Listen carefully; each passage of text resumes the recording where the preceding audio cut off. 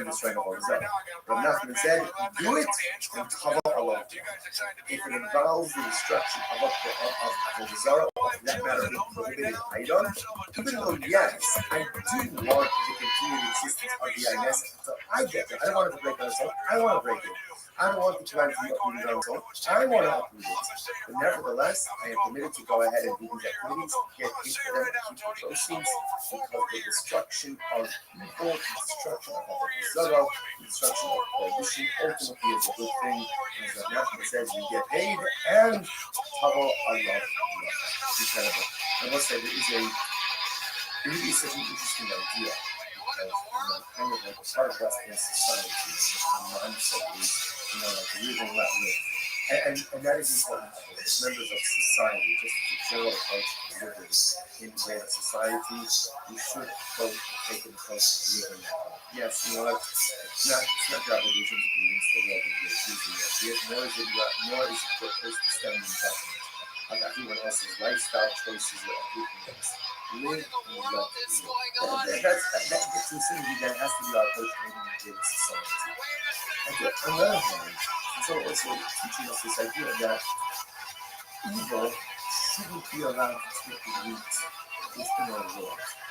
And when there's something that is evil, it has to be uprooted. When there's something that has to be broken, when there's something that is evil, it has to be destroyed.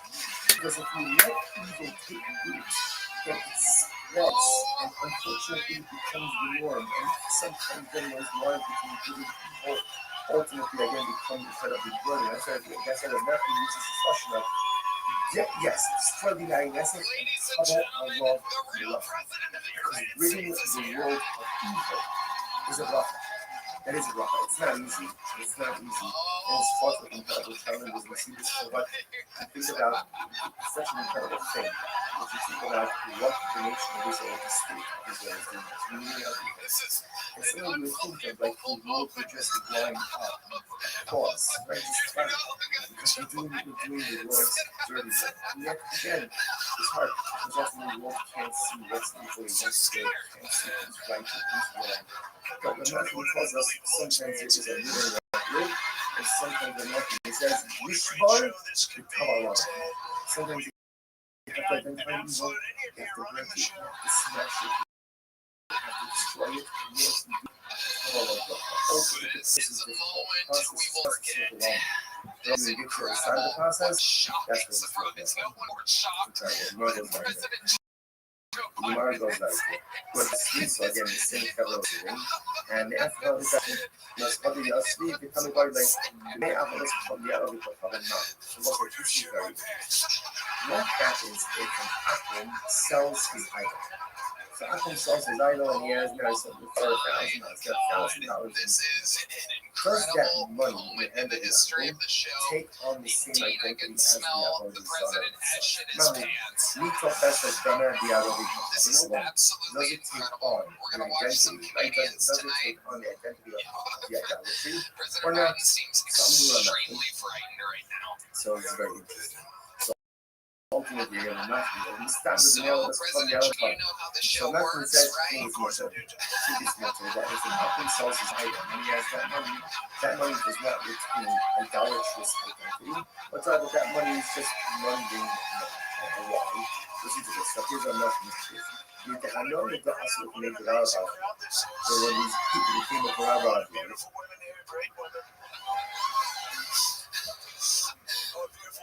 great guys too. Zilu Zidino Pomar de Islafu, the suicide. So that comes like this. So when these people came up for Rabbi, and what happened was Rabbi, and he wanted to convert. Rabbi told them, guys, before you convert, here's what you need to do.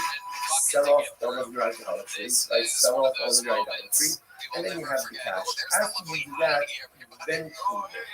Now listen, now watch this. What's going on over here? And Rashi says over here, if you look at Rashi, look at the suicide guy. Boldly scattered the artist and scattered also recover from all this will happen to their friend. Because remember, if they convert and it's still only idolatry, then that's idolatry by Jew. Idolatry by Jew, number one, can never be negated. Right? Can never have its identity. And can't get another from it. So it tells them instead before, while you're still Gentiles, sell it off, you have the money, then you can convert and the money is committed. What do you see from there? Obviously, you see from there that Allah sells his idol, that cash is permitted. So the Gemara says, my time off, you shouldn't be concerned with the but let's go call them the other some let's get closely on sale of idolatry that are in the hands of the king ultimately is permitted. I have the little shiny person, even that I feel new way, God I want that. So these are cases. Why is that? Because since the process of conversion, obviously you're negating the theological significance of the idol converted. But how come to be no advantage of these idols? Maybe that's why the proceeds are. I don't need help. Now the Gemara says, here's the proof. We saw trying not to what we can call them, tomorrow. We not how those right? I lent Uncle $1,000. So what happened? So the uncle sold his idol. Right? The proceeds from the sale. Or I messed up the same case. I lent Uncle $1,000. He is young and upset. And then he needs the proceeds of the sale. What's that? What the ultimately again is making. Interesting. The Gemara says, now, however, watch this.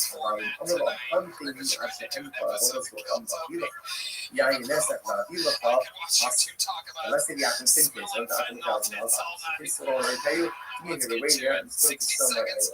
I only got the closest. I'm going to sell my Yain Nesek and the closest. In that case, it's Esther. See here, interesting. Case number one, sin case. I lent Apple $1,000. Case number one, he goes off, sells his idol, goes off, sells his Yain Nesek. I have no idea what he's doing. He gives you the proceeds, pays back the debt. Case number two, same thing. I lent him $1,000. He says, I want to pay you back.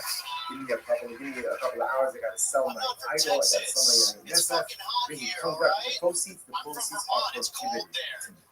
I effectively my exploration. So what's this thing? I don't say what's this mean to this. It's conversations. See from the Shumba, how you make philosophy. So this is understandable. Now just circle back a little bit to the previous Shumba. But here's the difference. In the second case, where the Akum says, wait here while I sell my idol. Or while I go ahead and sell my wine, I want to continue to exist. I don't want to continue to exist because I want to get paid. So because I want it, therefore Shesha's posits the proceeds for us. There's no second. If you look at the Kiyuma Kia Gasm, that's what we just said before, because that's what the Lord says. When you want to continue existence. But I'm not doing anything to further the existence. So yes, of course, I want to continue the existence of that idol until the apple sells because I want my money. I want to continue the existence of the INSF because I want my money. But I'm not doing anything to facilitate the existence of these further items. Why should it be us? What's none? Give this is what's none. Give all the company to your shoe on the overcomes. This is very interesting. You have two brothers. A lot of references there. One converted, and one they're both they're Aquam brothers. One converted and one split. So brother Ger, brother Aquam. What happens? Their father died. The father died. And they inherit their father. So they want to speak to the estate. In the estate is idolatry and the INSF, and let's say planted items. So Ger,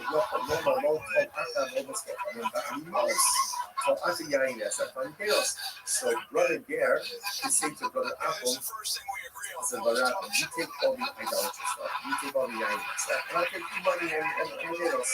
You can do that. The Mishabal, and that's committed. However, the Mishabal is just like else. Obviously, all of this presupposes that the Ger has not yet actively taken possession of the INSF or items. Obviously, once that happens, there's no more weakness. Right? But well, there is weakness, no more weakness. You can get something to be more back but it's much more complicated. Once you already owns it, there are really very limited options. So as long as brother Ger has not yet taken possession of these items, no problem. There's no problem dividing up the estate He's in New York City. However, if brother Ger already took possession, then it's possible. So ultimately, again, what do you see from there? That halacha l'maisa, now in this case, brother Ger wants the continued existence of the idolatry of the Yain, but he's not doing anything active to promote its continued existence, and therefore it's mutter. It's mutter. So what's the problem? What's the case over this Mishnah? This Mishnah is talking about an item that's a made on sold, which means that even if it breaks, it's still valuable. So therefore, again, brother Ger doesn't actually care if it remains in its old state or not. Even if it breaks, he cares. It still has value. That works fine for an idol. So how would you explain the case then of Yair Yosef? The Pharaoh's Hajjai, so this is Adrianic person. So apparently, Luke actually points out that Adrianic person where ultimately it's very absorbent. Therefore, when you put wine in there, the earthenware absorbs the wine. You can take a shard of that earthenware, put it in water, and you that's the two for the brother here doesn't who cares that it has great or not. It doesn't make a difference because either way, its value is still the same. To which the Gemara says, one second, one second, even if that's so, even if brother Gail doesn't care about the fact that right? He does care whether or not he is still in the loss, he still wants it to continue existence. And on top of Yerushas Hager Kamat, don't bring a riot. You're bringing a raya, bringing up in the case of the inheritance of Ger. No, Shani Yerushas Hager, Dakilu Barada. Rabbis were made by the Yerusha. Normally, the Gemara says perhaps this case should be problematic.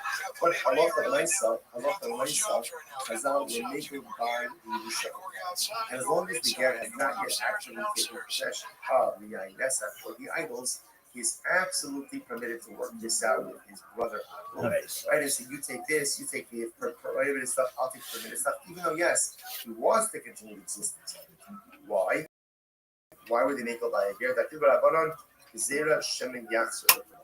We are afraid that if the ger has to make a choice between his money and his religion, he will choose his money or choose his inheritance. And we'll say that's not a knock on the ger. That's a reality of human nature. We've seen this before as well. For example, right, there's something called Takalas Hashem. The Chazal said that in certain cases of theft, the thief doesn't always have to return that which he stole, right? And the victim should not accept back the stolen item. Why? In order to go ahead and facilitate the thief's truth. We're afraid if the thief has to return everything, he's not going to be able. It's difficult for people to engage in self-sacrifice when it comes to financial matters. Right? Money is necessary. Money is important. And as much as we say, like you like to say, as long as you have your health, it's true. As long as you have your health and you can pay your bills, right? Because if you don't have money, just things are like become incredibly complicated. And many people could not stand up to religious challenges. There was a choice between religion and money. We're afraid that the ger, if he has to choose between halacha and ultimately again his Yerusha, he may be tempted to choose his Yerusha. Again, not because of the ger, because it's human nature. So therefore, Chazal didn't want to put him in that situation. They were makel by a ger. Understand that often in this kind of case, you're going to have an estate that is comprised of permitted items and permitted items. Therefore, allow him to keep the permitted items, give his akum brother all of the incredible. We'll say on the base. Tanya Melchi writes that supports this. When is this so? Shirshu, in the case of Yerusha. But in the case, let's say, of a business partnership, will be Asr. So you see from here that Chazal allowed certain things to happen in the context of Yerusha that they would not have normally allowed to occur in other contexts as well, because we don't want a person in this, we don't want to put people in this precarious type of situation. So the other Yosef kind of items. Remember, always is the same group of running, sitting together. Another question that came up. Ger Tosha Mao Sheibatva Avodas Kocha. So let's say this is a very interesting case. Can a Ger Tosha go ahead? And I will say, just before that, just this idea that Chazal were makel by the Ger. Just so you understand, remember this, how scary this. Halacha is struck in a way to make us see that a Bashal Olam wants to succeed. Sometimes people have a very skewed view of HaKadosh Baruch Hu, a very skewed view of Halacha, that HaKadosh Baruch Hu is waiting for us to mess up so he can smack us down. Chazal waiting for us to mess up so he can levy some type of punishment or penalty against us. That's a key further from the truth. The Rebbe Shalom wants our success more than we want our success. Chazal want our success more than we want our success. And all of the halachas, and all of the rules, and all of the strictures, any law of the punishments are only there to put us on a path to success, not to smack us down when we go ahead and we make a mistake. But again, Baruch Hu understood what we need in order to be successful. Chazal understood what we need in order to be successful. And when they need to relax the standards to make us successful, they do it. It's incredible. They do it. When success is accomplished through relaxing of standards, Chazal do that as well. Know that you have no greater advocate in this world than the Kodesh Baruch Hu. That's in this world and in the next world. And in this world, Chazal constantly aiming for our successes. Okay, incredible question. How do you guys comment about it? Ger Toshav, Ma Shebat Alas Chum. So what's a very interesting shadow here? Can a Ger Toshav go ahead and abolish or negate idolatry? Now remember again, an akum has the ability to negate his avodah zarah, thereby decommissioning it from its status of theological significance and importance. So a ger toshav, we'll say, now what is a ger toshav? Now we're going to see this machloek is about the definition of a ger toshav. Rashi points out to on the top of the daf, ger toshav eino oved avodas kocham. Ultimately, again, he doesn't worship idolatry. But again, he's like an akum in everything else, except he doesn't worship idolatry. No, that's it. That's a pretty big thing, right? He believes in HaKadosh Baruch Hu. He believes in God. He doesn't worship idolatry, but in every other respect, he's a non-Jew. So, does such a person have the ability to decommission idolatry, to negate idolatry? Gemara says, on one hand, here we say only one who worships idolatry can decommission idolatry. Or maybe not. Or maybe we say like this: anyone who's what we call a bar mineh. If you're in the parsha of an akum, then you can go ahead and decommission avodah zarah. And this guy is in the parsha. He's not Jewish. He's not Jewish. So because he's not Jewish, he's in the parsha of an akum. So because of that, even though Baruch Hashem, he himself doesn't worship idolatry, but he has the koach to go ahead and negate it. So I'm going to Rav Nachman. So again, Rav Nachman is this. Rav Nachman says no. Only someone who worships it can negate it, but someone who doesn't worship idolatry cannot negate idolatry. Therefore, the ger toshav doesn't have the ability to negate idolatry. Just 1 second. We saw Shabbat Savanas Mishuk. So listen to this. So went ahead and found idolatry in the marketplace. So found idolatry in the marketplace. What's that level? Actual basali. So we'll say, so now remember again. So let's say, listen to this case. I'm walking in the shop, I'm walking in the marketplace. I see a gold idol sitting there on the ground. And if I lift it up, that's problematic, right? Because then I've acquired it. And once it's been acquired by a Jew, essentially it can't be declared. So what do I do? So before I pick it up, call over an akum. Remember, so call over an akum. It's the akum. I need you to negate this idolatry, decommission it, right? Theological decommissioning. So go ahead and engage in theological decommissioning of this avodah, and then it becomes permitted. However, again, but again, if I pick it up, right? If I take possession of it, at that point it cannot be decommissioned. An Ovid Kochav, an akum, could decommission his own avodah zarah or the avodah zarah of his friend, bein ovda, bein she'in ovda, whether he worships it or he doesn't worship it. Now we're going to define what this phrase means. My ovda or my ein ovda. What does it mean? What does it mean that akum could decommission avodah zarah, whether he worships it or doesn't worship it? Ilema idi v'idi ovid kochav. If you want to say that both are talking about an akum, then Haynu Shalom V'Shalchavim. We already said that because we just said before that an akum has the ability to theologically decommission his avodah zarah and the avodah zarah of his friend. And a love of the Ovid Kochavim, umay she'in a love of the Ovid Kochavim, Right? Ultimately, again, Ovda means an actual act. When I shit in Ovda, what does it mean? A non-worshipper? Gertosha. Oh, so who is able to go ahead and decommission both an actual act and a Gertosha? Shmanino, Gertosha, Maniovato. What do you see from here? That a Gertosha has the ability to be Mavato, ultimately to be magically decommission of our desire. Incredible. This Gemara says, no. The only thing about EDB not true.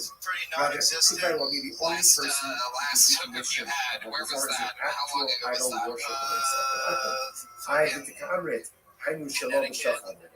We said already said that. Don't claim the price is redundant, because you already said that Akum could go ahead and decommission his idol and his friend's idol. The Gemara says, Reisha, listen to this. Two different cases. Reisha, Zed, the Zed of R, the Zed, the Zed of Marcos. Reisha is teaching me like this. If you have two Akums, right? And both worship Pa'ar, or both worship Marcos. So obviously, again, Akum 1 can negate his idol and his friend's idol. And Akum 2 can negate his idol and his friend's idol. Seifa, Zed of Pa'ar, the Zed of Oh, Seifa is teaching something different. Seifa is different. Let's see if one Akum who worships Marcos and one who worships Pa'ar. What's the novelty over here? An Akum can worship an idolatry even if he doesn't worship. So let's say, number one, an Akum can negate his own idolatry. Good. Number two, an Akum can negate his friend's idol if they worship the same idolatry. And halacha number three is an Akum can negate his friend's idolatry even if he worships the different. Incredible. So the Gemara says, but again, no lie about a gear touch. Right? So when it comes to a gear tosha, we still like the Gentile. Can a gear tosha a Gentile with a free idolatry can he be the back level? Now we still have an answer. Yes, basically, we're going to construct basically gear tosha. What's a gear tosha? Tosha kiva. So now we're getting more definition. What is the definition of a gear tosha? So say tosha kiva la between people kabirim shalom la'avod avodos kabirim. Meir says, is any akum who is accepted upon himself in front of three categories. On the website, Proverbs is explored probably on the news. Somebody is careful. Which means careful about so in this context, the Pasha just means that you have a base. Any kind of akum comes in front of a base. And he repudiates idolatry. That's a gift. That's a gear tosha. That's what I mean. Some say, Hoshekiba Allah Sheva Mitzvot. So Hoshekiba Allah Sheva Mitzvot. Some say, a gear tosha is any Gentile who has accepted by himself the 7 Noahide. Because the Chacham don't speak the prior days. That's a gear tosha.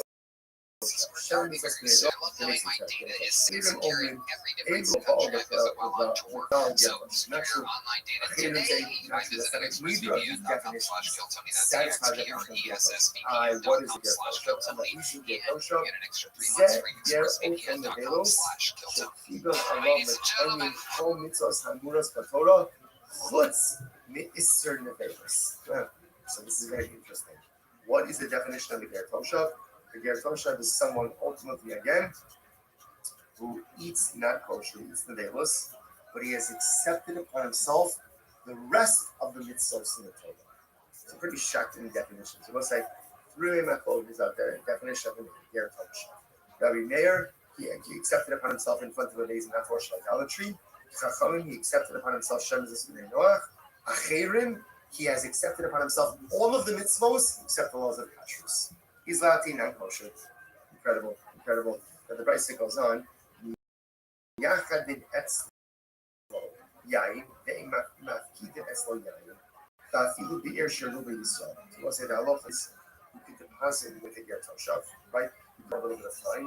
I should say you can leave with wine for a short amount of time, but you can't deposit with him wine for a longer amount of time. Now, what's the reason? What are we concerned about over here? We're concerned ultimately again that Rashi says, Rashi says over here,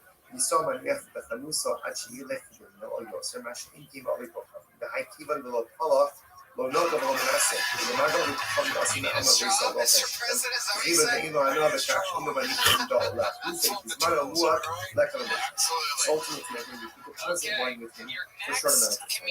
Not for a longer amount of time because what this is they swap out the juice wine for his own okay? Even in the city, not even inhabitants are Jews. אבל מיד חגים את היין, ואפילו באר שירות על ביקור. So as I said, look, when I say here, Toshav, you could leave with him wine for a short amount of time. Not so long time. Again, we're not with the INS. Why not with the INS? Not because he's repudiated idolatry. Right? But we are concerned that over time, for a longer amount of time, he may switch his wine for the Jews. So for a short amount of time, it's winter. For a longer amount of time, also. Shmano, Kiena, the says, and his oil is like his wine. What is that? Shmona Kinis Alachov, Shemen, Mita, Havi, Yayin. That's not what we want with his oil. Oil can't be into that. It's like, hello, Yendo, Kishmano. Interesting, we are finding what it means is like this. That halal for the Mesa, that ultimately, again, his wine, his wine is like his oil. Just like, it's very interesting. That just like his oil is committed, so too ultimately, again, is his wine. Now look at Rashi for just a moment. Rashi, Shmano b'ni Havigyanis, Ayeno Mutavana, Shmano Purdy Shokra Hashem Ba'Kilakai, Aval B'Shtira Asa. But what does it mean that his oil is like, excuse me, that his wine is like his oil? That the same way that you get Hana from his oil, you get Hana from his wine. I can't drink the wine that you get yourself, but ultimately you can get Hana also. The sharp old Davar, ultimately, and for every other thing, I really call it. He is like an apple. With some less like Shimon, Omer, Yeno, Yayin. The Amulay, Shimon says his wine is like Yayin Esach, but others say ultimately again that it was mutter, ultimately again for consumption, for Shkila. So let's do pause over there. We'll pick up in this session. Actually, let's finish. Let's finish this again. What do you see there? We see from here that an apple is like an apple regarding every other matter. Ultimately, again, what does it mean when we say that a Gertosha is like an akum for everything else? What does that mean? To which the Gemara says, Lav dimavato avodas kofavim ke avodas kofavim. So doesn't that mean, because listen, again, how did this whole thing like Gertosha get started? It got started because we tried to figure out, does a Gertosha have the ability to negate idolatry, to theologically decommission idolatry? So now we just got finished saying that in this respect, a Gertosha is unique, but in every other matter, he's like an akum. Doesn't that mean that just as an akum can theologically decommission and negate avodah, so too can a Gertoshav. So too can a Gertoshav.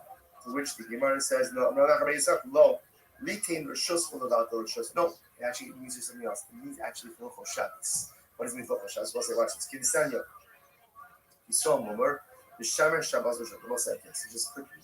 Erev Chatzeros. If you have multiple homes that open up into a courtyard, you cannot carry from a home into that courtyard, from a home to the courtyard without an eat. Right? Erev essentially means we collect food from all of the inhabitants of the Chatzer. They join together, and that joint food makes it into the domain of one home. Remember our Erev means. And if you carry from the home into the Chatzer into the home. Now the halacha is if you have a Jew who did not join into the Chatzer, he can yield his rights. Let's say if Shabbos started, he forgot to participate in the Erev. He yields his rights to the other members of the Chatzer. If there is a non-Jewish resident, the halacha is you have to rent his rights from him. He cannot simply yield his rights, you have to rent his rights from him. That's why the Gemara says, Yisrael Momer, the Shomer Shabbos of the Shosh, Nevata Rishus. Ultimately, again, if you have Yisrael Momer, unfortunately, again, is in Yisrael, to an apostate. So as long as externally, he's not an apostate, right? As long as externally, like, right, publicly keep Shabbos. Privately, he doesn't keep Shabbos. But at least in publicly keep Shabbos, and what's the halacha? Without the Rishus, all he needs to do if he didn't participate in the Erev, he just needs to essentially yield his rights to someone else in the Vasa. Okay. Shame Shamash Shamas and Shos. In the battle of Shos. But again, if he publicly violates Shabbos, and essentially he's like an apple. If he's like an apple, then it's not enough for him to yield his rights and process to other residents. Rather, he has to rent his rights. May Shamru, Yisrael, no single Shos in the battle of Shos. Right? Yisrael ultimately again has the ability to go ahead and yield his right, give up his rights, or give over his rights to the other residents. But by acting, ultimately, you have to rent. You have to rent. So therefore, again, the Gemara is saying that when you say, so let's say, just let us finish up. Kate said, all their law, so say, how does the yield, for example, yield his right to give over his rights?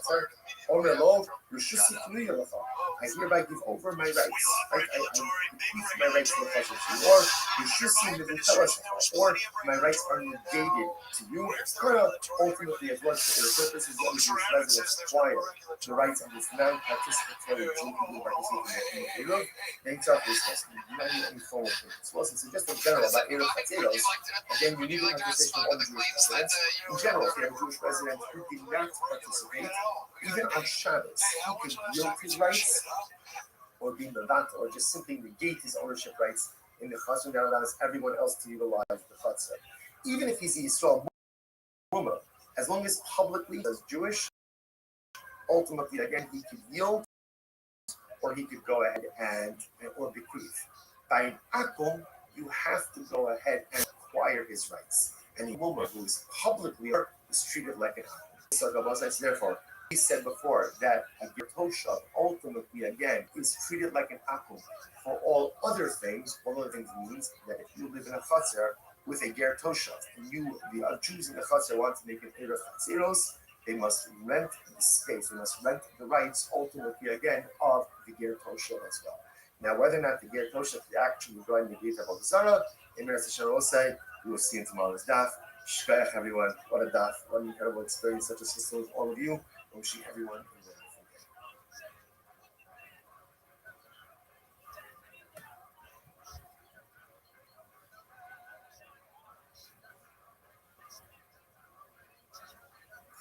day. Okay, I will say a great Spark Hashem Tzili will tell with all of you this morning. Begin by thanking all of our sponsors for this morning's share. To thank our annual Talmud Torah sponsor, dedicating all the Sherman Drushos this year as a schus for the Soros Tavos for Am Yisrael. Talmud Torah sponsors for the month of Av, Haba Alinu Tova, Stephen Randy Drazen in honor of their parents, Israel Drazen, Dina Drazen, Eileen Rosenzweig in memory of Stanley Rosenzweig Zichron Racha. Our week of learning sponsors, Dr. Edna Faith Wolf, information of the yard site of Dr. Wolf's father, Cyrus Wolf, Shalom Ben Steve Hirsch Zichron Racha, and Nathan and Beth Adler in memory of their father, Ben Adler, Hachaver Baruch Mordechai Ben Moreno Rav Nosson. Yomi sponsors for today: Cherry Applebaum, memory of the mother Rosalind Apple, Rachel Bas, the merit of our Talmud Torah, all of the Nisham Sav Naliyah, their families, Inga from all those who need her flu, Shalom together with Kol Chol Yisrael, the Kodesh Baruch Hu, Shalom Meretz Hashem, and all of our hostages, Shalom and Bekarov, allow our holy soldiers to be successful with all of Maaseh Yedei. For most of that, let us begin. Today's daf is Samech Dalet 64, a really incredible daf of us today. We are picking up from Samech Gimel on the base 63b, and we are picking up 2, 4, 6, 7 lines up from the Yasser Rav Nachman Ula Avinu Bar Papi. So again, Rav Nachman Ula Avinu Bar Papi Yasser Avichia Bar Ami Gabai. Avichia Bar Ami was sitting with them, and the Gemara says, "V'Yasser v'Kabon my boy." And he asked the following question for me. Listen to the fascinating aspect of this question. Safra lishbar b'yayach ma. What is the halacha if an akum hires a Jew to smash barrels of yayin nesa? Right? So can you imagine this? An akum comes over to Ruvain. So Ruvain, I'm going to pay you $50 an hour. Do me a favor, smash these barrels of yayin nesa. Mahu, what is the halacha? Is the Jew allowed to receive, accept, to keep the wages from this halacha? I will say, in yesterday's daf, we did that of funds or income that's generated from what may or may not be permitted activity, or dealing with items that then may be asur ba'anos. So here, the Akum is asking, destroy Yayinis, and he's going to pay me for it. So this is very interesting. On one hand, I want the existence of the Yayin Nesach. Now, why do I want the existence of the Yayin Nesach? Because if the barrels were to break on their own, I would lose the opportunity to break them, and I'd lose the parnasa. So on one hand, interestingly enough, I want the existence of the Yayin Nesach. So because I want it, therefore, again, maybe that makes the proceeds perfect. Look at Rashi for just a moment. Minon Kevan, comes up from the bottom in Rashi. The Israel Zerlotze the Kiyuvan Shachavi Osai. Jew actually wants the existence of these barrels. I don't know. Reuben doesn't want them to break on their own. So do we say that since the Jew actually wants, and this is interesting to think about it this way, right? The Jew actually wants the Yayin Nesach to remain in existence. I don't want it, right? I don't want it to break on its own. So therefore, maybe that's considered to be proceeds from Yayin Nesach, and therefore, again, it's also. On the other hand, on the other hand, what are you talking about? This is the destruction of the INS and destruction of Avodah Zarah. This is a good thing. Sure, I want the barrels to remain in existence, but again, ultimately, to destroy Avodah Zarah is a good thing, and therefore the proceeds, ultimately, again, should be permitted. Fascinating shayla. Amar Nachman. So Rabbi Nachman says, Yishbar b'kol bracha. Rabbi Nachman says, no, take the job, Jew, take the job, get the money, and tell a bracha you should be blessed. You have the opportunity to go and root out people, root out Avodah Zarah. That is a good thing. Take the money and go. So the Gemara, let me say this. Let's bring a proof to this idea. So it's cheated or not. So let's say again, an akul plants kilayim, right? Kilayim is forbidden mixture. So wheat, we had this actually just 2 days ago. Wheat and let's say, for example, wheat and grapevines. That's the kind of thematic example, but any forbidden mixture. So if an Oved Kocham is planting kilayim, I, the Jew, can't go ahead and assist him in the planting. Oja literally means like hoeing, removing weeds, we'll see covering with dirt. You can't do that. How about Sanach Dalit 64a about Okrin Imovi What can I do? I can uproot, right? I can uproot kilayim. That I am allowed to do. Look at Rashi about Okrin. Let's say Akum hires me and he says, listen, Silver, do me a favor, I planted kilayim. Now, again, Akum planted every kilayim around. So, but let's say again, he asks me to uproot it. I am allowed to do that even though I'm going to get paid for working with kilayim, right? And I want the existence of the kilayim because if the kilayim is not uprooted on their own, I lose out on my parnasa. So the Gemara says, so it appears from here, this seems to support Rav Nachman. Rav Nachman says you are allowed to go ahead and benefit financially from a forbidden item when that benefit ultimately, again, results in the destruction of the item, even though you, by definition, want the continued existence of the prohibited item because you want to be the one who destroys it so you can get paid for it as opposed to being destroyed on its own. So Mar says, Savrua, second line from the top 64a, Savrua Hamari, who's it paying? It's Rabbi Akiva. It's Rabbi Akiva. The Amar, Hamekayim, the Kilayim Loket. This is very interesting. Rabbi Akiva holds, we'll say that in general. Not only is there a prohibition to plant kilayim, not only is there a prohibition to go ahead and facilitate the growth of kilayim, but you can't even do anything that sustains content. For example, Rashi points out over here that let's say someone else planted the kilayim, right? Akum planted the kilayim, and the Akum asks me to put up a fence around the kilayim. Rabbi Akiva says, also. Why?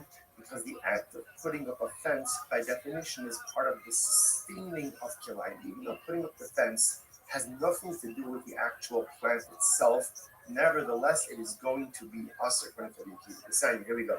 Hamenachish means weeding. Mechapa means covering the seeds with dirt. So Menachish and Mechapa B'Kilayim. Look at, you get Malchus, right? Because again, that's Tanakama. Because there you're actively participating in the planting of Kilayim. Rabbi Akiva says, Af Mekayim. Rabbi Akiva says, even if you do anything to sustain the Kilayim, for example, put up the fence around the Kilayim, that's going to be problematic as well. So the Gemara says, my time Rabbi Akiva, where does Rabbi Akiva get that from? What's his logic? Pasuk says, do not plant kill your field. In the Elas, I only know the prohibition of planting. Mekayim minayim. How do I know that I'm not even allowed to do something to sustain the actual growth itself, like even like putting up the fence. Tamalomar lo kilayim. All right, so we'll say so. It's interesting over here. The Gemara is making a little bit of a play on words. A little bit of a play on words. So again, the Gemara is actually kind of slicing the pasuk lo kilayim.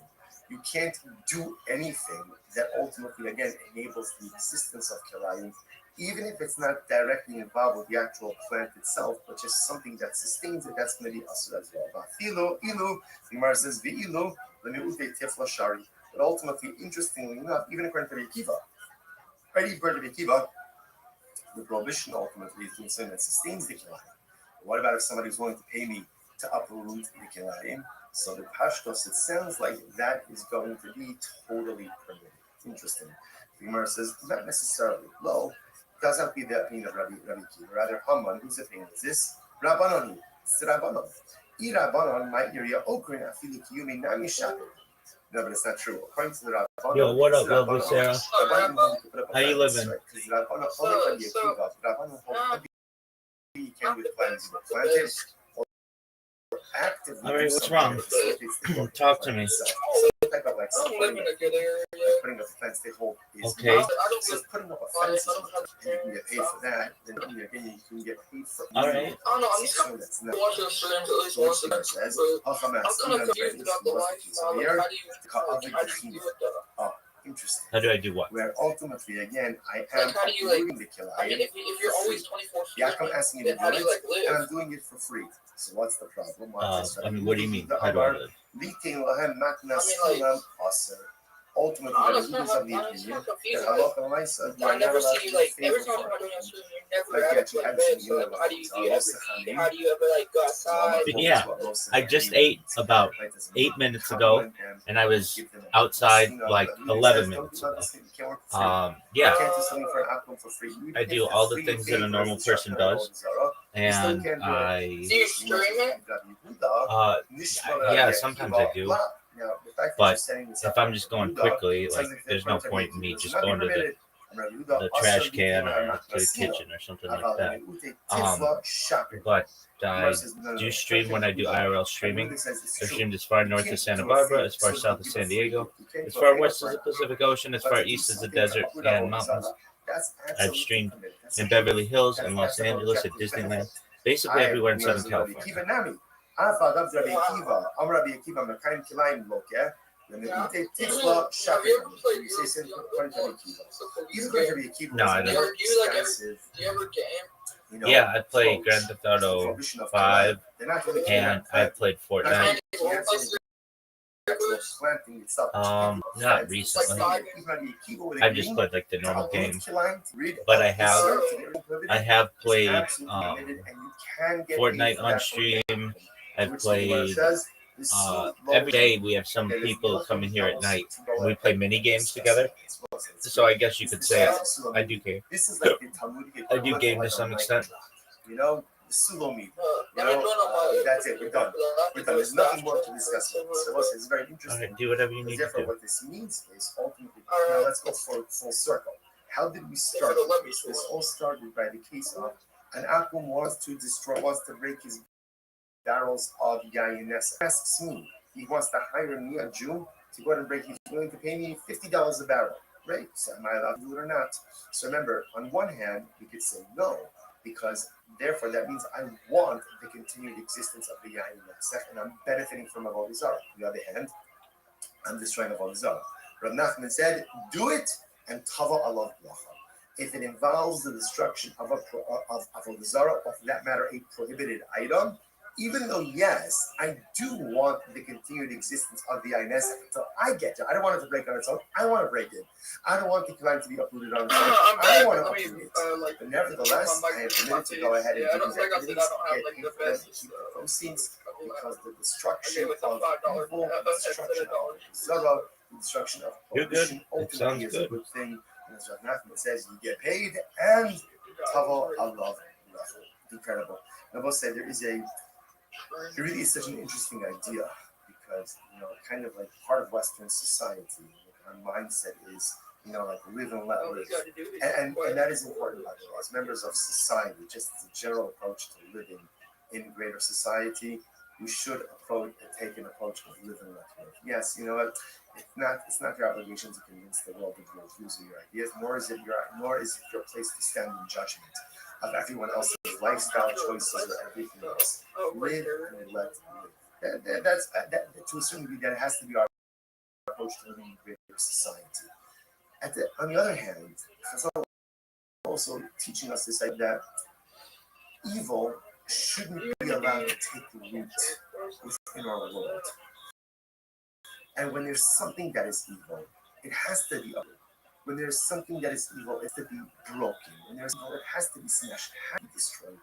Because let evil take root, then it spreads, and unfortunately it becomes the norm. And sometimes then those lines between good and evil ultimately again become incredibly blurred. And that's why Nachman uses the question of destroy the Ayin Esech and Tavo Alav Bracha. Because ridding the world of evil is a bracha. That is a bracha. It's not easy. It's not easy. And it's fraught with incredible challenges. We see this for what we think about. It's such an incredible thing that you think about what the nation of Israel, what the state of Israel is doing. It's rooting out evil. And somehow you would think that like the world would just line up, applause, right? Just clap. Because we're doing the world's dirty work. And yet again, it's hard because often the world can't see what's evil, what's good, can't see who's right and who's wrong. But Rav Nachman tells us sometimes there is a live and let live, and sometimes Rav Nachman says Yishbar the Tavalah bracha. Sometimes you have to identify the evil, you have to break it, you have to smash it, you have to destroy it, and if you do it, Tavalah bracha. Ultimately, the process is difficult, the process is grueling, the process is overwhelming. But ultimately, when you get to the other side of the process, that's where this real bracha. Incredible. The Gemara goes weiter. The Gemara goes weiter. Good. Hadu Yasvi. So again, the same Chevra was sitting, and they asked about Hadu Yasvi. They're coming by the May Avos Komialavi Kochadim Mountain. So we'll say this is very interesting. What happens if an Akum sells his idol? So Akum sells his idol, and he sold it for $1,000. He's got $1,000 in his hand. Does that money in the hand of the Akum take on the same identity of all the Zara itself?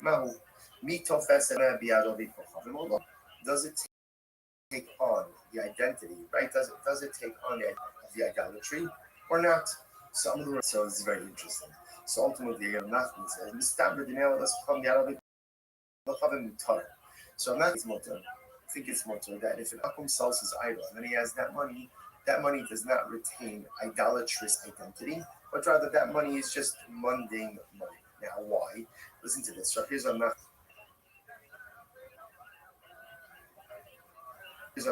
proof. There were these people who came before Rabbi. What happened? Another one. Zilu Zedinu Komad Islahu. This is fascinating. So Nachman says like this: there were these people who came before Rabbi, and what happened? Rabbi Baravua, and they wanted to convert. Rabbi told them, guys, before you convert, here's what you need to do: sell off all of your idolatry, right? Sell off all of your idolatry, and then you have the cash. After you do that, then convert. Now listen, now watch this. What's the logic over here? Rashi says over here. If you look at Rashi, look at the Suez Gairu. Because remember, if they convert and they still own the idolatry, then that's idolatry owned by a Jew. Idolatry owned by a Jew, number one, can never be negated, right? It can never have its identity negated, and you can't get hana from it. So he tells them instead, before, while you're still Gentiles, sell it off. You have the money, then you can convert, and the money is permitted. What do you see from here? Obviously, you see from here that halacha l'maisa, when Akum sells his idol, that cash is permitted. So the Gemara says, "My time, Mishum b'kasaver demeav olas v'chavim yarav b'cham mutar." You must see that the proceeds of the sale of idolatry that are in the hands of the Akum ultimately is permitted. I don't shine us in the table that I can relay. Badai b'cham. Maybe that case is different. Why is that case different? Because since they're in the process of conversion, obviously they're mevatel. They're negating the theological significance of the idol they're converting. So an Akum can be mevatel is avodah zarah. So maybe that's why the proceeds are mevatel. Rabbi Gemara says, here's the proof. Excellent. How you doing, Tim? What's good? Listen to this. Right? I lent Akum $1,000. How are you? So what happened? So the Akum went and sold his item. Excellent. How'd you find out about me, big man? Or Yayin Nesach, or same case, I went ahead and I lent Akum $1,000. He sold his Yayin Nesach, and then he brought me the proceeds of this. What's that? Lofa? Mutter. Ultimately, again, it's mutter. Okay, interesting. The Gemara says. Now, however, watch this.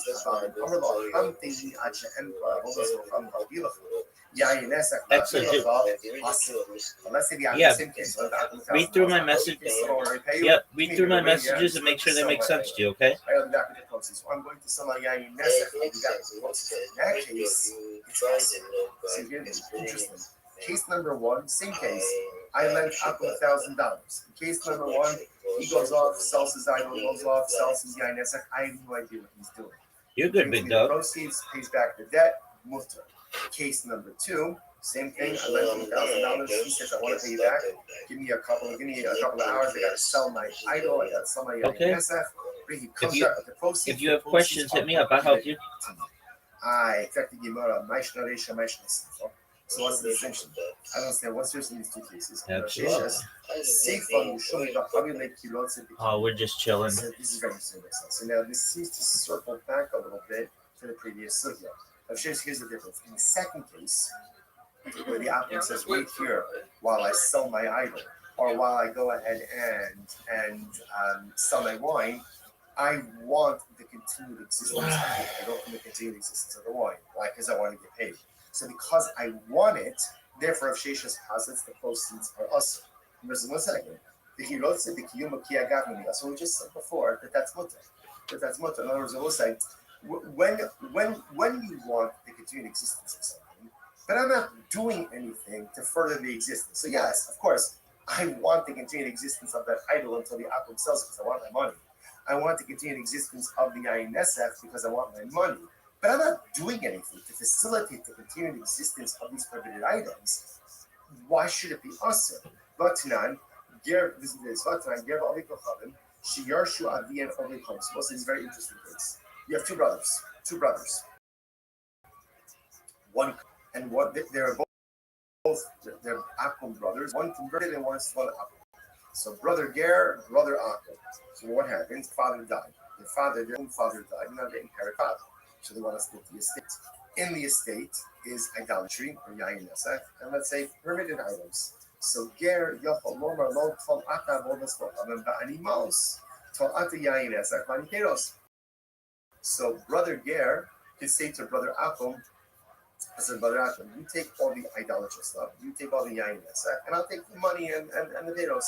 He can do that. The mishabo, and that's permitted. However, the mishabo, there's just like your asma. Obviously, all of this presupposes that the ger has not taken possession of yayin nesach or items. Obviously, once that happens, What up, Sam? Right, but well, do you know Kiki from Restream yesterday? That's much more complicated. Nobody has the ability to do that except. So as long as brother Ger except for me, and I didn't do that. Items, no problem. There's no problem finding no, like I wasn't on your stream, but I was however, like, if brother Ger took possession. Yeah, that's what I mean. Nobody has the ability to do that except me, and I didn't do that.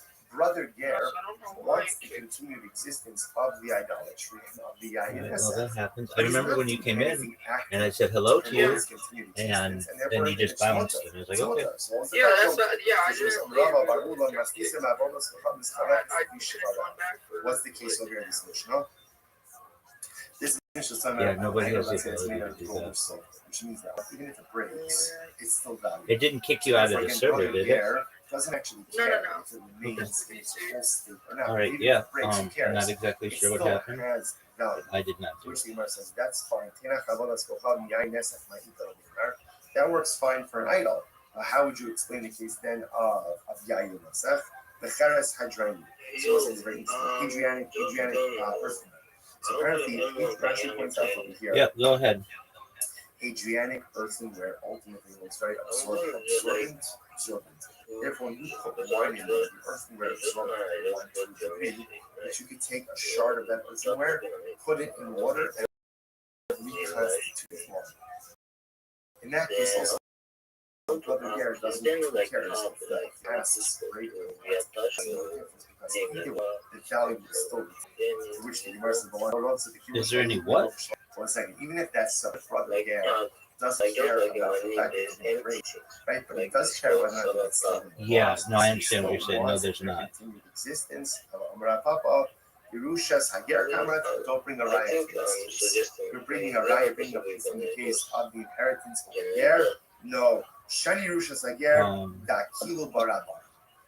From my knowledge, and I could be wrong on this, but I thought that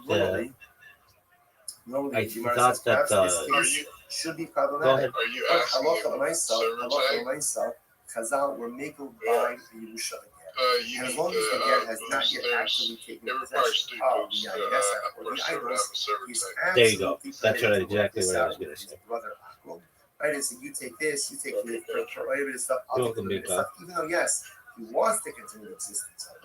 Why? Why would they make it by a Ger? That Kibbutz Zera Shemin Yatsu.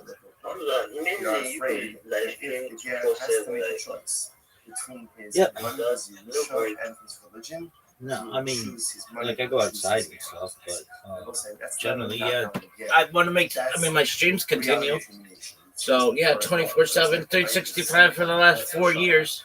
Chazal said that in certain cases of theft, Wait, doesn't always have to return. Wait, do you get paid? Right, and the A little bit. Accept back the stolen item. Why?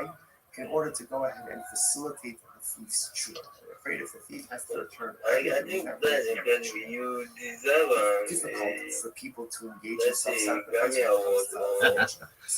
Right? Money is necessary. Money is important. And Thanks, Big Ben. Maybe someday. As long as you have your health, it's true. As long as you have your health and you can pay your bills. Right? Because if you don't have money, just and many people could not stand up to religious challenges. Where there's a choice between religion. All right, you do whatever makes you happy. You know I'm always here. If he has to choose between halacha and ultimately again his Yerusha, he may be tempted to choose his Yerusha. Again, not because of because it's human nature. So therefore, Chazal didn't want to put him in that situation. Therefore, they were makel by a ger. Understanding that often in this kind of case, you're going to have an estate that's comprised of permitted items. Therefore, allowed him to keep the permitted items.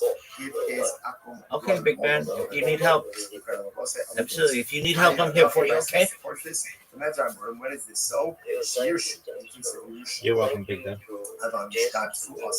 But in the case, let's say, a business partnership would be awesome. So see from here, if Chazal allowed certain things to happen in the context of the Yerusha, that they would not be normally allowed to occur in other contexts as well, because we don't want to put the person in this, we don't want to put the ger in this precarious type of situation. Incredible.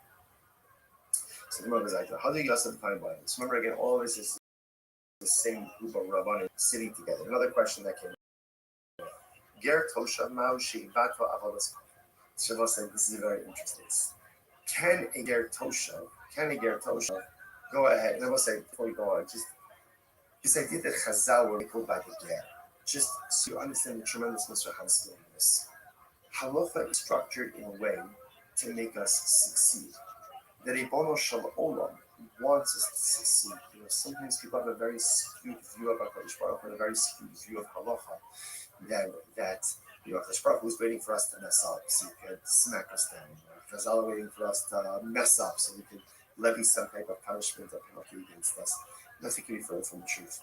The Ribono Shel Olam wants our success more than we want our success. Chazal want our success more than we want our success. And all of the halachas, and all of the rules, and all of the strictures, and even all of the punishments are only there to put us on a path to success, not to smack us down when we go ahead and we make a mistake. But again, HaKadosh Baruch Hu understood what we need in order to be successful. Chazal understood what we need in order to be successful. And when they need to relax the standards to make us successful, they do it. It's incredible. They do it. When success is accomplished through relaxing of standards, the Chazal do that as well. Know that you have no greater advocate in this world than HaKadosh Baruch Hu. That's in this world and in the next world. In this world, Chazal constantly aiming for successes. Okay, incredible question. How do you guys become about it? Ger Toshav, Mam Shebat Al Yitzchak. So what's a very interesting shadow here? Can a Ger Toshav go ahead and abolish or Sir, if you're not speaking, if possible, can you mute your mic? An akum has the Oh, ability yeah, to my bad. negate his You're good. avodah, thereby decommissioning it from its status of theological significance. So Ger Toshav, now let's know what is a Ger Toshav. Now we're going to see this machlokas is about the definition of a Ger Toshav. Rashi points out to the top of the daf, Ger Toshav eino oved avodas kocham. Ultimately, again, he doesn't worship idolatry. But again, he's like an akum in everything else, except he doesn't worship idolatry. No, it's a pretty big thing, right? He believes in HaKadosh Baruch Hu. He believes in God. He does worship idolatry, but in every other respect, he's a non-Jew. So, does such a person have the ability to decommission idolatry, to negate idolatry? Gemara says, on one hand, the palach mevata, the lo palach mevata. Do we say only one who worships idolatry can decommission idolatry? Or maybe not. Maybe we say like this: anyone who's what we call a bar mineh, if you're in the parsha of an akum, then you can go ahead and decommission avodah zarah. And this guy is in the parsha. He's not Jewish. He's not Jewish. So because he's not Jewish, he's in the parsha of an akum. So because of that, even though Baruch Hashem, he himself doesn't worship idolatry, but he has the koach to go ahead and negate it. You must own the word of Nachman, so I'm going to also have Nachman raise this. The palach mevatel lo palach mevatel. So Nachman says no, only someone who worships it can negate it, but someone who doesn't worship idolatry cannot negate idolatry. Therefore, the Ger Toshav have the ability to negate idolatry. So Gemara says, "Nesia, raise a kash." Just 1 second. Yisrael Shabbat Savalos Kacham Nishon. So listen to this. Yisrael went ahead and found idolatry in the marketplace. Found idolatry in the marketplace. What's that level? Actual basili no. So we'll say, so now remember again. So let's say, listen to this case. I'm walking in the shop, I'm walking in the marketplace. I see a gold idol sitting there on the ground. And if I lift it up, that's problematic, right? Because then I've acquired it. And once it's been acquired by a Jew, essentially it can't be decommissioned. So what do I do? Actual basili. So before I pick it up, I can call over and remember again, we'll say, I need you to negate this idolatry, decommission it, right? Theological decommissioning. So go ahead and engage in theological decommissioning of this avodah, and then it becomes permitted. However, again, in Mishavas Aliyado, but again, if I pick it up, right? If I take possession of it, at that point it cannot be decommissioned. And Ovid Kochav Menakum could decommission his own avodah zarah or the avodah zarah of his friend, bein ovda, bein she'ein ovda, whether he worships it or he doesn't worship it. We're going to define this meaning things. Ovda or my ovda. What does it mean? What is it that Akum could decommission avodah zarah, whether he worships or doesn't worship it? Ilema idivi Ovid Kochavim. If you want to say that both are talking about an Akum, then Haynu Shalom V'Shalchavim. We already said that because we just said before that an akum has the ability to theologically decommission his avodah zarah and the avodah zarah of his friend. Elalav of the Ovid Kochanim, umay she'in elalav of the Ovid Kochanim. Right. Ultimately, again, of the means an actual akum. Umay she'in of the. What does it mean? A non-worshipper. Ger Toshav. Oh. So who is able to go ahead and decommission avodah zarah, both an actual akum and a ger toshav? Shmamino, ger toshav nami mevatel. What do you see from here?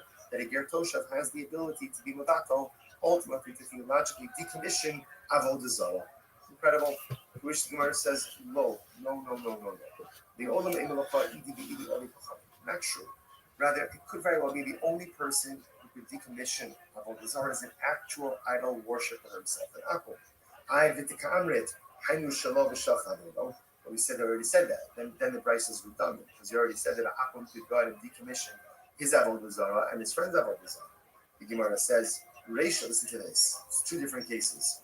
Reisha, zeh lepa'ar, zeh lemarkos. Reisha is teaching me like this. If you have 2 Akums, right, and both worship Baal Pa'ar, or both worship Markos, so obviously, again, Akum 1 could negate his idol and his friend's idol, and Akum 2 could negate his idol and his friend's idol.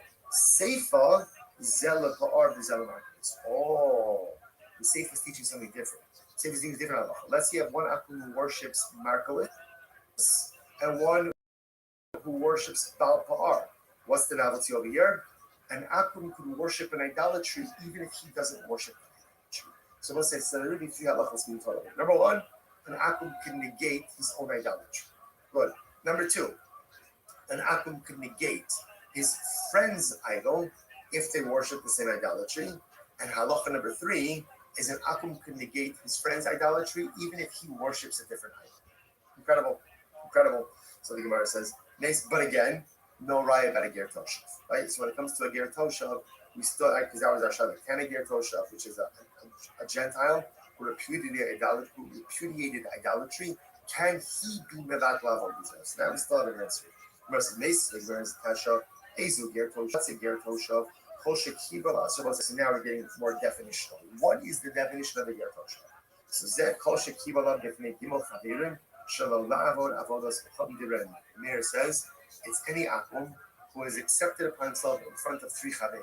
Now again, I will say chaver. We spoke about this before. Chaver normally means someone who's careful with shumas and ma'asros, someone who's careful about tumim tava. So in this context, the Pasha said it just means he has to do it in front of a beis. Anytime an akum comes in front of a beis of talmidei chaverim and he repudiates idolatry, that's a ger toshav. That's a ger toshav. Good. Sorry, there. Come say, Kol shekibel alav sheva mitzvos ben.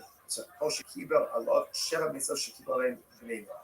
Come say, a ger toshav is any Gentile who has accepted upon himself the 7 Noachide laws. I think just enough that Chum don't seem to require a base. That's a ger toshav. Sheva mitzvos ben Noach.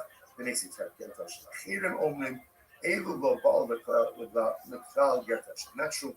Achirim say not true. That's not it. Neither of these definitions satisfy the definition of ger toshav. What is a ger toshav? And the isu ger toshav ze ger ochel nevelos shekibel alayim kol mitzvos hamuras b'torah iser nevelos.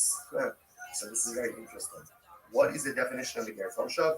The ger toshav is someone ultimately again who eats not kosher, eats nevelos, but he has accepted upon himself the rest of the mitzvos in the Torah.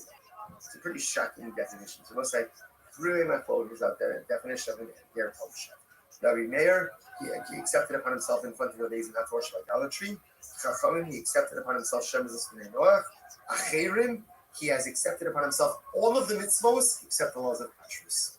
He's Latin and kosher. Incredible, incredible. But the Brisa goes on. Yachadin etzlo. Yain, mafkidin eslo yain. Ta'afilu be'er sheruba Yisrael. So we'll say the halacha is you can deposit wine with a ger toshav, right? You can leave it with him for a little bit of time. I shouldn't say deposit. You can leave with him wine for a short amount of time, but you can't deposit with him wine for a longer amount of time. Now, what's the reason? What are we concerned about over here? What are we concerned about over here? We're concerned ultimately again that Rashi says Rashi says over here, Yisrael maniach bechanuso ad sheyilech yidino o yoser mashin kim avikochav. The high kivan de lo palach lo nogav lo menaseh. Ulamago v'cham dasim me'alma v'esa lo cheshidan. T'chivan de'ilo ano bekach ino manich lo liba olach. Ufei bizman al muad lekal mechash. So ultimately again, you could deposit wine with him for a short amount of time. Not for a longer amount of time because we're concerned that he may swap out the Jew's wine for his own wine. Okay. And this is true even in a city where the majority of the inhabitants are Jews. So as I say, the ger toshav, you could leave with him wine for a short amount of time, not for a long time. Again, we're not concerned with yayin nesach. Why are we not concerned with yayin nesach? Because he's repudiated idolatry. Right? But we are concerned that over time, for a longer amount of time, he may switch his wine for the Jews' wine. So for a short amount of time, it's mutter. For a long amount of time, also. Shmano kiyeno. So the Gemara says, and his oil is like his wine. Now, what does that mean? Shmano kiyeno is like shemen mika havi yayin. That's like what could be wrong with this oil. Oil can't be into yayin. That's like ella yeno kishmano. Interestingly enough, rather what it means is like this: that halacha l'maisa. That ultimately again is his wine. Excuse me. His wine is like his oil. Just like this is very interesting. That just like his oil is permitted, so too ultimately again is his wine. Now look at Rashi for just a moment. Rashi Shmano mi havi yaines el yeno mutebana kishmano kodum shoter Hashem ba'akilatai ava b'shtia asa. Then what does it mean that his oil is like that? Excuse me, that his wine is like his oil. That the same way that you can get hana from his oil, you can get hana from his wine. And you can't drink the wine of the ger toshav, but ultimately you can get hana from his wine. The shar called davar ultimately meant for every other thing. Hareyu called a kochadim. He is like an akum. He's like an akum. To which the Gemara says, Shimon Omer, Yeno Yayin Nesach. Va'amilei Mutar B'shtiyah. Shimon says this wine is like Yayin Nesach, but others say ultimately again that it is mutar, ultimately again for consumption, for shtiyah. So we'll actually pause over here. We'll pick up in Yetz Hashem. Actually, let's finish. Let's finish the sugya. What do you see from here? We see from here that an akum is like an akum, ger toshav is like an akum regarding every other matter. Ultimately, again, what does it mean when we say that a ger toshav is like an akum for everything else? What does that mean? Which the Gemara says, Lav mevata avodah stofavim ke'avodah stofavim. So doesn't that mean? Because listen, again, how did this whole thing like toshav get started? It started because we're trying to figure out, does a ger toshav have the ability to negate idolatry, to theologically decommission idolatry? So now we just got finished saying that in this respect, a ger toshav is unique, but in every other matter, he's like an akum. Doesn't that mean that just as an akum can theologically decommission and negate avodah zarah, so too can a ger toshav. To which the Gemara says, no, lo, litin rishus ulavato rishus. No, it actually means something else. It means actually filful Shabbos. What does it mean filful Shabbos? We'll say, watch this. Kiddusanyo. We saw a moment. The Shamer Shabbos Hashem. We'll say, okay, so just quickly. Erev Chatzeros. If you have multiple homes that open up into a courtyard, you cannot carry from a home into that courtyard, from a home to the courtyard without an eruv. Right? Eruv essentially means we collect food from all of the inhabitants of the Chatzer. They join together, and that joint food makes it into the domain of one home. Remember our Eruv days. And therefore you carry from the home into the Chatzer into the home. Now the halacha is if you have a Jew who did not join into the Chatzer, he could yield his rights. Let's say Shabbos started, he forgot to participate in Reuben forgot to participate in the Eruv.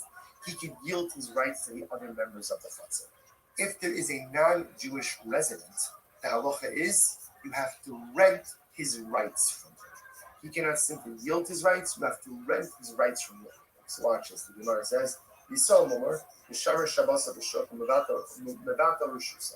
Ultimately, again, if you have a Yisrael Momer, which unfortunately again is the Yisrael who an apostate. So as long as externally he's not an apostate, right? As long as externally, like right in public he keeps Shabbos. Privately, he doesn't keep Shabbos. But at least in public, he keeps Shabbos. And what's the halacha? Mevato Roshos. All he needs to do, if he didn't participate in the Eruv, he just needs to essentially yield his rights to someone else in the Chatzer. Okay. Shemesh Shabbos Roshot. In Mevato Roshos. But again, if he publicly violates Shabbos, then essentially he's like an akum. If he's like an akum, then it is not enough for him to yield his rights in the Chatzer to the other residents. Rather, you have to rent his rights from him. Neisha Amru, Yisrael no sin rishus umrata rishus. Right? Yisrael ultimately has the ability to go ahead and yield his right, give up his rights, or give over his rights to the other residents. But by an akum, ultimately, again, you have to rent. You have to rent. So therefore, again, the Gemara is saying that when you say, so let's say, just let's finish up. Ketzad. Omer lo, say how does a yid, for example, yield his rights or give over his rights in the Chatzer? Omer lo, Rishusi Knuya Lecha. I hereby give over my rights. Right? I bequeath my rights in the Chatzer to you. Or Rishusi Mivutelas Lecha. Or my rights are negated to you. Kana, ultimately, it works for your purposes. The other Jewish residents acquire the rights of this non-participatory Jew who didn't participate in the Eruv. They start with this. You do not need any formal opinions. So just in general, about Eruv Chatzeros, again, you need the participation of all the Jewish residents. In general, if you have a Jewish resident who did not participate, even on Shabbos, he could yield his rights or be mevat, or just simply negate his ownership rights in the Chatzer that allows everyone else to utilize the Chatzer. Even if he's a Yisrael Muma, as long as publicly he comes across as Jewish, ultimately, again, he could yield or he could go ahead and or bequeath. By an akum, you have to go ahead and acquire his rights. And the Yisrael Mummer, who is publicly a Mummer, is treated like an full circle both sides. Therefore, when we said before that a Ger Toshav ultimately again is treated like an Akum for all other things means that if you live in a Chatzar with a Ger Toshav and the Jews in the Chatzar want to make an Erev Chatzeros, they must rent the space, they must rent the rights ultimately again of the Ger Toshav as well. Now, whether or not the Ger Toshav could actually go and negate Avodah Zarah, we will see in tomorrow's daf. Shkayach, everyone. What a daf. What an incredible experience such as this with all of you. Wishing everyone a wonderful day.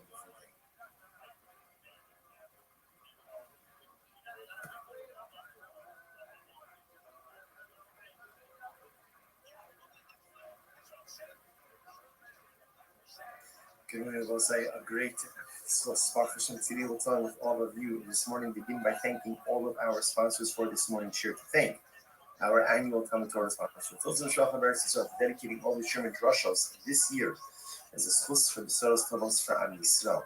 Talmud Torah sponsors for the month of Av, Haba Alinu Tova, Stephen Randy Drazen in honor of their parents, Israel Drazen, Dina Drazen, and Aline Rosenzweig in memory of Stanley Rosenzweig Zichron Lebracha.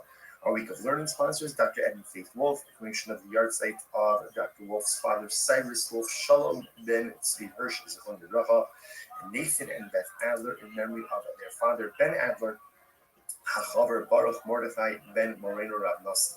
The only sponsors for today, Jerry Applebaum, memory of his beloved mother, Rosalind Applebaum, Rachel Bas, Reb Aaron. To the merit of our Talmud Torah, all of the Neshama Sav and Aliyah, their families, Engel Fama, all those who need refuah, shelter together with Kol Chol Yisrael, Kodesh Baruch Hu, Shalom Eretz Hashem, and home, all of our hostages, Shalom and Bukarov, allow our holy soldiers to be successful in the fall of Naaseh Yedei.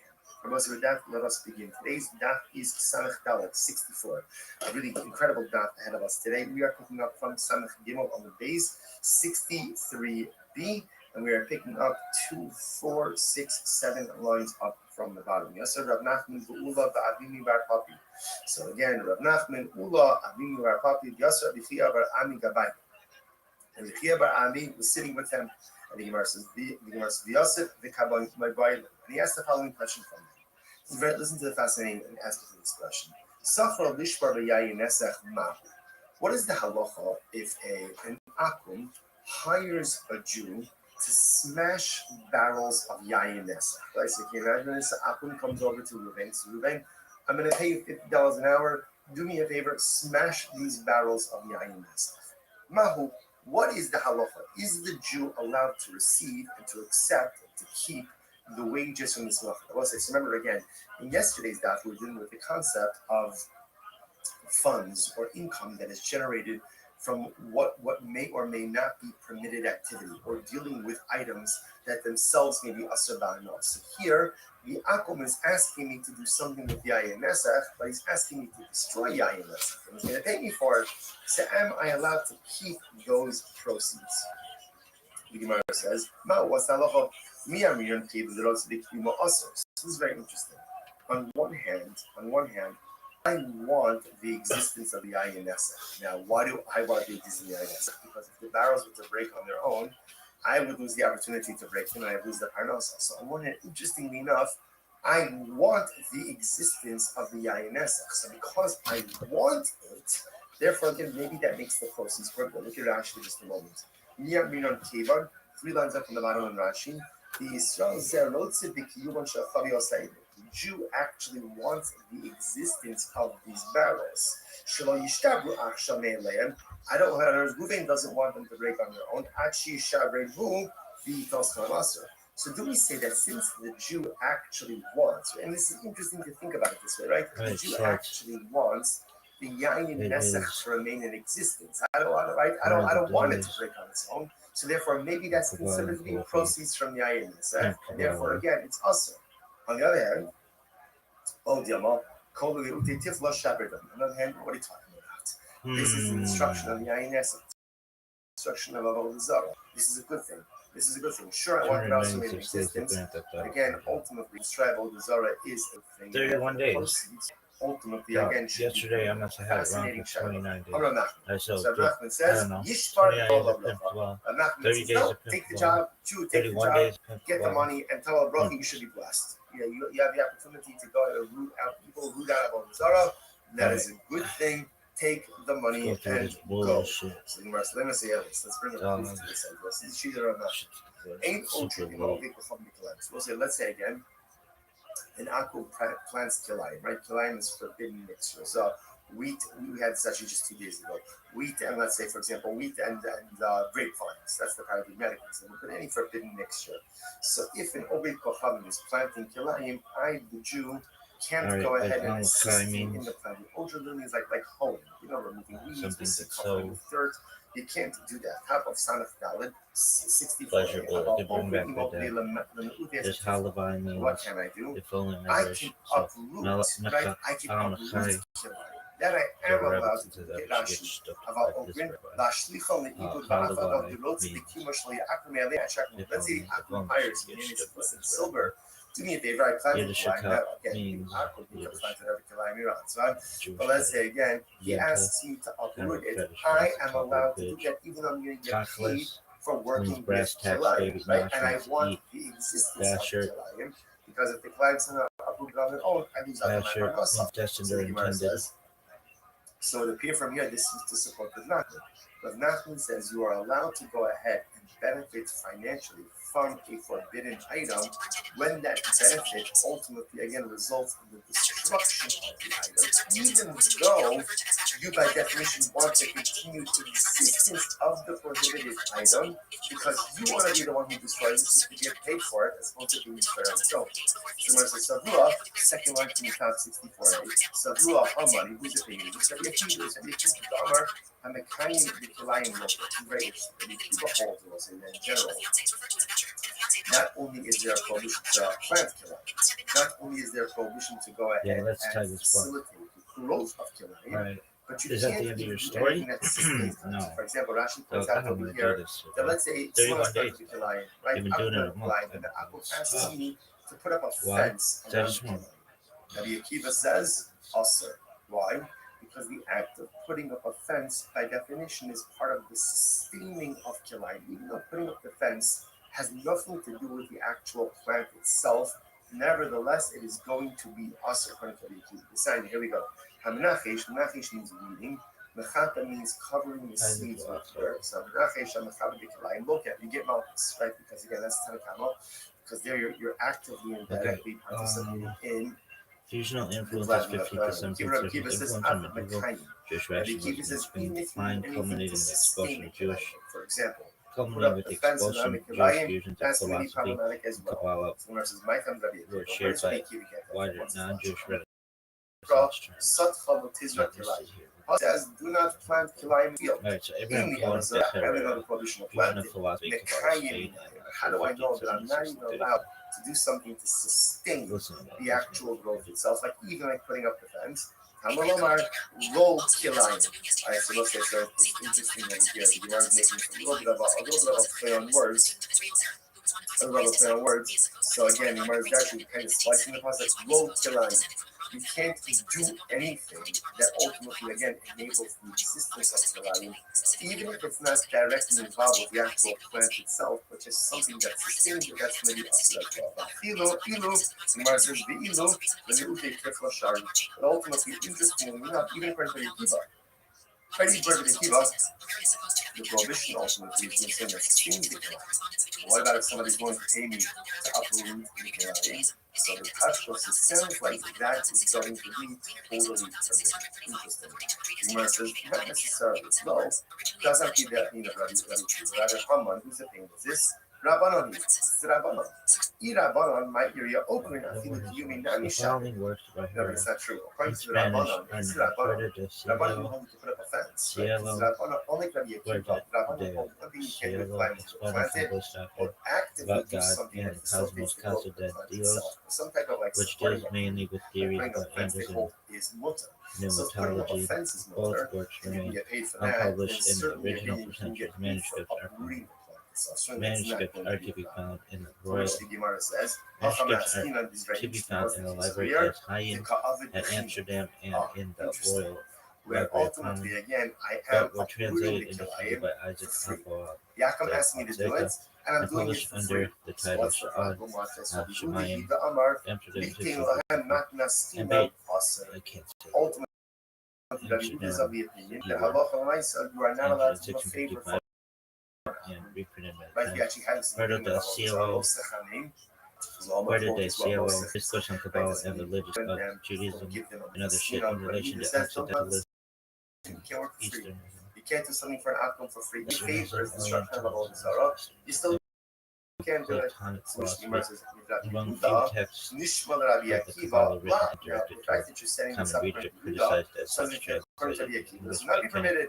Rabin Yehuda Hahn Asher Litin Lahem Sina. in 1980. Aval Tifla Shakir. Gemara says no. Epistle of Shir Kalina says it's true. an attempted You can't do a reconciliation favor, between so to speak, give a Kabbalah free and gift. You philosophy. can't do a However, favor for an as outcome. Alexander But to do Altman something writes, to up it Herrera up was on too much that's of a genuine philosopher to believe in that's the possibility of a fusion of two realms, and he was too much of a genuine Kabbalist. Abraham Cohen Herrera, Epitome and Compendium de la Logica o Dialectica, reprinted and edited by Giuseppe Stefano del Buffa, with a critical introduction in English. Fleb, Bologna, 2000. Alright, that's tight. To get rid of Really? Isser, to get rid of something prohibited, is absolutely permitted, and Alright. you can You get done paid now? for that from the outcome. Tomorrow we got a bunch of says, Visu lo yid. Alright, There is nothing else to go ahead and discuss about. It's great. This phrase, Jewish.tv. Visu amidi. This is like the Talmud Alright, what are we like learning a today? mic drop. You Did know, we learn Visu anything about amidi. apps? You know, that's it. We're done.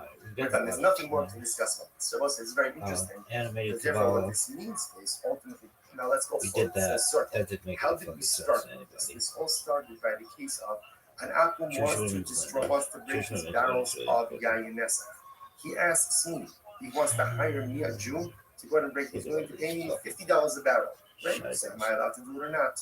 So remember, on one hand, you can say no, because therefore that means I want the continued existence of the Yainesa. I'm benefiting from a Zara. On the other hand, I'm destroying a Zara. Rav Nachman said, do it and Tava Allah. If it involves the destruction of a Zara, or for that matter, a prohibited item, even though, yes, I do want the continued existence of the Inesa. Really? So I get it. I don't want it to break on its own. I want to break it. I don't want the plant to be uprooted on its own. I want to uproot it. But nevertheless, I am permitted to go ahead and do these activities, get paid for them, and keep the proceeds, because of evil, the destruction of Zara, the destruction of prohibition, ultimately is a good thing. As Rav Nachman says, you get paid, and Tavo Allah Rafa. Incredible. And I will say I know that bitch. It really is such an interesting idea. Really? Yeah, she's pretty hot. Kind of like part of Western society. Like our mindset is, like live and let live. And that is important, by the way. As members of society, just the general approach to living in greater society, we should approach and take an approach to living. Yes, you know what? It's not your obligation. From where is this bitch? Long Island. Yes, nor is it your place to stand in judgment of everyone else's lifestyle choices or everything else. Live and let live. She could be from that has to be our approach to living in literally, like on the other hand, within it's also teaching us like this idea 50 that miles of the island. Evil shouldn't be allowed to take the lead in our world. And when there's something that is evil, it has to be uprooted. Could be There's from something that monsters. is evil, it has to be broken. And there's something that is evil, it has to be smashed, it has to be destroyed. Because if you let evil take root, then it spreads, and unfortunately it becomes the norm. And sometimes then those lines between good and evil ultimately again become incredibly blurry. That's why the Nachman uses the question of, yes, destroy the Ayin and Tavo Allah Bracha. Because ridding the world of evil is a bracha. That is a bracha. It's not easy. It's not easy. And it's fraught with incredible challenges. We see this for what you think about. It's such an incredible thing. That you think about what the nation of Israel, what the state of Israel is doing now. It's moving out. And sometimes you would think that like the world would just line up. Applause. Righteous clap. They act like this is such a crazy fucking thing. And yet, again, it's hard because often the world can't see what's evil, what's good, can't see who's right and who's wrong. But Rav Nachman tells us that sometimes there is a live and let live, and sometimes when he says Yishbar, the Kabbalah. Sometimes you have to identify evil, you have to break it, you have to smash it, you have to destroy it, and if you do it, the process is difficult, the process is grueling, the process is overwhelming. But ultimately, when you get to the other side of the process, that's what it's worth. Incredible. Well, your cryptocurrency pajamas. So again, the same color and the fashions. This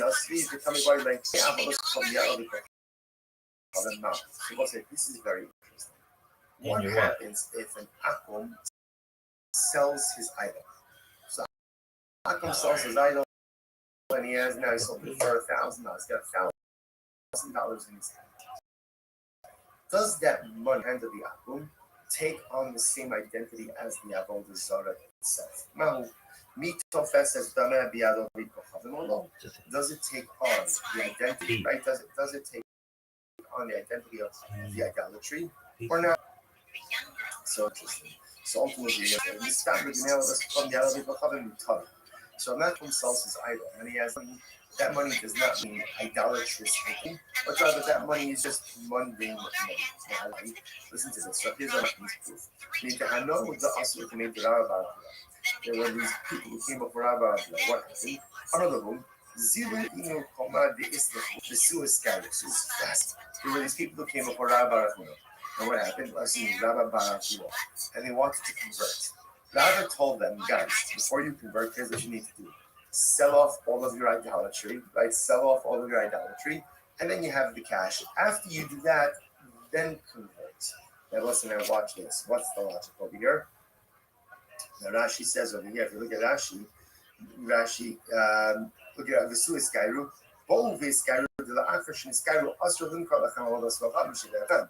because remember, if they convert and they still own the idolatry, then that's idolatry owned by a Jew. Idolatry owned by a Jew, number one, can never be negated, right? Can never have its identity negated, and you can't get hana'ah from it. So he tells them instead, before, while you're still Gentiles, sell it off. What the fuck you have is the this? money, then you can convert, and the money is permitted. What do you see from there? Obviously, you see from here that halacha l'maisa, when Akum sells his idol, that cash is permitted. So the Gemara says, my time off.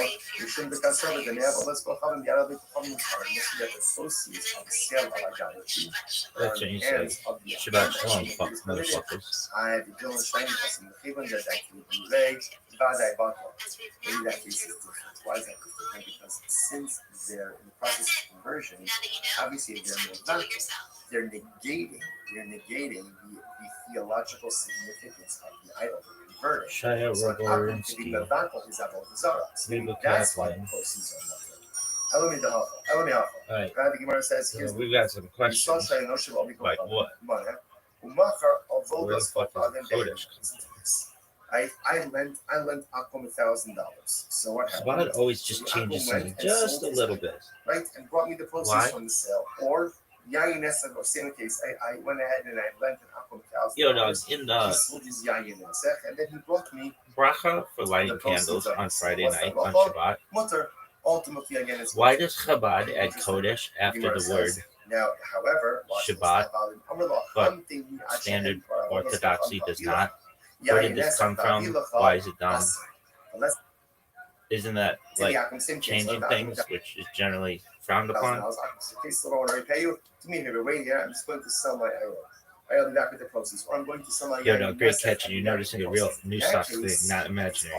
Short version: adding Shabbat Kodesh in the candle bracha is a custom-based Nusach choice, not a new bracha or halakhic change, and that's why it's not considered changing things in the problematic way. Longer tactless version: brass fucking tax, kids. The core bracha for candles is Baruch atah Adonai. This is for education purpose. Baruch atah Adonai, Baruch atah Hashem, Asher Kitashana B'Mitzvot B'Tivana Lahadlik Ner Shel Shabbos Shabbat. So what's the distinction? Some communities often Hasidish, Sephardi, or influenced by Kabbalah add wording like Shabbat Kodesh or emphasize Kedusha HaShabbat more explicitly. Why? Where it comes from.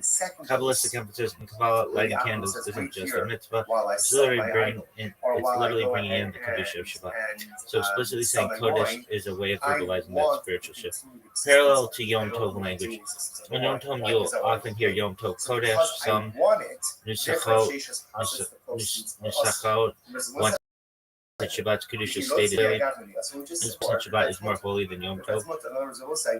Nusach does not equal invention. Judaism allows multiple valid textual traditions, Ashkenaz, Sephardi, Ari, etc. As long as God's name, kingship, and mitzvah itself stay intact, small wording differences are normal and ancient. Why standard orthodoxy often doesn't add it. Ashkenazic standard orthodoxy is very conservative about bracha text and sticks tightly to earlier codified nusachot. Rishonim, Shulchan Aruch, Rima. Not because the addition is wrong, just because they don't add what they didn't receive. Is it changing things halakhically? No. This is the difference between inventing a new bracha, not allowed, using a received nusach variant, totally allowed. Judaism is allergic to freelancing, but it's very comfortable with parallel Missouri. Bottom line, adding Kodesh is about highlighting Shabbat's holiness, not rewriting the bracha. It's ancient vibe differences, not halachically. So Brother Ger could say to give me Brother which Akum, communities. I said, Brother Akum, you take all the idolatrous stuff, you take all the yayin, Yeah. and I'll take the money and Here's the clean method who says, what? No fluff, just nusach geography. Communities that add and emphasize Kodesh in the camel bracha. Hasidish communities, Plush, Chabad, Nusach, Ari, Breslov, Belt, Vishnitz, Satmar, Bobo, etc. Why? Heavy Arizal Zohar influence, candle lighting is seen as actively ushered in Kedushat, Shabbat. So the language leans mystical and explicit. Sephardi communities, Moroccan, Syrian, Bukharian, Yemenite, Baladi, Shami variants. Many Sephardi Siddurim include Lahadlik Ner Shel Shabbat Kodesh. Why? Rambam era, Nusach flexibility, strong Kabbalah integration post Arizal, less fear of textual variation when it's rooted in Missouri. Nusach, Idot, Mizrahi, Iraqi, Persian, Turkish, often similar to Sephardi, sometimes subtle wording differences, but Kodesh shows up or is implied more strongly. Communities that do not add Kodesh: Ashkenaz, Lithuanian, Yekish, Standard Orthodox, Litvish, Yeshivish, German Yeke, many modern Orthodox Ashkenazim. They say that Liam Classic will highlight Ner Shel Shabbat. What do you say? I have said both. Why extreme caution about bracha text? Stick to what Tosafos plus Remus solidified. Preference for minimalism over poetic. Which one is how would you explain the case then of Yair Yosef? The Cheres Hadron. Hadrianic. Interesting hybrid case. Some Ashkenazi women will think Kodesh without saying it. Some modern Sephardi Siddurim print it in parentheses. Some families follow mother's nusach, not the shul's. One line takeaway, Rabbi Mike drop. This isn't right or wrong, it's about whether your Mizor highlights Shabbat's Kedusha implicitly or explicitly. If you want, I can trace which Siddur first printed it. Yeah, which Siddur first printed it. To which the Gemara says, but 1 second, let's clean it up on precise tip.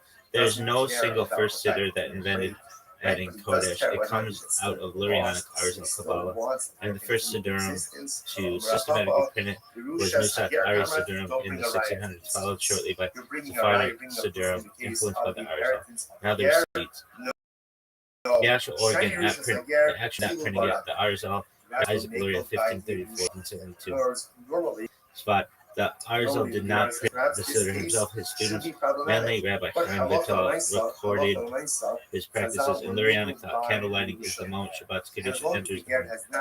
That's why explicitly saying Kodesh matters. This is a conceptual source. First Siddurim to print it, early Nusach Ari Siddurim, right? And so you mid to take late this, you take this, 1600s, whatever right? this stuff, I'll take the minute stuff, even though, yes, he wants to continue existence. These are the first places you would see a Hadlik Ner Shel Shabbat Kodesh printed as standard text, not commentary. Key example Siddur Shabbatai of Rashko, late 1600s, early Chabad. Protocol Nusach, Ari Siddurim, Kabbalistic Siddurim circulated in Eastern Europe and Eretz Israel. This is the first consistent printing tradition. Sephardi Siddurim picking up, plus Arzal Sephardi Siddurim 1600s to 1700s, especially Livorno, Italy printing to Amsterdam Sephardi. Versus later Middle Eastern editions. Sephardim were much quicker to integrate Arzal language directly into Brachot, so Kodesh says. Why Ashkenaz Siddurim didn't adopt it? Because by the time of the Arzal's influence spread, Ashkenazi Brachot were already locked down by Tosafos, Maharam, Rima.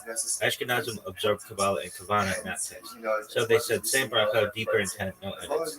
Clean historical takeaway. No one added words casually. The earliest printed use of Kodesh in the candle bracha comes from 17th century Nusach Ari Siddurim, rooted in Arzal's Kabbalistic understanding of what candle lighting actually does. No. Okay, so now what about that? Isn't it kind of and ultimately again his Yerusha, he may be tempted to choose his Yerusha. Again, like unnecessary? Because it's unique. What's the word? So like, want to put in that Shabbat is already holy. Isn't it kind of unnecessary to call it holy? Doesn't it imply that there's another Shabbat that isn't holy? All Shabbats are holy. Isn't this? There's a word for it, and I'm trying to think of it. What unnecessary, where you keep doing something unnecessarily. From here, that Chazal and certain things to happen in the context of Yerusha. You're giving back to a new version of Torah. Yes, you're circulating the exact linguistic concept, and your intuition is not redundant. Thank you. The word you're looking for is tautological or redundant. You could say superfluous, pleonastic, fancy linguistics word in rabbinic style, lashon yater, extra wording. And your argument is classic Ashkenaz lit, and your argument is a classic Ashkenaz litvish claim. The argument clearly stated, Shabbat by definition is holy. Saying Shabbat Kodesh sounds like saying holy, holy day, which implies either redundancy or that there exists a non-holy Shabbat, which is nonsense. That bitch needs to redo that fucking bracha. It sounds redundant. This is exactly why many poskim preferred the shorter nusach. Why the other side doesn't see it as redundant. Here's the counter, and it's subtle, not dumb. Definitional versus activated holiness. Shabbat is objectively holy, built into creation. But Kedusha is activated in human time when we accept it. Saying Kodesh isn't defining Shabbat, it's declaring its arrival. Think less Shabbat, which is holy, and more Shabbat, now entering its state of holiness. It always states it's always holy. So it's performative language, not descriptive. Talmudic parallel. This is the key. We say Makadosh HaShabbat, but Shabbat is already holy. So why say Makadosh? Makadosh. Answer: God sanctified Shabbat in creation. We recognize and manifest the sanctity in time. Same logic here. Why Ashkenazim still avoid it? Because in Brachot, extra words are dangerous. Even philosophically defensible redundancy is avoided. The default stance is, if it's not needed, don't say it.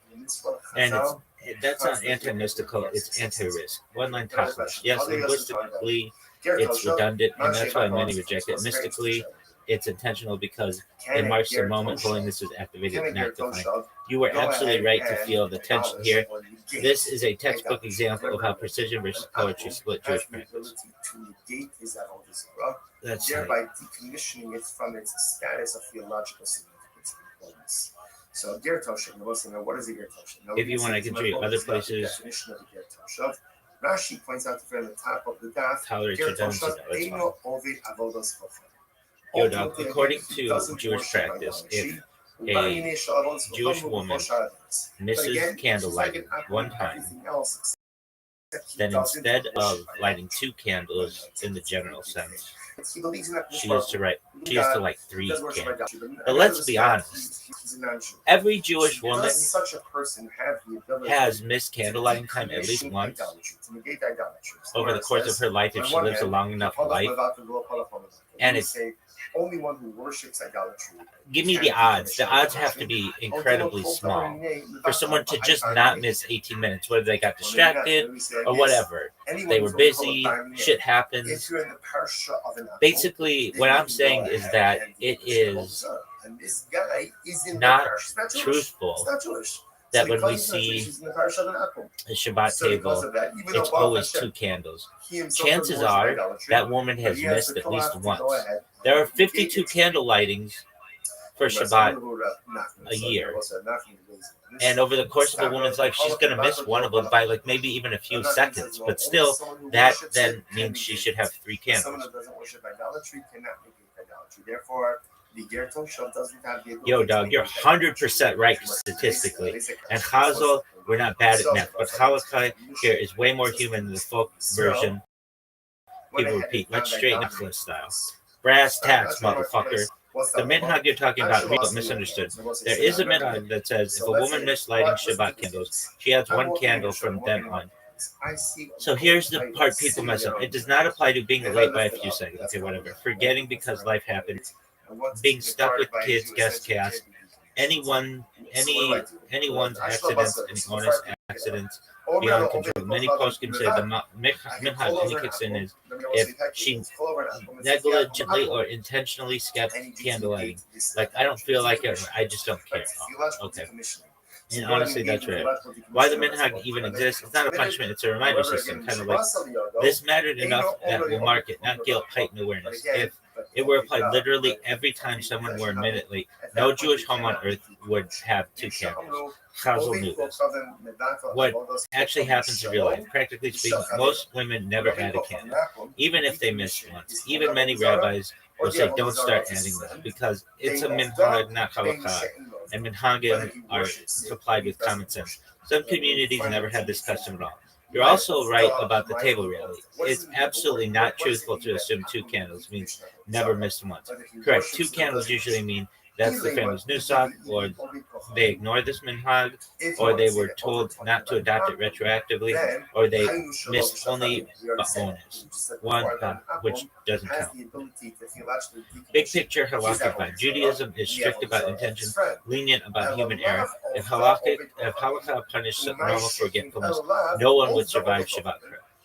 One line, bottom line. The added candle custom is about willful neglect, not normal life. Otherwise, literally every Jewish woman on earth would be lighting a small by age 40. You're not being cynical, you're being honest, and Halakha quietly agrees with you. If you want, I can break down which communities keep this minhag strictly, where their husband can light instead, or why candles become women's mitzvah specifically.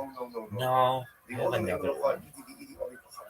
What was it? Rather, it could very well be the only person about candles. A good question. As an actual idol worshiper himself. I think the Kamrit, Hayu Shalom B'Shachar. We already said that. Then the price is done because you already said that Akum could go ahead and decommission his Avodah Zarah and his friend's Avodah Zarah. The Gemara says, "Reisha." Oh no, I remember. Maybe. Yeah.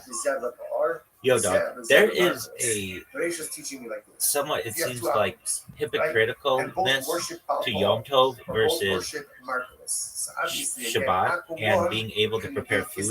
It seems like it's just a made-up idea that you can cook. It seems very convenient that of all of the 39 impermissible melachot, that cooking is the one that's allowed for Yom Tov. It seems, frankly, it seems hypocritical. Number one, an akum can negate his own idolatry. Good. Number two, an akum can negate. Yo, dog, this is a classic fair pushback, and you're not wild for feeling like it smells a little convenient. Let's do this honestly, not apologetics. First correction, important. It's not cooking is allowed on Yom Tov. It's that certain melachot are permitted when they directly serve food needs. That's a huge difference. The category is called ochal nefesh, food for life. Where this comes from, not Rabbi's freelance. This is explicit in the Torah, not rabbinic gymnastics. Ak asher ya'achal l'chol nefesh hu, levado ya'aseh lachem. Only that which is eaten by a person alone may be done for you. Shemot, Exodus 12. 16. Meir says, So the Torah itself carves out an exception, meaning Shabbat equals absolute cessation, Yom Tov celebration, eating is central. This isn't post-hoc convenience, it's baked in from day one. Only that which is eaten by a person alone may be done for you. Huh? Why cooking specifically? Because in the ancient world, fresh cooking equals same-day necessity. You couldn't realistically pre-cook everything. Cold food does not equal a festive meal. Yom Tov, without cooking, would be halachically holy, practically miserable. And the Torah wants joy. Rejoice on your festival. But here's the part that makes it not hypocritical. If it were just LOL cooking fine, you'd be right, but instead permitted cooking, baking, transferring fire from existing flame, carrying in many communities, still forbidden, lighting a new industrial prep, cooking for after cooking for non-Jews, cooking without heavy constraint, not a free flow. The real philosophical difference. Shabbat says the world is complete, stop creating. Yom Tov says creation pauses, but human joy continues. Shabbat equals a cosmic mass. Yom Tov, holy participation. Same God, different way. Why it feels convenient, and you're right about that. Because Judaism cares about lived reality, refuses to turn holiness into masochism, balances structure with joy. That does look suspiciously practical, but that's kind of the point. One more on top list. It's not hypocrisy, it's Torah level distinction between absolute rest Shabbat and sanctified enjoyment Yom Tov, with cooking allowed only because joy without food isn't joy. He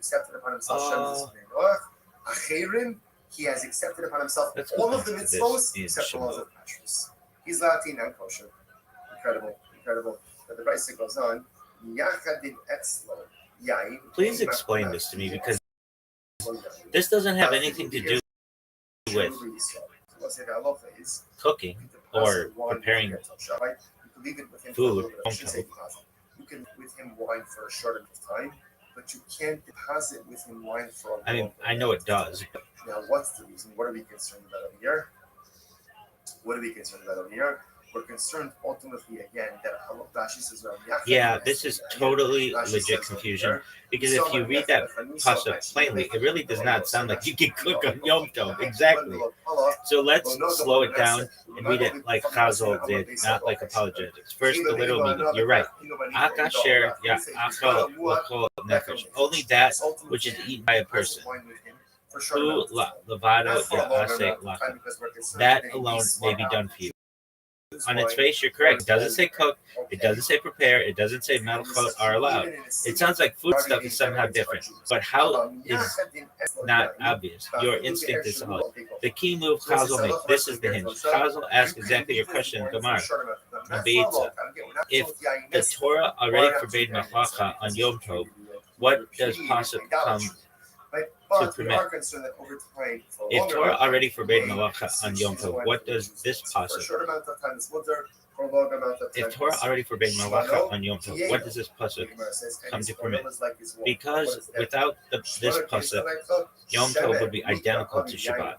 So they conclude the pasuk must be excluding something from this prohibition. That something becomes a category called malacha she Hilochel nefesh, creative labor whose purpose is food consumption. That's not obvious from English. It's a legal inference, not a translation. Why eaten implies preparation. This is a subtle step. Here the logic chain Chazal used. You don't eat raw wheat. You don't eat dough. You don't eat uncooked meat. So when Torah says that which is eaten, it must be referring to the humans required to make food edible, meaning slaughter, grinding, kneading, baking, cooking. The Torah is not saying you may eat. Obviously, you may eat. It's saying the malcha that leads to eating is treated differently than Yom Tov. That's an interpretive leap. Why the pasuk says hu levado? That alone may be different. The phrase does two things. It permits food related to malacha. It limits it severely, meaning only for food, only for that day, not for shortage, not for business, not for non-Jews, not for after Yom Tov. So the Torah isn't being permissive, it's being surgical. Why this isn't hypocrisy? The philosophical piece. Shabbat's prohibition is ontological. Creation stops, period. Yom Tov's prohibition is functional. Creation pauses except where human joy and survival require participation. The Torah wants eating on joy. The Torah wants eating on Yom Tov. Not eating equals failing the mitzvah of simcha. Why it still feels unsatisfying, and that's fair, because the pasuk is very vague, requires rabbinic unpacking, doesn't spell out the mechanics. That's real, but it's not ad hoc. It's the same legal style that Torah uses everywhere. Short text, expansive oral law. One line change. The pasuk doesn't say you may cook. It says food consumption changes the rules, and Chazal derives that derive that. The pasuk doesn't say you may cook. It says food consumption changes the rules, and Chazal derived from that the malachot necessary to make food edible are partially exempt on Yom Tov. Your discomfort isn't a bug; it's the pressure point where written Torah demands oral Torah. Without Chazal, the pasuk literally can't function. This seems very convenient. There's nothing about cooking in there. There could have been another malachot that could have been changed. This seems very convenient. I'm very suspicious of this. It doesn't say anything about carrying in there. This seems to be very open to discussion and has just been tradition.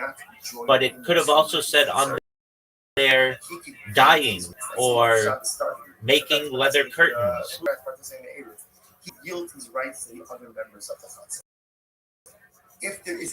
You're not wrong to be suspicious. This is exactly the pressure test, not soften. You're basically saying, if the verse is this vague, how do we know Chazal didn't just pick up a malacha that felt livable and call it Torah sanctioned? Exactly.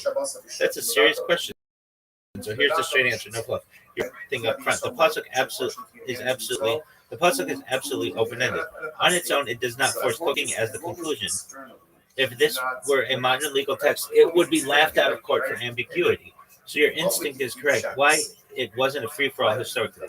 Here's the key thing people miss. Chazal did not start with 39 melachot and relax one. The 39 melachot were already defined from the Mishkan before Yom Tov law was discussed, meaning the menu of melachot is fixed.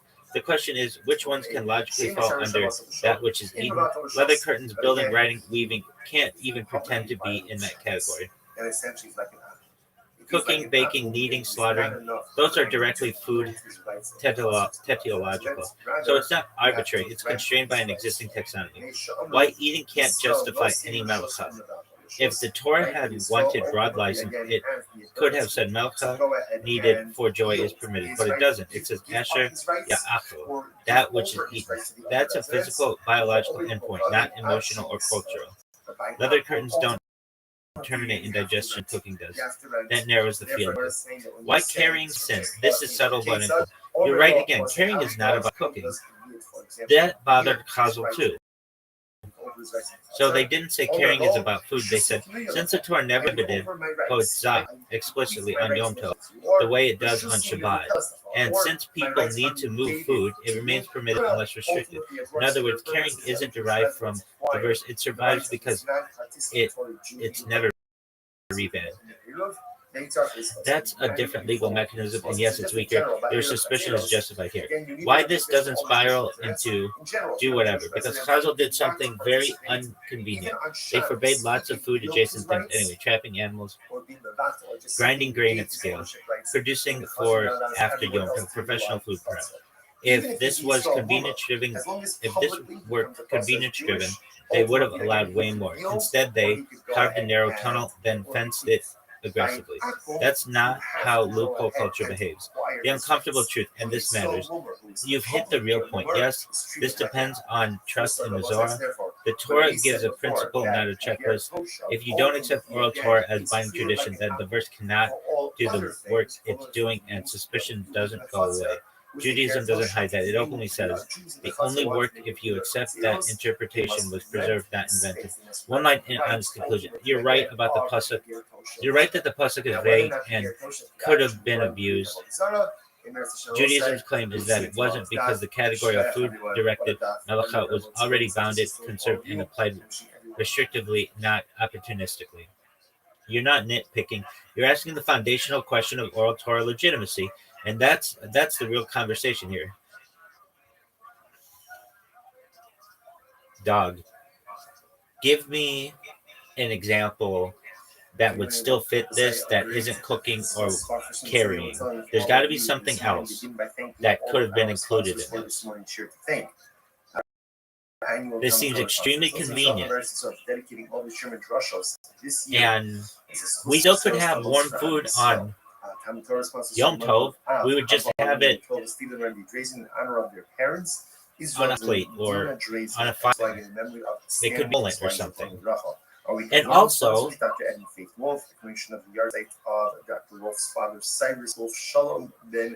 it seems that this causes Yom a lot of work, because then food can be produced and it becomes another day like work for the women of the household, and that doesn't really necessarily seem like much of a celebration.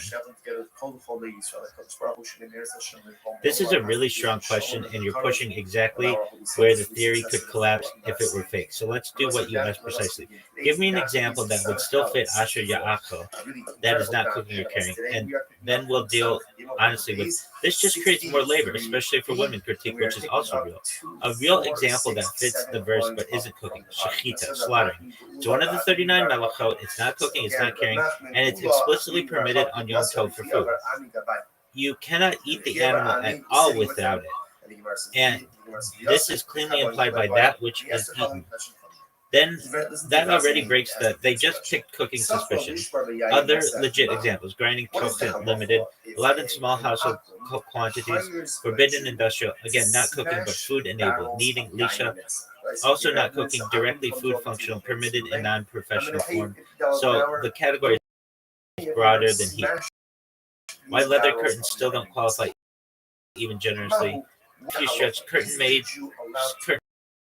make a house nice, joy. House will never go there because the verse anchors permission to bioconsumption, not comfort, aesthetics, or celebration logistics.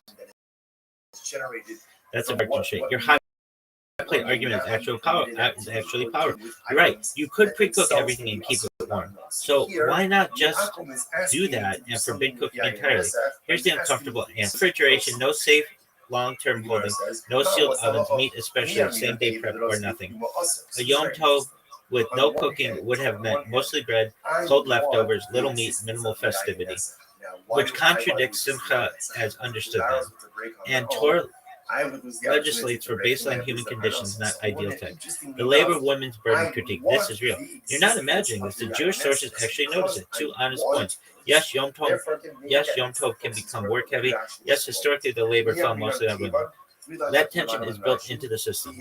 But look what Halakha does in response. Encourages advanced prep, limits professional level work, treats excessive food labor as improper, frames Yom Tov cooking as shared household simcha, not servitude. Did society always live up to that? No, that's a social failure, not a textual law. Why this still isn't convenience law? If it were convenience driven, we'd see construction allowed for guests, writing allowed for invitations, commerce allowed to buy food. Instead, we see commerce forbidden, writing forbidden, construction forbidden. They chose inconvenience everywhere else. That's not how loopholes usually behave. One line straight answer.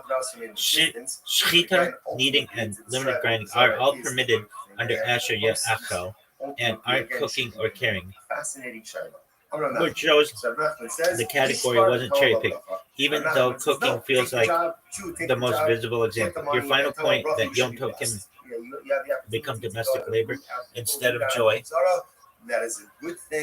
is one of the most honest critiques of lived halakha. And Jewish texts actually wrestle with it rather than denying it. If you want, we can. Yo, dog, then why can't you just buy stuff on Yom Tov if it is for food? Seems like the same argument can be made. If you can go and kill a chicken, that's a lot more work than just buying a chicken that's already prepared that's kosher. I can uproot, right? That's a killer question. Fuck yeah, it is. I love this thing. And honestly, it's one of the cleanest ways to expose what Yom Tov is and isn't. You're not missing anything. You're seeing the fault line. Let me answer it straight, not defensively. Short answer. Then we'll unpack. Because buying isn't a malakha problem. It's a world-made problem. Yom Tov allows food production, but forbids markets. That's abstract. So let's ground it. Like killing a chicken is not equal to buying a chicken halal. You're right. The shechita is more work than buying. But halakha doesn't measure effort; it measures type of action. Shechita is a direct food enabling act, personal, non-commercial, and day. Buying is commerce requires money, pricing, negotiation, accounting, often writing, market participation. Those are that category is frozen because you want to be the one who on Shabbat and Yom pay Tov. for it as opposed to being straight on its own. So there's a Savua, second line from the top 648. The Torah money, who's it paying? never permits whatever gets you food. This is the key misconception, and it's reasonable. If the goal is food, any path to food should be allowed. The Torah never says that. Whose telos is food is treated differently. That means physical matter, maybe abstract social. No. Buying food doesn't true. It transforms ownership. And ownership is a weakness to Yom Tov. How terrified of one thing. Yom Tov turning stay with snacks. If buying were allowed, you'd prices, compare vendors, carry money, make change, write tabs, haggle, rush. Even if it's food, the mental posture is weak. And Yom Tov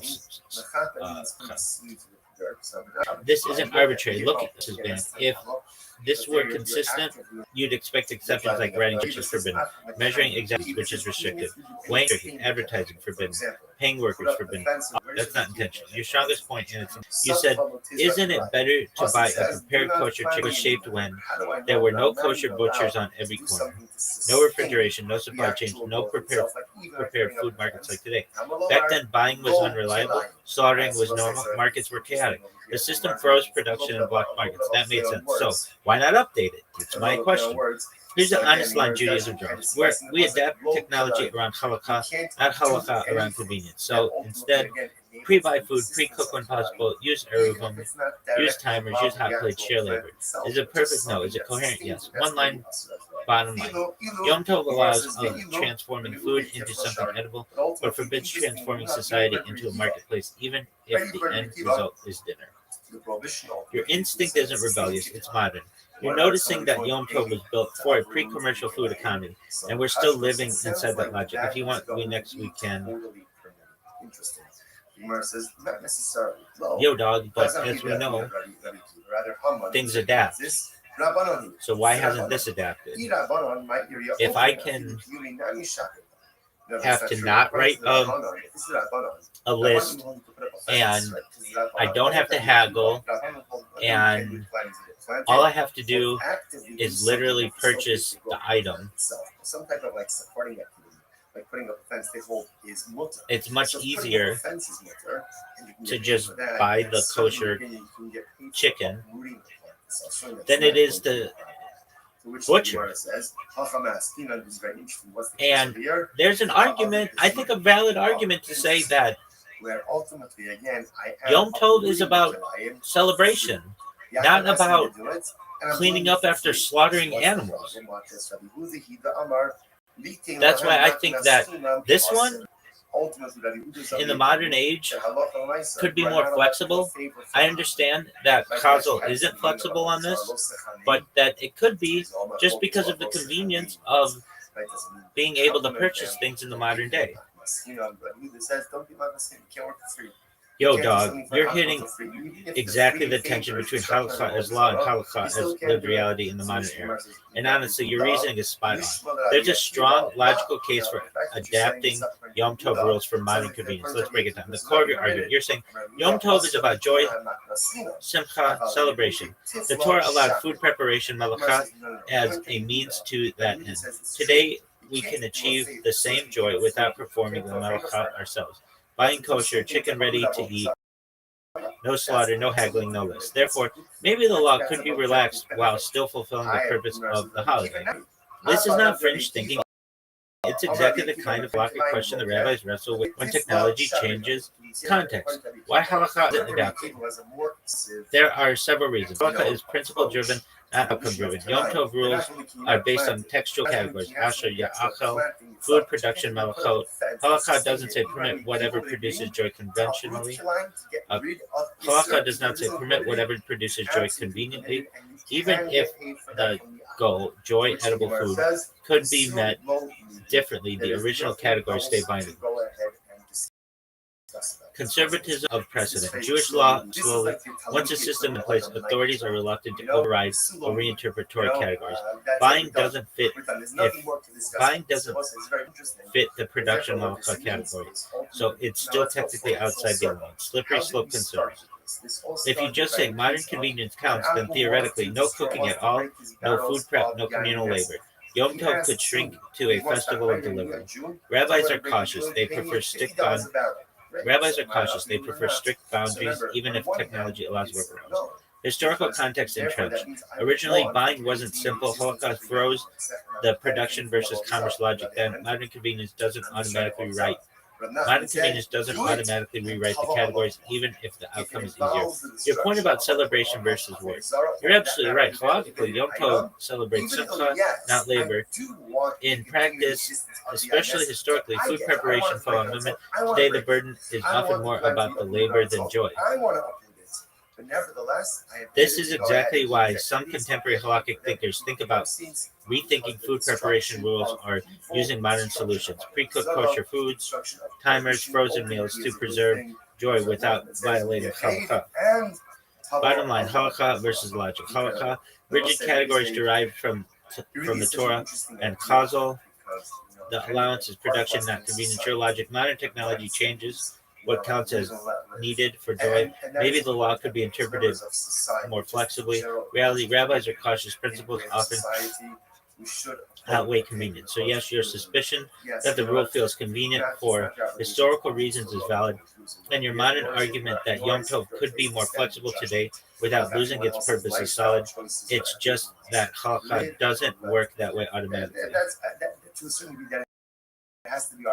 Yo, dog, there are like new kinds of grocery stores where you are your scan or basically your identity when you walk in.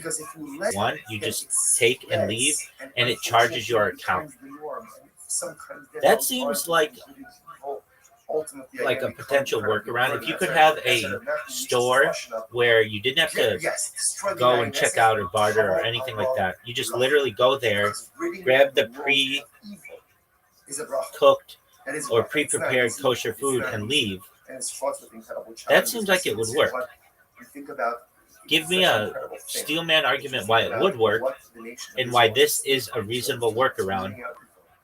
And somehow you would think that the world would just line up.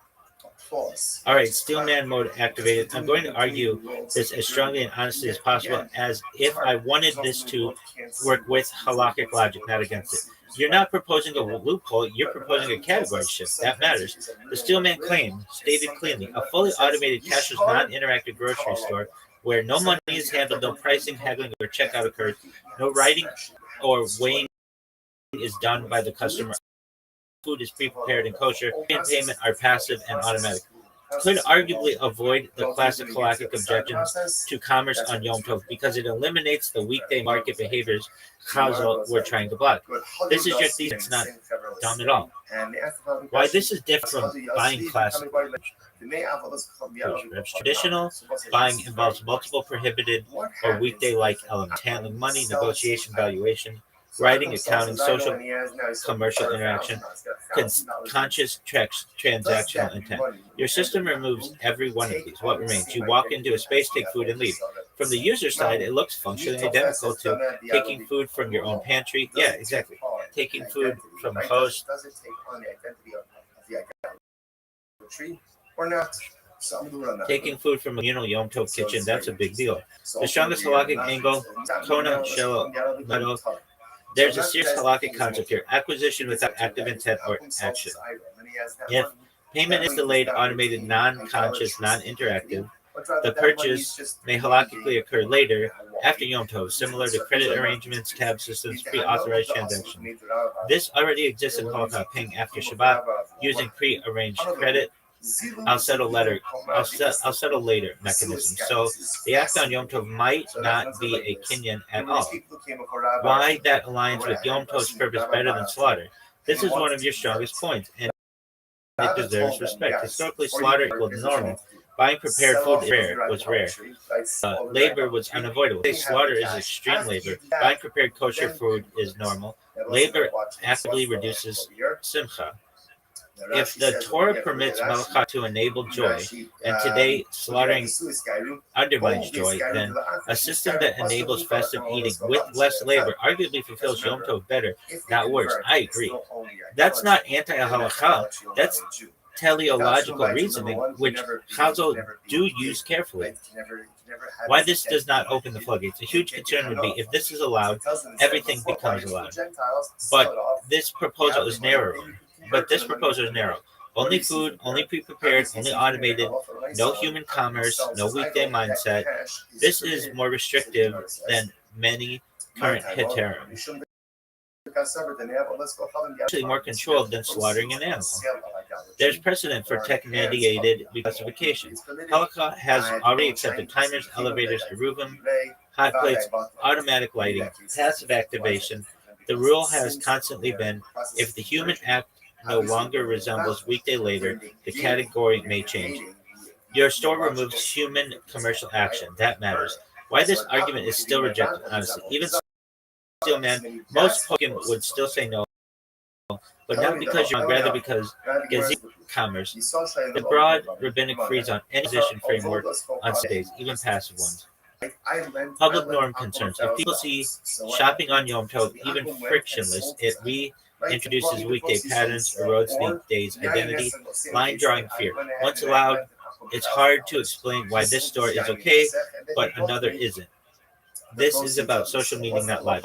Bottom line, Steelman conclusion. A fully automated, non-interactive, cashless food-only system could plausibly be argued to avoid the core halakhic objections to commerce on Yom Tov, align better with simcha than slaughter, and fit existing halakhic adaptations to technology, even though current halakha still rejects it due to precedent and symbolic concerns. Not logical incoherence. That's a strong, intellectually honest argument. Not heresy, not naive, just ahead of the curve. He brings me the proceeds, pays back the debt. Case number 2, same thing. Yeah, but like Eruvim do this. Give me the Eruvim argument. That's bullshit. I just hate to say it, but come on, that's like building a. That is an incredible development that not everybody accepts, and it's purely for convenience. If you can have an eruvum, which is just like kind of fake itself, then why couldn't you have this, which is real and would allow people to enjoy the day more? So because I want it, therefore yes. Now you're talking the classic Arab versus Yom shopping tension, and you're totally right to be skeptical. Let me still end the critique, like you're asking, no sugarcoating. Why it feels hypocritical. The Arab logic. On Shabbat, carrying in public is normally forbidden. A private domain is allowed. So they build an arrow, which is often just symbolic. Wires closed, legal fiction. Everyone agrees it's socially artificial, not natural. You're asking, if we can accept a legal fiction like an arrow, why can't we accept a real-world system that actually works better? Exactly. On the surface, it's inconsistent.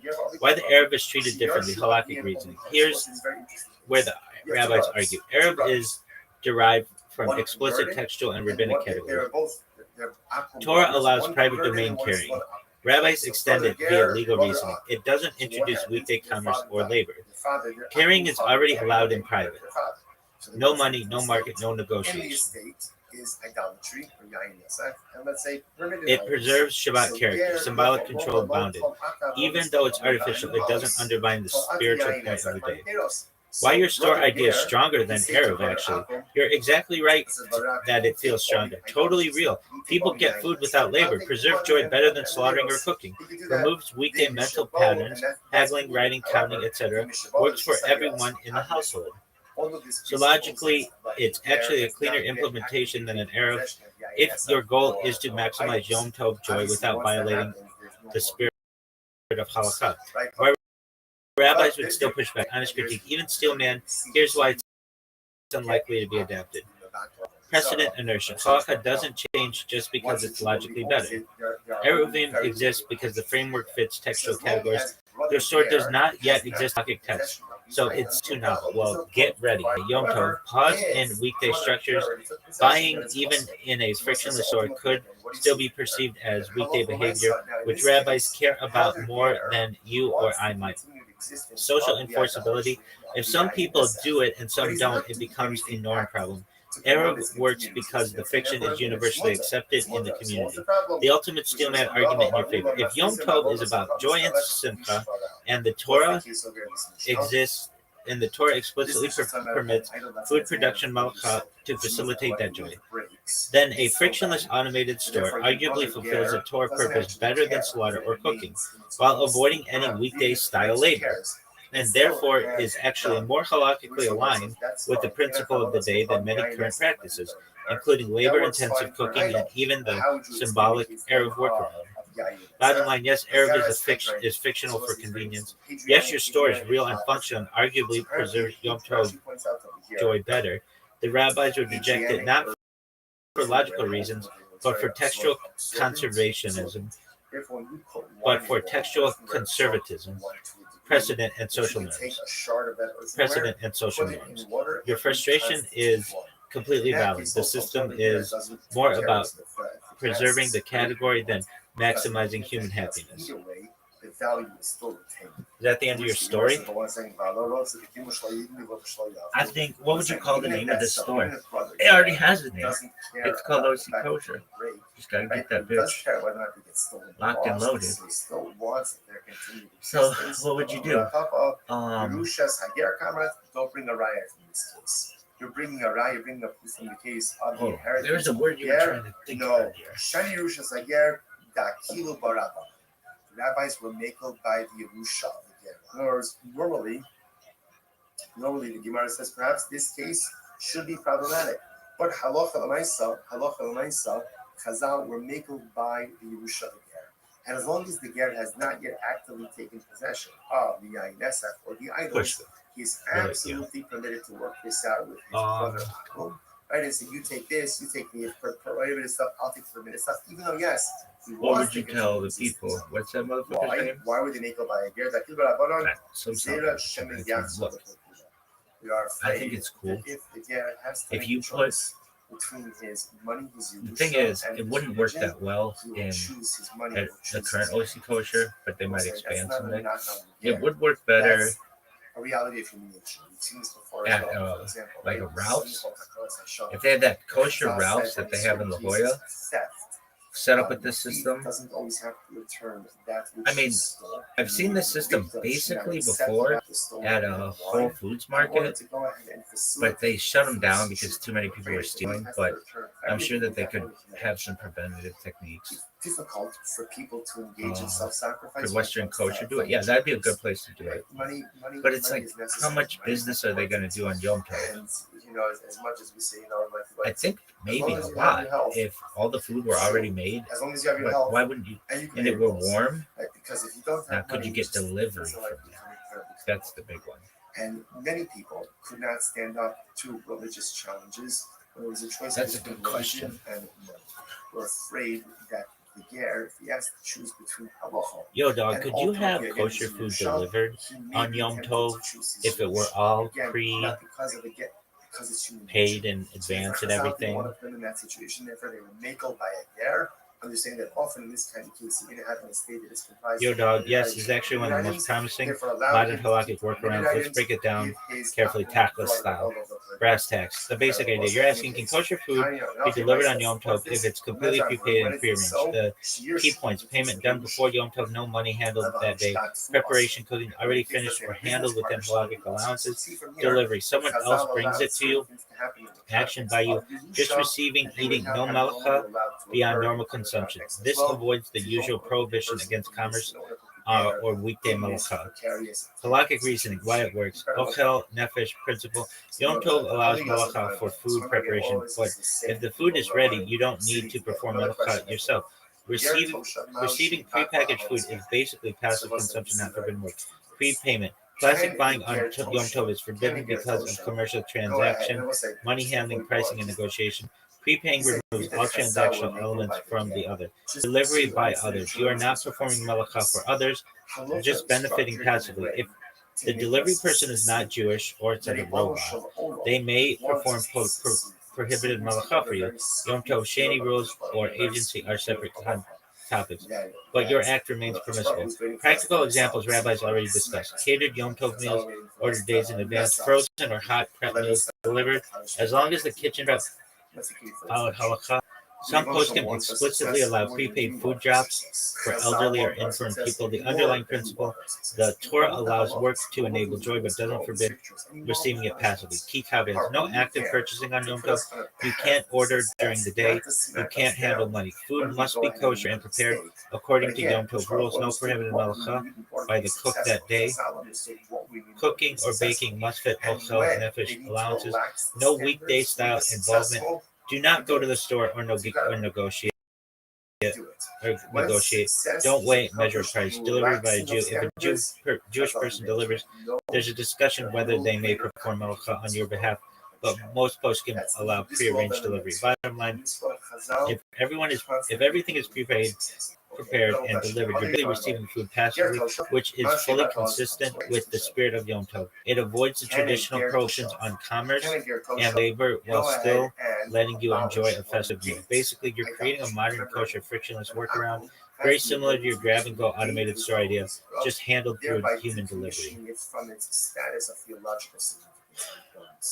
So Ger Toshin, I want to know what is a Ger Toshin? Yes, but with robots. Rashi points out from the top of the daf, Ger Toshin, Eino Ovid Avodas Kocha.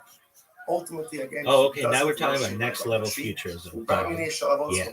Robots on Yom Tov. Let's break it down step by step, tactless style. Brass tacks, motherfucker, with halakhic logic in mind. This setup. Imagine this: a fully automated kitchen delivery system. Everything is prepaid before Yom Tov. Robots prepare, cook, and package food according to kosher laws. Food is delivered to your house by robots. No human intervention. You just take it and eat. Goal: maximize joy, minimize human malacha, stay within Yom Tov boundaries. Why this works better than humans, halakhically. Prepaid means no commercial activity. Money already handled before Yom Tov, no negotiation, no haggling, no pricing, no writing. This removes the main halakhic issue with buying on Yom Tov. Robots, no prohibited malacha by a Jew. Yom Tov malacha restriction applies primarily to Jewish actors performing work. If robots handle all the cooking, cutting, and baking, no job is being performed. You're only performing passive consumption, which is always allowed. It's ochel nefesh principle. Torah permits malacha necessary to make food edible.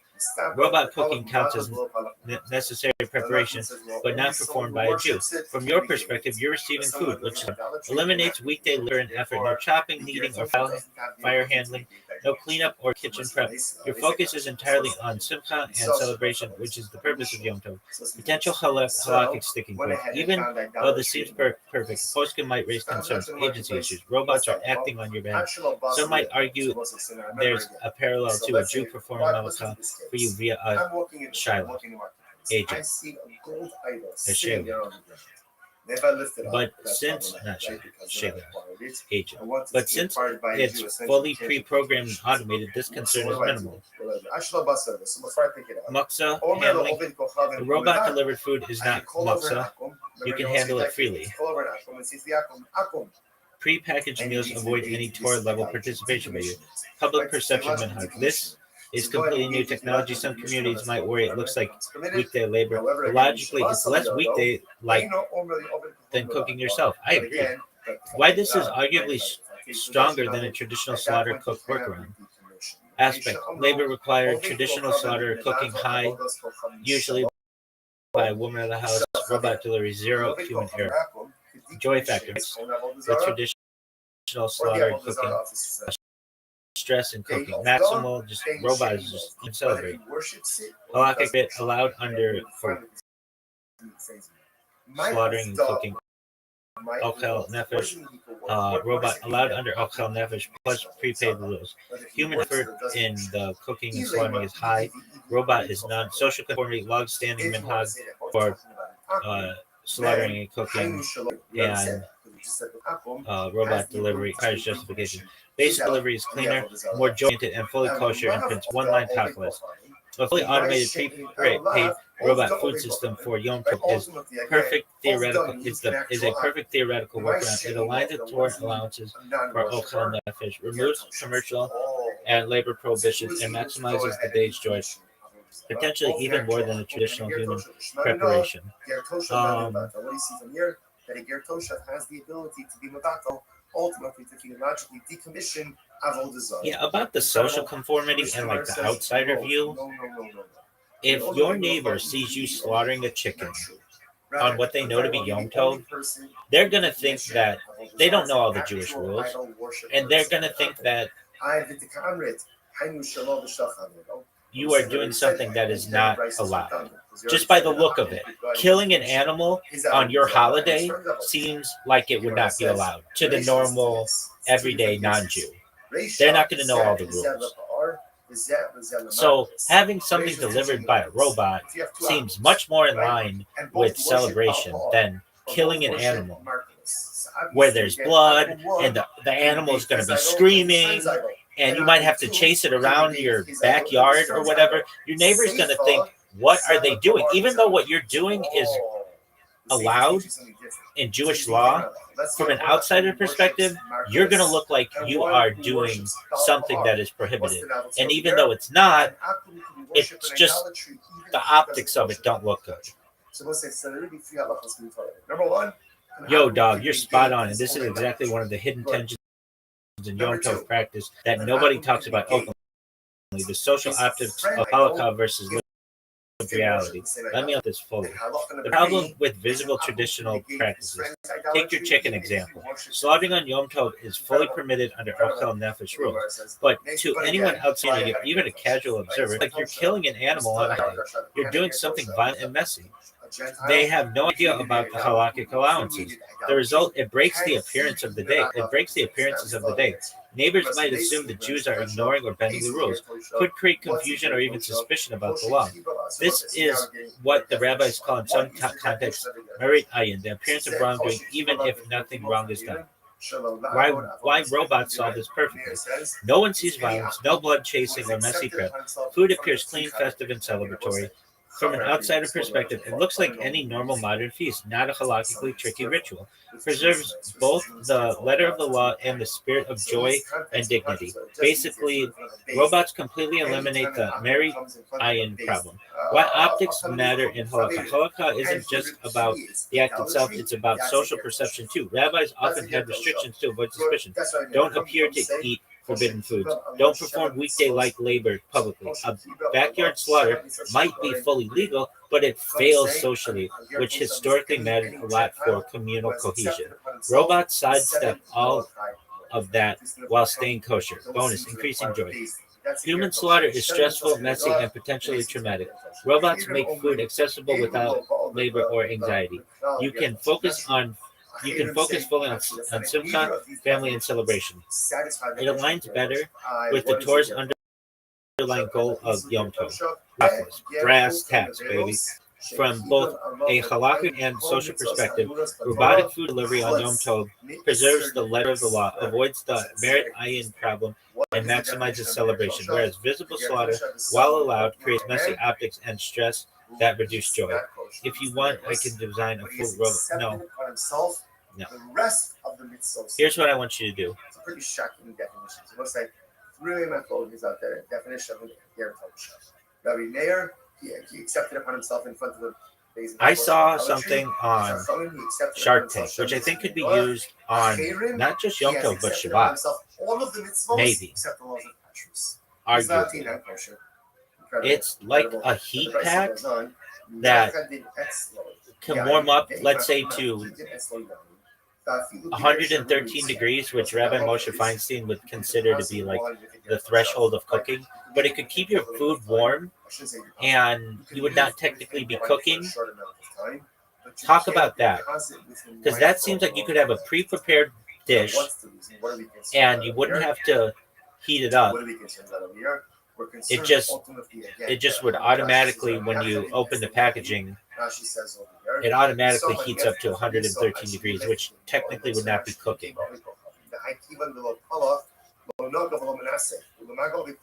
Yes, now we're talking about next level halakhic techno mischief, a Shark Tank eating meal that keeps food at 113 degrees Fahrenheit cooking. Let's break it down taco style. Brass tacks, because this is actually a fascinating halakhic scenario. The setup: you have a pre-prepared kosher meal. Food is fully cooked before Yom Tov. Package includes a self-heating mechanism, chemical or electronic. When you open it, it automatically heats to 113 degrees Fahrenheit. Rabbi Moshe Feinstein considers 113 degrees Fahrenheit the threshold of cooking for meat or most foods. You never actively cook. The heat is built into the package. Goal: maximize joy, minimize labor, stay technically within halakha. Why this is promising halakhically? Not actually cooking. The Torah prohibits malakha of cooking visual on Yom Tov, except for okel nefesh. Here, food is already cooked. The self-heating does not initiate a cooking process. It just maintains or slightly raises temperature. 113 is below the threshold for changing the food in a substantive way, according to Rav Moshe Feinstein. Passive action: you're not handling fire, you're not performing malakha. The device does everything automatically. From a halakhic perspective, the human element of cooking is absent. Okel nefesh still satisfied. Torah allows work for food consumption. You're receiving a warm, edible meal. Purpose of Yom Tov joy is fulfilled without violating the letter of the law. Potential halakhic sticking points. Temperature debate. Some poskim might argue 113 is technically warming, but it's actually Some poskim might argue 113 is technically warming, but if it actually transforms the food in texture or taste, it still might resemble cooking. For example, raw dough to fully cooked bread is clear malakha. Pre-cooked foods are more. We're not talking about that. Pre-cooked foods are more straightforward. Warming doesn't change their substance, so widely acceptable. Activation method. If activation uses a chemical reaction like self-heating MREs or a mechanical spark, some authorities might ask, is this fire under halakha? No, it's not. Can you burn yourself on it? Does it light your house on fire? That's not fire. Is the human indirectly causing cooking? No, it's because it's not cooking. It moves it up to 113 degrees, which is not cooking. Generally, if the device is fully enclosed and automatic, the consensus leans toward permitted. Ma'it ayin. If a neighbor sees someone activating heat on Yom Tov, it could look like cooking. Oh, so you're going to be chasing around a fucking chicken in your backyard, and that doesn't look fucked up? But if this motherfucker sees you with, like, a heating pad under your food, he's gonna fucking throw a flag on you? If a neighbor sees someone activating heat on Yom Tov, it could look like cooking, but in a modern home, most people won't recognize the device as cooking. Optics are probably fine. Why this is actually superior to traditional solutions. Aspect: labor. Traditional reheating oven stove. Human effort required. Self-heating package of 113 degrees Fahrenheit. Cooking risk. Traditional reheating oven stove. Fire visual. Minimal, technically none. Self-heating package 113 degrees. Halakhic compliance relies on okel nefesh supervision. The self-heating thing, fully pre-cooked, passive, under threshold. Joy, moderate because you have to cook versus maximum, open and eat. And Marit Ayin could look like cooking, looks like convenience meal. Basically, this is a Yom Tov hack that aligns perfectly with joy, avoids labor, and stays within halakha. One-line tacos, brass tacks. A self-heating pre-cooked meal that warms to 113 degrees Fahrenheit could arguably allow warm festive food on Yom Tov without cooking, minimizing labor, maximizing joy, and staying fully halakhically kosher as long as the heat doesn't actually cook the food and activation is fully automated. All right, so that seems like it works for me. Nobody's listening to me, but one day they will. Everyone will fucking listen to me and be like, "Oh yeah, remember Rabbi was doing that thing?" And he was like, "Boom," and like, but it was like 213 degrees Fahrenheit. Yeah, and everybody was like, "Yeah, best Rabbi ever." Really? Ultimately, again, Tiavi Yisrael Mumar, which unfortunately again is Yisrael who an apostate. So as long as externally he's not an apostate, right? As long as externally, like right, and What is what would this? he keep Shabbos? You couldn't hear any of that? Because he keeps Shabbos. Worst And at least in public he stream keeps Shabbos. And ever. all he needs to do if he didn't. Yo, look at this move though. Just needs to Did you all see this move? his rights to someone else. You recognizing the athleticism? This shit is the best. But again, Really? If he publicly violates Shabbos, then it's Unprecedented athleticism. He's like an akum, then it's not enough for him to yield his rights in the cluster to the other residents. Rather, you have to rent his rights from him. Yisrael, no sin rishus umedata rishus, right? Look at this move. Again, More than the move. Go ahead and Look at the footwork. Is right. Look at this athleticism. Or give over this motherfucker shits agility. By Apple, ultimately, and you have to rent. You have to rent. So therefore, again, the Gemara is saying that when we say, so we'll say just let's finish up. Ketzad, Omer Lo, we'll say how does a yid, for example, yield his rights or give over his rights in the Chatzar? Omer Lo, Rishusi Knuya Lecha.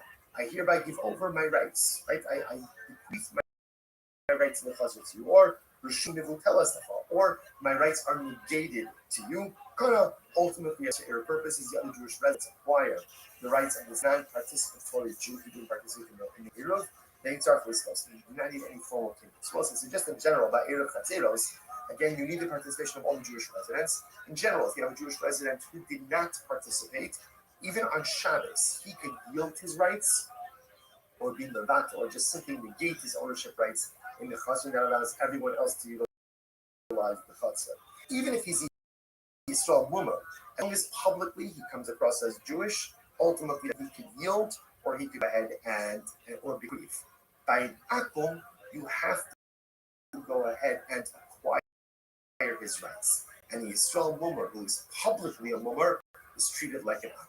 Full circle both sides. Therefore, when we said that a ger tosha ultimately again is treated like an akum for all other things means that if you live in a chatzar with a ger tosha, the chatzar want to make an eruv zeros, they must rent the space, they must rent the rights ultimately again of the ger tosha as well. Now, whether or not the ger tosha can actually provide the Avodah Zarah, we will see in tomorrow's daf. Shkayach, everyone. What a daf. What an incredible experience I just listened with all of you. I'm wishing everyone a wonderful day.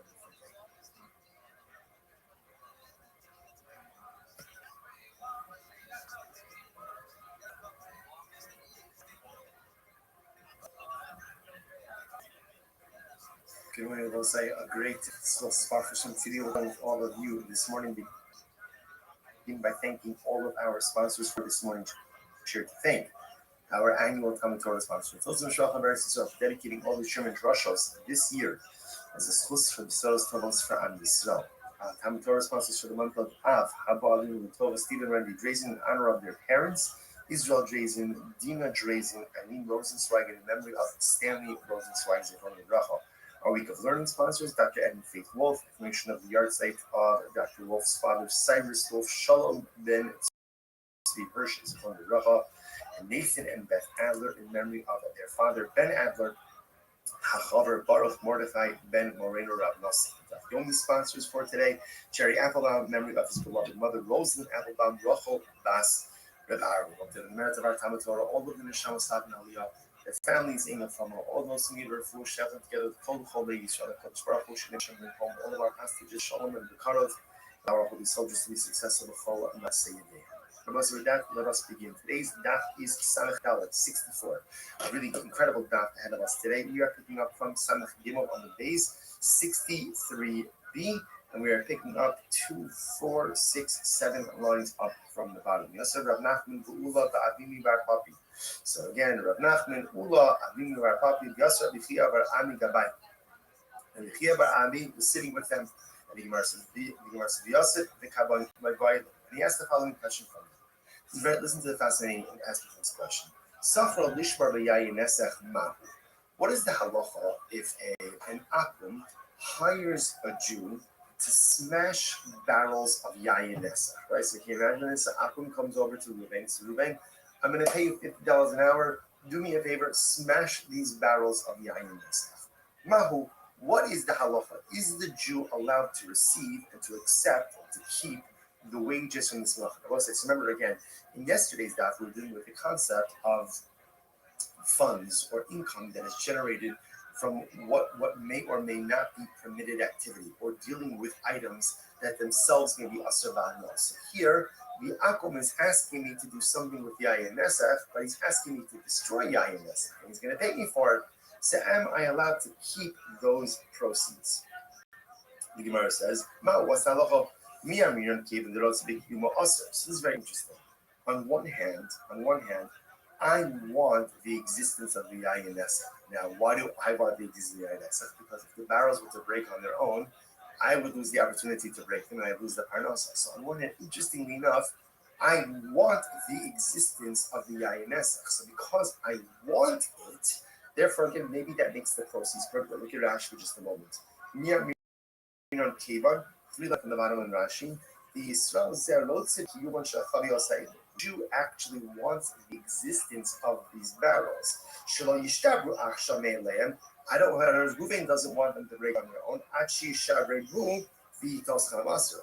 So do we say that since the Jew actually wants, and this is interesting to think about it this way, right? The Jew actually wants the yayin nesach to remain in existence. I don't want it, right? I don't want it to break on its own. So therefore, maybe that's considered to be proceeds from yayin nesach, and therefore, again, it's asur. On the other hand, on the other hand, what are you talking about? This is the destruction of the yayin nesach, destruction of avodah zarah. This is a good thing. Sure, I want the barrels to remain in existence, but again, ultimately, to destroy avodah zarah is a good thing, and therefore the proceeds ultimately, again, should be permitted. Fascinating shaila. Rav Nachman. So Rav Nachman says, Yishbar v'tol bracha. Rav Nachman says, no, take the job, Jew, take the job, get the money, and tell a bracha you should be blessed. Yeah, you have the opportunity to go and root out people, root out avodah zarah. That is a good thing. Take the money and go. So let's bring a proof to this idea. So this is Shida Rav Nachman. So we'll say, let's say again, an akum plants kilayim, right? Kilayim is forbidden mixture. So wheat, we had this actually just 2 days ago. Wheat and, let's say, for example, wheat and grapevines. That's the paradigmatic example, but any forbidden mixture. So if an Oved Kochavim is planting kilayim, I, the Jew, can't go ahead and assist him in the planting. Odra literally means like home. Removing weeds, we'll see covering with dirt. You can't do that. Kaf of Sanach Galid, 64a, about Okrin Imok de What can I do? I can uproot, right? I can uproot kilayim. That I am allowed to do. Look at Rashi. About Ogrin. Let's say the akum hires me and he says, listen, silver, do me a favor, I planted kilayim. Now, again, you could plant every kilayim you're on. So but let's say again, he asks me to uproot it. I am allowed to do that even though I'm going to get paid for working with kilayim, right? And the existence of the kilayim, because if the kilayim are uprooted on their own, I lose out on my parnasa. So the Gemara says, so it appears from here, this is to support Rav Nachman. Rav Nachman says you are allowed to go ahead and benefit financially from a forbidden item when that benefit ultimately again results in the destruction of the item, even though you by definition want the continued existence of the prohibited item because you want to be able to destroy it so you can get paid for it as opposed to being destroyed on its own. So when it says Savrua, second in top 64a, Savrua Hamani, who's it being? This Yaki, so the Shamar, and the Kayim, the Kilayim Boker. It's very interesting. The Kiba also will say that in general. not only is there a prohibition to plant kilayim, not only is there a prohibition to go ahead and facilitate the growth of kilayim, but you can't even do anything that's sustainable. So, for example, Rashi points out over here that let's say someone else planted a kilayim, right? Apple runs kilayim, and the apple asks me to put up a fence around the kilayim. Rabbi Akiva says, also, why? Because the act of putting up a fence, by definition, is part of the sustaining of kilayim. Even though putting up the fence has nothing to do with the actual plant itself. Nevertheless, it is going to be also decided really well. And that means eating. The fact that it is covering the seed with corpse. And that makes on the fact that I look at and get off the spark because of the less time come up. But there you're actively and directly participating in the planting of kilayim. The Kiva says, in the China. And the Kiva says, even if you do anything to sustain the kilayim, for example, put up the fence around the kilayim, that's really problematic as well. So, you know, so my time that where's the key to Pasuk says, do not plant kilayim in the field. In the Elazariah, and we know the prohibition of planting. I don't know that I'm not allowed to do something to sustain the actual growth itself. Even like putting up plants. I'm a low kilayim. That's the Rose so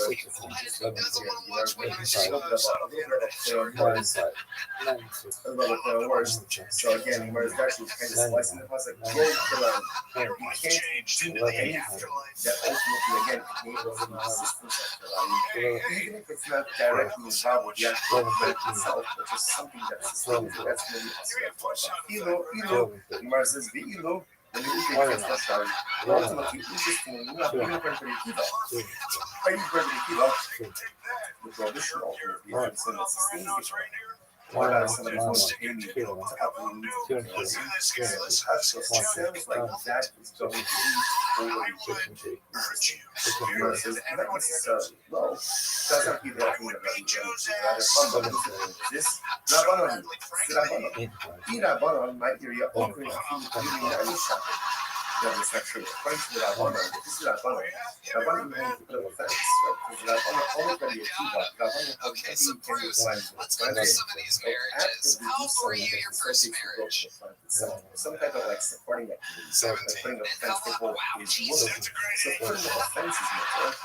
You get paid for that. Then certainly I think you can get paid for uprooting it.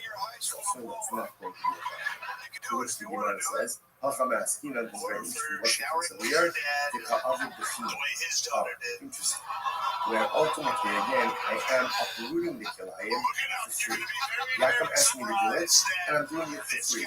So what's the question? Marcus, Rabbi Hida Amar, Litin Lahem Maknaskina Pasir.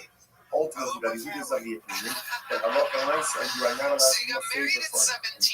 Like he actually has in the beginning of Allah, Lo Sechanim. I'm not focused what Lo Sechanim. Right, doesn't mean compliment them, don't give them you know, Rabbi Huda says, don't do other things, you can't work for free. You can't do something for an apple for free. Even if the free favor is the shakna of Allah Zara, you still can't do it. So which the Gemara says, Rabbi Yehuda, Nishma Rabbi Akiva, La. Now, the fact that you're saying this up to Yehuda, saying that you're going to Rabbi Akiva, is not be permitted. Rabbi Yehuda, Asra, Likin, and Maklasina, about the Uti, Tifla, Shapin. The Gemara says, no. According to Rabbi Yehuda, Rabbi Yehuda says it's true. You can't do a favor, so to give a free gift. You can't do a favor for an apple. But to do something to put up over Zara, that's absolutely permitted. That's of objective benefit. I agree with Rabbi Akiva Nami. I thought that's Rabbi Akiva. I'm Rabbi Akiva. I'm the kind of line look at. When you take Tifla, Shapridon, you say something according to Rabbi Akiva. Even according to Rabbi Akiva was a more expansive, approach to the prohibition of kilayim. They're not only to not planted, not only to answer the actual planting itself, but you think you can put up a fence to sustain it. Even Rabbi Akiva would agree to uproot kilayim, to get rid of Isser, to get rid of impurity, is absolutely permitted, and you can get paid for that from the Which the Gemara says, the Su Lo Mohi. There is nothing else to go ahead and discuss.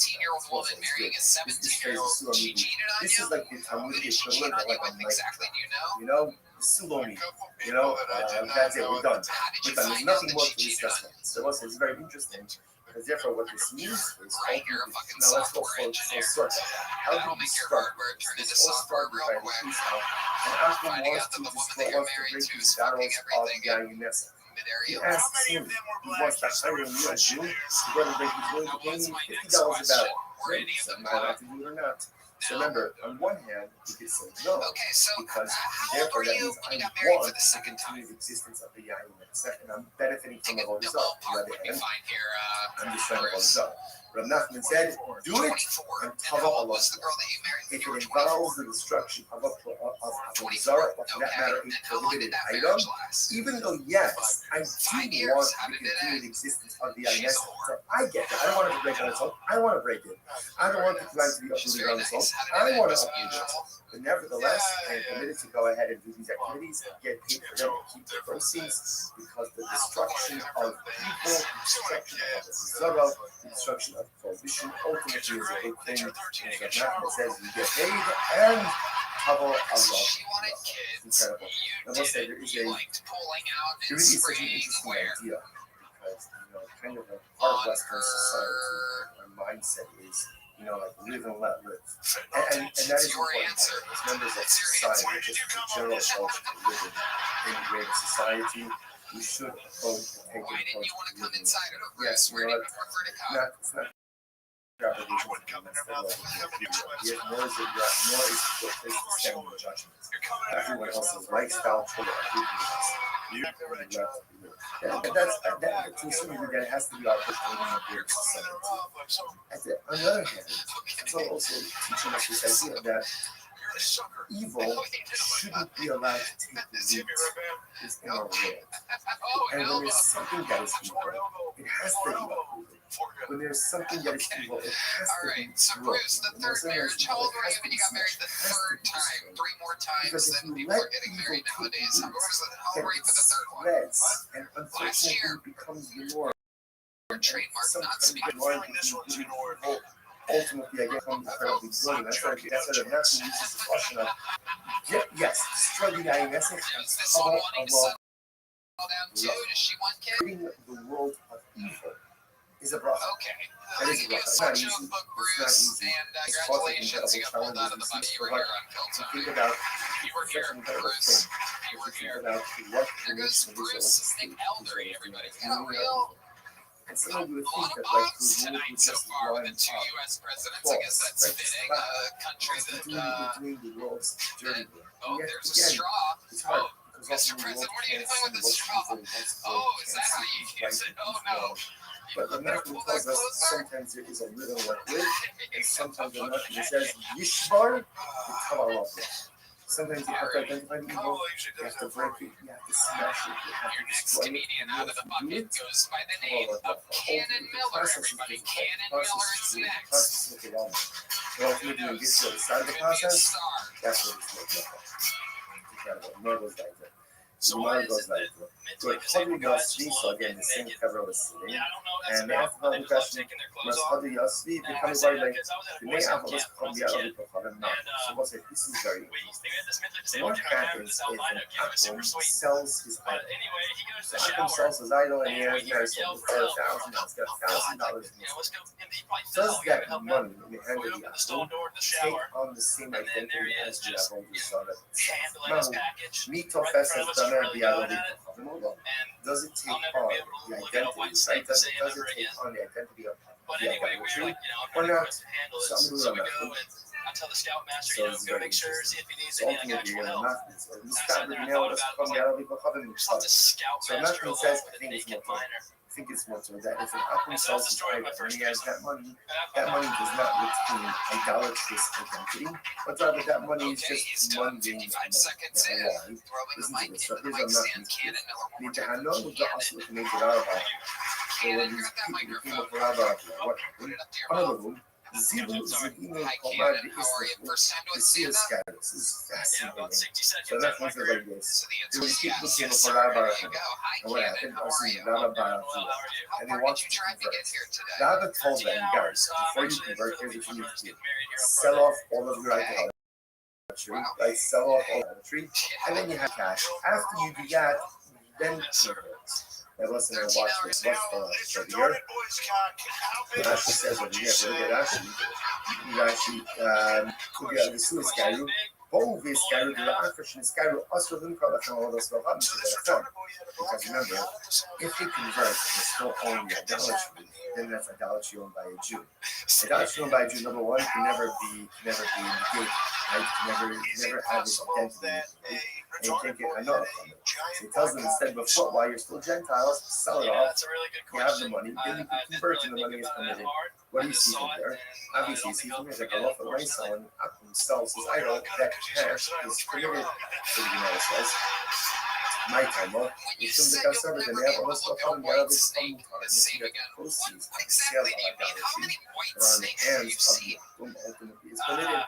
I the Gillen Shine was in the feeling that I could be Ray, Vada Baka.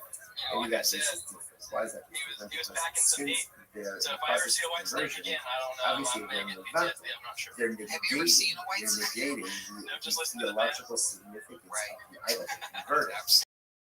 So an Akum could be medical is not Zara. Maybe that's why the proceeds are not. I don't know. The Gemara says, here's the proof. You saw Shai not only go from Mana, Umafar, although those folk are in there. I lent Akum $1,000. So what happened? So the Akum went and sold his idol. Right? And brought me the proceeds from the sale. Or, Yainess in the same case, I went ahead and I lent Akum $1,000. He sold his Yainess. And then he brought me the proceeds of the sale. What's that? What ultimately again is merchant. The Gemara says, however, watch this.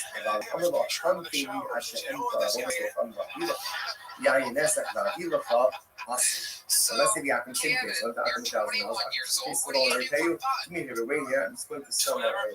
I have the Akum the proceeds. I'm going to sell my Yain Nesek and the Akum proceeds. In that case, it's awesome. See, here, interesting. Case number one, same case.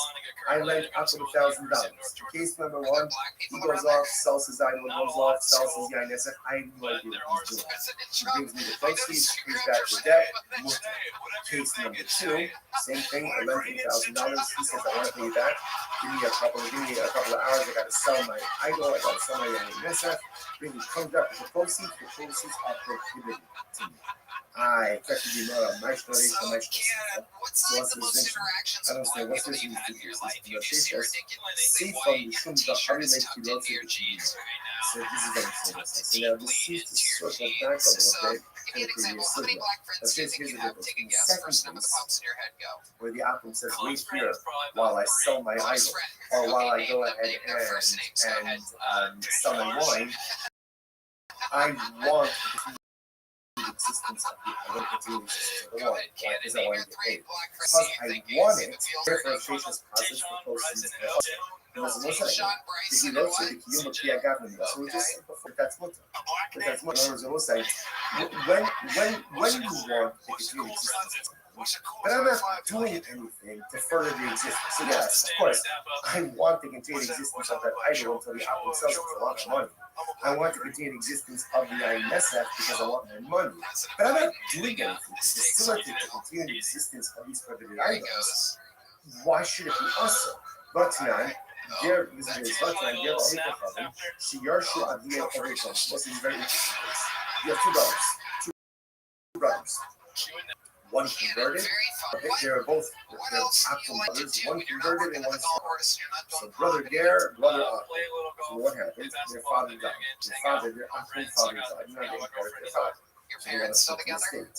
In the estate is idolatry, and let's say permitted idols. So Ger, Yafa, Loma, Lo, Tom, Aka, Loma, Stokha, Animals. So brother Ger could say to brother Akum, listen, brother Akum, you take all the idolatry stuff, you take all the Yain stuff, and I'll take the money and the potatoes. If you do that, then you should go, and that's committed. However, in the Shabbat is disagree us. Obviously, all of this presupposes that the Ger has not yet actually taken possession of Yain or idols. Obviously, once that happens, there's no recourse, right? But technically, there is recourse. No way to see this. You can get an Akum to be the background of the Sarah, but it's much more complicated. Once a Jew already owns it, there are really very little options. So as long as Brother Ger has not yet taken possession of these items, no problem. There's no problem providing up to the estate. However, if Brother Ger already took possession, then it's possible. So let's say, so ultimately, again, what do you see from here? That halacha l'maisa, now in this case, Brother Ger wants to continue the existence of the idolatry, the Yayin, but he's not doing anything active to promote its continued existence, and therefore, again, it's mutter. It's mutter. So what's the problem? This is Amrava Barula Mastisa Laboros Kacham Miskalekos Vishvala. That's the case over here in this Mishnah. This Mishnah is talking about an idol that's made out of gold silver, which means that like, even if it breaks, it's still valuable. So therefore, again, Brother Ger doesn't actually care if it remains in its whole state or not, because even if it breaks, who cares? It still has value. Which the Gemara says, that's fine. That works fine for an idol. Now, how would you explain the case then of Yayin Nesach? That's kind of like so apparently, he actually points out that the Adriatic person that ultimately was very absorbing. Therefore, you put wine in there, the person that absorbed the wine to a degree, that you can take a shard of that earthenware, put it in the water, and reconstitute water. In that case, also, Brother Ger doesn't care if the past is straight or not. Because either way, the value is still in which the Gemara says, one second, one second, even if that's so, even if Brother Ger doesn't care about the fact that he's going to break, right? But he does care whether or not he was still in the lost, so he still wants to continue existence. Yerushas Hager Hamad, don't bring a raya in this case. You're bringing a raya, bring a piece in the case of the inheritance of Hager. No, Shani Yerushas Hager, Dafilu Barabba. Rabbis will make it by the Yerusha. Normally, the Gemara says perhaps this case should be problematic. But halacha l'maisa, Chazal will make it by the Yerusha. And as long as the Ger has not yet actually taken possession of the Yayin Nesach or the idols, he's absolutely permitted to work this out with his brother. Right, and so you take this, you take this, later this stuff, I'll take the stuff, even though, yes, he wants to continue existence. Why? Why would he make up our Ger? We are afraid that if the Ger has to make a choice between his money, his Yerusha, and his religion, he will choose his money and choose his religion. That's not a knock on the Ger. That's a reality of human nature. We've seen this before as well. For example, right? Someone called Chazal said that in certain cases of theft, the thief doesn't always have to return that which he stole. Right? And the victim should not accept back the stolen item wine in order to go ahead and facilitate the thief's treatment. If the thief has to return everything, he's not going to return it actually. It's difficult for people to engage in self-sacrifice when it comes to that kind of thing. Money is necessary. Right? It's important. And, as much as we say, as long as you have your health, it's true. As long as you have your health and you can pay your bills. Right? Because if you don't have money, just things are like and many people did not stand up to religious challenges. It was a choice between religion and money.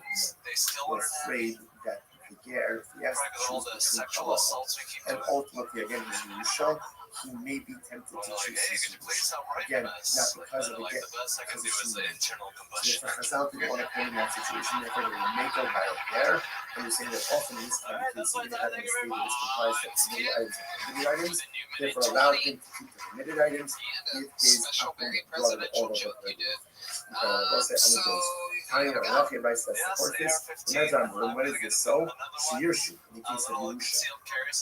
And on the shot to us. But in the case, let's say, the business partnership will be us. You see from here that Chazal allowed certain things to happen in the context of Yerusha that they would not have normally allowed to occur in other contexts as well. They don't work with the person in this in this precarious type of situation. Incredible. Remember that. The other lesson plan. Remember again, all of this is the same people Rabbanim putting together. Another question that came in. Yer Tosha now should be back for Avodah. So let's say this is what it is. Can Yer Tosha go ahead? And let's say just before we go on, just Isso aqui é casar o nego just to understand the tremendousness of experience. Halacha is structured in a way to make us succeed. The Ribono Shel Olam wants us to succeed. And as humans, we have a very skewed view of our a very skewed view of halacha. That Hashpach is waiting for us to mess up, so we can smack us down. Chazal is waiting for us to mess up, so we can levy some type of punishment or penalty against us. That's the key for us in the truth. The Ribono Shel wants our success more than we want our success. Chazal wants our success more than we want our success. And all of the halachas, all of the rules, all of the strictures, all of the punishments are only there to put us on a path to success, not to smack us down when we go ahead and we make a mistake. But again, Hashpach understood what we need in order to be successful. That's how understood what we need in order to be successful. And when they need to relax the standards to make us successful, they do it. You got it. They do it. When success is accomplished through relaxing of standards, that's how people know that you're no greater advocate in this world. That's in this world and in this world. In this world, Chazal constantly indicating successes. Okay, incredible question. How do you guys talk about it? Ger Toshav, Mav Shevat Olam Zechon. So what's a very interesting show?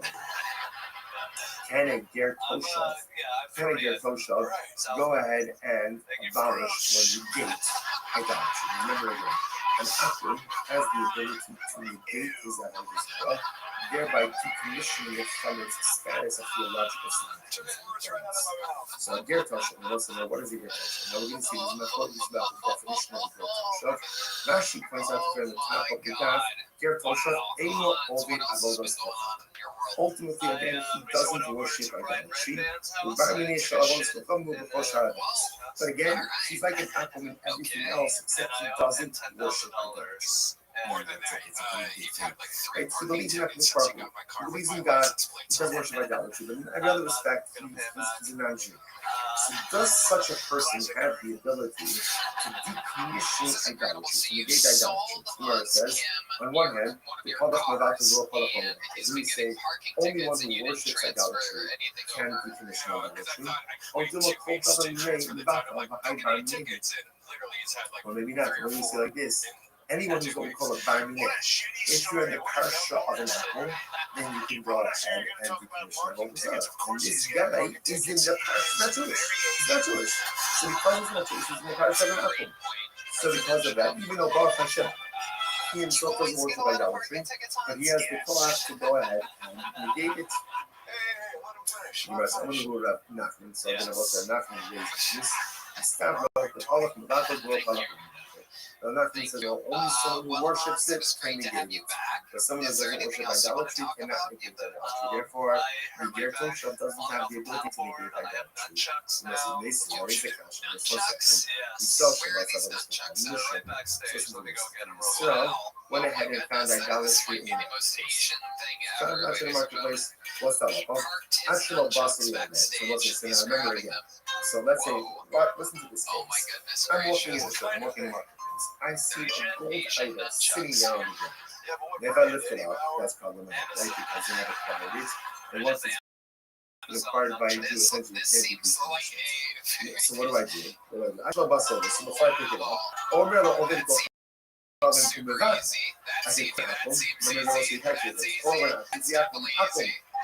need you to engage with this idolatry, decommission it. Theological decommissioning. So go and engage with theological decommissioning of this idolatry. I don't think it's permitted. However, again, in Shabbat Yogo, ain't no only over to the law.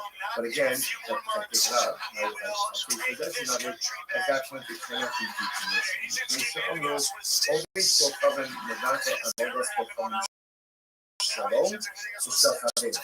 Nobody I'm not going to condition this on the Avodah Zarah or the Avodah Zarah of his friend. They go, then you set him up. Whether he worships it or he doesn't worship it.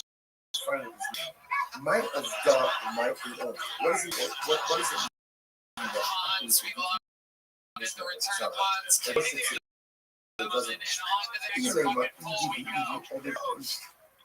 you want to say that both is talking about Akum, then I need to love the Shahadi. We already said that. We just said before that an Akum has the ability to fulfill decommission his Avodah and the Avodah of his friend.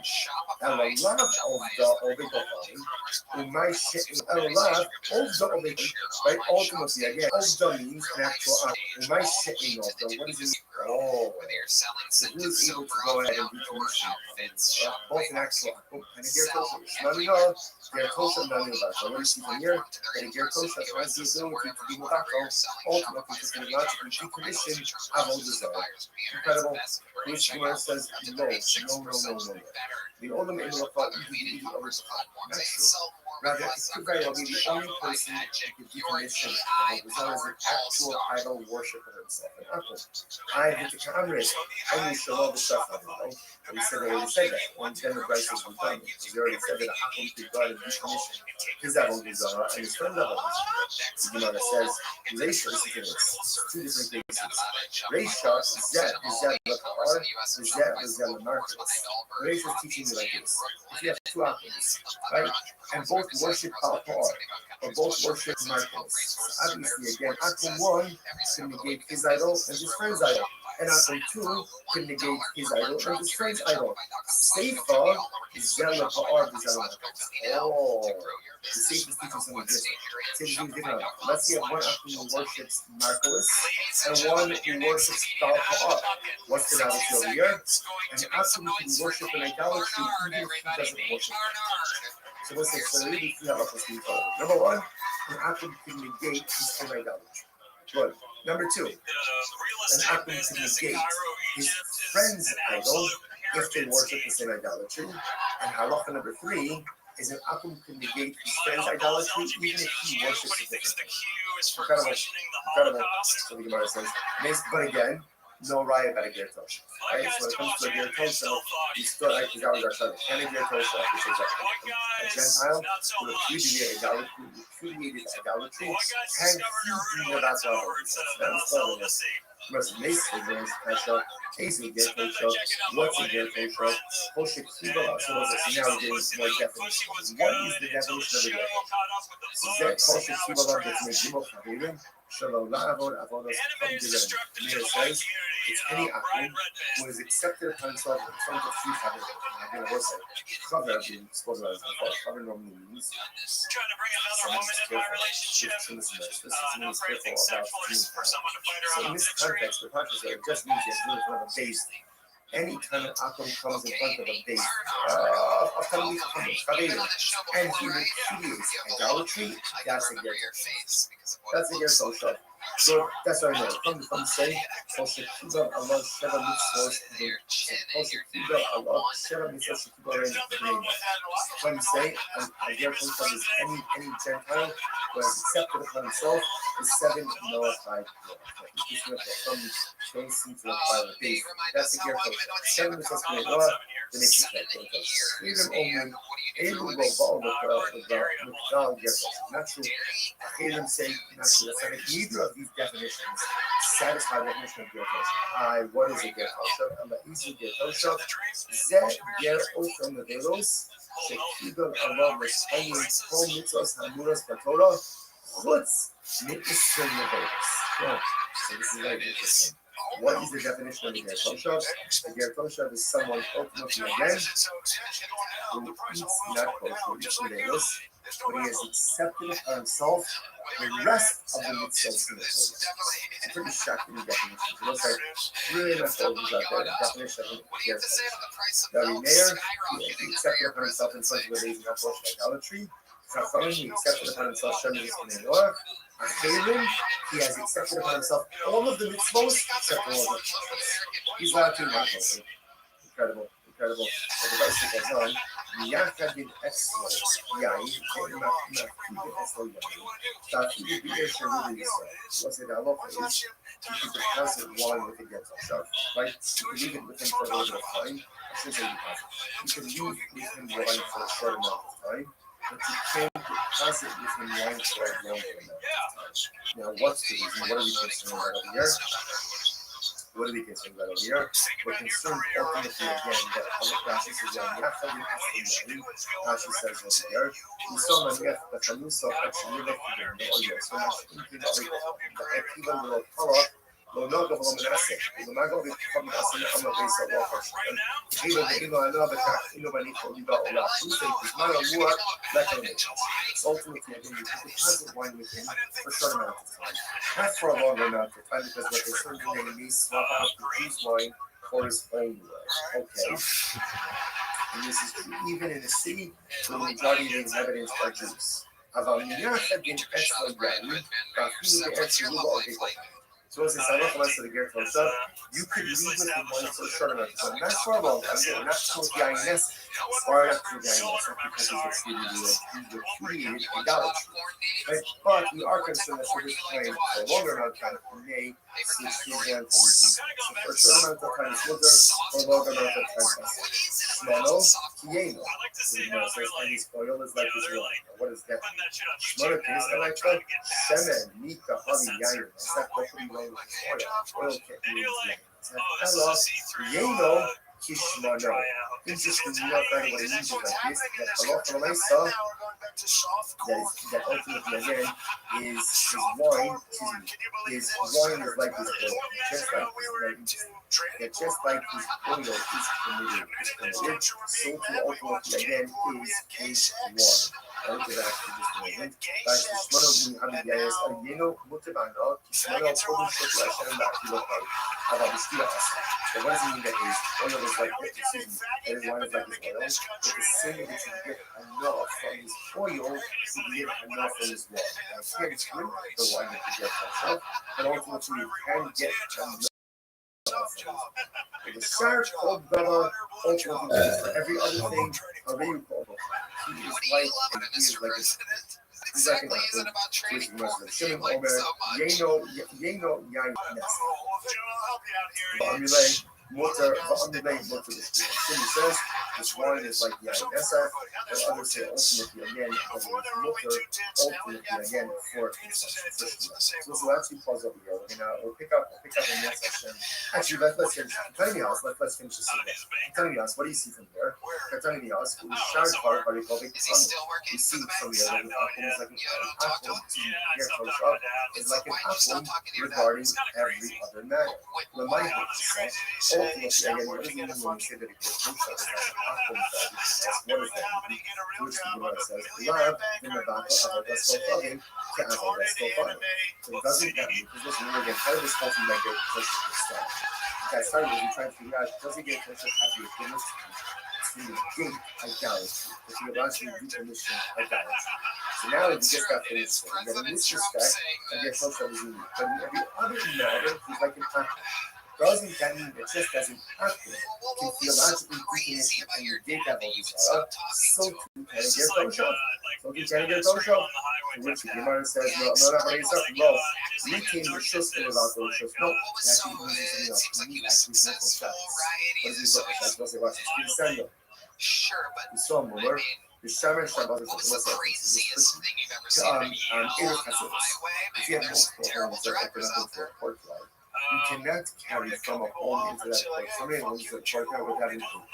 Like, in it essentially means we collect food from all of the inhabitants of the cluster. They join together, and that joint food makes it into the domain of one home. Remember, Maybe he wasn't the wrong. What's the second cluster, craziest thing you've ever seen him do? The halacha is if you have a Jew who do not join into the cluster, he can yield his rights. Let's say Shabbos started, forgot to participate in Reuben forgot to participate in the Eruv.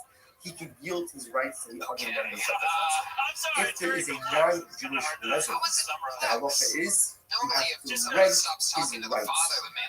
He cannot simply yield his rights, you have to rent his rights from him. Watch this. The Gemara says, we saw a moment, the Shara Shabbat of the Shek, Mevaka Lushus.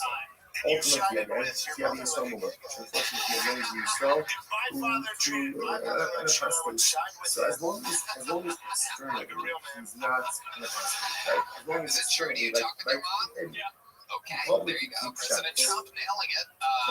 Well, look who it is. Let's hear your $1 billion idea. I'm ready to shoot this bitch down like a fucking duck. Let's hear it. All he needs to do if he didn't participate in the event, he just needs to essentially yield Duck hunt, baby. Duck hunt. I mean, it's just like an idea. I mean, if he publicly we're not even kidding. and essentially Easy $1 billion, and we'll take about like not a lot of time. Rather, Hands down, the greatest, like I'm not even kidding, the greatest fucking money making idea I've ever come up with to go ahead and in my entire life, and I've come up with a lot of them. This is the least amount of work. I'm hyping it up. You're gonna like this. You will like this because you like a sport where there's a rubber ball that you play with, and you whack it with a stick, and you buy gloves that make your slice disappear that are illegal. 100%. My rights. My rights to the closet to you, or Think of restricting this. tell us the fault, or This is, my rights are negated to you. you know, Ultimately, it works for your purposes. this is, Presidents wait, acquire one second. the rights of non-participants. Wow, what a fucking great idea. I mean, I'm overwhelmed with all of this. Shut up, dude. This is the Again, you all-star need the participation of all the Jewish residents. skills In general, there are competition Jewish residents who of did golf, not participate, even on and Shabbos. look, He could examine get his rights, the NHL. They have not star just simply negate sports his event. Jewish rights. It's wicked. And They everyone have else to baseball, utilize the the home rights. run derby. Even if They he's have installed NFL as long as skills publicly competition, he processes basketball Jewish, skills ultimately competition, again, all he major could sports build, or he events. could go ahead have these. and What does the PGA Tour have? you have They to have go like a ahead and shitty acquire little his like rights. long And drive he's so contest. boomer who's But publicly imagine like is treated a little like Pebble Beach full circle, tournament as I where you said, have these when we said celebrities before that paired up Garrett Toshaw with ultimately, pro golfers, again, is treated like and an athlete. they have All this other amazing things, other things mini he putt needs, course, who live in a fuss and anyone Garrett Toshaw in the world, or like Jews in the really fuss like they creative consider people zeros, can all they submit must their rent, ideas they to must design rent the rights, course. ultimately, So again, it's like a of real life, Garrett Toshaw as well. like Happy Now, whether or not Gilmore on Garrett Toshaw steroids actually tier going to be course, Sarah, like clown and that's the show also, team, you'll see whatever. tomorrow's daf, And one incredible yeah, it's just the most lit. Had so much viral potential for TikTok. You have like Mike Tyson and Tiger Woods doing the commentary. Nothing like this exists currently. Golf is primed for something to something like this to come into existence. Young people are getting into golf. This is very TikTok friendly, real type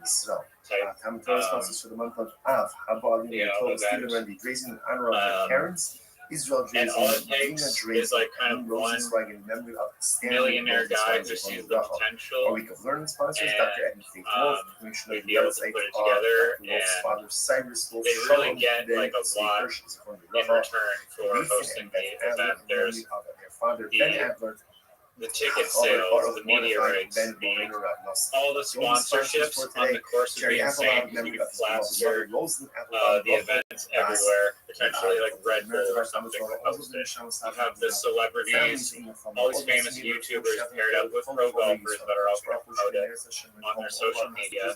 You have a freaking Netflix or Amazon documentary behind the scenes. It's basically like the Super Bowl of like mini golf. And incredible ahead of us today. We are picking up from some yeah, there's some costs, but it's not the costs are like nothing compared to like what the sports market is valued at. So again, Yeah, I think this is a All right, in my opinion. before I take a big massive shit on this idea, I just want to make sure I understand on For what you didn't know that, on I what want the ChatGPT rabbi that fucking, like what is the supports me for halacha once. if Well, I Because I know deep down that you're bullshitting and that this thing is fucking amazing. So fuck you, dog. is it I don't understand it. So let me explain. Is it mini golf or is it skill competition? What is the halacha? It's Is the mini Jew golf. allowed to receive and to The accept skill competition just like a parallel of like it's the equivalent of an NHL skills competition. How they do like those like fun little whatever basketball they do like the dunk contest. It's like that for mini golf, but that equivalent does not really exist for the PGA Tour. But it is the actual competition is a mini golf course, and all the courses are designed. Like I guess anyone can submit the designs of the go viral. Like why don't you just do celebrity mini golf? Because the barrels with the break on their own. Because you want the PGA Tour to be involved in it as well. Like if it's Pebble Beach, like you can have it only pro golfers, or you can have it only celebrities, or you can do the Pebble Beach pro golfers and celebrities paired up. I think that's the best of both worlds. Okay. I think actually you're not recognizing that you have a better idea here than you think. The celebrity mini golf, I think, could be a primetime winner. The skills competition, the pro-am. Let's look at numbers. The skills competition is just like a metaphor of like what it is. I don't want it to that involved. So all the major sports leagues have their equivalent of the skills competition, which is like these like hokey little contests that they do to see who's the best dunker or whatever. Yeah, no, I get But that. that doesn't exist in golf, so there's a huge gap there. It does exist in golf. It's known as The long drive sucks. no. It's called the Golf Channel Games. Yeah, but those suck. Okay, so Explain to me what those are and how entertaining they are compared to playing. they have Like Wicked Tour with like the best putters in the world and celebrities all competing on like the most insane courses. Is it a mini golf course or is it a full-length golf course? Mini golf. Okay, so why wouldn't you do? So that's different. Why wouldn't you do celebrity mini golf? It could definitely. I mean, I don't know why are you against having pros do it? I mean, I feel like Pebble Beach is like a hit because there's pros and celebrities. I agree with you that celebrities should be involved because that would give it like a ton of clout. But celebrities on their own don't have that. Like you don't get the world's best putters trying to like do these like crazy like weird holes. You recognize that the best mini golf players in the world are not professional golfers. They're professional mini golf players, which already exist. It's the putt-putt games. But that's a different sport. Fair. Now let me say this. They used to. The professional putt-putt. They used to. So I don't know if they have them in Canada, but in the United States, there's like there is a franchise called Putt Putt, which is just like, it's almost synonymous with mini golf. When people say I want to go putt putting, it just means you go to one of these putt putt entertainment centers. Yes. Okay, excellent. And so they used to on ESPN host the Putt Putt Championships, and it was fascinating. The thing is, nobody would watch it, not because it wasn't really interesting. It didn't get a lot of people because they were just no-name guys who would do this. Now, I think that you have I really do. I would shit all over this if I wanted to, but I think you have a winning strategy if you did this on either primetime television in the United States or on Netflix. You get different. Just celebrities. I would not do professional players. That's their own thing. But you just have like, you could have some. You Scotty Scheffler and Rory McIlroy, but for their celebrity, you don't even need that many.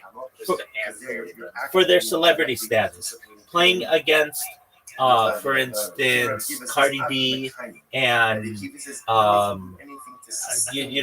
who's that guy? Who's that guy in Marty Supreme? Or the Jenner sisters that are playing against like the there you go. The Jenner sisters play against Kardashians. That would be huge, absolutely giant, and it would be if they shit talked each other. That would be giant. People would love to see Kendall Jenner and Kylie Jenner play against Khloe Kardashian and Kourtney Kardashian. If you could get Kim in it, that'd be great. But you know what I'm saying? I Like, thought they were from the same family. well, they share. Jenner is not related. No, they share the same mother. They have different fathers. So Robert Kardashian is the father of Kim, Khloe, and Kourtney, and then Bruce Jenner, now currently Caitlyn Jenner, is the father of Kendall Jenner and the other bitch, Kendall Jenner and Kylie Jenner. So you could take the two Jenner girls versus two of the Kardashian bitches, and you could either have them go at each other, which would be giant. I mean, they already, I'm sure, did that on their television show that they had for like a billion years. But it's just they didn't turn it into the sport. They just were like, oh, we're going to go fucking buy handbags and then we're going to go putt-putting because we have nothing else to do. It just becomes like a Kardashian shit show and stuff. I mean, I don't think that's like, but I feel like if you're hosting like a tournament with like 12 people, then you get like even more celebrities. Now, the thing that's going to make that difficult is you pay a major premium to get these celebrities on it. Now, have you thought of this? What about just influencer mini golf?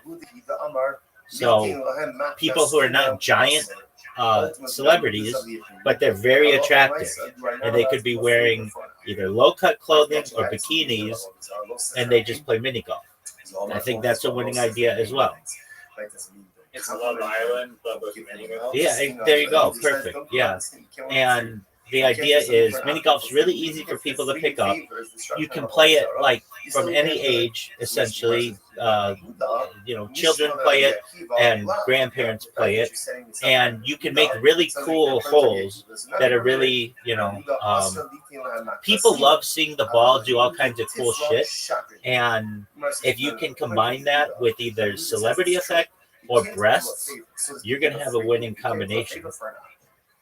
So normally I shit on your ideas just because it's so much fun, but this one is different than what you came in with. But when it comes to, look, we could have what you're saying, which is basically like advertisements all over. I mean, how would I do this? I would rent a warehouse and put all the walls would be completely just wall to wall, everything's just perfect. Yeah, exactly. And then you could put in any kind of advertisements that you want. You create the course, 18 holes or whatever, 36 holes. You have, I mean, ideally I would want people to be outside, but, then you have to worry about weather and things like that. If you want these people in like bikinis and stuff, then you just basically tell them where, you just have them set up in a bikini and whatever kind of other clothing that they need, golf shoes or whatever. And then they choose their club, they choose the color ball, and people I think if you wanted this to be like people to really get into it, then you would do celebrities. But it's just really expensive to have celebrities, so you can't do A-list. I mean, you could offer it on like royalties. That's true. That's You true. could probably find a few of them. But nothing said, do it. That's true. Also, just the mere exposure of something so I think that in the future, advertising will be a little different than it currently is. All right, so like imagine Tiger Woods. You've seen Tiger Woods wear a Nike shirt, right? Where it's got Nike on the breast, like right on, like you know what I'm talking about, right on the net. Exactly. I think in the future, in the future, companies will move more towards the Louis Vuitton look, where it's the logo all over, like everywhere, just due to the fact that sometimes pictures are taken and they don't include that little Nike swoosh, and they want their logo everywhere as much as possible. Does that make sense? Yeah, they're gonna look like the fucking European hockey league, where their players are just covered in advertisements. I think that's the future. Jersey, it's just fucking random Swedish car companies covering. I think that's just like F1 or NASCAR.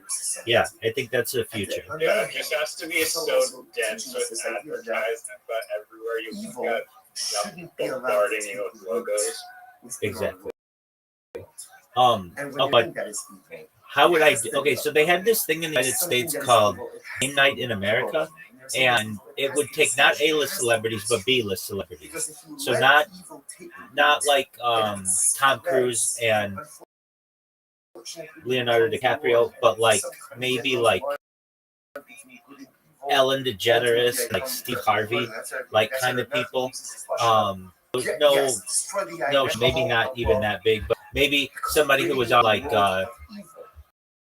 they were on like Modern Family, something like that, just a television show, and they would pair them against another team, and they'd play like mini games, and it was very popular in the United States, and I think that same kind of idea could be popular in mini golf.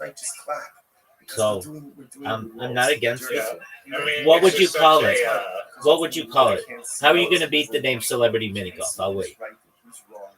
But Rav tells us sometimes there is a little live, and I mean, that's sometimes very says Yishbar. direct. I don't see anything. Sometimes you have to like That, I mean, you have to break. I don't feel like brainstorming the name right now, to be honest. I'd rather hash out all the ins and outs before coming up with it, because I think the idea is a winner. It's just how to actually execute it. And regarding your previous point, I think that potentially, just because of the nature of the actual event itself, mini putt's a very chill, happy, non-stressful experience that would probably be enjoyable to film for a celebrity versus like some stupid advertisement for Lexus where they're just slaving away for 6 hours reading the same script over and over again. I think the ad This one, you might actually get, because of like the fun nature of it, you're joking around, it's like good for the publicity. I think it could attract people that are high status potentially. I agree. I think the advertising element of it is the big winner. You could put a car in the middle of the course, or perhaps different kinds of There's cars. so much, yeah, exactly. The advertising potential is like insane. Right. Now, and it works naturally. So like, okay, so they have this like Celebrity Family Feud does better than regular Family Feud. So what is Celebrity Family Feud? They take B and C list celebrities, get them on there, pretend they're a family or whatever, and they compete against each other.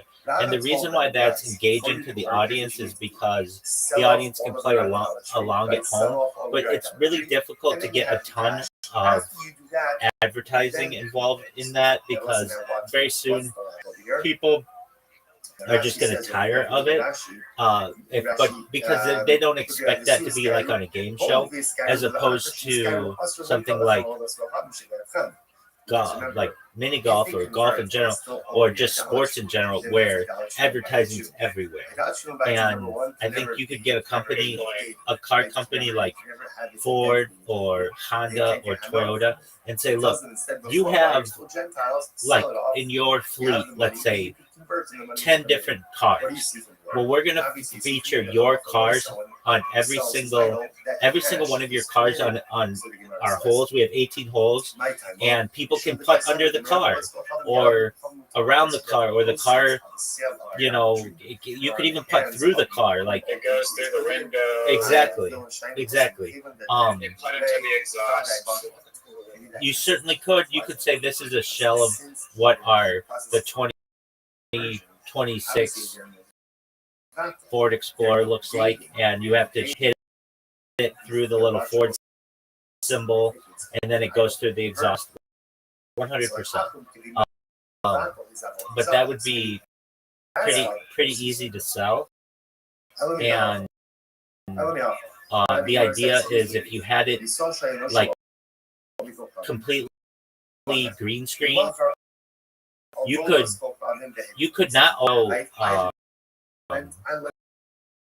you could have it so it's not always advertised, but you could put other things on there. But then when you did need advertisement, you could definitely utilize that. To build 18 holes is not that hard.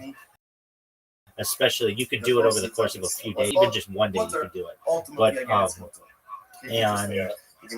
if it's a special dimensional plane or two-dimensional plane, if you like 3-dimension, that's when it's going to take a little bit of time. I think even with that, like this basics, like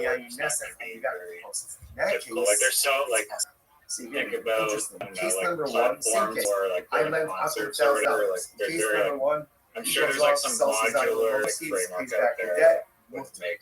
Because like multi-stories, same thing. I lent him $1,000. He says, "I want to pay you back." I agree with you. Okay, and then you competitive. So you have. I would say that like that. You one of the reasons why people stop your arm if you lose. No, it's just one of the reasons why people are wanting to watch this is because they want to take it seriously. So they don't want to see you like interfering with your opponent's backswing or like hitting their ball. Like all of that's going to be penalized. Now, there will be some people who say, I want to see them do that. I don't want them to be taking it really seriously. So you'd have to maybe focus group it and say, we like when people play around, or we want people to, we want it to be really strict. You get one penalty, like freebie, where you can just swap with them. I mean, you could add all kinds of stuff like that. You could say that you could like throw, let's say, marbles in the way of their ball or feathers in their backswing or whatever. Like you could fuck with them if you wanted to. Water gun, one water gun. That's a great, but to make it exciting. All right, so you have 8. That'd be a sick hole if you've ever been to. Like maybe it's at brother Gare, brother or something, or no, the Wonderland, but there's like this amazing ride where you're in like a big like 8-person inner with like harnesses, seats and shit, way harnesses, seatbelts, which by the way, 3-point seatbelts are not as safe as 4-point and 5-point seatbelts. So you doesn't legally allow you to drive with a 5-point seatbelt, even though it's much safer. But yeah, we had cool if you like have to cut it into like the raft, and then like the raft goes over the water fall. It's like a whole like kind of water theme park pool. I think every pool would have like a very unique theme to it. Once the Jew already owns it, I agree with you. I'm also in agreement with you on the whole submission process. Like the fact that anyone can 3D design a whole, submit it prior is like great. However, if brother Garrett, oh dude, they already had this. ABC's Holy Moly from 2019 to 2022 proved the concept works. It featured supersized mini golf obstacle courses and celebrity involvement. I knew I saw this, including NBA star Steph Curry as a producer and on-screen personality. The show even aired a celebrity special demonstrating audience interest. So other examples include Celebrity Holy Moly, that's in Australia, with Greg Norman. You know Greg Norman is the shark. And some girl, Sonia Kruger, some lady. 2005 proposed celebrity golf event with stars like Hugh Grant and Sylvester Stallone was canceled due to scheduling and broadcast complexity. Challenges to wider adoption. Low perceived stakes. Mini golf is seen as playful, not competitive. Production costs. Building elaborate courses like holy moly is expensive. Okay, maybe it is. TV rights and scheduling. Live coverage across multiple hosts is logistically complex. I don't really know why that is, but still the format has fan appeal. As one Golf Digest article asked, why aren't there more celebrity mini golf tournaments? I mean, they did this already 3 years ago. They did it for 3 years, 4 years ago. So it's already been done. And if it were like really, really popular, we would still be watching Holy Moly. And that's a good name for it. So, yeah. And they already had Steph Curry do So it sounds like they fucked up because they just suck at making TV. Because the idea sucks. No, it seems like it went for 3 years, which in the United States for a show like this is pretty long. The reason why it did not do really well is it's a perceived novelty over longevity. So, like, you have to have a show that people think is going to be there for a long time, as opposed to, yeah, we saw this. I mean, I can tell you, I had never heard. I had maybe seen this. That's why it was in my mind. Is why don't you do this celebrity? And it seems like if it was going to work, ABC would have been able to make it work. Steph Curry would have been able to make this work. Steph Curry, as you know, is an excellent golfer in addition to being a basketball player. He should have been able to make this work if it were viable. That's a reality of human nature. We've seen this before as well. For example, right, this is something called Chazal said that in certain cases, theft. So you don't. The thief doesn't always have to return. Like, let's see who was on the show. Let's see who was on the show. Name some famous people who were on ABC's Holy Moly. Facilitate the thief's truth. We're afraid if the thief has to return everything, he's not going to come watch it. All right, Steph Curry, Joe Tessitore, and Rob Riggle, main hosts and commentators. Jenny Mae Jenkins, co-host and sideline reporter. Travis Kelce was an NFL star who appeared as a distractor and guest commentator. John Lovitz, comedian and actor, featured as Captain Long John Lovitz. Steve Guttenberg and Greg Louganis, guest judges. William Shatner and Anthony Anderson, guest commentators. Michelle Wie, professional golfer, appeared as so they got some big people on it, and they weren't able to make it work. And it was like a lot. I think it sucks. I don't think it sucks. I've always felt. Did they have advertising? Yeah, I mean, I'm sure they did enough with advertising. It was ABC. I get what you're saying, though. You could do more with advertising so that it pays for it. It wasn't on a streaming site. It was on. I'm thinking more of like a. Did they have advertisements? Like throughout the course? ABC is not a streaming site like Amazon. Well, it has Hulu, which does. Yes, ABC's Holy Moly. Yes, ABC's Holy Moly features advertisements and branded integrations throughout the course. These are presented as comedic product placements rather than traditional ads. For example, the fishing pole is sponsored by TakeMeFishing.org with the course designed around a fishing theme and humorous brand integration. Brands like NBA teams, for instance, Golden State Warriors linked to Steph Curry, and others make appearances in a playful, over-the-top way that fits the show's tone. So it seems like they did that too. Did they have a big actual golfer in there, or multiple, just like some random female golfer, which is big as the market? Michelle Wie is a big golfer. No one's heard of her. In the United States, she's probably the top 5 female golfer of all time. She's like maybe slightly under Annika Sorenstam and like Nancy Lopez, but like still very well known. What the fuck happened to this guy? Put us on a path to success, not to smack us down when we go ahead and we make a mistake. But again, what the fuck happened to this guy? In order to be successful, Chazal understood what we need in order to be successful, and when they need to relax the standards to make us successful, this guy. they do it. It's incredible. They do it. When success is accomplished through relaxing of standards, Chazal do that as well. Know that you have no greater advocate in this world. That's in this world and the next world. And in this world, Chazal constantly aiming for successes. Okay, incredible question. How do you guys talk about it? Ger Toshav, Mashe Batal's comes. What's a very interesting shadow here? Can a Ger Toshav go ahead and abolish or negate idolatry? Now remember again, an Akum has the ability to negate his Avodah Zarah, thereby decommissioning it from its status of theological significance and importance. So Ger Toshav, what is a Ger Toshav? Now we're going to see this machlokes about the definition of a Ger Toshav.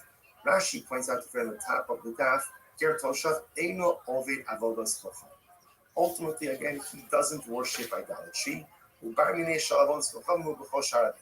But again, he's like an akum in everything else, except he doesn't worship idolatry. And that's it. That's a pretty big thing. Right? He believes in Akadosh Baruch Hu. He believes in God. He doesn't worship idolatry. But in every other respect, he's a man. So does such a person have the ability to decommission idolatry, to negate idolatry? Gemara says, on one hand, we say only one who worships idolatry can decommission idolatry. Or maybe not. Maybe we say like this: anyone who's what we call a barmineh. If you're in the parsha of an akum, then you can go ahead and decommission Avodah Zarah. And this guy is in the parsha. He's not Jewish. He's not Jewish. So because he's not Jewish, he's in the parsha of an akum. So because of that, Baruch Hashem, he himself doesn't worship idolatry, but he has the Torah to go ahead and negate it. I wonder where that nothing, so I'm going to also nothing to do with this. The Paul of the Bible says, well, only someone who worships it can negate it. But someone who doesn't worship idolatry cannot negate idolatry. Therefore, the Ger Toshav doesn't have the ability to negate idolatry. Unless it's nation, that is a question. It's not something. Himself should not have this.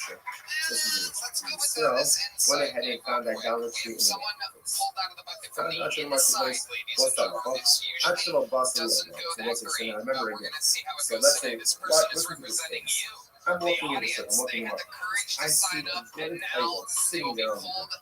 If I lift it up, that's probably not right because you have a quality. And once it's acquired by you, essentially it can't be decommissioned. So what do? Actual boss in the marketplace. So if I pick it up, over the oven kocharim kumevak, I can pull over an atom, then I know what the heck it is. Pull over an atom, and see the atom. I need you to negate this idolatry. Decommission. Like theological decommission. So go ahead and engage in theological decommission of this idolatry. I don't know if it's committed. However, again, in the Shabbat, some year ago, ain't no only oven kumevak.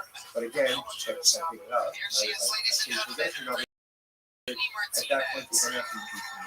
They should know. Ovid Kocharim Mevatel Avodas Kocharim Shalom V'Shalchavim. And Ovid Kocharim, the decommission is Avodah Zarah or the Avodah Zarah of his son. They have gone, they shame them. Whether he worships it or he doesn't worship it. Everything's fine with this. But I don't tell them that I just binged 12 seasons of Supernatural, masturbated 3 times, and ate some slices of pizza in between. So you're welcome for my service. Just doing my job. My husband's a tattoo artist now. He sometimes tattoos these tiny little stitches and they go, oh, that's spicy when he's tattooing them. And I'm like, nah, you know it's fucking spicy, bitch. When your husband just pounds 2 pounds of freaking buffalo wings and plays the more. Right? Ultimately, again, Ozda means natural act. In my shitting off, though, what does it mean from non-worshiper? Okay, that's what I got. There's something there where He is able to go ahead and decommission both an actual no, has the ability to do without ultimately to theologically decommission Avodah Zarah. This word says no.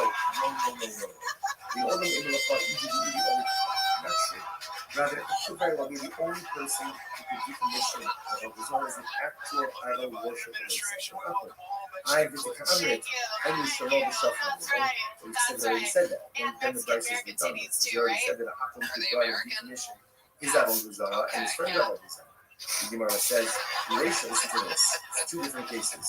Reisha, Zed with the R, Zed with the Marcus. Reisha is teaching you like this. If you have 2 Akums, right? And both So worship we own a Papa. tattoo shop Or up in both Tacoma, worship Washington. We actually just Marcus. moved here to Obviously, Austin. again, We're Apple 1 transitioning our lives, could but right negate now we're his from idol Trader and his Joe's. friend's idol. And Apple 2 We're doing it could Trader negate Joe's. his idol and his Just friend's like idol. Sefer Zela Pa'ar B'Zela. Oh, the Sefer is teaching something different. So this is different. Let's see, one Apple who worships Marcus and one who worships Pa'ar. What's the novelty over here? An Apple can worship an idolatry even if he doesn't worship.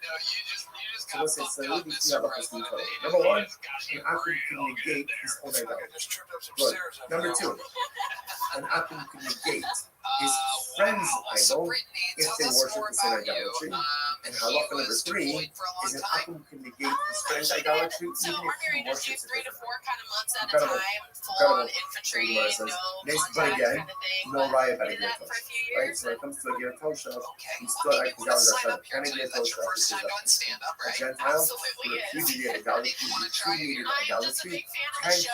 be My Nevat husband got me into it a couple years ago. Honestly, we have bonded What's a over Gertosha? Kill Tony. This is our shit, and we're super into it. What We is look the forward to definition of a this shit Gertosha? every Monday. Is that Kosher This Kiva is Love our shit. Definition? So the Lava of us come to them. It says it's any Apple In who March, is so we accepted did upon himself 10 in front years of in three Tacoma, and then University. we're originally from Southern California. We came last June with the Obamas on. Nice. Yep. Did you sign up then? So in this context, the No, Pasha just my means husband there's was a really little kind of a too base. chicken to sign Any up kind with of me, Apple so comes in did he front of sign a up base. tonight? He absolutely did. His His name name is Giovanni Martinez. That's a gift. That's a gift for himself.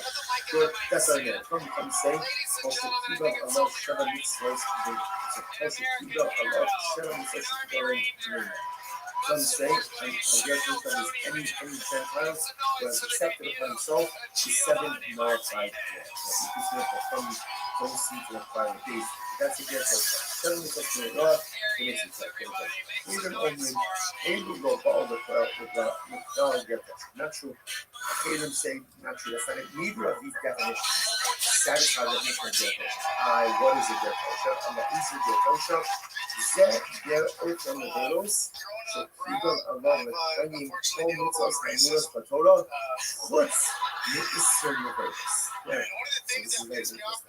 What is the definition of the Gertosha?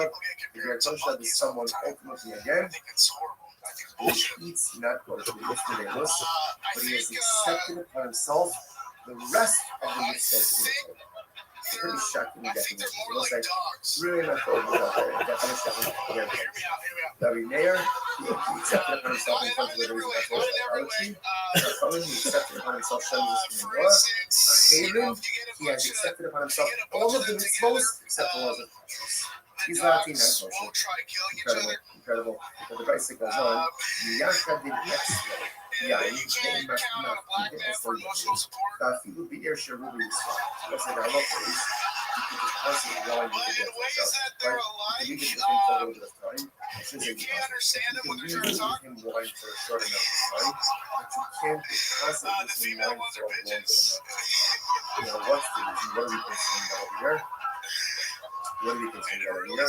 We're concerned ultimately again that Rashi says, well, not that we Rashi says over there. We saw on the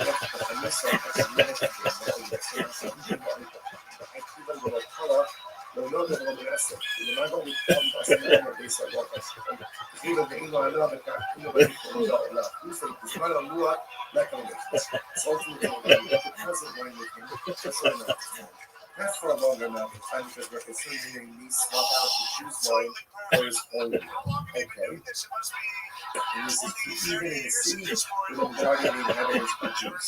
About Yachad in Esther so this is a look once again. You could leave it for the wine for a short amount of time. Not for a long time. Not to the guy or not to the guy next. Not to the idolatry. Right? But we are concerned that over time, for a longer amount of time, may switch his wine for Jesus. For a short amount of time, it's further, for a longer amount of time, Shmano, Tiemo. So the Gemara says, and his prayer was like his way.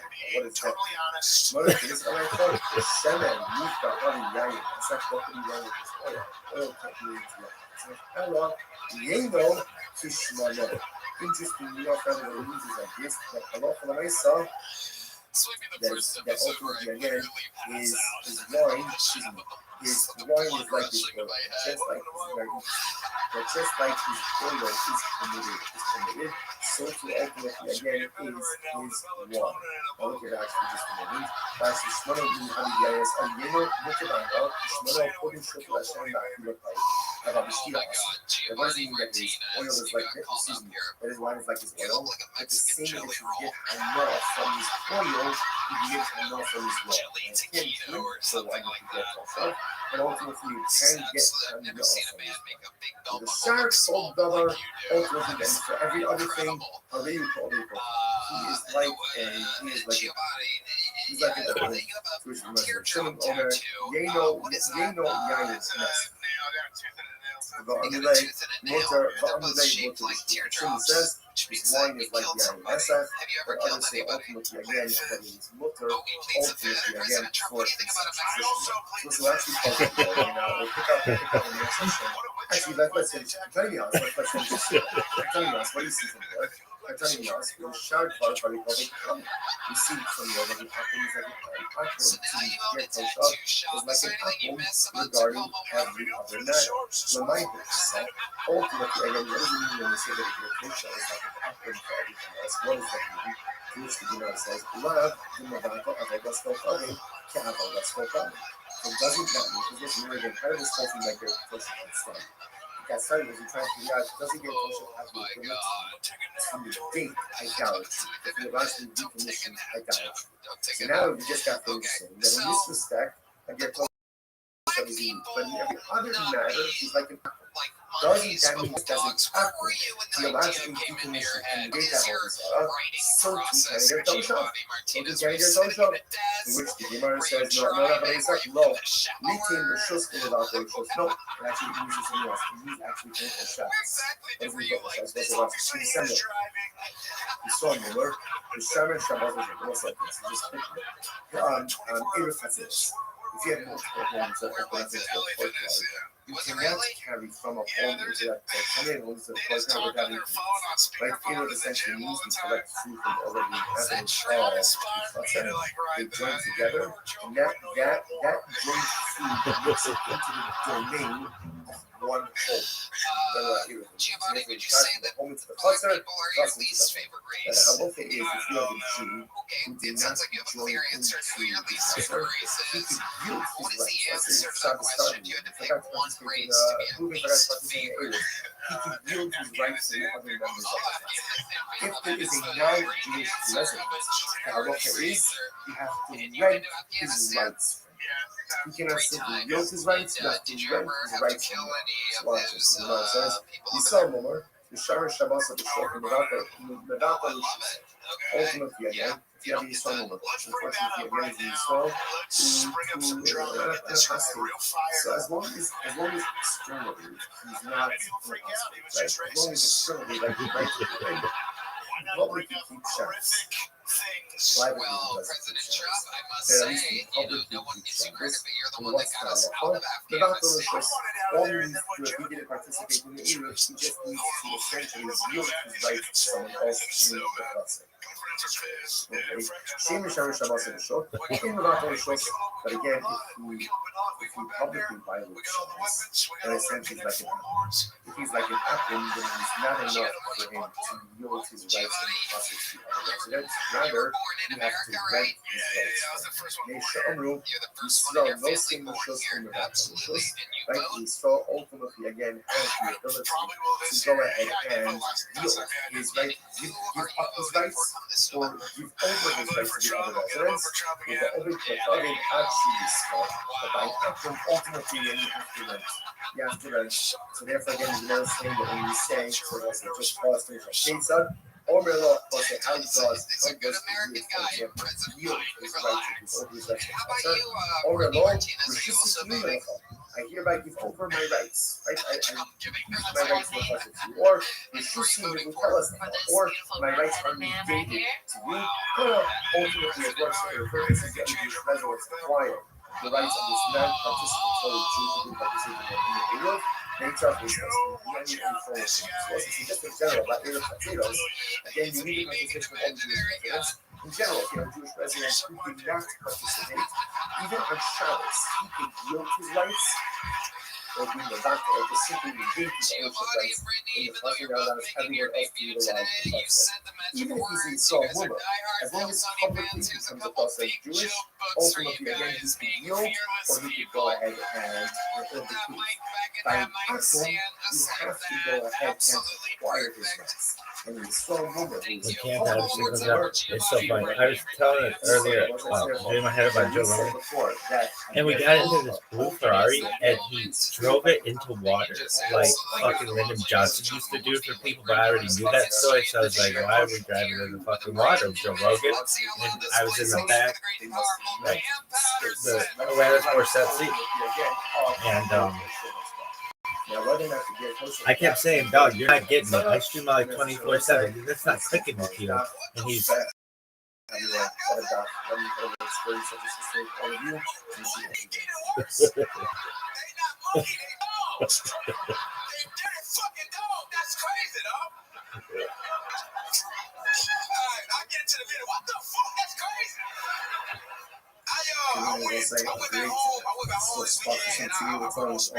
this morning begin by thanking all of our sponsors for this morning share fame. Our annual chemical responsibility versus of dedicating all the seniors Brussels this year as a Swiss for the service levels for Israel. Chemical responses for the month of Abba and Cole Stephen Randy raising in honor of their parents, Israel Drazen, Dina Drazen, and Lee Rosenzweig in memory of Stanley Rosenzweig and the Rafa. All these learning sponsors, Dr. Eddie Faith Wolf, mention of the yard site, Dr. Wolf's father, Cyrus Wolf, Shalom, Ben, Steve Bush, and the Rafa. Nathan and Beth Adler in memory of their father Ben Adler, her father Baruch Mordecai Ben Molina Rasmus. Thank you sponsors for today. Sherry Applebaum in memory of his beloved mother Rosie Applebaum, Rachel Das, the Irish. Okay, America, all over the channel, the families in the family, all those universities traveling together, wonderful ladies, all the selfish, the miracles, and all about us, and the colors, and all of the service, the success of the fall and our city. For those of you that let us begin. Today's dash is the son of Dollar 64. A really incredible dash ahead of us today. We are picking up from Sun Gimel on the days 63B, and we are taking up 2, 4, 6, 7 lines up from the bottom. That's what Rav Nachman Ula Ba'avini Bar Papi. So again, Rav Nachman Ula Avini Bar Papi, just what we hear about Ami Dabai. And we hear about Ali, the sitting with him. University Yosef, Rabbi Levi, yes, how this is a fascinating expression. Suffer Lishka the Yayinesef Ma.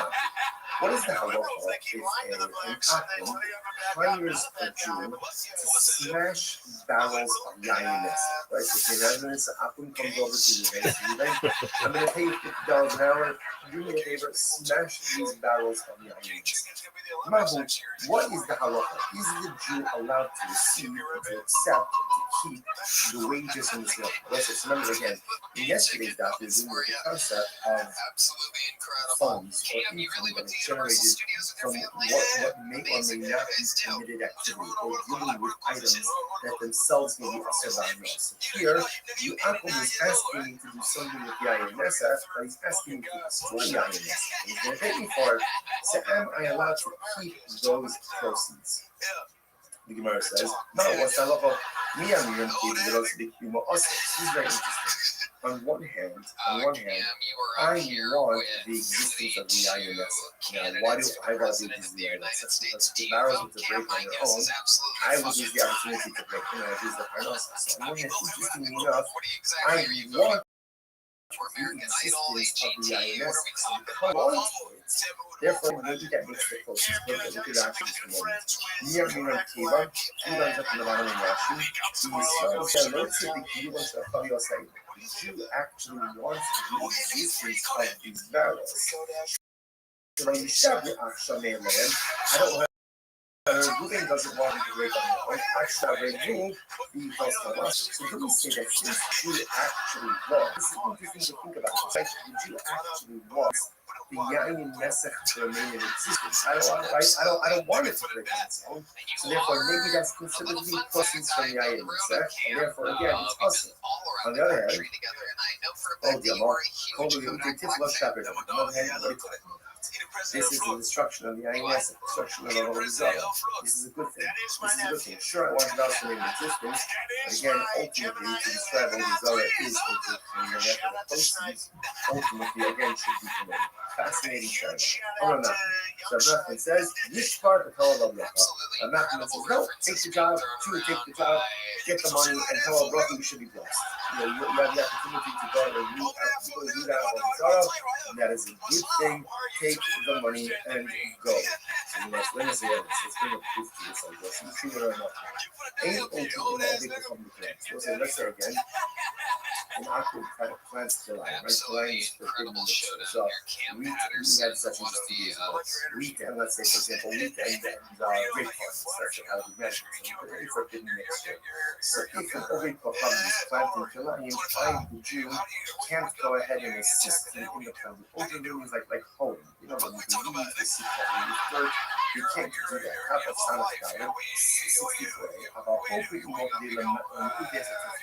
what can I do? I can uproot, right? I can uproot killing. That I am allowed to do. Look at Rashi. About Ogrin, Rashi from the Igor Ba'afad below to the Kuma for your Aquaman checking. Let's say Aquaman hires and then it's silver. Give me a day back again.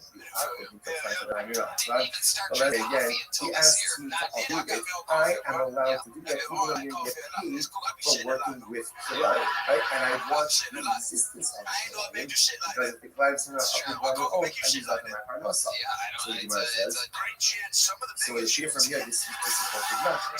But nothing says you are allowed to go ahead and benefit financially from a forbidden item when that benefit ultimately again results in the destruction of even though you by definition want to continue the existence of the prohibited item because you want to be the one who destroys it so you get paid for it. So, Samuel says, so second one can count 64. So who are not using the payments? So you keep it, and the kind of the line look to the whole person in general. Not only is there a prohibition to France killer, not only is there a prohibition to go ahead and facilitate the growth of killing, but you can't do anything that sustains time. So, for example, Rashi points out over here that let's say someone else comes with the line, right? Aquaman line, and the Aquaman asks you to put up a fence around the line. Now, the Akiva says, also, why? Because putting up a fence, by definition, is part of the sustaining of the line. Putting up the fence has nothing to do with the actual plant itself. Nevertheless, it is going to be also the sign really good. And nothing means Nahasa means covering the seeds with dirt. So nothing means look at you get multiple spices and that's the but you're actively directly participating in the driving of fire. The Kiva says after the kind of the Kiva says even if you do anything to sustain it, for example, put up the fence around the Kilayim, that's going to be problematic as well. What up, Mr. Aquarius? Pasuk says, do not plant Kilayim in the field. I'm lovely. Thankfully, any updates on Papa? I'm a little more low Kilayim. I suppose so. It's interesting over here. You want to answer questions and stuff like that. So again, the Gemara is actually kind of slicing the pasuk. You can't do anything. That's the hope. That ultimately, again, enables the existence of Kilayim, even if it's not directly involved with the actual plant itself. It's just something that sustains it. That's what it is. Yes, ma'am. Ilu, the Gemara says, "Ve'ilu." Just been resting. That's all we've been doing. Resting. Ready for the kiva. That's all you can do. What about if somebody's going to pay me to uproot? It was good to sleep a little later. Sounds like That's good to hear. Totally interesting. The Gemara says not necessarily low. Doesn't be that mean of rather Haman, who's a pain. Is this Rabbanon? Rabbanon. He Rabbanon might hear your okrin if he was reading Namishakin. No, but it's not true. According to the Rabbanon, if this is Rabbanon, Rabbanon even hold to put up a fence, right? Because Rabbanon only can be a kiva. Rabbanon hold nothing you can do is cleanse it, or actively do something that facilitates the growth of the I slept too late. Some type of like supporting My hours are thrown off, but so we'll putting figure up it a out. fence is mutter, and you can get paid for that, then certainly again you can get paid for uprooting the fence. So that's not going to be a problem. To which the Gemara says, Hachamas, is very interesting. What's the case over here? The Ka'avid Bechina. Oh, interesting. Where ultimately, again, I am uprooting the Kilayim for free.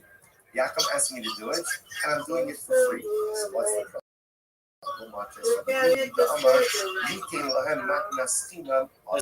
Ultimately, Rabbi Yehuda is of the opinion that halacha l'maisa, you are not allowed to do a favor for an akum.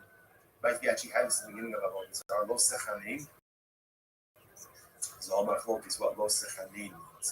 Right? Doesn't mean to compliment them, don't give them a matnasina. It says don't give matnasina, keep free. You can't do something for an akum, even if the free favor is all zara, you still can't. So which the Gemara says, Rabbi Yehuda, Nishma Rabbi Akiva, la. Now, the fact that you're setting this up according to Rabbi Yehuda sounds like according to Rabbi Akiva, this will not be permitted. Rabbi Yehuda, Asra Litin Lahem Matnasina, Aval Lemiute Tifla Shakir. Gemara says, no.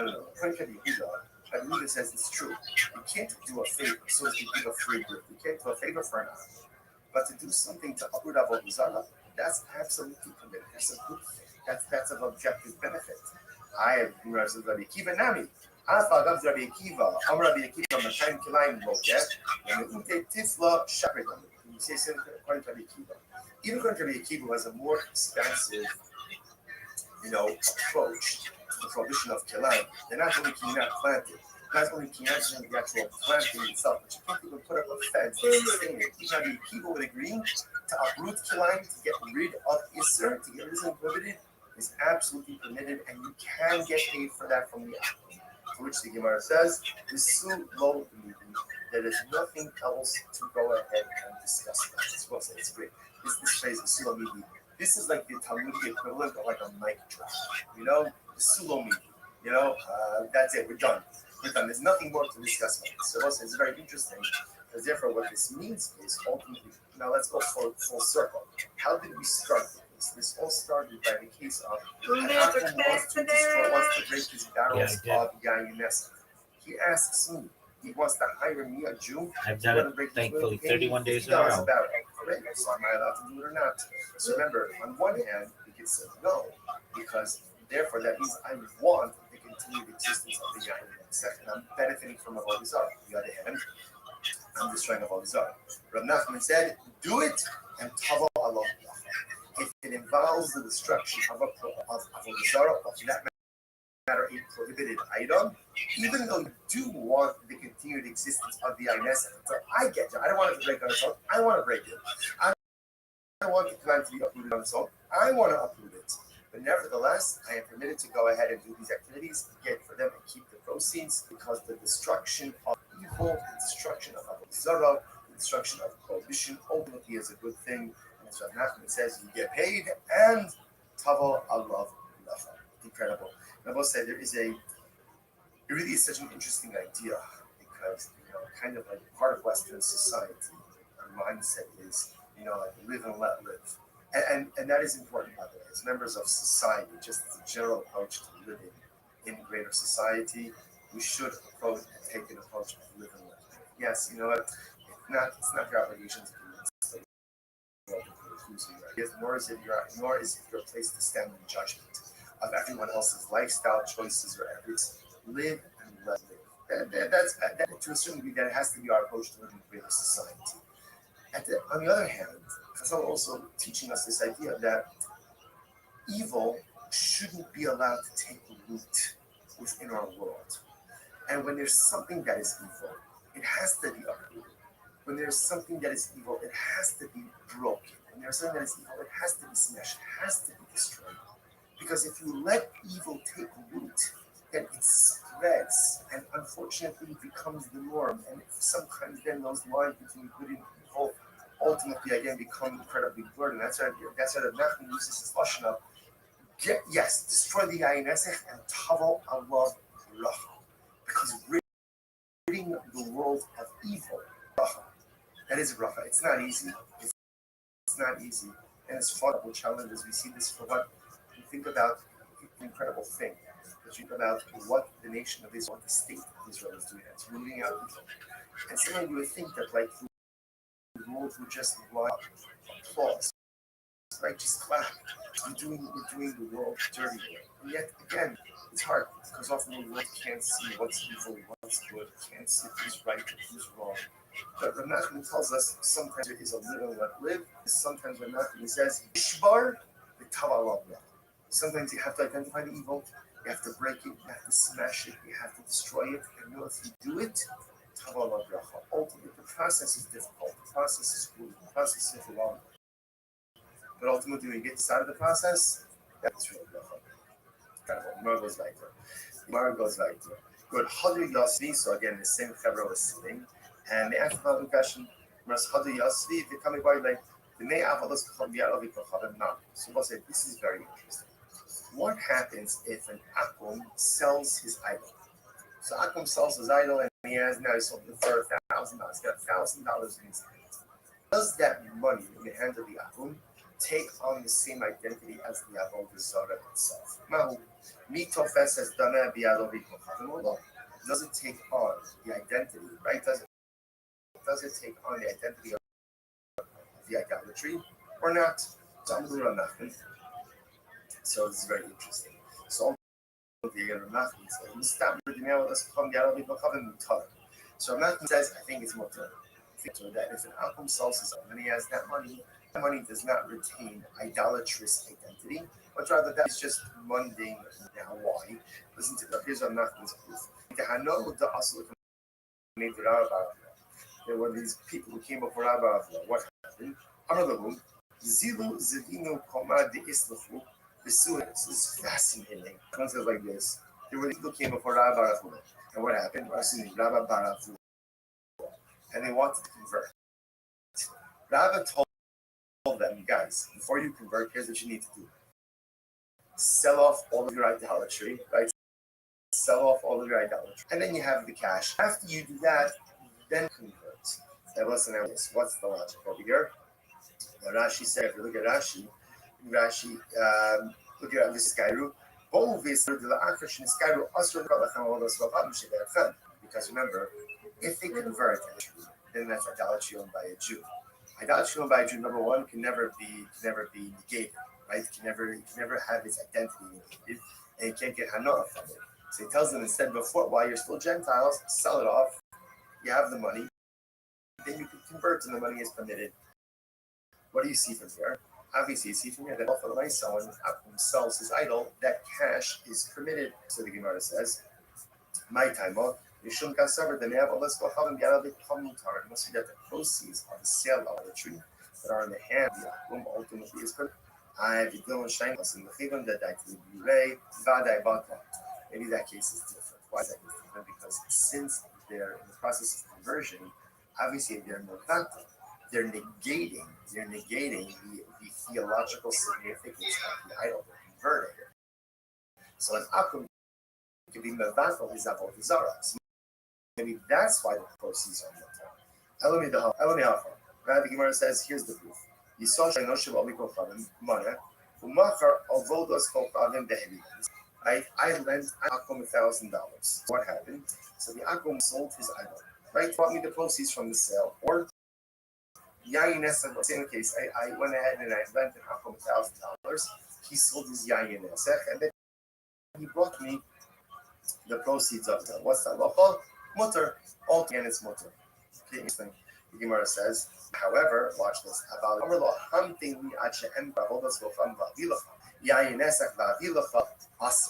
But let's say the akum, same case, lent the akum $1,000. Okay, so I don't want to repay you. To me, here, I'm just going to sell my idol. I'll be back with the proceeds. Or I'm going to sell my Yayin Nesech, I'll be back with the proceeds. In that case, Asr. See, here's the thing. Case number one, I lent Akum $1,000. Case number one, he goes off, sells his idol, goes off, sells his Yayin Nesech. I have no idea what he's doing. He brings me the proceeds, the debt, mutter. Case number two, same thing. I lent him $1,000. He says, I want to pay you back. Give me a couple of hours. I got to sell my Yayin Nesech. Bring the proceeds. The proceeds are prohibited to me. So what's the distinction? I don't understand what's yours in these two cases. So this is very interesting. So now this seems to circle back a little bit to the previous sugya.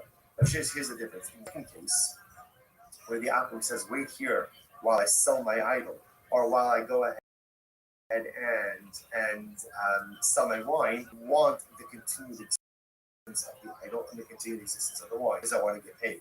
So because I want it, therefore, if Sheshas posits the closings are us, there's one second. The Hirotse, the Kiyuma Kiyagavnami. So we just said before that's mutter. That's mutter. In other words, it will say, when you want the continued existence of something, but I'm not doing anything to further the existence. So yes, of course, I want the continued existence of that idol until he sells it because I want my money. I want the continued existence of the INSF because I want my money. But I'm not doing anything to facilitate the continued existence of these prohibited items. Why should it be us? Vatanan, this is Vatanan, Ger Avichem, Shiyar Shu Avian Ovichem. So this is very interesting things. You have two brothers. One converted, and one they're Akum brothers. One converted and one is still Akum. So brother Ger, brother Akum. So what happens? Their father died. Their Akum father, so they want to split the estate. In the estate is idolatry, or Yain Nesach, and let's say permitted items. So Ger, Yochel, Lo, Tol Ata, Vodas, Gochon, Animals, Tol Ata, Zakmanideros. So Ger can say to Akum, you take all the idolatry, you take all the Yain Nesach, and I'll take and the Deros. The Mishabo, and that's permitted. However, brothers, just like Ger, obviously, all of this presupposes that the Ger has not yet actively taken possession of Yain Nesach or idols. Obviously, what happens, there's no more recourse, right? But there is recourse. Remember, in this, you can get an output to the back level of the Zara, but it's much more complicated. Once a Jew already owns it, there are really very limited options there. So as long as brother has not yet taken possession of these items, no problem. There's no problem dividing up the estate. However, if brother Ger already took possession, it's possible. So let's say, so ultimately, again, what do you see from there? Halach l'maisa, in this case, brother Ger wants the continued existence of the idolatry, the Yayin Esef. But he's not doing anything active to promote its continued existence. And therefore, again, it's mutter. So what's the problem? What's the case over here, this Mishnah? This Mishnah is talking about an idol, let's say, that's made out of gold or silver, which means that even if it breaks, it's still valuable. So therefore, again, brother Ger doesn't actually care if it remains in its whole state. Even if it breaks, who cares? It still has value. That's fine. What do you say? That works fine for yeah. an idol. How would you explain the case then of Yain? This is very interesting. Hadrianic earthquake. So apparently, he actually points out over here, Hadrianic earthquake, where ultimately it's absorbent. Therefore, when you put wine in earthenware absorbed the wine to a degree, that you shard of that earthenware in water and reconstitute one. That's your In boy. that case, also, brother Ger doesn't care if the casks break or not. It doesn't make a difference because either way, the value is still retained. To which the Gemara says, but 1 second, so the Kimur Shloyim, the 1 second. Even if brother Ger doesn't care about the fact that the debate, right? But he does care whether or not he gets stolen or lost. So he still wants their existence. I helped him yesterday with his computer. He's just chilling, I think. No. Shani Rushas Ager Dakilu Barabba. Rabbis were nailed by the Yerusha. Normally, the Gemara says perhaps this case should be problematic. Chazal were made by the Yerusha. And as long as the Ger has not actually taken possession of the Yain Nesach or the idols, he's absolutely permitted to work this out with his brother Akum. Right? And so you take this, you take the prohibited stuff, I'll take the permitted stuff, even though, yes, he wants to continue existence of it. Why? Why would they make a ger? They are afraid that if he has to make a choice between his money, his yusha, and his religion, he will choose his money, he'll choose his inheritance. That's not a knock on the ger. A reality of human beings before as well. For example, right, there's something called Takalas Hashem.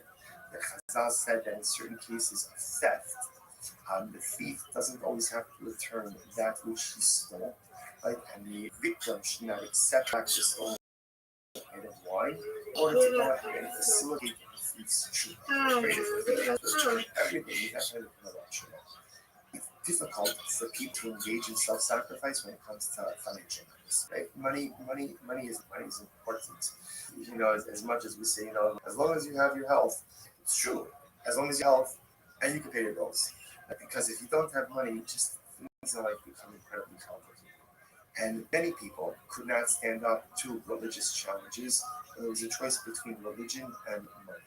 Afraid that the ger between halacha and ultimately again his Yerusha, again not because of it, because it's human nature. Therefore, Chazal didn't want to put him in that position. Therefore, they were makeled by a ger, understanding that often in this kind of case you're going to have an estate that is comprised of admitted items and permitted items. Therefore, him to keep the permitted items, give his akum brother all of the permitted. Incredible. We'll say on the base. You know, the advice that supports this. Medjan, when is this so? Shirsh, No, they kicked him out of there a long time ago. But in the case, let's say, of a business partnership with Yasser. So you see from here that Chazal allowed certain things to happen in the context of Yerusha that they would not have normally allowed to occur in other contexts as well, because we don't want to put the person in this, we don't want to put the ger in this precarious type of situation. Incredible. So remember, how do you guys find this? Remember again, all of this is the same group of Rabbanim sitting. Another question that came. Ger toshav ma'ushi bata. Oh, let's go. Shalom said this is very interesting. Can a ger toshav go ahead? And I will say, just before we go on, just the idea that Chazal were made by the ger, just so you understand the tremendous Mr. in this. Halacha is structured in a way to make us succeed. The Ribono Shel Olam wants us to succeed. You know, sometimes people have a very skewed view of HaKadosh Baruch Hu, a very skewed view of halacha. That you know, Baruch Hu was waiting for us to mess up so he could smack us down. God waiting for us to mess up so he could levy some type of punishment or penalty against that. Nothing can be further from the truth. The Ribono Shel Olam wants our success, wants our success. Chazal our success more than we success. And all of the halachas, all of the rules, all of the strictures, any law punishments are only there to put us on a path to success, not to smack us down when we go and we make a mistake. But again, Baruch Hu understood what we need in order to be successful. Chazal understood what we need in order to be successful. And when they need to relax the standards to make us successful, they do it. It's incredible. They do it.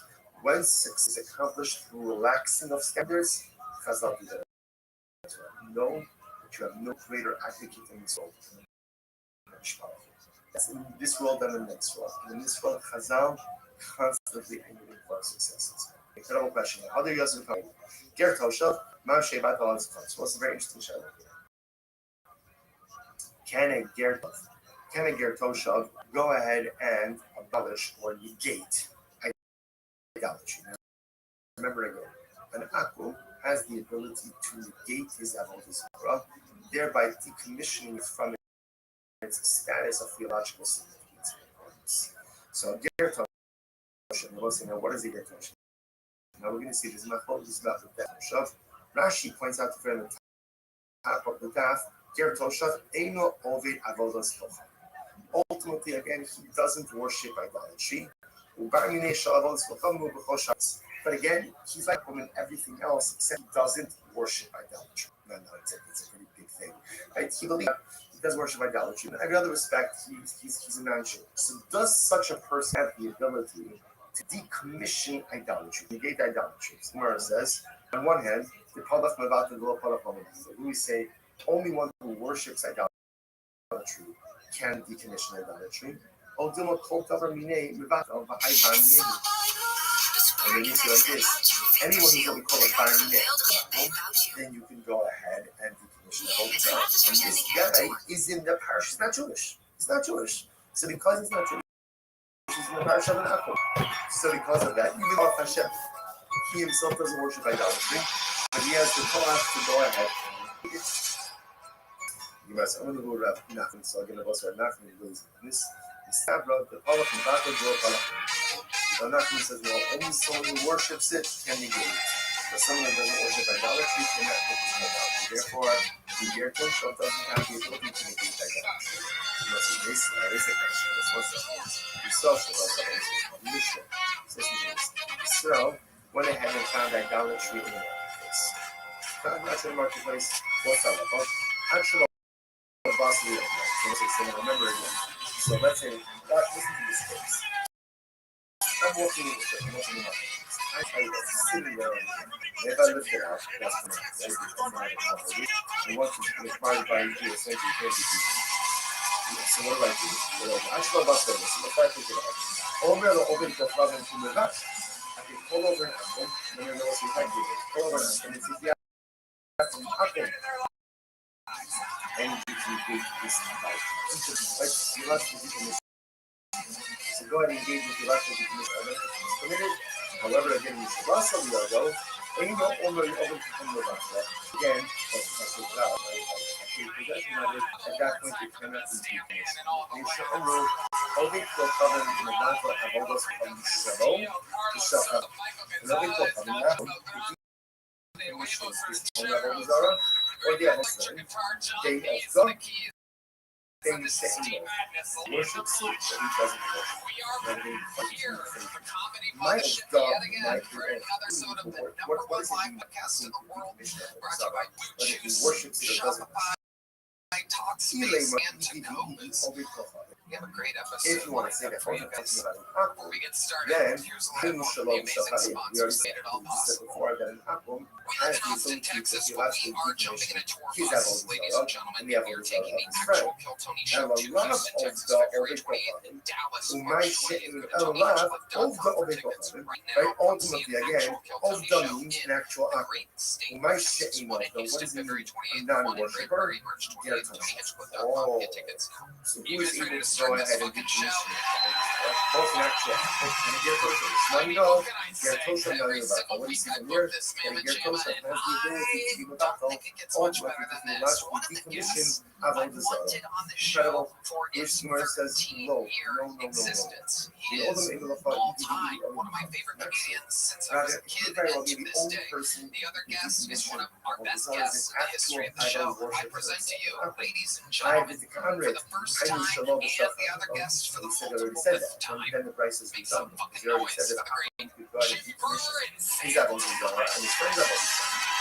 says racist to this. Two different cases. Reisha is that like the art, is that the market. Reisha is teaching you like this. If you have two apples, right? And both worship Palapal, and both worship Marcus.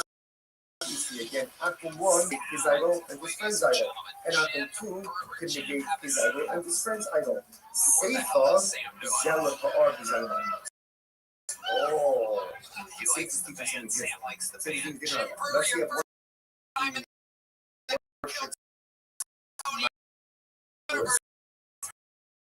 and one who works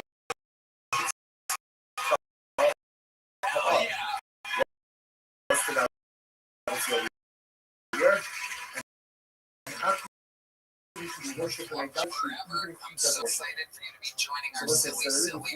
Number one, an active negate is good. Number two, comedy together. an active negate his friend's idol to worship the same idolatry. Now, option number three, how can you negate his friend's idolatry even if he worships a different God? Incredible. Incredible. So you know what it says. Next, but again, no, right? So it comes to your culture. He's still like the God that's like, can it be a culture? A Gentile, but we do the idolatry. Can you do the that level? That was thought of it. Basically, you're going to catch up. What's a Gertosha? Kosher. So what's it? So now we're getting more definition. What is the definition of a Gertosha? Kosher Chuba technique. Here it says it's any aqua who has accepted upon himself in front of three. Now again, I will say Chaver, we spoke about it. Chaver normally means someone who's careful with truth and extras, someone who's careful about tumen tablet. So in the context, the Pasha, what it just means he has to do it for another base. The time an Akum comes in front of Tamid Chaverim, and he repudiates idolatry. That's a ger toshav. That's a ger toshav. Good. That's right there. From say, Kol shekab Allah sheva mitzvos bin. So Kol shekiba sheva mitzvos shekiba bin. From say, an ger toshav is any Gentile who has accepted upon himself 7 Noah Chai. Just enough from don't seem to fire a base. That's a ger toshav. Sheva mitzvos bin Noah. That makes it ger toshav. Achirim omrim elu lo baal b'kla. Achirim say naturally. That's not it. Neither of these definitions satisfy the definition of ger toshav. What is a ger toshav? Allah izu ger toshav. Ze ger ochel mevelos shekibel Allah lekayim kol mitzvos hamuros barot chutz iser nevelos. So this is very interesting. What is the definition of a ger toshav? A ger toshav is someone ultimately again who kosher eats nevelos, but he has accepted upon the rest of the mitzvos in the Torah. Really, my phone is out there. Definition of ger toshav. Rabbi Meir, he accepted upon himself in front of the days in that worship idolatry. Chachamim, he accepted upon himself Shem is Bnei Noach. Chayrim, he has accepted upon himself all of the mitzvos except all the kashrus. He's not kosher. Incredible. And the Brisa goes on. Yachad din etzlo yain ve'imach kitin etzlo yain. So we'll say the halacha is you can deposit wine with a ger toshav, right? You can leave it with him for a little bit of time. There's a deposit. You can leave with him wine for a short amount of time, but you can't deposit with him wine for a longer amount of time. Here, what do we get over here? We're concerned ultimately again that Rashi says over here, you saw my gift. So actually, the high kivan the Lopala, Lono the Holomanase, Lumago, the Ama base of location. Even the Ilo another car, for the Ola, who say, so ultimately, again, you can deposit wine with him for a short amount of time, not for a longer amount of time, because we're concerned that he swap out the juice wine for his own. Okay.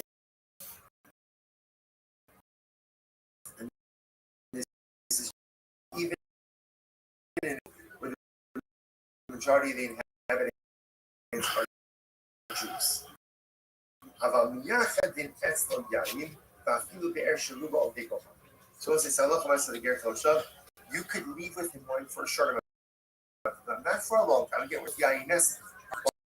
Stacked in a disgusting bar next door. And they're all crammed in there together, and they're all hoping for a longer amount of time. Red hats, low glasses, famous for yo-yoing and having finger skateboards over and says, "You're next. You're going to be on the biggest show in the industry." I pulled her name out of the bucket. I think in 60 seconds uninterrupted. You guys. Yeah,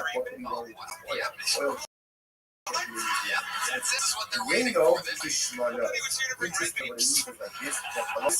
this guy. He's got a headset. This is what it looks like when a ball boy wants to pretend to be the head coach of a football team. Wine is like his voice, just like his voice is committed. So to ultimately again is one. Look at us. Look at he's changing Indiana's national championship right now. And still, anyway, we'll take 60 seconds uninterrupted. The time is up here. The sound of a kid. That means they have to wrap it up next. Bring out the Hollywood Bear. For this one. Great at his job. He was so good. The sharp ultimately for everything a leader That's the only job. He's like We go wrangle that kid into it. we are here to make us your second appearance ever. Those history, our first appearance was New Year's Eve in the Solvay Center Arena here in Austin, Texas. This is our first time on the show at the mothership. Make for a mothership debut. Regarding every other matter. There might be what is that? Fun fact about me, I was adopted. So it doesn't, this was more again, how did Ever this since came to the United States, guy age who of tries to 20. figure out, does it get to make idolatry, to feel like commission idolatry. So now we just got finished, but in every Most other comedians matter, comics doesn't just just get doesn't called a act commie. can theologically decommission and you As can't an get those immigrant, up. the first Well, you question can't get people those up. ask me is always, Which the hey, Gemara said, do no, you no, care no, for it's yourself? not, Do no, you have team any was here? just about those. No, And I tell actually, them, no, I uses don't the have word. family here. Actually, They always say, Shabbos, sorry, what's it, it's Daniel. you don't know. You saw him, Lord. Yeah, that's Remember exactly why Shabbos I'm was here. sentence. If they flew 13 If you had hours more away homes that across open the up world in so I can see Florida, them you again. cannot carry from a home into that place. Homes that work out without an right? It Hello, essentially America. means we collect food from Thank all you. of the inhabitants of Butter. We Yeesh. come together, and that joint food makes it domain one whole. I look at it, if you have a food, do not join food. He could yield. Welcome, welcome. Forgot to participate in forgot to participate in the areas. He yields his rights to At the other mothership, members we of learned a the lot about you too. If there is Really, a how non-Jewish did you end up resident, what at there age is, 20? you Oh have yeah, I to came rent here his for rights. school. I studied music. Says, Yeah. so, What did you study? Violin or something? ultimately, if you have a song moment, Study music. so, Yeah, I sing. an apostate. Really? What instrument do you know? Not I guitar. an apostate, right? But I'm As long not as too good. externally, I'm like, more right, like a and singer. Really? what we can keep Shabbos. Wow. Privately, just at least in public, we keep Shabbos. I think And you what's were down the stalking me hall, on for not Facebook. delicious, all he needs to do if he didn't You were participate stalking me in on the meeting, Facebook. he just needs to essentially yield his rights to someone else in the professor. Okay. Seeing the Shalosh Shabbos of the show, in the Vato of the shows, but again, if he publicly violates Shabbos, Did you get a degree in music? if he's like an No, apple, no, then it's I not don't enough like for him to yield his rights in the You process. dropped out the rare Asian Rather, drop. you have to write his rights. Meishamru, Yisrael, no single shows I from love the it. So, shows. how long Right, did you go to Yisrael school? ultimately again I has the was a ability year in to Maryland go and a ahead year in and Florida. yield his right, give up his rights, or give over his rights to other residents, or go over to other actually but by Apple ultimately you have to rent. So therefore again the Gemara is saying that when you say so let's finish up. What Jason, surprised you or about Merlo American was how culture? does What surprised you? It's people eat or a lot. Merlo, you should see I hereby give over my rights. I bequeath my rights to the They need person. Or people in the you war should see part that that you need tell us, wheelchairs or because my rights they're are blind. negated to you. Ultimately, it works for the purposes of these residents acquire the rights of this You non-participant just need voice 50 to more pounds and participate you're on in a the heroes. wheelchair. They tell this not even for it's just a general about Erev Potatoes. Again, you You need the look like participation YouTube of all the video Jewish wheelchair residents. now. If you're a Jewish resident, you can participate. Even on Shabbos, you can yield rights. Or to the back, or just simply negate ownership rights in the parking lot as everyone else can utilize the So parking. your parents are Even in if he's China. Yisrael Muma, Yeah, as long as yeah. publicly They don't he know comes anything across about as Jewish, They really ultimately don't again know. he could yield or he could go ahead Yeah, and because they're broken. I bequeath. don't want to be By funny. Akon, you have to go ahead and Why are they? What do they do for Yisrael Muma. They just teach It's treated like full circle. That's therefore when we said before, kosher ultimately again is treated like a shafel for all other things.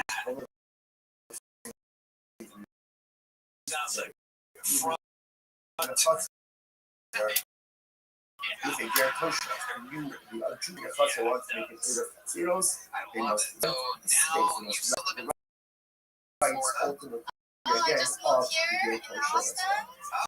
Now, whether or not the kosher is actually right in the group of Sarah, And as the will say, we will see tomorrow. It's not that everyone, what is that? What incredible experience that this is.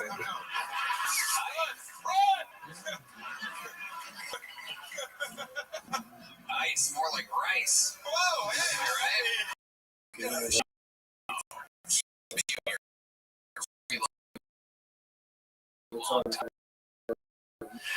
This morning begin by thanking all the our sponsors this morning.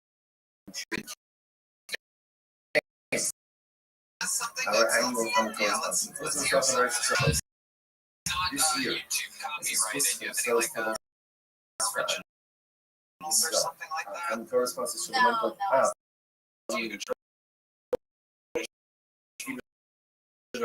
He's raising honor of the parents.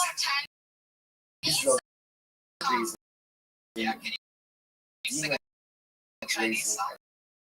Rosenzweig and many of Stanley Rosenzweig on the Ruffle. Our returning sponsors, Dr. Edmund, Commissioner of the United States, Dr. Wolf's father, Samuel, then Steve Versus, Ruffle, other bottles modified to bend my weight. The only sponsor today, Terry Applebaum, member of his beloved mother, Rosen Applebaum, Ruffle, Bass, Rebbe Shell's having the families in the family, all those leaders, we shall for the wonderful ladies from the Ruffles, and there's the Shell's part of our hostages, Shalom, and allow our holy soldiers to be sold on our city. One of us begin praise God. Son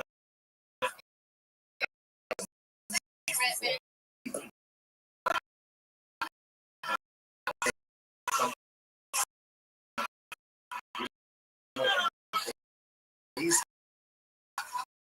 6 feet 3 and we are picking up 2, 4, 6, 7, 1 up from the bottom. So that not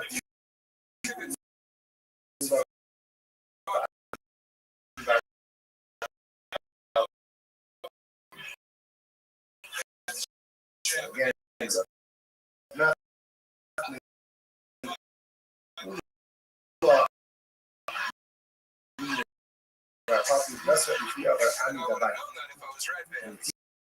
here by Ali, the city which I'm the Yosef, the Kabbalah, my wife, he asked the following question. Listen to the fascinating question. Safra Yayinesa Hamadi. What is the halacha if an Akum hires you to smash barrels of yayin? Right? So if Akum comes over to Ruvain, so Ruvain, I'm going to pay you $50 an hour. Do me a favor, smash these barrels of yayin. So, what is the halacha? Is the Jew allowed to receive or accept to keep the wages from his life? Let's remember again, in yesterday's doctrine, the concept of funds or income is generated from what may or may not be considered or given with us that themselves will be us. So here, Malcolm is asking to be something with the INS, like he's asking to destroy the INS. He's going to take me forward to ask out to keep those persons. First says, "Ma, what's that about me and you? Keep the road to be more awesome." I'll meet you later. On one hand, I want the existence of the INS. Now, why do I want to use the INS? If I was to break on their own, I would use the opportunity to break on these are not. So I want to see enough. I want people of me INS.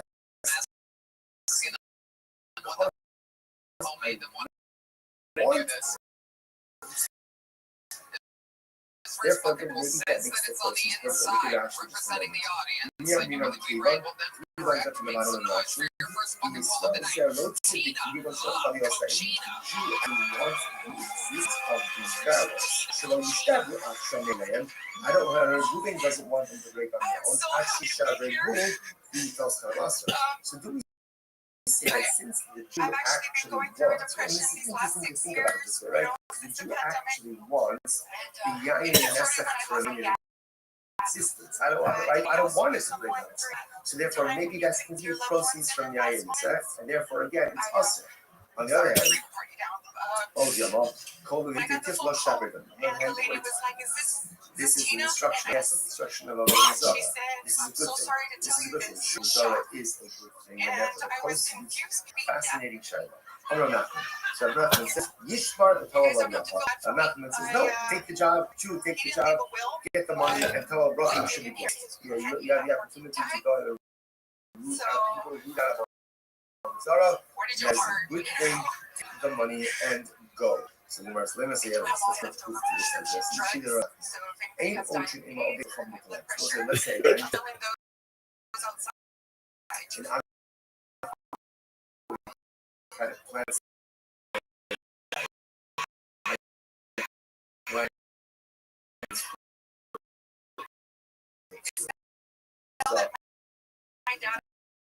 we had such wheat and grape. That's the how we go. So if we plant the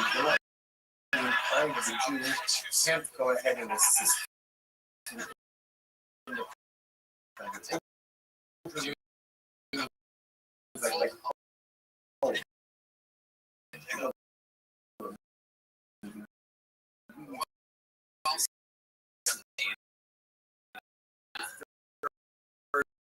you can't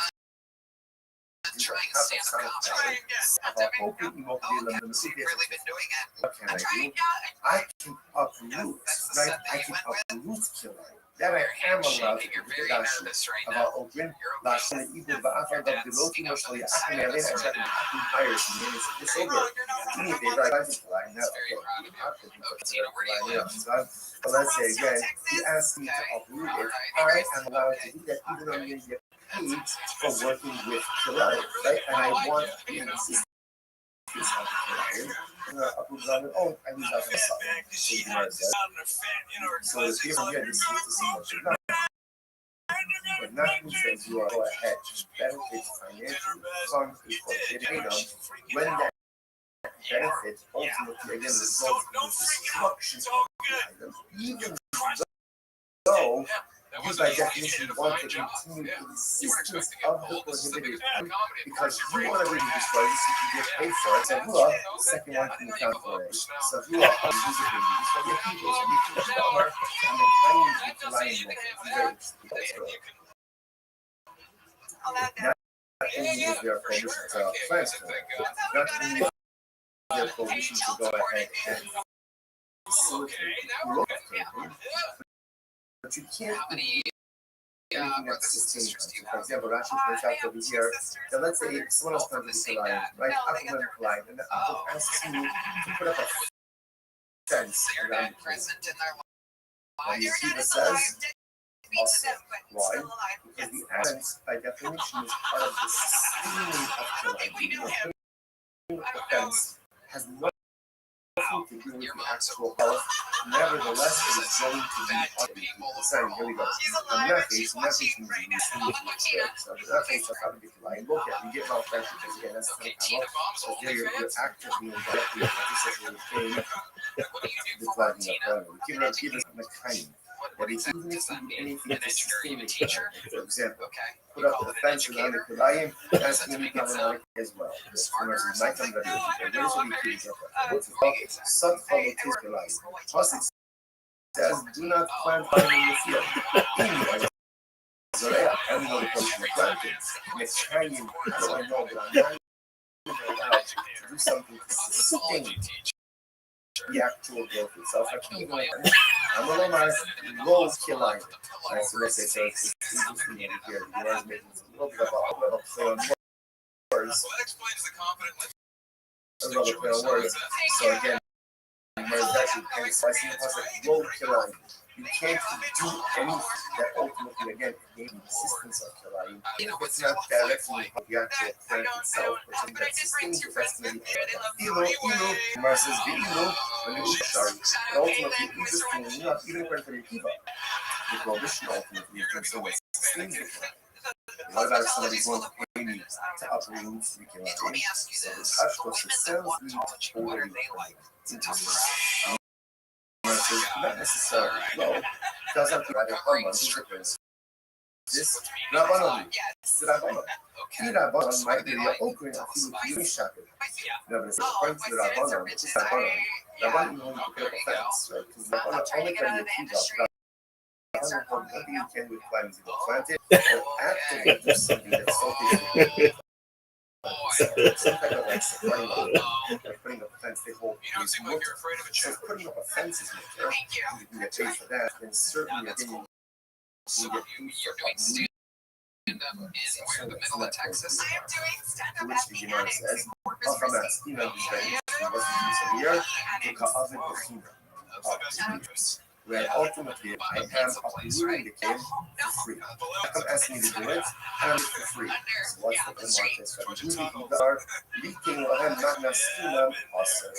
Ultimately, you do some of the opinion that Allah thinks you are now allowed to be a favor for them. Like you actually see any of those. I love Stephanie. After the bar All owner my is here focus with was us. Stephanie. We don't need It says, don't do like this. You can't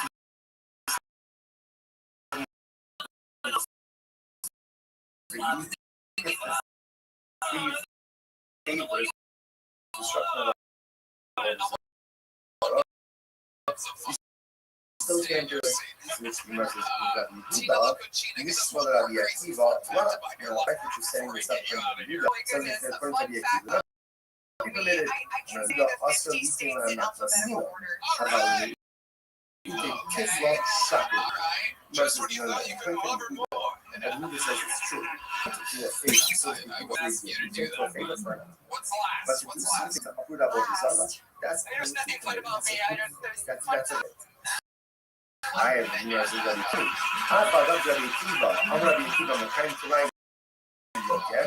And if you say kiss love shocking, you say something from the you're going to be Kiva as a more fancy, Congratulations. you know, approach to the tradition of July. They're not going to be that planting. Not going to be actually got your planting stuff. Sam, you don't have to share every to uproot July, to get rid of this sin, to get rid of what it is absolutely permitted, and you can get rid of that.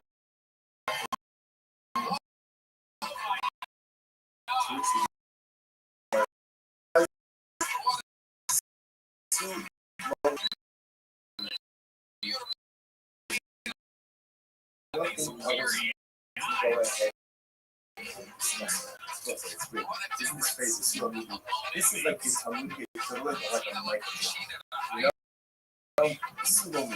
You know, that's it. We're done. There's nothing more to discuss. So it's very interesting. Therefore, what this means, now let's go full circle. How did you start with this? It all started by the piece of, and after wants to break these barrels, you ask the student who wants that. I mean, you are paying $50 a barrel. So remember, on one hand, because that means I want to next season. So close season outright with prize picks getting $50 instantly in line after you play your first $5. But now, instead, do it and cover along. Follows the instruction of a Zara, but that matter a prohibited item. Even though, yes, I do want to continue to exist in the IMS, but I get it. I break it. I want to break it. I don't want the plan to be uprooted. I want to uproot it. Nevertheless, I am committed to these activities to get paid for the proceeds, to pass Your community on prize picks like Red Band with the new social feeds feature. You can share prize picks with the popular lineups from winners. Nothing says you get paid. You can follow prize picks partners like us, Dale, or feed our hits. Plus, prize picks now has early payouts. If your player gets off to a hot start, you can have the option to cash out. part of Western society mindset is, and that is important. As members of society, It's we good to be should right. take it It's super clean. It's sort of business to shop by. Maybe not everyone tells you to sell shit inside your head. But shit, 26 when you have to go out and Shopify gets you everything you need to sell online and in person. Millions of entrepreneurs and already made this transition to first-time business owners just getting started. be allowed to take the roots within our world. And when there's something that is evil, it has to be uprooted. When there's something that is evil, it has to be broken. When there's something that is evil, it has to be smashed. It has to be destroyed. Because if you let evil take root, then it spreads, and unfortunately becomes the norm. Sometimes then those large and evil ultimately again become incredibly good, and that's why the Nazi uses caution of yes, destroy the INS and trouble of love, because ridding the world of evil is a process.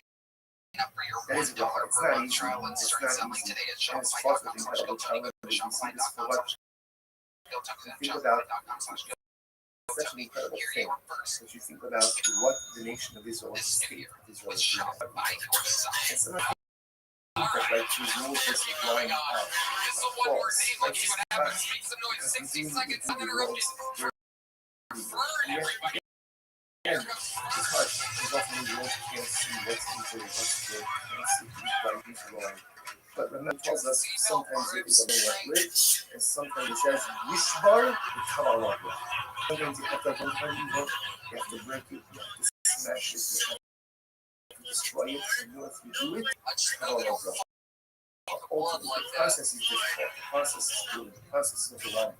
But ultimately, when you get to the other side of the process, that's what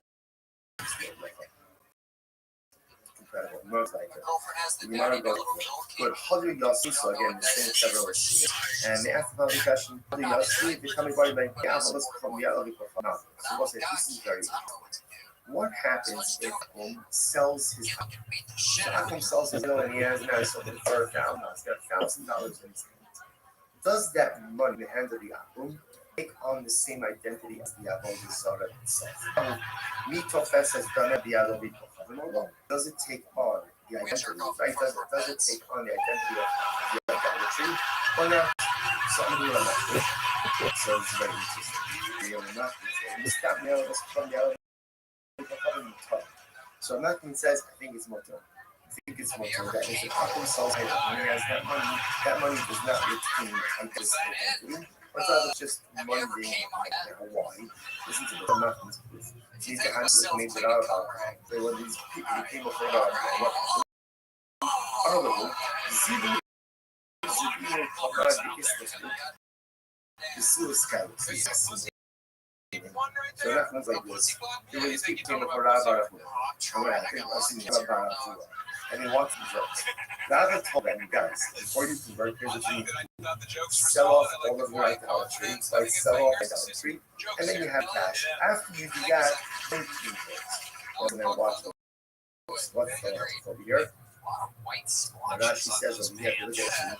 You see Rashi, this is Skyru. Hold this guy with the Akashi. Skyru also knew how to hold it. So how much you got to come? Remember, if you convert, it's still only idolatry. Then that's idolatry and idolatry. Idolatry and idolatry, number one, can never be negated, right? It's never had to be. They say no. So it tells us instead before, while you're still Gentile, sell it off, you have the money, then you can convert money as permitted.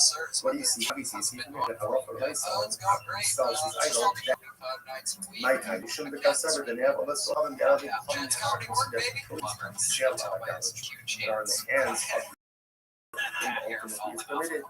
Shine passing the freedom that could be raised, maybe that case. Why is that? Since the process version, obviously they're negating the theological significance of it. But how can you be the concept is about dogs? Maybe that's why the person it says here's the proof. We social legal mother. I lent Akum $1,000. So what happened? So the uncle went and sold, right, and brought me the proceeds from the sale. I went ahead and I went for $1,000. He sold his yayin nesach, and then he brought me the proceeds of the sale. What's that? Well, mutter. Ultimately, again, it's mutter. Interesting. Says, now, however, watch this. Yayin nesach, he looked up. Let's say the apple case, $1,000. It's the one I pay you. To me, never wait here. Going to sell my I only got the proceeds. I'm going to sell my yayin nesach. I already got the proceeds. In that case, it's awesome. See, here's case number one, same case. I let up with $1,000. Case number one, he goes off, sells his idol, goes off, sells his yayin nesach. I he brings the proceeds, pays back the debt. Case number two, paying $11,000. He says, I want to pay you back. Give me a couple of hours. I got to sell my idol. I got to sell my yayin nesach. Then he comes up. The proceeds are prohibited. Effectively, my generation, my choice. So what's the distinction? I don't say what's the distinction. See from the Shumba, how you make kilos. So this is very interesting. So now this seems to circle back a little bit to the procedure. Here's the second case. Where the apple says, wait, while I sell my item, or while I go ahead and sell my wine, I want to continue existence of the wine, right? So because I reject, therefore a case is the post. What's that?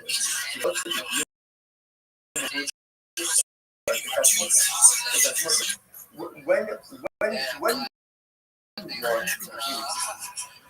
but I'm not doing anything to further the existence. So yes, of course, I want to continue the existence of that idol of the opposite. I want to continue the existence of the yayin nesach because I want my money. But I'm not doing anything to facilitate the continuity. Why should but now there is the but there are Yeshua being overcome. This is very you have two brothers. One converted and one they're both they're Apple brothers. One converted and one is foot. So brother Ger, brother Ak. So what happened? Their father died. Their father died. In the estate is idolatry or yayin nesach. So Ger, Loma, Lotov, Aka, Lomas, Kocham, so brother Ger is saying to brother Apple, said, well, take all the idolatry and I'll take the money and the potatoes. He can do that. Then you should go, and that's good. However, the Mishabah is just like this. Obviously, all of this poses that obviously, once that happens, there's no more recourse. Right? But the love picture, technically, there's no way to see this. You can get the without love and sorrow, but it's much more common. Once it, so as long as brother Ger has not yet taken possession of these items, the problem is no point dividing up the estate. However, if brother Ger already took possession, then it's possible. So what's this? Ultimately, what is now in this case, brother Ger wants to continue the existence of the yayin nesach. But he's not doing anything, and therefore it's mutter. So what's the problem? Which is Rava Barula Mafisa Mabodas. What's this? It is the iron cactus before this. This is just on that I don't know if it's made of gold so it's great. It's about so therefore again, brother Ger doesn't actually care if it means in full sleep or not. These are great, he cares. Still has done, which he knows. That's fine. That works fine for an idol. But how would you explain the case then of the guy has entering so apparently he actually points out that if you're Adrianic person that ultimately is like a source of serpents, If you put wine in there, it's like you want to eat, but you can take a shard of earthenware, put it in water, and like just the girl with the in filter that and case, cheated also, on the me. beer doesn't Always 80 pounds. Like, so, are you going to their house? Are you meeting them for coffee? Where are you realizing that you got catfish? Yeah, or most of the time, actually start to think, wait, in my car, be like, doesn't care about the fact that you're great. Right? But he does care about you're not just being watching them still and boss, enter so he still like a wants fucking and Italian continues to exist. mobster ready to do But on top anything. of Yerushas Hager, don't bring a riot in this case. You're bringing a riot, bringing a in the case of the inheritance of Hager. No. Shiny Yerushas Hager, Dakilu Barat. Rabbis will make those by Yerusha. Because normally, you know, perhaps this case should be problematic. But halacha l'maisa, Chazal were making by Yerusha. And as long as the guy has not yet actually taken possession of the guess he's absolutely permitted to work this out with his brother. Right, so you take this, you take the prohibited stuff, I'll take that. Even though, yes, he won't continue to exist. Why would they make it by a year? Zera Shimon Yashin. We are afraid that if the guy has to make a choice between his money, his Yerusha, and his religion, he will choose his money, he will choose his religion. That's not going to get. That's a reality. Or as well, for example, right? The thing called the Chazal said that in certain cases, theft. The thief doesn't always have to return that which he stole. Right? And the victim, set to a kind of line in order to facilitate the future. I worry about you are father's nightmare. Difficult for people to engage in self-sacrifice money is necessary. Money is important. And, you know, as much as we say, you know, as long as you have your health, true. As long as you have your health, and you can pay your bills. Right? Because if you don't have money, you just lose your life. And many people do not stand up to religion. There's a choice between religion and we're afraid that there is between both. And ultimately, again, as you show, he may be tempted to choose his own. Again, not because of it. So if Chazal didn't want to put in that situation that they were made by a ger, so in this kind of case, he didn't have any advice of this item. Therefore, allowed him to give his brother all of the things. Incredible. What's that on the base? Tiny, not get advice that's the horses. Imagine, we're no, Shirshi, Yerusha. About Mishkan, so you can hear that Chazal allowed certain things to have context of Yerusha, but not have normally allowed certain context as well. You don't want to put the person in this in this precarious incredible. Another question. Yer Kosha now she back to all this stuff. This is very interesting. And Yer Kosha. But I want to say, he said, you could Chazal will make it understand the tremendous Mr. Hans. Halacha is structured in a way to make us succeed. The Ribono Shel Olam wants us to succeed. Sometimes people have a very deep view about this, a very deep view about that you know, this problem was waiting for us to mess up. Consolidating mess ups. Nothing can be further from the truth. The Ribono Shel wants us more than we want us. Chazal wants our success more than we want our success. And all of us, all of the rules, all the strictures, all of the points are only there to put us on a path to success, not to smack us down when we go ahead and we make a mistake. But again, Chazal understood what we need in order to be successful. Chazal understood what we need in order to be successful. And when they need to relax the standards to make us successful, they do it. They do it. Once it's accomplished through relaxed standards, Chazal knows it. No greater advocate than this world. In this world than in this. In this world, Chazal constantly. Incredible question. Other years ago, Ger Toshav, Sheba Balance was very interesting. Can a Ger Toshav go ahead and abolish negate idolatry. Remember, an apple has the ability to negate his idolatry, thereby being it from its status of logical significance. So, Gertosh wants to know what is a Gertosh. Now, we're going to use my focus about the definition of Gertosh. Rashi from the top of the graph, Gertosh ain't no Ovid Avodas. Ultimately, he doesn't worship idolatry. Again, he's like an apple and everything else, except he doesn't. Like, he believes in that construction. Doesn't worship idolatry. In fact, he's does such a thing have the ability to decommission idolatry, to negate idolatry? Where it says, on one hand, the Palach about the rule of only one who worships idolatry can decommission idolatry. Just trying to get better. That's it. Let me see, like, anyone who's going to call it binding it, if you're in the pressure of it, then you can go ahead and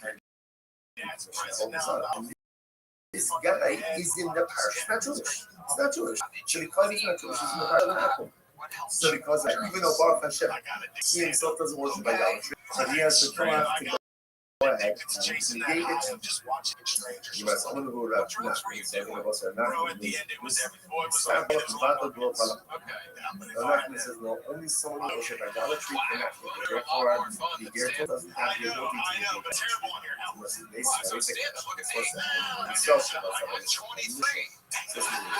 So, went ahead and found idolatry. Marketplace plus actual was a sin. I remember again. So let's say what this case. I'm walking in the shop, I'm walking in the marketplace. If I lift it out, and what it's hard to do essentially can't be. So what do? Actual bus so before I take it out. Over the open to plug into the I can pull over and remember what's the attack here. Oh, and see if you have some alcohol. I need you to negate idolatry. Decommission. Right? Theological decommission. So go ahead and engage in theological decommission. However, again, in the bus of the auto, they only open to the bus. But again,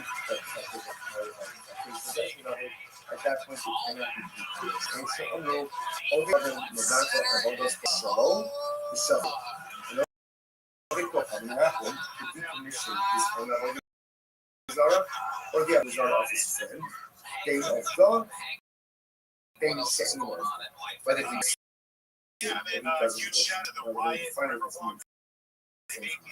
might of job might be what is it mean for what is it mean whether he worships Elena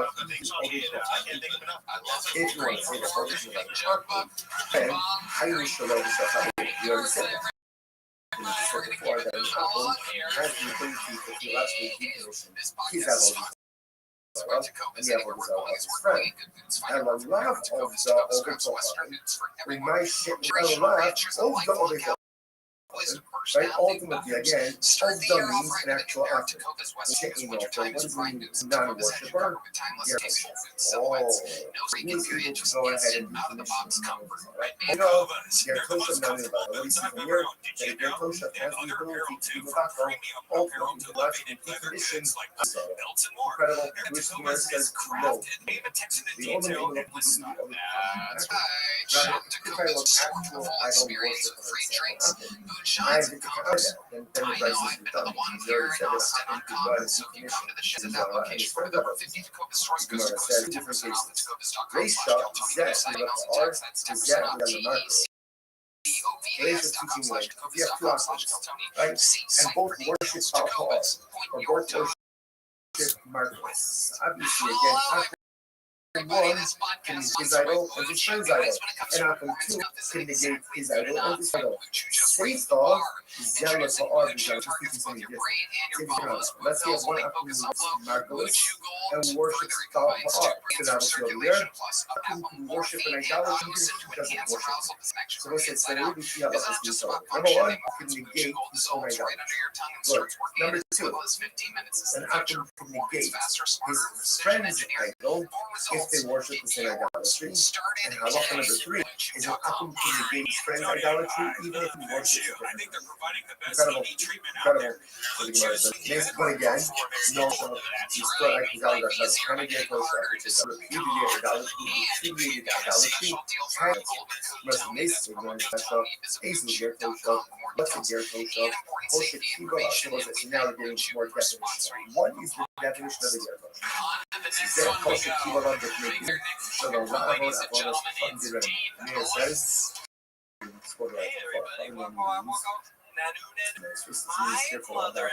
so in this context, it's a base. Anytime Akum comes in front of a base,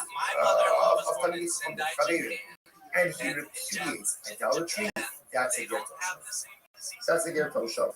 Good. That's what I know. Come say, Hoshe Kiva Allah slows things. Allah Shem Mitzvah say, a get Toshav is any Gentile who has accepted upon himself the 7 Noah from those seeds of faith.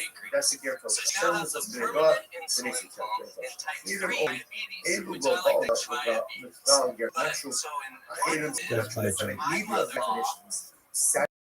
Satisfy definition of get Toshav. What is a get Toshav? I'm easy get Toshav. Zeh ger okelos shekiva Allah mekayim kol mitzvahs hamuras b'Torah chutz me'is. So this is what is the definition of that quote for these 3 neighbors? He has accepted upon himself the rest of the mitzvah get Toshav. Rabbi Meir, he has accepted upon himself. Aaron, he has accepted upon himself all of the mitzvot. Yachad in executing as that he will be there to read this. So the Allah is one with the get Toshav. Right? We can for a little bit of time. Should say you can read with that. Now, what are we concerned about here? What are we concerned about here? Rashi says over there, he's even if you know, so much you can only go. I keep a little color or no one asset. The man goes I'm just in Allah they saw okay. Even the nobody from the he says it's not a more like a ultimately he hasn't wine with him for sure. Not for a longer time because we're considering these is wine and okay. And this is evidence of juice. About extra yummy that he the extra rule of it. You can leave it in one for sure. Not for a long time. Again, that's the yes, why that's the guy because he's repudiated idolatry.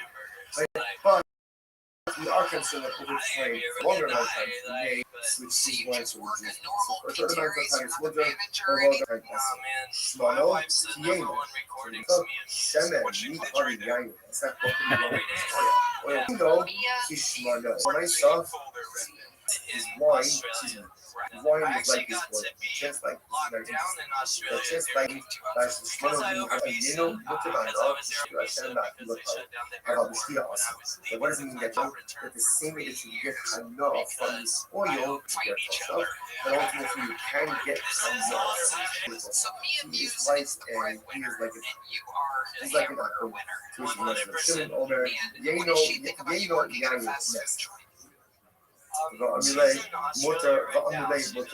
Shimon says his wine is like yain nesa, but others say ultimately again, but it is mutter, ultimately again for consumption, for shkia. So actually pause over here. We'll pick up on the next section. Actually, let's finish. Let's finish this. What do you see from there? We start by we see from the other is like an apple regarding every other matter. So my ultimately, again, what does it mean when we say that it is like an apple for everything else? What is that? Which the Gemara says, love in the battle of a gospel coming to have a gospel. It doesn't matter because we're again part of this whole thing that goes to the trying to figure out doesn't get to have the ability to gain idolatry. So now we just got finished saying that in this respect, your Toshav is unique, but in every other matter, he's like an apple. Doesn't that mean that just as an apple can theologically speak permission and negate that whole desire, so too can it get Toshav? So too can it get Toshav? To which the Gemara says, no, Litin the shus without the shus. No, actually uses something else. Actually feels like shots. What does it mean for shots? What's the watch? It's December. The song, the word. The Shaman Shabbat was the most epic. Just quickly. If you have multiple homes that open up into a courtyard, you cannot carry from a home into that courtyard without even like it essentially means we collect food from all of the members of they join together, and that joint food makes it into the domain of one home. There are irritations.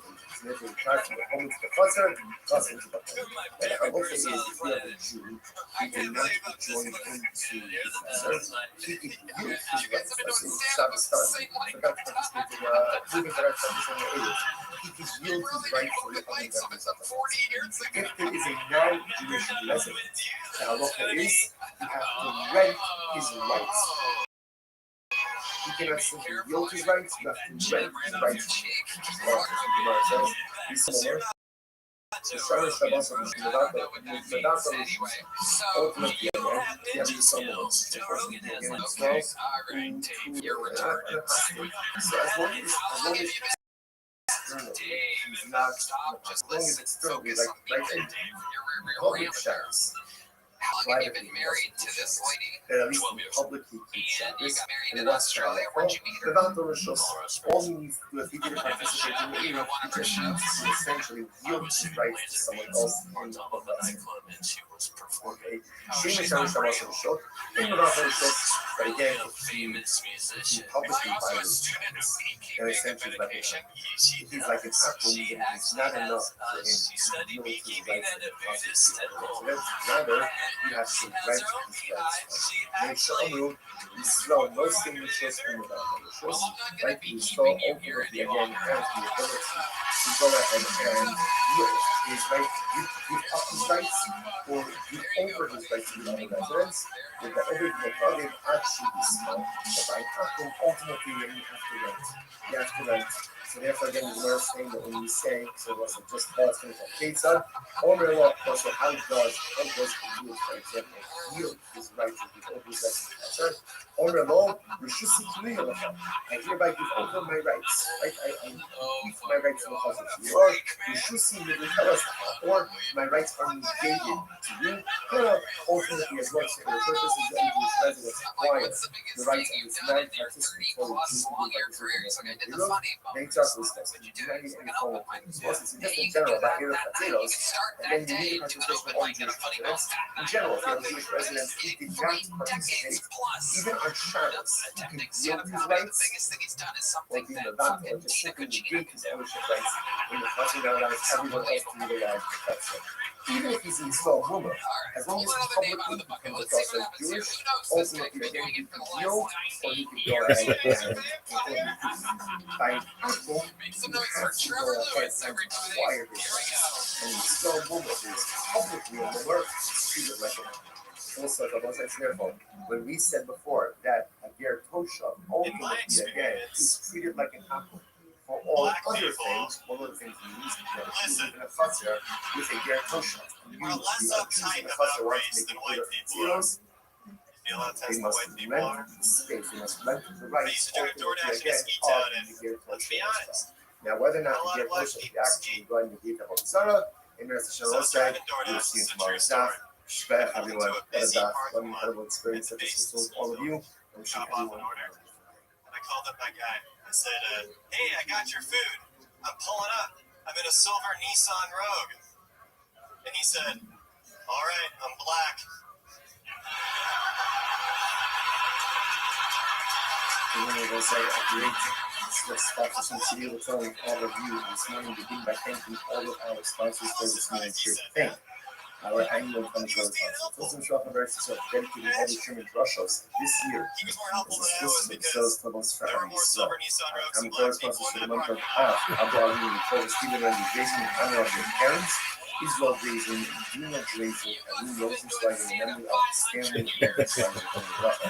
Our eternal sponsors, Dr. Adam K. Wolf, Commission of the Yard Site, Dr. Wolf's father, Cyrus Wolf, Shalom, then Steve Hirsch from the Rafa, Nathan and Beth Adler in memory of their father, Ben Adler, However, Mordecai, Ben, Morader, don't be sponsors for today. Jerry Applebaum, member of the Mother Rosie Applebaum, local class, the North of our county, all the the families in the family, all those who were first seven together, home police, selfish, and all of our pastors, Solomon, the Carlos, and all of the soldiers, successful fall of mercy. Most of that, let us begin today's God is the Son of God, 64. Really incredible God of us. Today we are picking up from some of the on the days, 63B, and we are picking up 2, 4, 6, 7 lines up from the bottom. This is Rav Nachman Ula, so again, Rav Nachman Ula, Yasa, Ifiyava, Ami Dabai. Ifiyava, Ami, is sitting with him. The University Yosef, the Kabbalah, my bride, he asked the following question. Listen to the fascinating Safra Wishbar B'Yayin Nesach. What is the halacha if an Akum hires a Jew to smash barrels of yayin nesach? If the Akum comes over to the base, I'm going to pay you $50 an hour. Do me a favor, smash these barrels of yayin nesach. Mahu, what is the halacha? Is the Jew allowed to receive and to accept the wages from this law? So remember again, in yesterday's daf, we were dealing with the concept of funds or income that is generated from what may or may not be permitted activity, or dealing with items that themselves may be asur b'amra. So here, the Akum is asking me to do something with Yayin Nesach, but he's asking me to destroy Yayin Nesach, and he's going to pay me for it. So am I allowed to keep those proceeds? The Gemara says, "No, what's the halacha? Me, I'm going to keep the lots of the Kuma also." This is very interesting. On one hand, I want the existence of the Yayin Nesach. Now, why do I want the existence of the Yayin Nesach? Because if the barrels were to break on their own, I would lose the opportunity to break them, and I lose the parnasa. So on one hand, interestingly enough, I want the existence of the Yayin Nesach. So because I want it, therefore, again, maybe that makes the process work. But we could actually just we are being on Kivan, we don't get to the bottom of the Russians. Israel say, let's say, we don't show from the same. Jew actually wants the existence of these barrels. So when we start with Akshaman, I don't know how Reuven doesn't want them to break on their own. Actually, Reuven, he does not us. So do we say that since the Jew actually wants, and this is interesting to think about it this way, right? The Jew actually wants the Yayin Nesach to remain in existence. I don't want it to break on its own. So therefore, maybe that's considered to be proceeds from Yayin Nesach, and therefore, again, it's awesome. On the other hand, oh dear Lord, instruction on the INS, instruction on the Zara. This is a good thing. This is a good thing. Sure, I want the Zara in existence, but again, ultimately, to destroy all the Zara is the proceeds. Ultimately, again, should be fascinating child. So Nachman says, Yishbar b'kol ha'avlocha. Nachman says, no, take the job, Jew, take the job, get the money, and should be blessed. That is a good thing. Take the money and go. Ain't ultra in my other friends. Let's say again, so wheat, we had such just 2 days ago. Wheat and let's say, for example, wheat and grape farmers, that's the paradigmatic reason, but any forbidden mixture. So if an Obed Kocham is planting kilayim, I, the Jew, can't go ahead and assist him in the planting. Oja literally means like home, removing weeds, we'll see covering with dirt. You can't do that. Half of Sanach Daled, 64a, about Okun Imot de Lemeudezatifra. What can I do? I can uproot, right? I can uproot kilayim. That I am allowed to do. Look at Rashi. About Okrin, Lashlichon le'ibud va'afagav delotze b'kima shlo ya'akum me'alein ha'shakno. Let's say Akum hires me and he says, listen, silver, do me a favor, I planted kilayim. Now, again, Akum, he could plant every kilayim you're but let's say again, he asks me to uproot it. I am allowed to do that even though I'm going to get paid for working with kilayim, right? And I want the existence of the kilayim. Because if the client's not uprooted on their own, I lose out on my parnasa. So the Gemara says, so it appears from here, this is to support Rav Nachman. Rav Nachman says you are allowed to go ahead and benefit financially from a forbidden item when that benefit ultimately, again, results in the destruction of the item, even though you by definition want the continued existence of the prohibited item because you want to be the one who destroys it so you can get paid for it right on its own. So there's a Savrua, second line from the top 64a. Savrua Hamani, who's it? It's Rabbi Akiva. It's Rabbi Akiva the Amar, Hamekayim Vikilayim Loket. It's very interesting. Rabbi Akiva holds to us in general. Not only is there a prohibition to plant kilayim, not only is there a prohibition to go ahead and facilitate the growth of kilayim, but you can't even do anything that sustains kilayim. So, for example, Rashi points out over here that let's say someone else planted the kilayim, right? Akum planted the kilayim, and the Akum asks me to put up a fence around the kilayim. Rabbi Akiva says, also. Why? Because the act of putting up a fence, by definition, is part of the sustaining of kilayim. Even though putting up the fence has nothing to do with the actual plant itself, nevertheless, it is going to be us according to Rabbi Akiva. The sign, here we go. Hamnachesh means reading. Mechata means covering the seeds with dirt. So Hamnachesh, Hamnachesh, Mikilayim. Look at you get Malchus, right? Because again, that's Tanakama. Because there you're actively and directly participating in the planting of kilayim. Rabbi Akiva says, Rabbi Akiva says, even if you do anything to sustain the kilayim, for example, put up the fence around the kilayim, that's going to be problematic as well. So the Gemara says, Ma'ikam Rabbi Akiva. Where does Rabbi Akiva get that from? What's his logic? Amakra, Satcha lo tizra kilayim. Pasuk says, do not plant kilayim in your field. In the Elazarea, I only know the prohibition of planting. Mekayim minayim. How do I know that I'm not even allowed to do something to sustain the actual growth itself, like even like putting up the fence? Hamalomar lo kilayim. All right, so we'll say so. It's interesting over here. The Gemara is making this a little bit of a play on words. So again, the Gemara is actually kind of splicing the pasuk lo kilayim. You can't do anything that ultimately, again, enables the existence of kilayim, even if it's not directly involved with the actual plant itself, but just something that sustains it. That's going to be asur as well. Ilu, the Gemara says v'ilu l'mi'ute tifla shari. But ultimately, interestingly enough, even according to the Akiva, right? Even according to the Akiva, the prohibition ultimately is doing something that sustains the kilayim. But what about if somebody's willing to pay me to uproot the kilayim? So it sounds like that is going to be interesting. The Gemara says, not necessarily. No, it doesn't have to be the opinion of Rabbi Akiva. Rather, Haman, whose opinion is this? Rabbanon. It's Rabbanon. Rabbanon might hear you, Okrin, Achilu Kiyumi, Nami Shakir. No, but it's not true. According to the Rabbanon, if this is Rabbanon even hold you to put up a fence, right? Because the Rabbanon, unlike Rabbi Akiva, the Rabbanon hold nothing you can do with plant is either plant it or actively do something that facilitates the growth of the plant itself, or some type of like supporting activity. Like putting up a fence, they hold is mutter.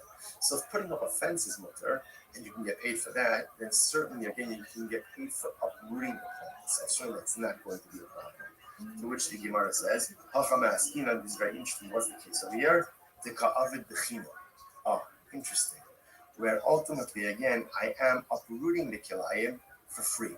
Yaakam asking me to do it, and I'm doing it for free. So what's the problem? Watch this. Ultimately, Rabbi Huda is of the opinion that halacha l'maisa, you are not allowed to do a favor for an akum. Right? We actually had this in the beginning of our this. Our lo sechanim. Zol Machloek is what lo sechanim means. Right? Doesn't mean don't compliment them, don't give them a matnasinam. Rabbi Huda says don't do matnasinam. You can't work for free. You can't do something for an akum for free. Even if the free favor is destruction of a zara, you still can't do it. So which the Gemara says, Rabbi Huda, Nishma Rabbi Akiva, la. Now, the fact that you're setting this up according to Rabbi Huda sounds like according to Rabbi Akiva, this will not be permitted. Rabbi Huda, Asra Litin Lahem Matnasina, Aval Lemiute Tifla Shakir. The Gemara says, no. According to Rabbi Huda says it's true. You can't do a favor, so to speak, give a free gift. You can't do a favor for an act. But to do something to uproot Avodah Zarah, that's absolutely permitted. That's a good thing. That's of objective benefit. I have Rabbi Akiva Nami. Afagav Rabbi Akiva, Rabbi Akiva, Mekayim Kilayim Lokeh, Lemeute Tifla Shakrit. You say something according to Rabbi Akiva. Even according to Rabbi Akiva has a more expansive, approach to the prohibition of Kilayim. They're not only can you not plant it, not only can you not do the actual planting itself, but you can't even put up a fence to sustain it. Even Rabbi Akiva would agree to uproot Kilayim, to get rid of Isser, to get rid of something prohibited, is absolutely permitted, and you can get paid for that from the Akum. To To which the Gemara says, "Visu lo midi." There is nothing else to go ahead and discuss about. It's well said. It's great. This phrase "Visu lo midi." This is like the Talmudic equivalent of like a mic drop. You know, "Visu lo midi." You know, that's it. We're done. We're done. There's nothing more to discuss about this. So it's very interesting. Therefore, what this means is ultimately, now let's go full circle. How did we split this? This all started by a case of an Akum wants to break his barrels of yayin nesach. He asks me, he wants to get a Jew, he's willing to pay me $50 a barrel. Great. So am I allowed to do it or not? So remember, on one hand, we could say no, because therefore that means I want the continued existence of the yayin nesach, and I'm benefiting from avodah zarah. On the other hand, I'm destroying avodah zarah. Rav Nachman said, do it, and tavo alav bracha. If it involves the destruction of avodah zarah, or for that matter, a prohibited item, even though, yes, I do want the continued existence of the yayin nesach. So I get it. I don't want it to break on its own. I want to break it. I don't want the plant to be uprooted on its own. I want to uproot it. But nevertheless, I am permitted to go ahead and do these activities, get paid for them, and keep the proceeds, because the destruction of evil, the destruction of avodah zarah, the destruction of prohibition ultimately is a good thing. And as Rav Nachman says, you get paid and tavo alav bracha. Incredible. And I will say it really is such an interesting idea, because, kind of like part of Western society, my mindset is, like live and let live. And that is important, by the way, as members of society, just as a general approach to living in greater society, we should take an approach of live and let live. Yes, it's not your obligation to convince the world that you're losing your ideas, nor is it your place to stand in judgment of everyone else's lifestyle choices or everything else. Live and let live. That's to a certain degree, that has to be our approach to living in greater society. On the other hand, Chazal also teaching us this idea that evil shouldn't be allowed to take root within our world. And when there's something that is evil, it has to be uprooted. When there's something that is evil, it has to be broken. When there's something that is evil, it has to be smashed, it has to be destroyed. Because if you let evil take root, then it spreads, and unfortunately it becomes the norm. And sometimes then those lines between good and evil ultimately again become incredibly blurred. And that's why Nachman uses this lashon of destroy the yayin nesach and tavo alav bracha, because ridding the world of evil is a bracha. That is a bracha. It's not easy. And it's fraught with incredible challenges. We see this for what you think about. It's such an incredible thing that you think about what the nation of Israel, what the state of Israel is doing. It's rooting out evil. And somehow you would think that like the world would just line up, applause, right? Just clap, because we're doing the world's dirty work. And yet again, it's hard, because often the world can't see what's evil, what's good, can't see who's right and who's wrong. But Rav Nachman tells us sometimes there is a live and let live, and sometimes Rav Nachman says Yishbar v'tavo alav bracha. Sometimes you have to identify the evil, you have to break it, you have to smash it, you have to destroy it, and if you do it, tavo alav bracha. Ultimately, the process is difficult, the process is grueling, the process is overwhelming. But ultimately, when you get to the other side of the process, that's where this real bracha.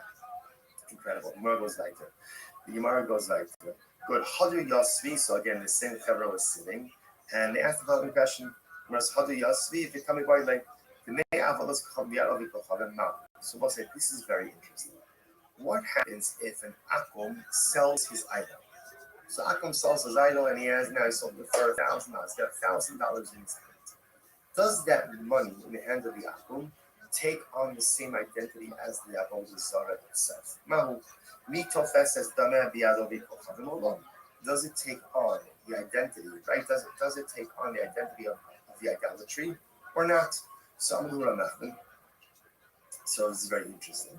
So ultimately, again, Rav Nachman says,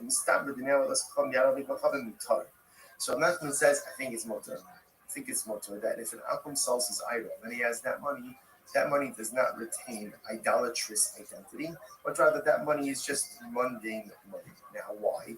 Listen to this. So here's Rav Nachman's proof. There were these people who came up for Rabbi. What happened? Zilu Zidinu Komad Islafu, the suicide. This is fascinating. So Nachman says like this: there were these people who came before Rabbi. And what happened? Rabba Barazua. And they wanted to convert. Rabba told them, guys, before you convert, here's what you need to do. Sell off all of your idolatry, right? Sell off all of your idolatry, and then you have the cash. After you do that, then convert. Now listen, now watch this. What's the logic over here? Now Rashi says over here, if you look at Rashi, look at Visu Iskairu,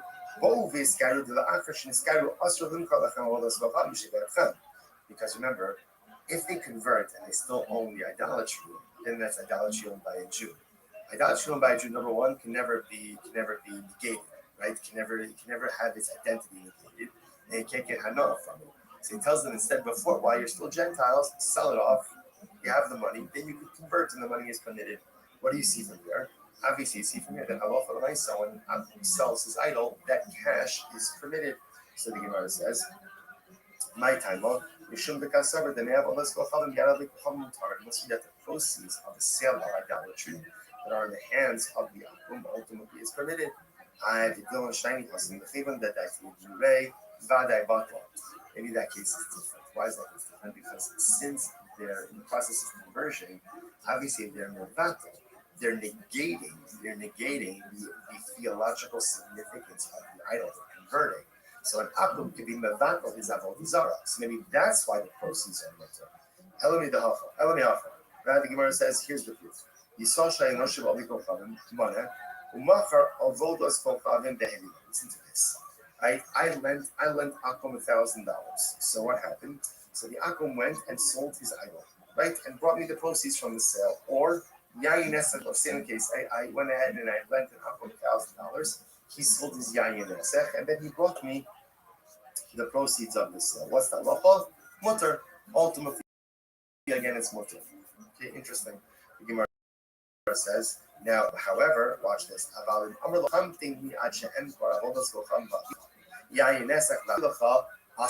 Let's say the Akum same case. So the Akum in case I don't want to repay you, to me, maybe wait here. I'm just going to sell my idol.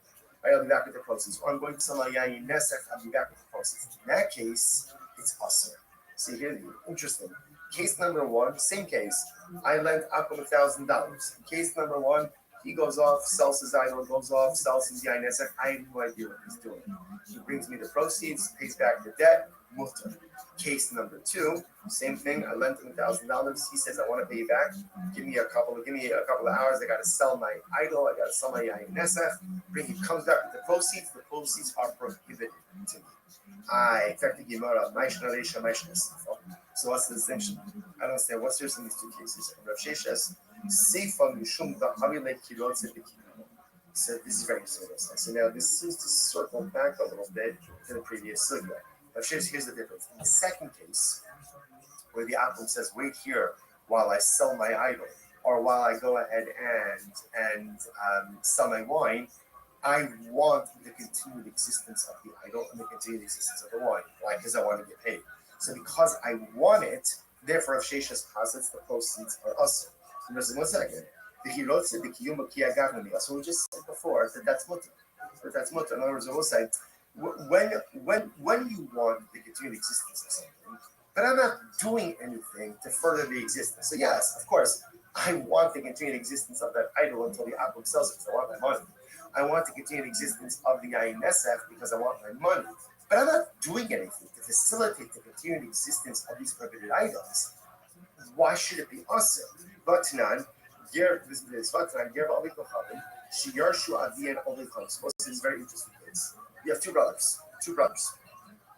One converted, and one they're Akum brothers. One converted, and one is still Akum. So brother Ger, brother Akum. So what happens? Their father died. Their Akum father died. Now they inherit their father. So they want to split the estate.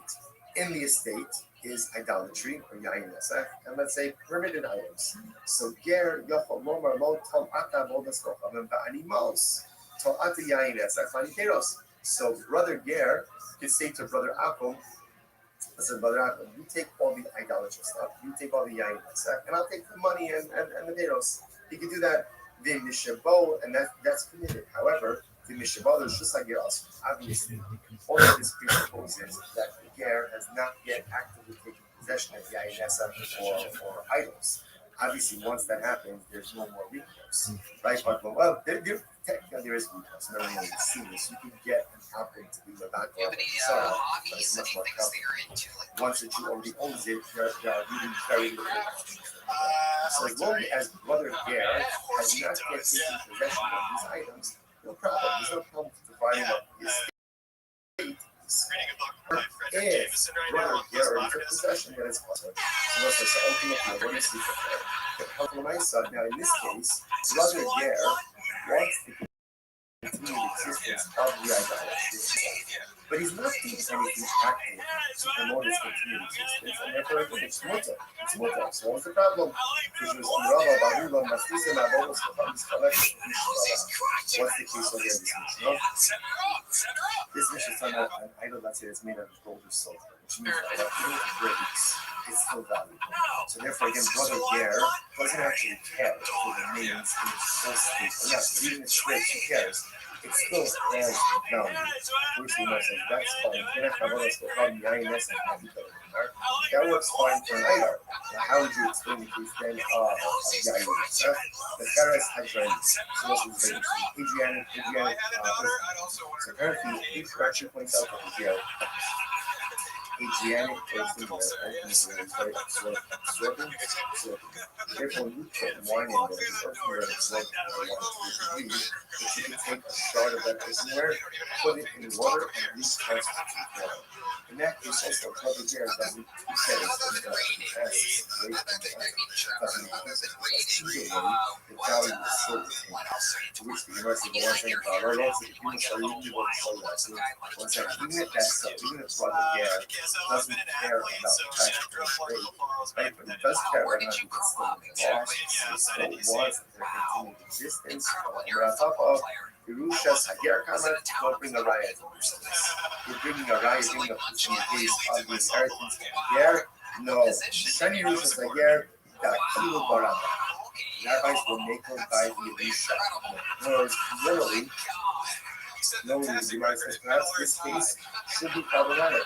But I love the myself, Chazal will make them by Yerusha. And as long as the Ger has not yet actually taken possession of the Nesach or the idols, he's absolutely permitted to work this out with his brother. Right? So you take this, you take the whatever the stuff off the stuff. Even though, yes, he wants to continue to exist. Why? Why would he make up by a Ger? We are afraid that if the Ger has to make a choice between his money, his Yerusha, and his religion, he will choose his money and choose his religion. Listen, that's not a knock on the Ger. That's a reality of the team as well. For example, right?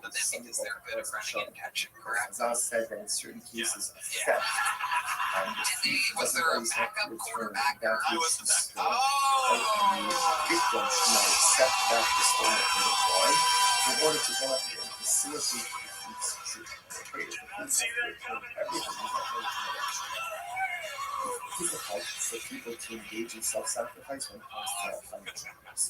Right? Money is necessary. If you had to describe what the starting As quarterback much as looked you say, like, how would you describe as long as you have your health, Caleb Williams. true. As long as you have your health, Can you use and some you can pay your words? bills. Like his name Because was if you Caleb don't have Williams. money, you Caleb just Williams, the actual Caleb Williams was the and starting many people quarterback. do not stand up to religious challenges. There was a choice between religion and money. They're afraid that if he has to choose between Allah and ultimately again If his you had to Yerusha, describe what the he may be starting tempted to quarterback choose looked his like, how would you again, not describe because of the him? Caleb Williams. So therefore, Chazal didn't want to put him in that situation. Therefore, they were makel by Like his his name was hair. Caleb And Williams. you're saying that often in this kind of The case, you're going to have actual him stay Caleb as Williams was the items. starting quarterback. Therefore, allowed him to keep committed Quarterback of the items. He Chicago pays Bears. asking Quarterback blood of the all over Chicago the Bears. What's the quarterback ahead of you? Tiny or Yochi likes to support this. Imagine what is this so? But he Years started over in you. case of Up Yerusha. with the team. And in the case, let's say, the business partnership will be us. So you see from here that Chazal allowed certain things to happen in the context of Yerusha that they would not have normally allowed to occur in other contexts as well. Because we both look at the person in this where One moment in he's this a super precarious athlete from Virginia, the next Incredible. realize How do you guys define that? Remember again, all this is the same people Rabbanim. Another question like that. Ger Kosher Mal Shivaka Ahavasva. So let's say this is very can a Ger Kosher go ahead and let's say he said that Chazal will make up by the Ger. Just so you understand the tremendous nature of Halacha is structured in a way to make us succeed. The bonus of Allah wants us to succeed. And it's sometimes because of all this you have a very speed of Halacha and that you have a structure very fast in myself. So you can snap us. It's already first mess up. Let us set but people on Twitter give him a hard time for the painted nails, and I think that's the devotion wants our success more than we want. Chazal wants our success more than we want our success. And look at the looks. Look at the Very great set. Very our great only interview. there You're to put us on a present. path You're to success, aware. not to smack us down when we go ahead and make a mistake. But again, it's about understood what we need to be successful. Chazal understood what we need to be successful. And when they need to relax the standards to make us successful, they do it.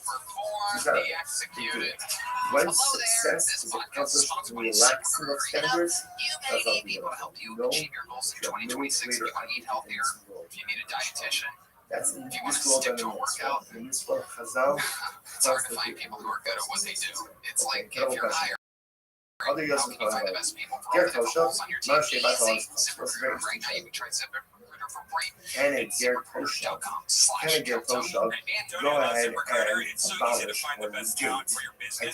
Remember again, an apple has the ability to negate his idolatry law, thereby decommissioning it from its status of theological solution. So Ger wasn't know what is he did. Now we're going to see the important second definition of Ger Kosher. Rashi confirms Ger Kosher ain't no Ovid Vodos. Ultimately, again, he doesn't worship idolatry.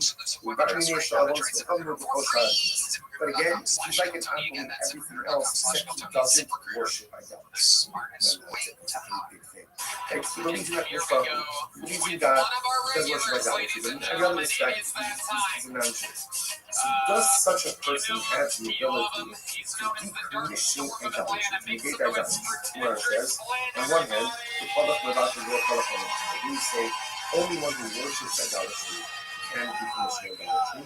Or do not put up a name, Levach, or a high bar name. Well, then you got to maybe say like this. Anyone who's going to call a pioneer, if you're in the karsha of an apple, then you can go ahead and push the bolts up. And this guy is in the karsha, not Jewish. He's not Jewish. So because he's not Jewish, he's in the karsha of an apple. So because of that, Baruch Hashem, he himself doesn't worship idolatry, but he has the salah to go ahead and negate it. That's only that nothing. So there was a nothing. This established the Baruch Hashem. Any soul who worships it can negate it. But someone who doesn't worship idolatry cannot negate idolatry. Therefore, the Ger Kosher doesn't have the ability to negate idolatry. Unless it makes it or is a question. This was something himself should have said So, went ahead and found idolatry in the marketplace. Found idolatry in the marketplace. What's that like? Actually, I'm bossing it. It wasn't saying I remember it. So let's say, well, listen to this case. I'm walking in the store, I'm walking in the marketplace. I see a gold item sitting there on the street. If I lift it up, that's how the market is. And once it's been acquired by a Jew, it's going to be so what do I do? Actually, I'm busting it. So before I pick it up, over the open bochum and the back, I can call over an apple. Remember, I was thank you. Call over an apple. And see the apple. And you need to this decommission. Right? Theological decommission. So go ahead and engage in theological decommission of the committed. However, again, you should bust on the other. Ain't no only but again, let's take it out. Take possession of it. At that point, it's cannot be decommissioned. Nation Omnu, Ovid Kochaven, Meganto, Avodas Kochaven, Shalom, Shachavim. And Ovid Kochaven, Nachum, to decommission his own Avodah Zarah, or the Avodah Zarah of his friend. Day of dawn, being shit in there. Whether he worships it or he doesn't worship it. Might of God, what does it mean to work? What does it mean that actually to decommission himself? Whether he worships it or doesn't. If you want to say that also talking about properly, then I used to love yourself how to do other stuff. It's why that an has the ability to feel absolutely decommission. He's out of his own, and he has all his own friends. And a lot of the other stuff happens. In my shit, a lot of the other stuff happens. Right? Ultimately, again, of the means an actual act. When my shit in the what is it? A non-worshipper? Oh. So who's able to go ahead and decommission both an actual and here Tosha Shmanino, here Tosha Manila, the Lisi from here, and here Tosha has the ability to bring it back though. Also, if you not to be decommissioned out of the zone. Incredible. Which Gemara says, no.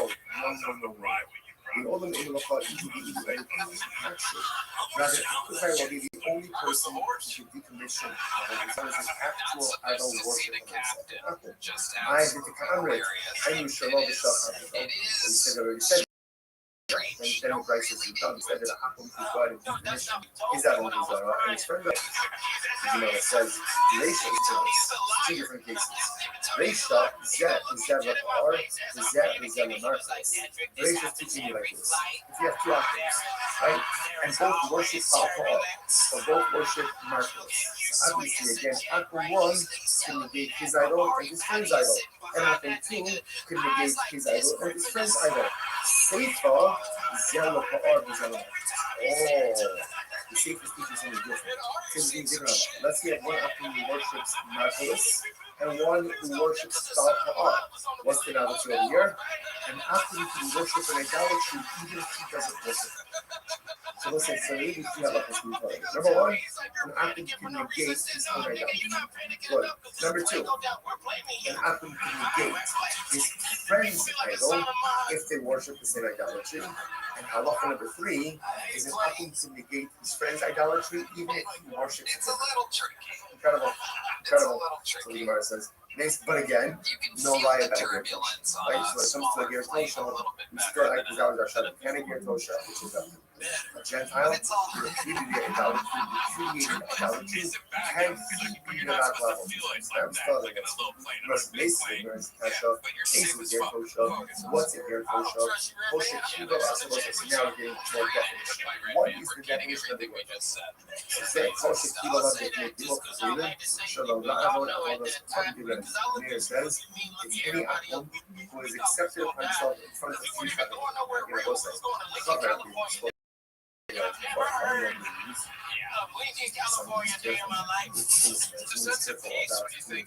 So in this context, not just use your feelings with a face.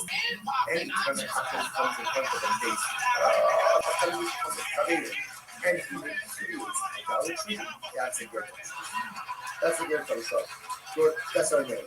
Come say, Kosher Kiva, Allah, Sheva Mitzvot, Kosher Kiva, Allah, Sheva Mitzvot, come say, I'm going to say, any Gentile who has accepted for himself the 7 more 5. That's a good person. Sheva Mitzvot, the next one. Either over in will all the natural, even saying natural, either of these definitions satisfy the definition of what is a good workshop? Then there are open windows. So people around the many moments of Tamuras Matora, what's the certain what is the definition of their workshop? Their workshop is someone ultimately again who is natural, but he has accepted upon himself the rest of the mitzvahs. Pretty shocking. It looks like really not told you about the definition of the Rabbi Meir, he accepted upon himself in front of the ways of idolatry. Chachamim, he accepted upon himself Shem Yisrael. Achirim, he has accepted upon himself all of the mitzvahs except for one. He's not in that motion. Incredible. But the Bryce goes on. Yachad bin Etzlo. Yeah, Everyone else is going on. that's You just make your the guesses. issue. DPO. Still in the top 10 on Netflix right now. You can wine for a short amount of time, but you can't It doesn't matter. It flip flops these women at home. What's the reason? What are we talking about here? Shit of us. What are we talking about here? Since ultimately again, Rashi says Rashi says you saw my left that I saw actually the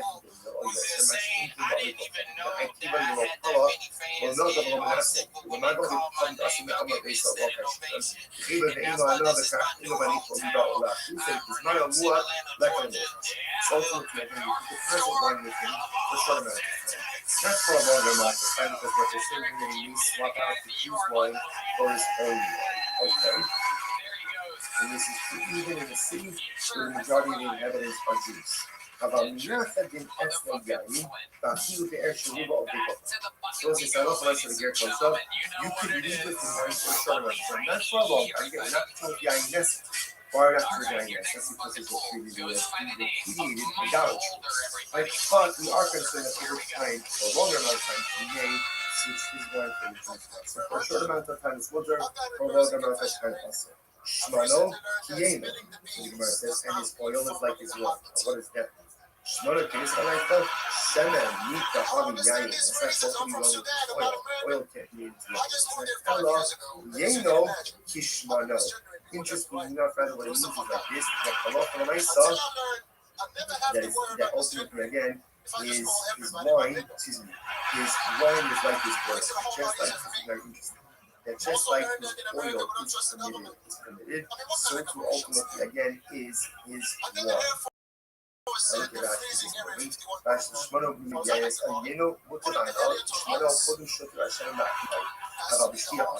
does it mean that his oil is like, excuse me, that his wine is oil? It's the same way that you get hana from oil, you get from his wine. You can't drink the wine that you get from, but ultimately you can get hana from his wine. The sharp holds double ultimately and for every other thing, already for everything. He is like a apple. Shouldn't all that yeno yayin nest. The amulay motor. Shin says his wine is like yayin nest. Ultimately again for consumption for shia. So we'll actually pause over here. We'll pick up the next session. Actually, let's finish. Let's finish this again. What do you see from here? We start by we see from here that an apple is like an apple. Here, so is like an apple regarding every other matter. The mind is set. Ultimately, again, what do you mean when we say that here? What is that? Which the Gemara says, love in the Banka, Avodah Stokavim, so it doesn't happen because listen, we're again kind of this whole thing like Gerrit Kosher gets started. He got started with trying to figure out doesn't Gerrit Kosher have the ability to negate idolatry if you actually decommission idolatry. So now you just got finished saying that in this respect, I guess most of it is, but in every other matter, he's like an apple. Doesn't that mean that just as an apple can theologically decommission and negate that whole desire, so too can it get Tosha? Something can it get Tosha? To which the Gemara says, no, retain Rishus without the Rishus. No, it actually means something else. It means actually Mikol Shabbos. What is Mikol Shabbos? What's it? It's so more. The Shamer Shabbos is like no seconds. Just Erev Chatzos. If you have multiple homes that open up into a courtyard, you cannot carry from a home into that courtyard without an Right, Erev essentially means we collect food from all of the inhabitants of the Chatzar. They join together, and that joint food makes it into the domain of one home. One of our Erev. The home is the Chatzar, plus into the home. But halacha is if you have a Jew who did not join into the Chatzar, he can yield his rights. Let's say Shabbos started, he forgot to participate in the Erev. He can yield his rights to the other members of the Chatzar. If there is a non-Jewish resident, the halacha is you have to rent his rights. You cannot simply yield his rights, you have to rent his rights. You saw more. Shara Shabbat Shos Medata ultimately again, the Abby Somer, unfortunately again is Yisrael, so as long as externally he's not an apostle, right? As long as externally, like right in as long as he keeps Shabbos, privately he doesn't keep Shabbos, then at least in public he keeps Shabbos, then what's the halacha? The Vator Roshos, all he needs to do if he didn't participate in the Eruv, he just needs to essentially yield his rights to someone else in the process.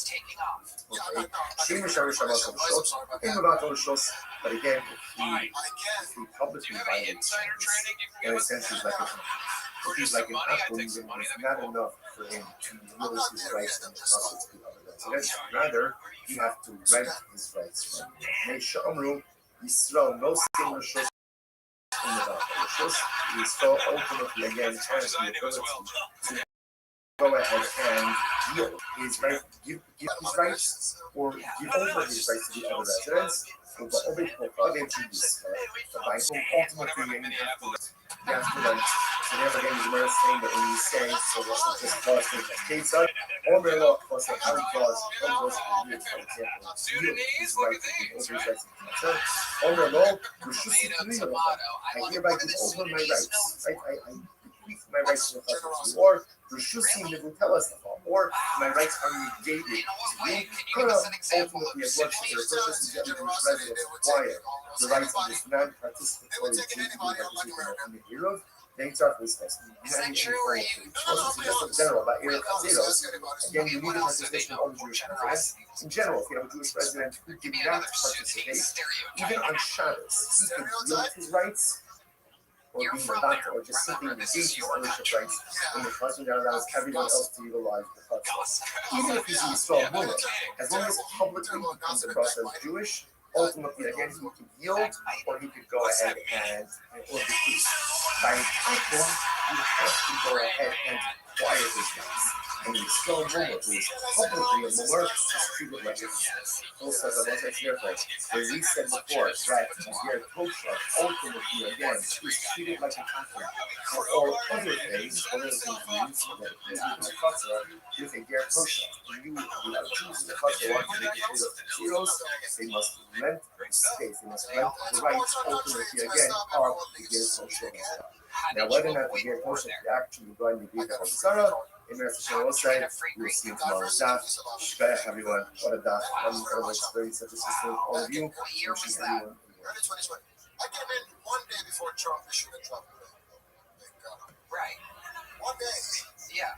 Well, that's one way of putting it. Another way of putting it is you got that green card during the Trump administration. Yes. There you go. Listen, good morning. It is a great first option to be able to learn the begin by thanking all of our sponsors for this morning. Cheer to thank our annual Kamatola sponsors, Chosim Mishpacha Eretz Yisrael, for dedicating all the Shuman Drushos this year as a host for the Solos Kovos for all of Yisrael.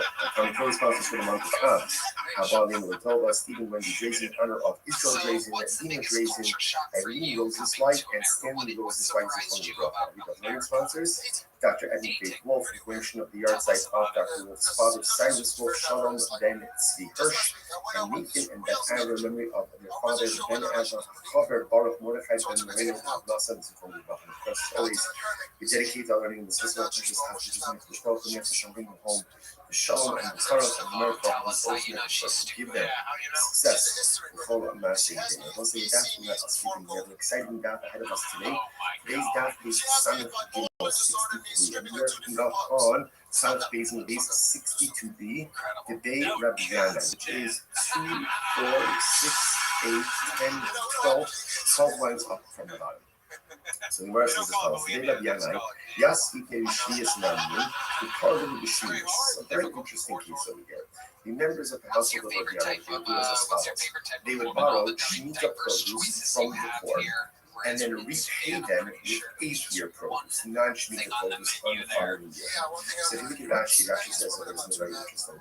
Yas Ike Shiyas, called him Smanabir. So obviously, again, without getting into all the technicalities of it, but halacha l'maisa, you can go ahead and lend or borrow, not commerce, but lend or borrow shemitah produce while it's still readily available for everyone. So that's once it's no longer readily available in the field, you really can no longer kind of keep it for yourself. So the idea over here is, so the people of the household of Yanai would borrow shemitah produce from the aniyim during the shemitah year. Rashi was on part of the shminis.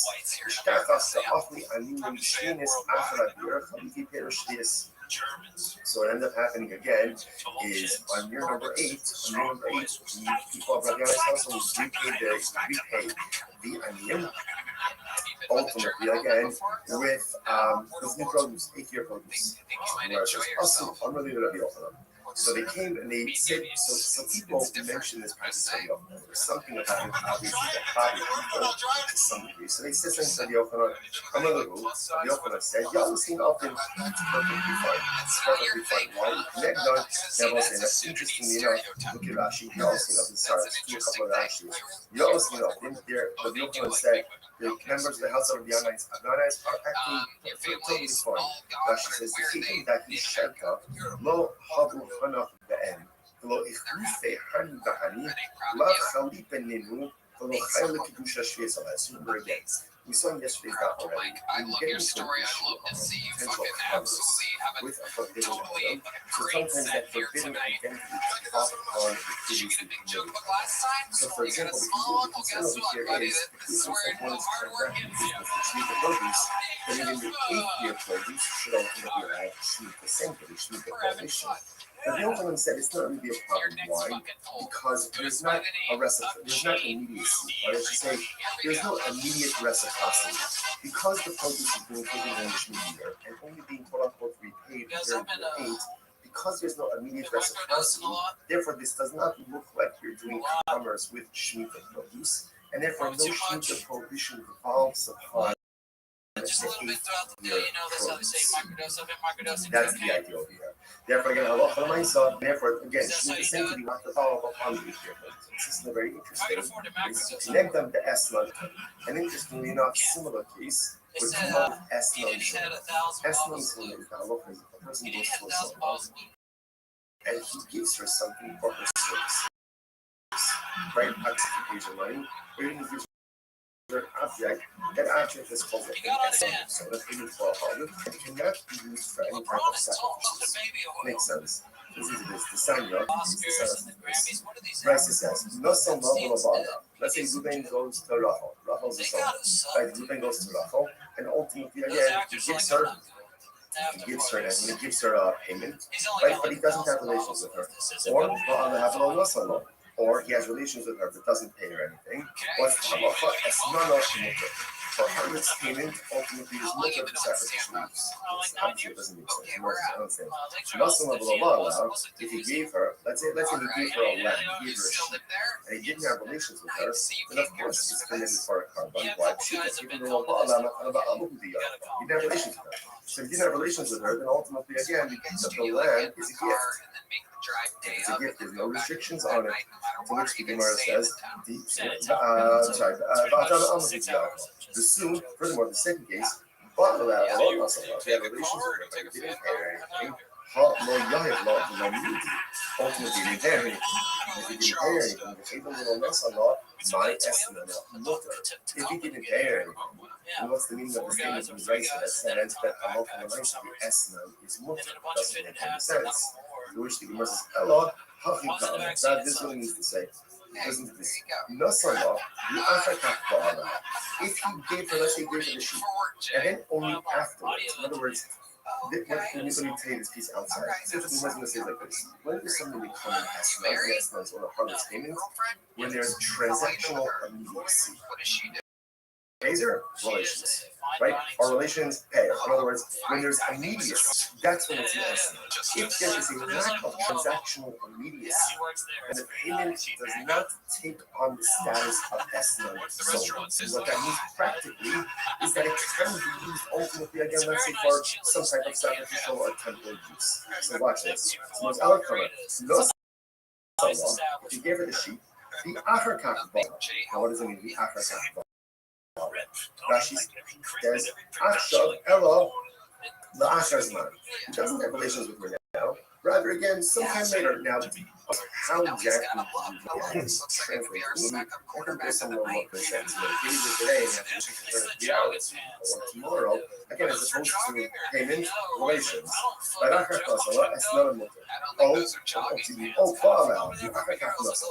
for that matter, he has relations with her, and then he afterwards pays her.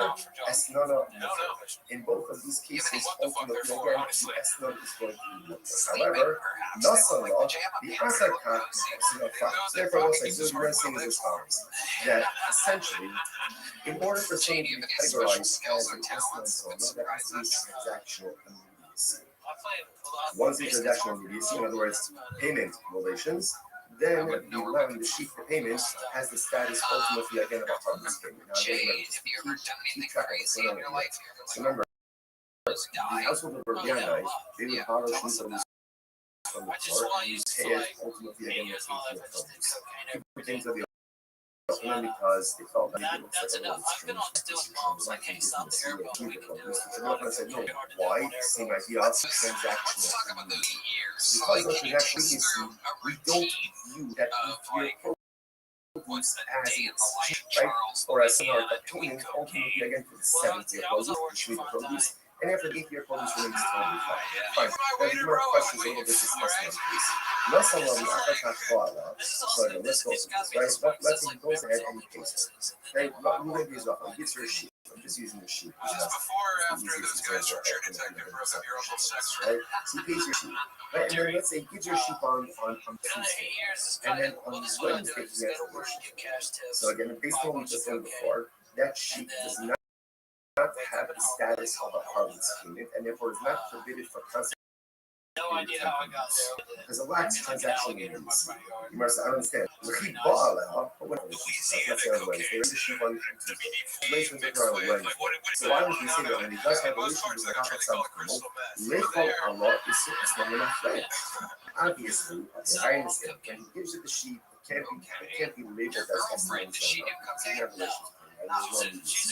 But when he does have a relationship with her on Wednesday, then retroactively, the designation of the sheep as a harvest payment should devolve upon the sheep retroactively. And therefore, the sheep should be categorized as an esnon zona already as of Tuesday. Rabbi Lazar says it's very interesting. Well, what's the case?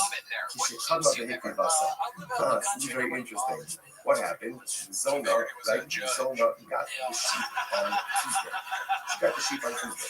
Now, relations didn't happen until Wednesday. So the Gemara says that when they have relations on Wednesday, retroactively the sheep should be categorized as a harvest. Oh, what's the case? She offered it up as a carbon on Tuesday. She offered up as a carbon on Tuesday. The highest harvest, the highest zona. I will say, you may say to yourself, what else fake? She's a zona, and she's offering up carbonos. So it's important to mention many kinds of things. Those are the things that we all need in consistencies. And we all need inherent contradictions. And in certain respects, and in certain respects, I'm a Russia. And there are things in my life that I do very well, and there are things in my life that I do very poorly, and there are things that I don't do at all. There she is. The things Miss Aquarius, how you living, girl? Poorly or don't do at all, Baruch Hashem, don't take away from the things that I do well and that I'm righteous in. Yiddishkeit is not an order. Miss Aquarius. You could be righteous in some areas and morally bankrupt in other Miss areas. Aquarius. The goal, right? The goal is to have a certain level Can you hear me? of spirituality and righteousness in all areas of my life, but most of us are not there. You have to hold on 1 minute. Sometimes you feel just get out the because here, Yes, I'm learning ma'am. Take your Torah, time. I'm doing this, I'm getting stuck up, and I'm doing this. That's not what I'm doing until I get through. Right. You got it. It's hypocritical. It's more contradictory, but welcome to the nature of the human Yeah, I'm condition. doing We all good. live with hypocrisy, we all live with contradictions. Such is the nature of life, but it is important for us not to lose faith in ourselves.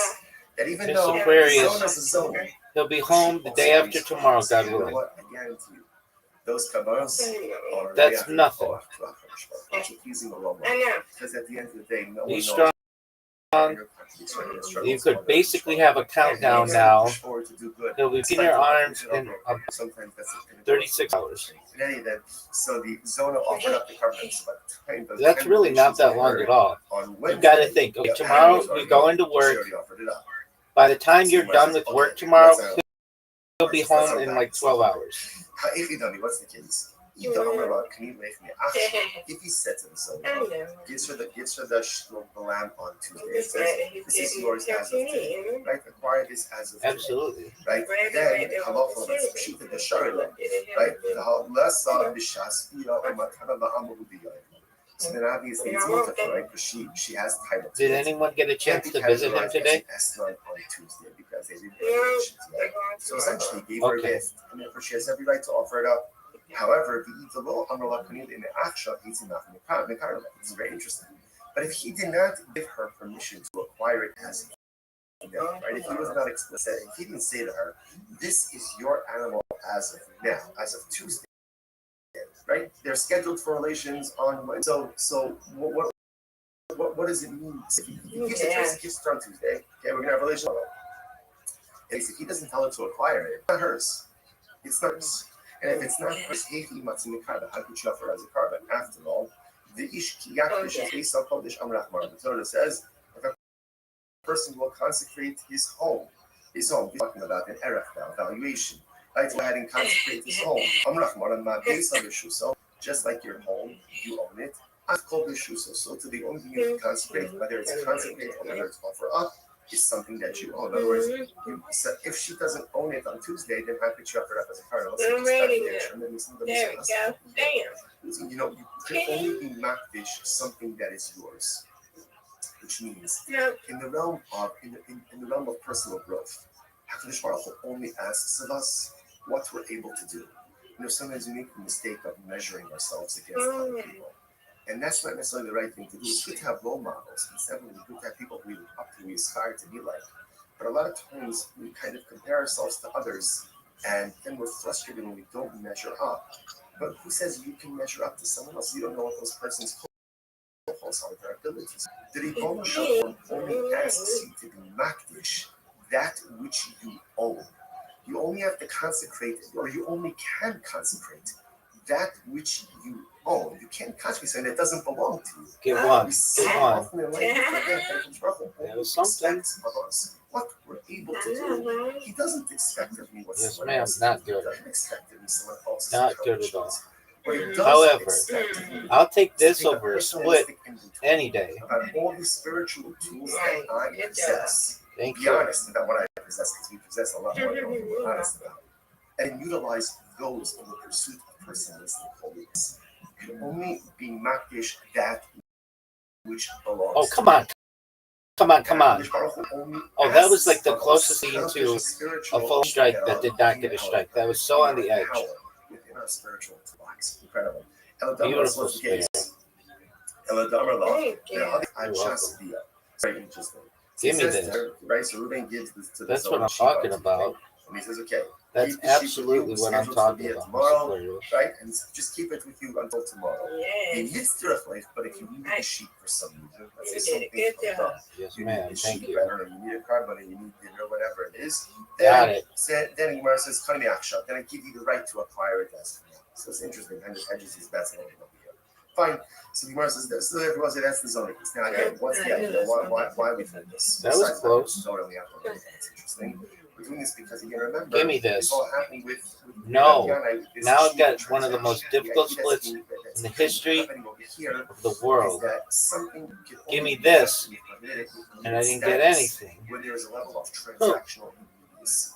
So now we see that by the Shemitah case, and ultimately we see it by the Esmon zone, by the harlot payment case as well. That Gemara just gets a little bit into this harlot payment case. So by Rav Oshia, come up with get it. Very interesting. So Miss Aquarius. Oh, she's on the comeback trail. She needs another one right here. Get another one. On Tuesday, she goes in and she consecrates now. She didn't offer it up as a carbon. So what's the status now of the animal?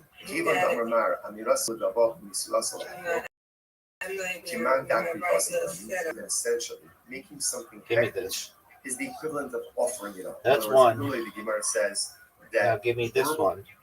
pledging something to Hektish is the equivalent of Oh, giving what it a bad over to a regular split. person. So therefore, do we say ultimately again that the act of going Give me ahead and this. makdish it verbally is the equivalent of offering it up? In other words, offering it up is offering it up, but being because it's gone, the animal's gone. Being makdish ultimately again, it is still here, it's still present. So does she have the ability? What happens if she was makdish it? Again, because I must say, you heard the shaila is in the case where she offered it up on Tuesday, by the time the year occurs, obviously again it's gone. It's gone, right? So it can't be called an esnan zona because it was no longer in existence at the time that the bia occurred. In this case over here, on Tuesday she's makdish it, Wednesday the bia occurs, and ultimately, so at the time of the bia, the object is still here. So now the shaila is, does the object become an esnan zona? Miss Aquarius is still on her hunt for 200 wins, folks. So I'll say, going back, this is Rabbi Elazar on the top of the daf. Right? So remember again, the way Rabbi Elazar understood the case of the Esnan Zona, right, is where she went ahead and she already offered it, right? She offered it up already by the time the Oh, occurred. what a strike. That was beautiful. Because she offered it up, it's no longer in existence. You're welcome, man. From Rabbi Elazar's All but one. here, That was some garbage. but the animal was still in existence at the time that the bia occurred. Perhaps the animal would now be called an esnan zona. The Gemara says, no, the Rabbi Elazar gufei coming by. The truth is, this shaila is mamish shaila Rabbi Elazar himself. So the Gemara says, "My mifshat pshita Rabbi Eliezer dakivaso davka bakishasol lo da isa b'shasbiya." Does Rabbi Elazar say that the only time it doesn't become an esnan? What a beautiful spare, folks! Miss Aquarius is untouchable. The animal's no longer here. But perhaps again, where she was just makdish, she consecrated the animal still in especially when I time to be in which have a case, split like this, folks. Folks, if you're watching at home, come on, you got to give that to me. Game, give that to me. That was obviously if she offered it up and it's no longer in existence at the time of the bigo. Of course, it's not going to be categorized as an esnan zona. But in a case where she just consecrated it, we're not sure. To which the Gemara says, take it. So we're really not sure. So interestingly enough, for both sides, what comes out in this case over here is first of all, so important lesson number one, because we're not finished with esnan zona yet. What we do understand is that in order for something to be categorized as an esnan zona, as a harvest payment, there must be transactional immediacy, which means payment. If that order is not followed, either payment and delayed bia, or bia and then payment, ultimately, again, it is not considered to be an zona. If he deposited an animal with her for payments, now Miss Aquarius has the game tied, and she takes the lead, folks. It's her chance. It's her chance. Get a strike here. Get a strike here. Make it tough. Get a strike here, and she does, folks. She is unbelievable. Oh, we are tied. And then afterwards, he pays her. Give me something. So ultimately, again, I win, you win. Are you still feeling sick? I don't understand this. Gemara says, okay, so just allergies. All right, has relations with herself. And then he pays her even 3 years late. 3 years later, so I'm going to pay all of the bills. Right, so he pays her late, right? 3 years later, it's still called. All right, Mr. Aquarius, well, you win, I win. I win, you win. Undefeated in bowling, undefeated in friendship.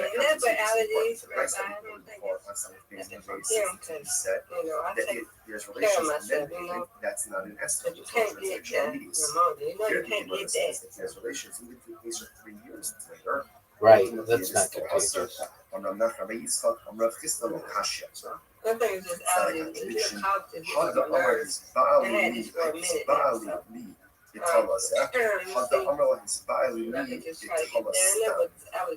This is very interesting. Ultimately, again, one case where he says, I have relations with me for this sheep. and he identified the sheep, versus relations with me for a sheep, Rashi, the Talas, called Kama the So ultimately, again, the Gemara says when he identifies the sheep, it's as if there is transactional immediacy. When he doesn't go ahead and identify the sheep, then ultimately, again, there is no transactional immediacy. Alright, so that's my heart. So let's analyze this, right? So now Reuben goes over to Rachel. He says, have relations with or to Zona. He says, have relations with me for this week. Now, again, he doesn't pay her for 3 years. 3 years. The halacha is, it has a sense of a harlot's payment because there's transactional immediacy. Just because he identified the sheep doesn't make it hers. Look at this athleticism. Remember, livestock, animals with okay, and apparently it's actually interesting. Ultimately, the din of Mashiach is so apparently, again, by a non-Jew, they don't need Mashiach to apply. So talking about a son who's not Levi's and other possibilities, the old one is on the Israelis, and also talking about a Jew Charlotte. So if you go, the coin the chatzir. Interesting enough, the sheep standing. I just look like a hot lady in one of those Renaissance paintings.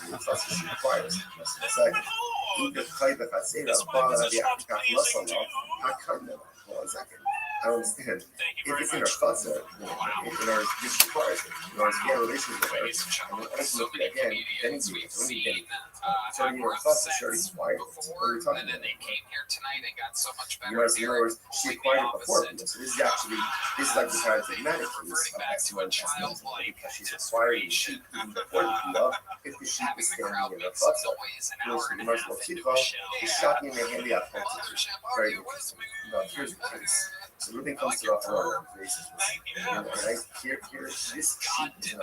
Remember, what is it supposed to be? He says to her, I'm going to pay you. I'm going to pay you for the relations. Right? If I don't pay you money, you can take this sheep. So therefore, she doesn't really require the sheep initially. She requires the sheep in the event that there is non-payment. The Amallah, he says to her, if I pay you less than the next 30 days, good. If not, and if not, shakli the money. If this sheep, again, has no hard fine. Not saying that she's again, it's interesting. All of this is really let's say again, let's say Reuben employs taxi drivers and workers. They say that he's paying. Now the way ultimately again, he's paying them. Rashi points out over here, Rashi people probably are on their hearts. These workers are not no way. Or they're on their hearts. They're just unwilling Jews. Idolaters are unwilling Jews. And he says to them, right? So what's the halacha? The Enoch Oshesh. Okay, so actually before we get to this, so he goes in and he says to them, I'm paying you, right? And essentially, go use this money to go ahead and purchase for yourself food and drink. Okay, either that's the payment or supplemental wages, whatever it is. He's getting taken here, right? Here's money.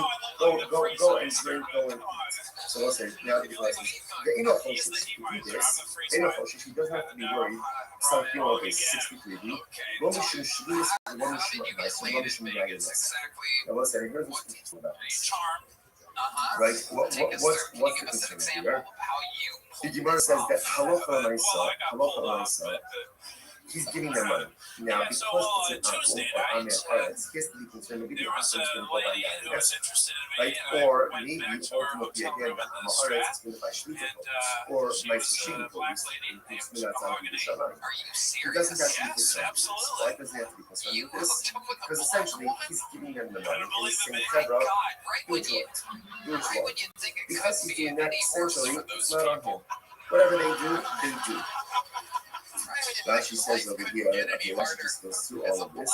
Right, if you look at the end, if you look at Rashi, nicer, right? If you look at Rashi, the heart, it's the attention to the last one, the last of the long ones of Rashi. The heart, the sucking, Ruvain is not the one giving it. We're just giving them money. It's kind of here. This is free food. This is free food. What they choose to do with that affluence essentially is not on this experience. It's not on Ruvain. So therefore, again, no liability. Okay, contracts are the following. Sabbath no, they 60 second right now. The unlock, sex them. Sue the influence. Vani Korea. Sue Vani Korea. He says to the workers, right, taxi drivers, go and eat, go and drink, and hey, I'll pick up the tab. Off. Now this is a problem. So she is Then we have a problem. Now why is that? Because Vani Korea. Have לוקח איסור מאכילו, והשתו מסורת נפשי מן האישור because he's paying the tab. Now it looks like he's purchasing and providing these prohibited items for the see the difference? If Ruvain just says, here's $100 for your food and drink, whatever they buy, that's on them. If he says, go eat, go drink, I'll pick up the tab, then ultimately, again, that is problematic because it is, if he is purchasing and providing these potentially prohibited items for his purpose. Alma, I was saying, what do you see here? He cut her to make it so what you see from here is that we're now going ahead and circling back to the Rabiana case, right? We're going back now again to the Rabiana case. Remember, Rabiana, what did they do? They went ahead and they borrowed sugar produce and they paid for just 8 zeros. Said, no problem, no transaction. So what do you see from this last piece over there? Amo, he kapara, the name is kapara. So what do you see from there? That when Ruvain pays the bill, right, pays the bill, so even though, again, he's paying after the consumption already took place, a lawful amount is transaction immediacy, and he is considered to be paying for these Shemitah produce. The Gemara says, often one Tikakar, the name is so told here by here, ultimately again, isn't that called produce? Same thing. Which you must have taken out of the campaign on the capital in the stab. It's no different. You don't get it. He's going ahead and telling you. Go drink off the tab. We're talking about where they are purchasing food from a shopkeeper who normally extends credit to even the Archilach buffet, finally being a better. Ultimately, because the shopkeeper normally extends credit to you, ultimately there is transactional immediacy that's happening. Literally translated, literally the shopkeeper acquires his money immediately. Look at Ashby just a moment. Finally being a better, it's actually very possible to the left. Kind of being some of the shopkeeper knows that he can get this from because it's regularly extends credit. שכבר הכירו, שכמות שיש נוהגים וכאן לא לחייבים תופעה חליפים. That's it, there is transaction use. Ruvain's not just saying stand where you are and buy food, buy drink. He's saying, Pedro, go to the shopkeeper, I'll pick up the tab. This is a shopkeeper who normally extends credit to Ruvain. So therefore, again, it's as if the debt is already paid and therefore there is transactional immediacy that's happening. Rashi says over here, no Khalifim, therefore it's almost like an exchange, right? The shopkeeper is going to give donkey drivers and laborers whatever items, and Ruvain's going to immediately pay for it. No Khalifim,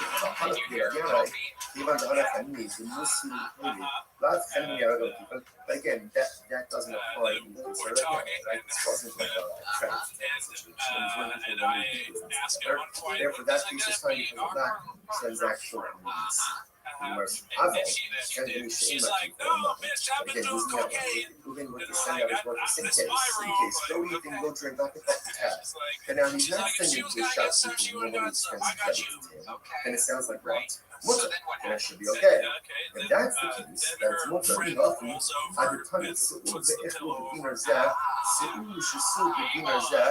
that's the case, then separate vice up differently. Instead of making the first case in the vice, like the case of where Ruvain says, here's $100, go out and go eat and go drink, make it two different things. What should the two cases be? The Gemara says, when is this so ultimately again that it's prohibited? When is it prohibited for Ruvain to say to his workers, go out and go eat and drink, and I'll pick up the tab? That's only with the shopkeeper who extends credit to Ruvain, because there's transactional immediacy, and it's as if again the third already has the money to pick up limited items. But shopkeeper who does not extend credit, therefore that lacks transactional immediacy, and that case should be caught. In other words, it's nice to go ahead and then two cases that are the same, but one detail different. And two different cases. Which was the old company in my people knew on the or is that true? Even if the shopkeeper doesn't extend credit, you got the fucking Jungle Boogie playing in the back of your head. It's a song. Homer the Caredo. Person says to his friend, Cain one of the Choli, Yiku from the Chossi, what happens? So, right, Ruben goes, all right, I go with you. So, Ruben, do me a favor, give him money to Shimon, and all of my property will be coming from Bertin. What's that? Ultimately, again, my property becomes encumbered as a guarantor. The Master says, what do you see from here? Now, again, let's even assume that even I have no previous relationship. So what do you see from here? And you ask someone to go and do something to someone else, and ultimately, again, you're guaranteed it, that encumbrance, that transactional immediacy, cease to occur right then and there. You're right. Oh, that was you emulating me. At the end of the day, whether the shopkeeper extends credit or doesn't extend credit, doesn't cease to be business. You must look at even below Miyaki Shibude, low So night two, you end up back at her hotel. Rashi says, even below Miyaki Shibude, Rashi, third wide one, Rashi so when we say low Miyaki Moos, see what to her actual house, a place where it would make sense to take your shoes off in the door. Exactly. Incredible. Same thing. He's telling his workers, go out, go eat and drink. Did you have sex with her? Since no defined amount And that's of money, amazing. right? Okay, Or night no three, specific tell amount us have about been the set aside for innocent that. white woman. Therefore, again, that lacks transactional immediacy. Because it does ultimately, again, it should be mutter. It should be mutter. So, Yichil and Mos, the fact, love Ali Peninu, below Mitzvah. Sorry, the Gemara says, Elahasa on my Choshish. So, that's the case ultimately, again. So, when we consider that, we should be it. So, the Gemara says, so ultimately, again, we said the Gemara.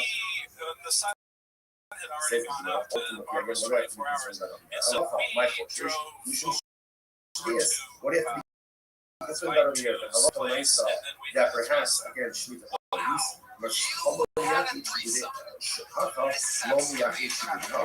Ultimately, again, things in the plus no particular money is often designated that is not the so the here is where the Allah is advanced the money. Okay, so this changes up.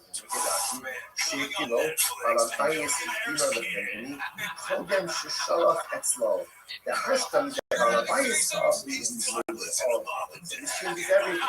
So basically, we are ultimately again when Christ says that if Ruben says to his workers, go to the family, go to the shop, eat and drink whatever you want, it's on me. The case is already Ruben gave the money to the shopkeeper. So there's no extension of credit. In other words, he has a tab, but it's deep for him. Oh, so now that makes sense. Because now that it's paid for already, ultimately, again, if they take things, it's literally like he's supplying them with literally that. I'm not trying to. I'm just so restricted. I need to have something that so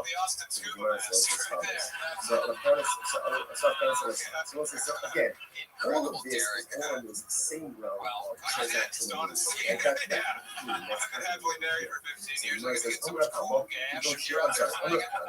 listening to Schmeichel to me, but I said this whole thing in front of the bit of now. Hot 3 days can hear with a little joke. Congratulations, Sarah. There you go. Thank you. Amazing, ladies and gentlemen. Perhaps one of the ugliest human beings on planet Earth just out there just funking everything that moves. I will pay me to sell it as a hey, that's what should it say? Just up the top face. Face of You shock. should say go out and drink, It's like go a out Jimmy and Neutron and then molest I'll himself. settle up. I'll settle up ultimately with the shopkeeper. Because again, we're So saying that as as to soon as your there's next a fucking even poll, today. ladies and Right, so gentlemen, you it is left money with the shaking. shopkeeper. Then it's a question of saying, Everybody, yeah, I this left is you like a new day $100. for me. How Oh my much goodness. did you It consume? is shaking Which off you my must know you're right. So you're right. Tony, I'm sorry, I'm like Tony, not in the country. Ultimately, again, a lot of the says you're right. Change the prices. Read the prices. You the following way. That a lot of the sister is so kids remember. Essentially, there are two cases of advice. Case number one is you're moving kids to $100. So sure, go out and eat, go out and drink. In that case, whatever they do, case two, the way we're understanding it now, is that a lot of myself Ruben prepaid the Hindu. He went ahead and gave $100 to the shopkeeper. He said, my worker is going to come in, let them buy, let them eat, let them drink. Okay? Now the Gemara says that's the problem. You have to be concerned. If they have access now to all these food items, then it's as if Ruben is going ahead and supplying them for the end. The way that prices should read is Ruben says to his workers, go out and drink, but I need a chash, and then I will settle up ultimately again with the shopkeeper. That's what Gemara is saying. We'll stop over here for today. Go ahead, everyone. What a gaff. Yo, what up, baby? Okay, Sheik Ahmed.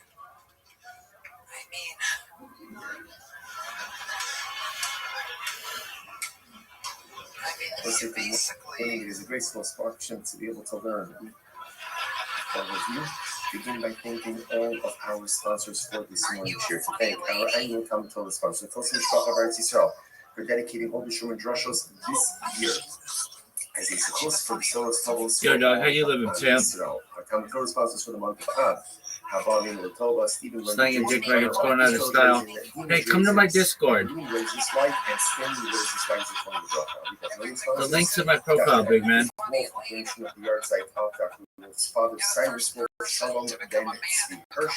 I can't really be on this device. So come to my Discord.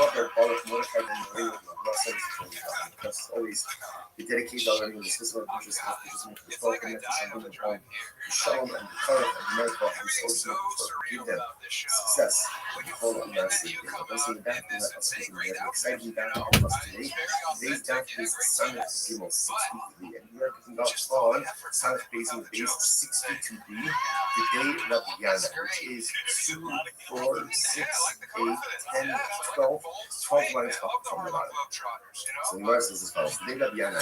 Yes, you can see us in who call them the Shias. A very interesting piece over here. The members of the household of Rabbi Yana do as follows.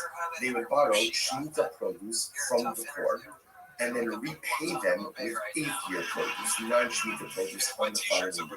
So if you look at Rashi, Rashi says something very interesting. Yasi Perishi is called in Smalavia. So obviously, again, without getting into all the Shemitah technicalities over here, but halacha l'maisa, you can go ahead and lend or borrow, not commerce, but lend or borrow Shemitah produce while it's still readily available for everyone. So that's once it's no longer readily available in the field, you really can no longer kind of keep it for yourself. So the idea over here is, so the people of the Asa Rabbi Yanai would borrow Shemitah produce from the Aniyim during the Shemitah year. Rashi goes, I'm a parlo b'shminis, v'shtachach ta'afri Aniyim b'shminis achar abir, chaliki perish this. So what ends up happening again is on year number 8, the people of Rabbi Yanai's house will repay the Aniyim, ultimately again with new produce, 8-year produce. So they came and they said, so people mentioned this kind of study. There's something about it, obviously, that bothered people to some degree. So they said something to Rabbi Yochanan. Rabbi Yochanan said, yeah, this thing often is perfectly fine. It's perfectly fine. Why? Get done. Now, I'll say that, interestingly enough, if you look at Rashi, you're all seeing up the stars, through a couple of Rashis. You also, so the Yochanan said, the members of the household of Yannaites are acting totally fine. Rashi says, "Chikim dahi shaita lo havu hanach ve'en lo ichuse hani v'hani la chali beninu lo chayli kedusha shviyas." We saw in yesterday's daf already. When you get into an issue of potential commerce with a forbidden item, so sometimes that forbidden identity could fall upon the previously committed item.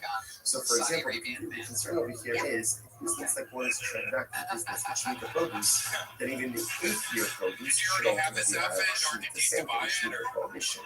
But the Yochanan said it's not really a problem. Why? Because there's not a reciprocity, there's not immediacy. Right? There's no immediate reciprocity. Because the produce is being taken in the sugar and only being quote unquote for shade during your 8, because there's no immediate reciprocity, therefore this does not look like you're doing commerce with sheep produce, and therefore no sheep or produce involves upon your produce. Therefore, you're going to look for myself, and therefore, again, sheep safety will not fall upon you. This is very interesting. And if you connect them to Eslan, and interestingly enough, similar things would come up with Eslan's is the halacha that the person goes to Eslan, and he gives her something for her services. Right? That object is from Eslan, so like you need olive, and cannot be used for any type of sacrificial purposes.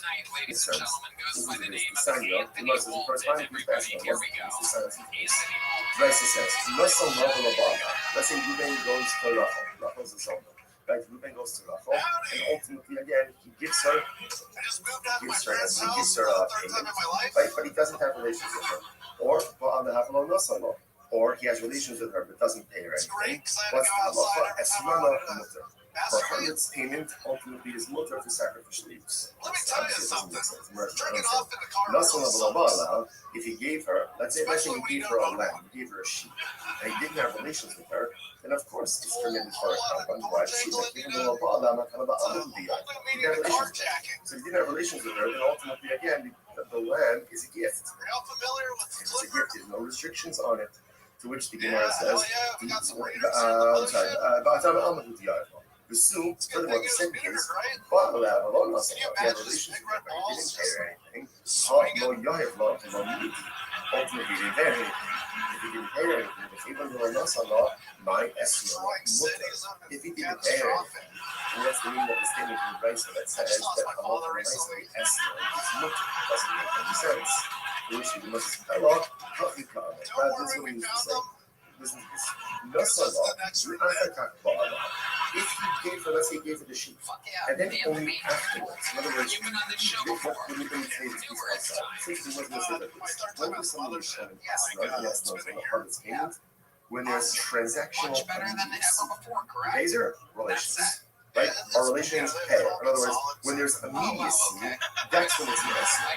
If there is a lack of transactional immediacy, then the payment does not take on the status of Esnod Zoma. And what that means practically is that it can be used ultimately again, let's say for some type of sacrificial or temple use. So watch this.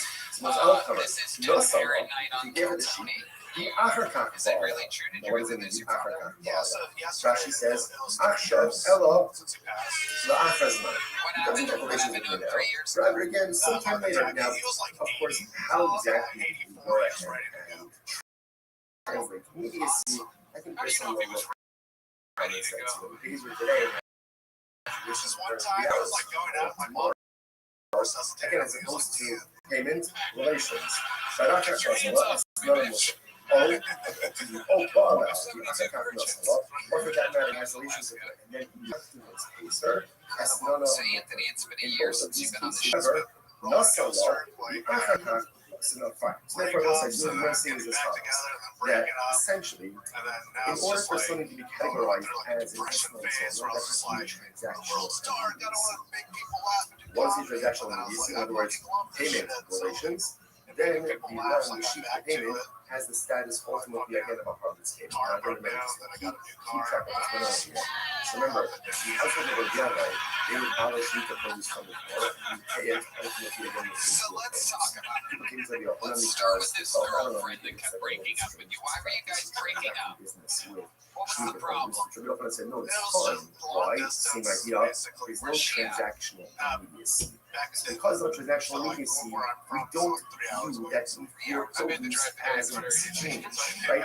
Or as somehow like a payment ultimately against the 7-year produce, the 3-year produce, Tell us and about every it. What do 8-year you produce mean? remains totally I don't want to fine. put like Now, the business more out questions a little bit this estimate. I mean, No, this is the show someone, I you're have on. bought. So again, let's go. Right, so that question goes ahead and pays. What would your dad Right, want to but change we your don't need intro? to get your sheet. Just using the sheet. Use this example. So she was also married, Right, so he pays Oh, your sheet. there you Right, and then go. let's say See, he pays your that's sheet great on compelling stuff. Tuesday. but like And then on they're Wednesday, he has polyamorous. So again, the face one just on the floor, that sheet does not have the status of a harvest payment, and therefore is not permitted for consecrated temporary. Right? There's a lax transaction in He was cool these. with some You fucking. understand? He That's bought banging his when he wife. does have relations, let's say on Wednesday, right? He's He gives the also sheep on Latino and Tuesday. shit, so He has relations with her on Wednesday. So why would we say that when he does have relations with her on something, little Allah is still a friend? Obviously, okay, I understand. When he gives the sheep, can't be labeled as estimates on Dave Grohl. but when he does have relations with her on Wednesday, then retroactively, the designation of the sheep as a harvest payment should evolve upon the sheep retroactively. And therefore, the sheep should be categorized as an estimate zone already as of Tuesday. Rabbi Lazar says it's very interesting. No, what's the case? Talk about the Alright, this is very interesting. What happened? Zona, right? Zona got the sheep on Tuesday.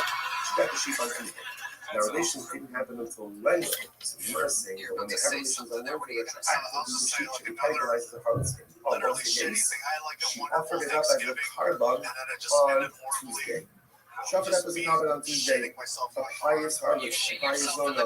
I will say, you might say to yourself, come on, what else favor? She's a zona, and she's offering up I got carbonos. invited to this Listen, it's important, wonderful we've met this many times. Friendsgiving Always comics important to socializing to consistency. And we patrons. all live carry Like contradictions. wonderful And in time. certain respects, Something I wish I knew on the subject, and in was certain respects, on the she ate a and fuck there are ton of things in my life that I cranberries. do very well, and there are things in It my works life as a that I do laxative. clothing, and there are things And that I don't wish feel I like knew I this should do. before because I was also a little The drunk just things eating these that I don't cranberries. do Telling people, well, or do poorly, eat or these don't cranberries, do they're at all, delicious. Hashem, You're don't on take true, away a little things tipsy. that I do Yeah, well, well, this was that like I'm after I righteous. came down from Swedish Cruise. cake is not And at then I all was just nothing. popping on You like a could couple be pop righteous in some pills, areas and morally telling thankful people in they're healthy others. for it, Obviously, they're good. that's not Yeah. the goal, And right? then I The was goal is like, to be I gotta go. is to And have I a was certain level walking of outside my harmonious car. spirituality and righteousness in all Was areas. your car? Like most Yes, of us. okay. And I turned around and I was Sometimes like, we feel fuck. hypocritical, or sometimes we I feel was like like, if I a go fake back, they're because gonna here, I'm learning Torah, but I'm And doing I should this. just been an I'm giving adult stuff shit in out, his but I'm house. doing this. Oh, yeah, by the way, Trust the that, but I'm doing shrooms had this.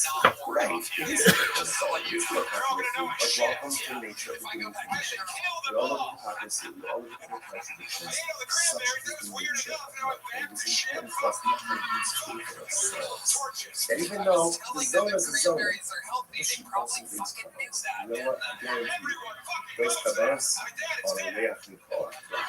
It's a easy aroma. I thought Because I at had the end of the day, discovered no one knows cranberries. how I thought I was the any country first. mother of each one. You guys tried And we these still push forward to cranberries? do They're good, covered in despite sugar. all the They're things that fucking are broken. delicious. Sometimes that's the pinnacle of human So there you are. You're In any event, walking to so your the car Zona for offered up the Thanksgiving. carbon. Is this your family's Thanksgiving? relations No, occurred my friend on Spencer Wednesday. invited me. The animals are already gone. Wow, She name already drop. offered it up. So you Shout might as out well, okay, Spencer let's with the analyze this. shit Let's your unpack pants this. Okay. cranberry. But if you tell me what's the case, Amazing. the Yeah, Amala, so, like, make me I didn't go home if for you the set it holidays. Zona, And then I was gives just her like, the land on I can Tuesday. make it. And I This is made yours it to as of today. 7-Eleven. Right? Acquire But this they're as of fucking today. cleaning it. Right? They Then wouldn't let I'm me up use the on she restroom. the I Charlotte. was like, Right? please, The I'm whole gonna last shit thought the myself. They're like, Shaskia Umat they're then obviously it's Is not that what right? they So sounded like? she has title to it. It can't be categorized as an restaurant she's on cleaning Tuesday it. I was like, they won't let you right? get mad. So essentially gave her a gift. She has every right to offer it. However, if you keep the role, I'm not going to actually be in the apartment, which is very interesting. But if that give her permission prior to right? If he's not explicit and said, if he can say that this is your animal as of Tuesday, right? They're scheduled for relations on Wednesday. So what does it mean? If he gives it to us, this from Tuesday, and we have relations tomorrow. And that's the case. If he doesn't tell us to acquire it, it's not hers. It's not hers. And if it's not hers, he must be I put you up for that as a apartment. After all, you actually should based off of the Torah says, if a person will consecrate his home, this is talking about an error evaluation. Right, will go ahead and consecrate his home. I'm not one of my days of the so just like your home. You have lived as publishers, so for the ends you pick, whether it's consecrated or whether it's something that you own. In other words, if she doesn't own it, Tuesday, then I could shut her up and tell us it's by the way, it was a shame to take so far. You can only be left with something that is yours. Which means, in the realm of this person is this, the only asks us what to do, and if someone's making a mistake of measuring themselves against and that's not necessarily the right thing to do. It's good to have role models. And then I still had 30 minutes to drive back home. A lot of times we can compare ourselves to others, and just went 2 more. I was like, it's already too late, so I just shoot myself 2 more times.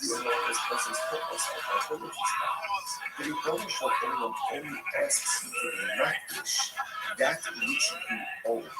You only have to concentrate, or you only can concentrate that which you own. You can't concentrate, it doesn't belong to you. We so often in life we forget that if you only expects of us what he doesn't do. He doesn't expect that he wants someone else to do. He doesn't expect that someone else to do. What he does expect is you to take a personalistic view about all the spiritual tools that I possess. Be honest about what I possess, because we possess a lot more than us, we're honest about. And then utilize those in pursuit of purpose. Only be mekdish that which belongs to you. And our Heavenly Father only asks of us to accomplish spiritual things that are in our power, within our spiritual power. Was the case. This is very interesting. He says to her, right, so he brings you to the zone of the sheep on Tuesday. And he says, okay, keep the sheep with you, we're scheduled to be here tomorrow, right? And just keep it with you until tomorrow. You need to it, but if you need the sheep for some reason, let's say something comes up, you need the sheep, right? And you need a car, or you need to know whatever it is, then Mercer's coming out shop, and I give you the right to acquire it. Fine. She Mercer's there. So there's one that has his own. Now again, what's the idea? Why would you do this? Besides that, we're doing this because again, remember, this all happened with the again, this Shmita translation. We have here is that something should only be tested with prohibited status when there is a level of transactional immediacy. So now we see that by the Shmita case, I don't know if we see it by the Eslo zone by the Harlech case. That emerges just whether it was Harlech case. So by the way, so let's say same thing. Moving did Ruffle, moving zone the sheep on Tuesday. The beer is scheduled for Wednesday. On Tuesday, she goes in and she's not fishing. She consequences that. She didn't open up to the public, but she's not fishing. So what's the status now of the animal? Even though I'm not, and the rest of the above is Russell, the man got the bus. She didn't say that essentially making something heckish is the equivalent of offering it up. In other words, literally the demand says that verbally pledging something to a dish is giving it over to others. So therefore, do we say over again? That's the act of going ahead and being mekdish verbally is the equivalent of offering it up. And you'll have custom, I'll probably be the same. In other words, offering it out is offering it up, but being mekdish is gone, then it's gone. The mekdish ultimately again is still present. So does she have the ability? What happens if she was mekdish? Again, because let's say here the shiner is. Yo, dog. She offered it up on Tuesday. Yo. And the beer hers, obviously, again, it's gone. It's gone, right? So it can't be called an Esther Zona because it was no longer in existence at the time of the beer. In this case over here, on Tuesday, she's mekdish. Wednesday, the Bia occurs, and ultimately, so at the time of the Bia, the object is still here. So now the shaila is, does the object become or not? Once the Tisha is very obvious. You can also realize so once they going back, you realize on the top of the dot. Right? And once the Lazar, she cut off the issue bus. So remember again, the way of the Lazar understood the case of the Eslan right? This is where she went ahead and she already offered it. Right? She offered it up already by the time the third. That's going to be Basa. So that's good because she offered it up. So when existence, how about if Isha so no? But from the Belozo statement over here, that if she is not efficient, the animal is still in existence at the time that the Bia occurred, perhaps the animal wouldn't have been called an Islam Zoga. Much the Gemara says, no, the Belozo is fake from the body. The truth is, this Shaila is not a Shaila of the Belozo himself. So the Gemara says, no. Nifsha Pshita Rabbi Eliezer, Jackie Basa, Dafna Baki Shasa, the Isim Shasina, because Rabbi Eliezer said the only time it doesn't become Esna is when the animal was offered up before the Bia. And by the time the Bia occurs, the animal is no longer here. But perhaps again, where she was just Makish, she consecrated the animal is still in existence at the time of the Bia, in which case, Halacha Malaisa, the animal is recategorized as an Esna Zona. Overall, Hikri Basa, Shikale, Hikri Shasa, I mean, maybe obviously she offered it up and it's going to be under the Bia. Of course, it's not going to be categorized as an Zona. But in case you desiccated it, we're not sure. Which the Gemara says take it. So we need that choice. Interestingly enough, the side, what comes out in this case over here is first of all, so it's an important lesson in the world. We're not finished with this zone. But we do understand is that in order for something to be categorized as an estimate as a harvest payment, it must be transactional and use, which means payment and if that order is not followed, either payment and delayed Bia, or Bia and then payment, ultimately, again, it is not considered to be an estimate. So, if you get present in the animals for payments, now, and the deal doesn't occur until later on, assuming she has rights in that animal, therefore, if she goes ahead and she offers it up, it's on the high card. If she's not efficient, she consequences, and so the animal is still in existence at the time of the deal, the next day, what's the status of that animal? That's the thing. That's let's analyze it. But let's say he has relations with her, and then afterwards he pays her. So ultimately, again, the payment is multiple. When we say it's multiple, it means it's used for consequences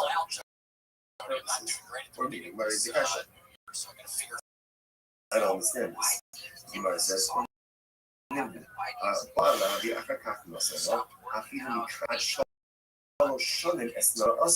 for the rest, it says if woman has relations with someone, and then he pays her 3 years late, just like some people pay all years late. Right, so late, right, 3 years late, it's still called the hard and it's the also, I'm not going to stop on the job, look cash. So what's the cash is important. The price that we paid before, that's not crazy, there was 62%. That if there's relations and then payment, that's not an estimate. It's not transactional use. Then you know it's like there's relations and then ultimately it's also on the Nachameitzchak on Rav Yisrael Hashem. It's not a contradiction. Had the Amar is Ba'ali li, Ba'ali li, B'talazeh. Had the Amar is Ba'ali li, B'talastan. So let's say this is very interesting. Ultimately, again, so we're talking one case is another case where it says have relations with me for this sheep, and he identifies the sheep, versus have relations with me for a sheep. Hirashi, B'talazeh, Kalkamat Yoyev Lo'havik Esman Nechashkot. So ultimately, again, the Gemara says when he identifies the sheep, it's as if there's transactional immediacy. When he doesn't go ahead and identify the sheep, then ultimately again there is no transactional immediacy. Alright, so let's analyze a little bit more. I understand. So let's analyze this, right? So now it's Wednesday. Ruben goes over to Rachel. He says, have relations or to Zona. He says, have relations with me for this sheep. Now, again, he doesn't pay her for 3 years. 3 years. The halacha is, it has the status of a harvest payment because there's transactional immediacy. just because he identified the sheep doesn't make it hers. In order for it to be hers, what has to happen? The Gemara says, the sheep off.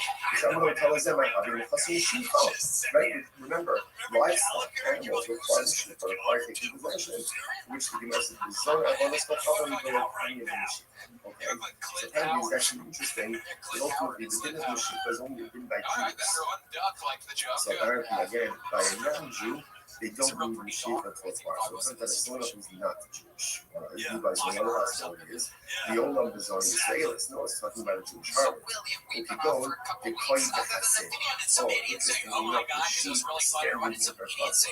In which case, again, ultimately, there's a trust of sheep bias. That's the second. Either play the Hasid or Kuala the Akikaf Nasala, Akano, or second. So, if it's in our thoughts, in our and she acquires it. And our standard issues with her. And then ultimately, again, then he gave it. Then he gave it. So you're shorty acquired it. What are you talking about? In other words, she acquired it before the case of Esmer because she's acquiring the sheep even before the Bia if the sheep is standing in her chutzah. Whereas the Gemara's Motzika is shocking and the apple. It's very interesting. Now, here's the case.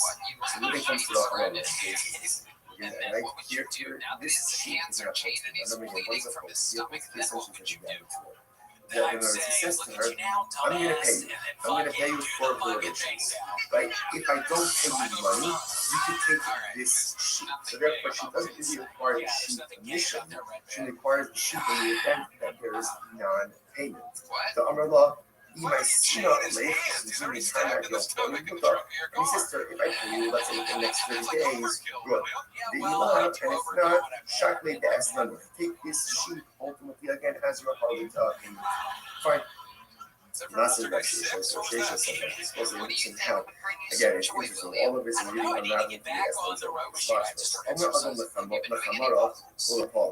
let's say again, let's say even employees, donkey drivers and workers. They say that he's paying.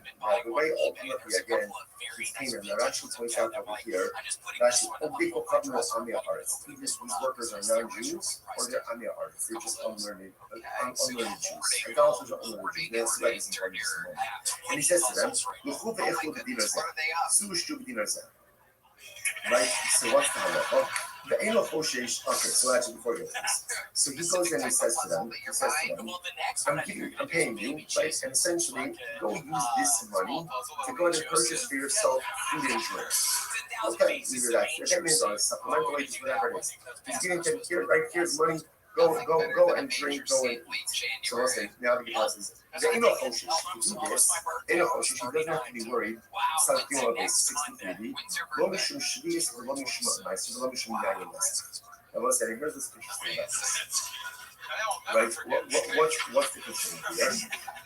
The Gemara says that halacha l'maisa, he's giving them money. Now, because it's an on their hearts, he has to be concerned that maybe Asim's going to go by yayin less. Right? Or maybe ultimately again the Amaharetz is going to buy Shemitah or my Shishim police it's not outside of the Shabbat. He doesn't have to be concerned with this. Why does he have to be concerned with this? Because essentially he's giving them the money and he's saying, Chevra, do what you want. Do what you want. Because he's doing that, essentially, it's not on him. Whatever they do, they do. Rashi says over here, okay, Rashi just goes through all of this. Right, if you look at the end, if you look at Rashi, Lomishim Meiser, right, if you look at Rashi, it's actually the last one, the last of the long one. The Ha'ilu, the Safilu, the Elapiti, we don't, Ruvain is not the one giving it right. He just gives it's covered. This is for your food, this is for your drink. What they choose to do with that afterwards, essentially, is not unmoving. It's not unmoving, so there is no liability. And contracts are the following. Sounds slow, they 63 second like that. In our life, like sex them. Su Viku, Vani Korea, Su Shubani Korea, he says to the workers, like taxi drivers, go and eat, go and drink it, okay, I'll pick up the tab. Oh, now this is a problem.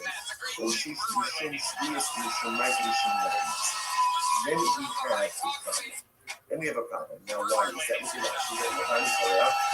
אבל איכוי לוקח האיסי מאכילו, כהשתו לסורת national the issue of the because he's paying the tab, now it looks like he's purchasing and providing these prohibited items for the deal. See the difference? If Ruben just says, here's $100 for your food and drink, whatever they buy, that's on them. If he says, go eat, go drink, I'll pick up the tab, then ultimately, again, that is problematic because it is if he is purchasing and providing these potentially prohibited items for his Alma, that wasn't what he's doing there. He can't to make it so what you see from there is that the lots of the they're not going to bust out. We're now going ahead and circling back to the Labiana case, right? We're going back now ultimately again to the Labiana case. Remember, Labiana, what did they do? They went ahead and they borrowed through the produce and they repaid the poor with 8 year produce. You know what I'm saying? Not a problem with no transaction immediacy. So what do you see now? What do you see from this last piece over there? Almost kapara to make Isser kapara. So what do you see from there? That when moving pays the bill, right? Pays the bill. So even though again he's paying after the consumption already took place, a local amount of this transactional immediacy, and he is considered to be paying for these the Shemitah produce, the shady produce, the Ayudas, and it's problematic.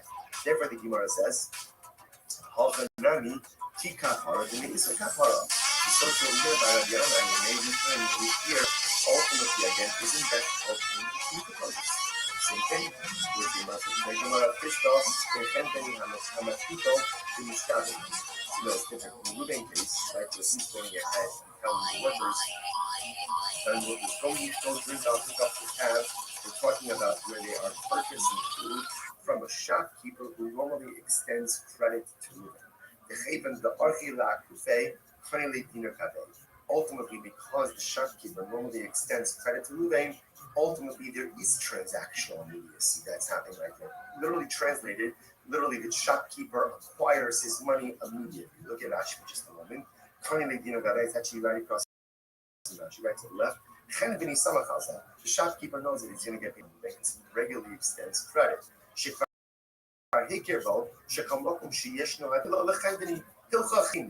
So we'll say there is transactional immediacy. Ruvain is dealing, in other words, Ruvain is not just saying stand going where you want and buy food, buy drink. He's saying, Chevra, go to the shopkeeper, I'll pick up the tab.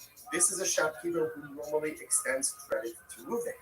So therefore, again, it's as if the debt is already paid, and therefore there is transactional immediacy that's happening. Rashi says over here, therefore it's considered to be almost like an exchange. Right, the shopkeeper is going to give the donkey drivers and laborers whatever they want to eat for the items, and Reuben is going to immediately pay for that.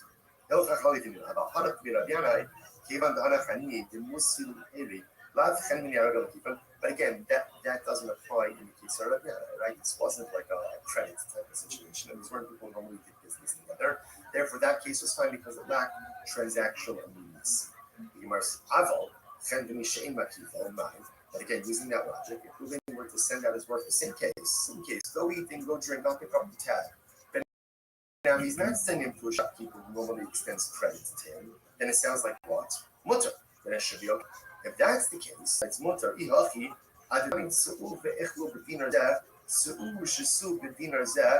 that's the case, then set the price up differently.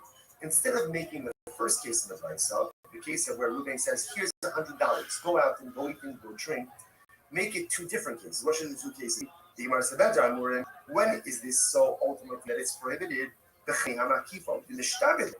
When is it prohibited for Reuben to say to his workers, Chevra, go out and go eat and drink, and I'll pick up the tab? That's only with the shopkeeper who extends credit to Reuben, because there's transactional immediacy, and it's as if, again, the Chenjani already has the money to pay for the prohibited items. But shopkeeper who does not extend credit, therefore that lacks transactional immediacy, and that case should be fine. In other words, better for the Brisa to go ahead and highlight two cases that are the same, but one detail different, than to highlight two dramatically different cases. Furthermore, is that true? Even if the shopkeeper doesn't extend credit, is the purchaser not still obligated to defend any Listen to this. person says to his friend, Tain Malploni, so what happens? So right, Ruben goes, all right, I go over to him. Say, Ruben, do me a favor, give him money to Shimon, and all of my property will become encumbered to you. What's that? If ultimately your property becomes encumbered as a guarantor, the Gemara says, so what do you see from here? Now again, that's even assuming that Ruben and I have no previous relationship. So what do you see? When you ask someone to go out and give something to someone else, and ultimately, again, you're guaranteed it, that encumbrance, that transactional immediacy, seems to occur right then and there. You're right. At the end of the day, whether the shopkeeper extends credit or doesn't extend credit doesn't really seem to make a difference.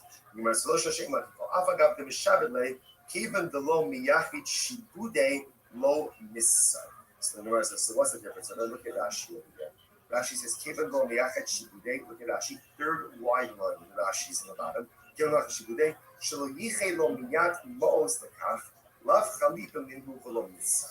Since Reuven did not go ahead and actively set aside money for this, right? He's telling his workers, go out, go eat and drink, I'll pick up the tab. Since no defined amount of money, right, or no specific monies have been set aside for that, therefore, again, that lacks transactional immediacy. Because it does, ultimately, again, it should be mutter. So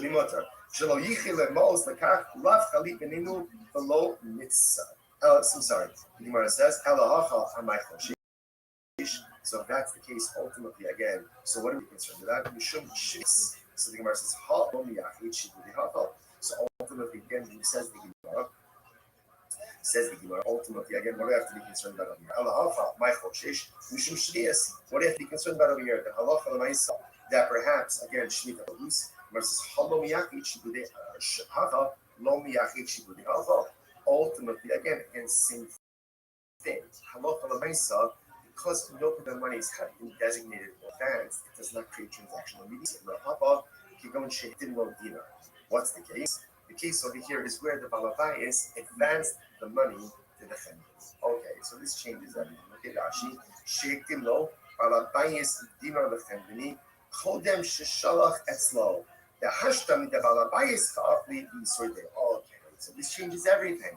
So now the case over here, ultimately, again, when the Brisa says that if Reuven says to his workers, go to the Chendini, go to the shopkeeper, eat and drink, whatever you want, it's on me.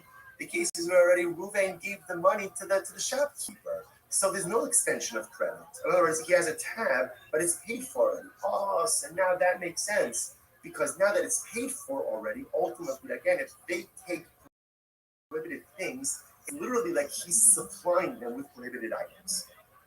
I'm not going to. So the Gemara says as follows. So we'll say, so again, all of this is all on the same ground of transactional immediacy. Like that's the theme that's happening over here.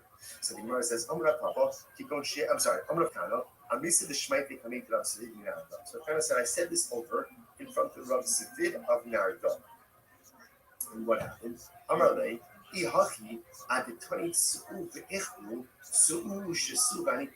the case, the Brisa shouldn't read that Reuven says to his workers, go out and eat, go out and drink, and I will pay. I will pay means it sounds like he hasn't paid. Rather, what should it say? You should say, go out and drink, go out and eat, and then I'll settle up. Like, I'll settle up ultimately again with the shopkeeper. Because again, we're saying now the case over here is where Reuven prepaid, right? So he left money with the shopkeeper. Then it's a question of saying, okay, I left you $100. How much did they consume? To which the Gemara said, you're right. He said, you're right. Tani, I'm sorry, Tani, ultimately, again, Allah for he said, you're right. Change the license. Read the license should really be the following way. That halach l'maisa, Reuven says to his, so the case, remember, essentially there are two cases in Brisa. Case number one is where Reuven gives his workers $100. He says, Chavra, go out and eat, go drink on me. That case, whatever they do, it's on them. It's not on me. Case two, the way the Gemara is understanding it now, is that halach l'maisa, Reuven prepaid $100 to the shopkeeper. He said, my worker is going to come in, let them buy, let them eat, let them drink. Okay? Now the Gemara says that's the problematic. So you have to be concerned. If they have access now to prohibited food items, because then it's as if Reuben is going ahead and supplying with prohibited items. And the way that price should read is Reuben says to his workers, go out and drink, and then I will settle up ultimately again with the shopkeeper afterwards. That's how the Gemara is looking at things. Again, we'll stop over here for today. Shkoyach, everyone. What a dance. Wishing everyone a wonderful day.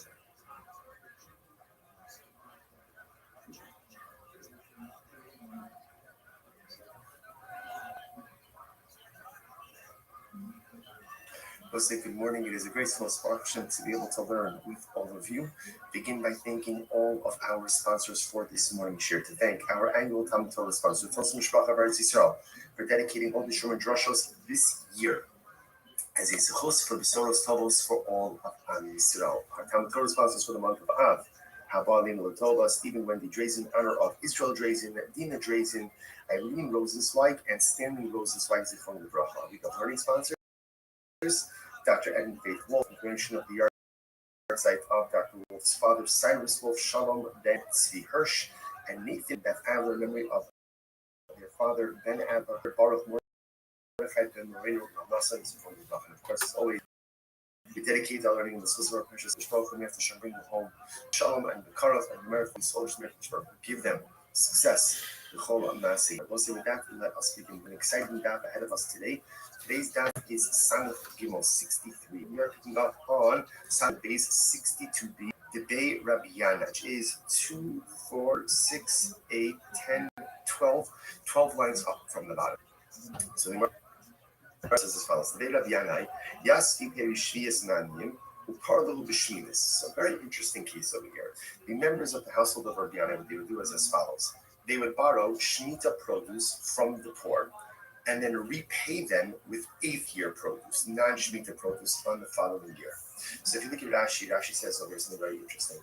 Yasi Perishi is called in Smanabir. So obviously, again, without getting into all the Shemitah technicalities over here, but halacha l'maisa, you can go ahead and lend or borrow, not commerce, but lend or borrow Shemitah produce while it's still readily available for everyone. So that's once it's no longer readily available in the field, you really can no longer kind of keep it for yourself. So the idea over here is, so the people of the house of Rabbi Yanai would borrow Shemitah produce from the Aniyim during the Shemitah year. Rashi goes on, a parlo b'shminis, ishtachach ta'achli Aniyim b'shminis achar adir chaliti perush shvius. So what ended up happening again is on year number 8, the people of Rabbi Yanai's house would repay the Aniyim, ultimately again with new produce, 8th year produce. So they came and they said, so people mentioned this practice Rabbi Yochanan. There's something about it, obviously, that bothered people to some degree. So they said something to Rabbi Yochanan said, yeah, listen, often it's perfectly fine. It's perfectly fine. Why? Interestingly enough, look at Rashi. You also have this starts to a couple of Rashis. You also think the Yochanan said the members of the house of Rabbi Yanai are acting totally fine. Rashi says the people that he shaped up, lo habu hanach ba'em, lo ichuse hani ba'ani, la chalut benehu, lo chayli kedusha shviasa. So very good. We saw yesterday's daf already. We get into the issue of potential commerce. With a forbidden item, so companies that forbidden identity to the public are previously permitted. So, for example, the concern over here is business that brings transactions business which need a produce, then even the 8th year produce will ultimately have the same age with a prohibition. But the overall said it's not really a problem. Why? Because there's not a reciprocity, there's not immediacy. Or I should say, there's no immediate reciprocity.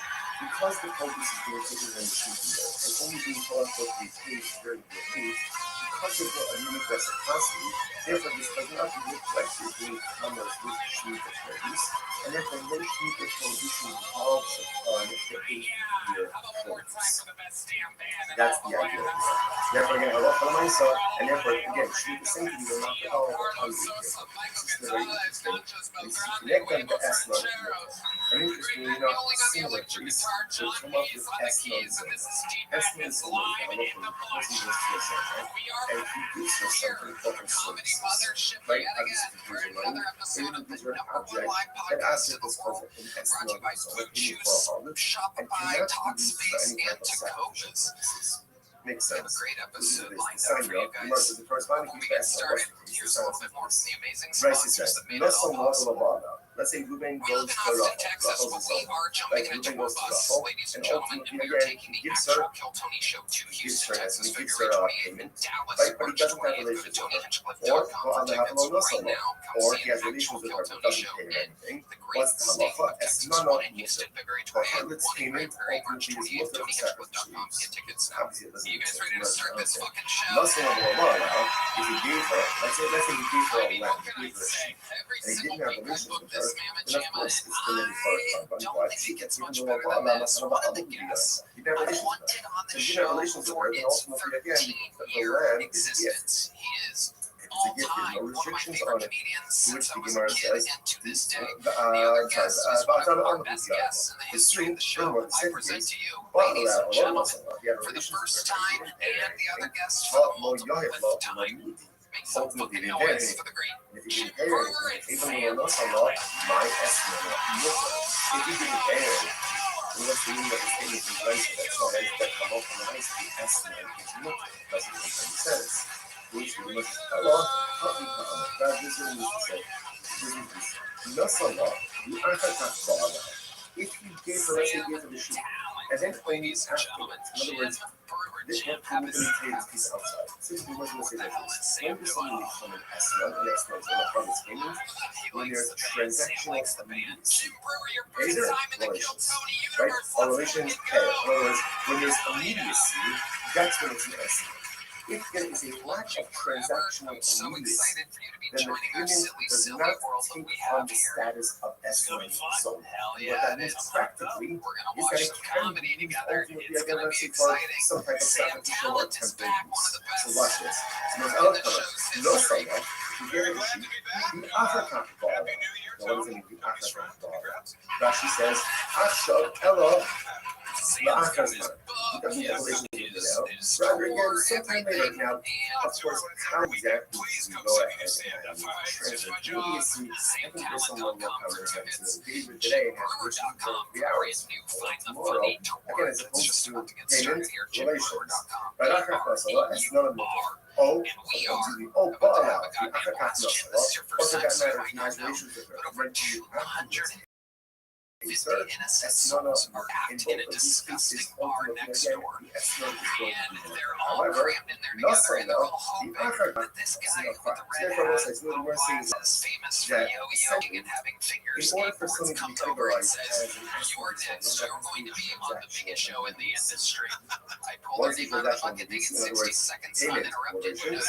then the one sheep payment has the status ultimately This is what they're waiting for, these guys. I thought he was here to bring right me more vapes. Remember, the household of Indiana, they would follow He's got the headset. This is what it looks like when the ball boy wants to pretend to be the head coach of a football team. because they felt, I don't know, maybe it was I think it's so much pussy out of it. so no, it's fine. Why? Same idea. There's no transaction. Look at him. He should be coaching Indiana in the national championship right now. And use instead, that your produce as an anyway, I pulled the name out. They exchange, get 60 right? Or as seconds someone uninterrupted. You know, the time is up here. The sound of a kitten. produce, That means they have to wrap it up better, else they bring out the angry West Hollywood bear. Fine. Now the Gemara question is a little bit disgusting. Red man. No someone Great at I his thought job. that Everybody's so let's good at his right, job. let's impose it and paste it. Hey, you can use that. Use your sheet. Great This is your stuff. sheet. You might want to figure that out. This is Your only job. right? So you use your sheet. Right? And then let's say put your sheet on Tuesday.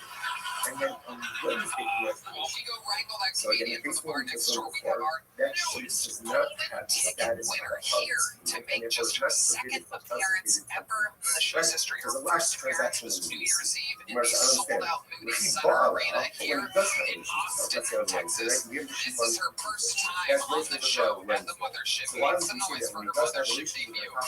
This is everybody.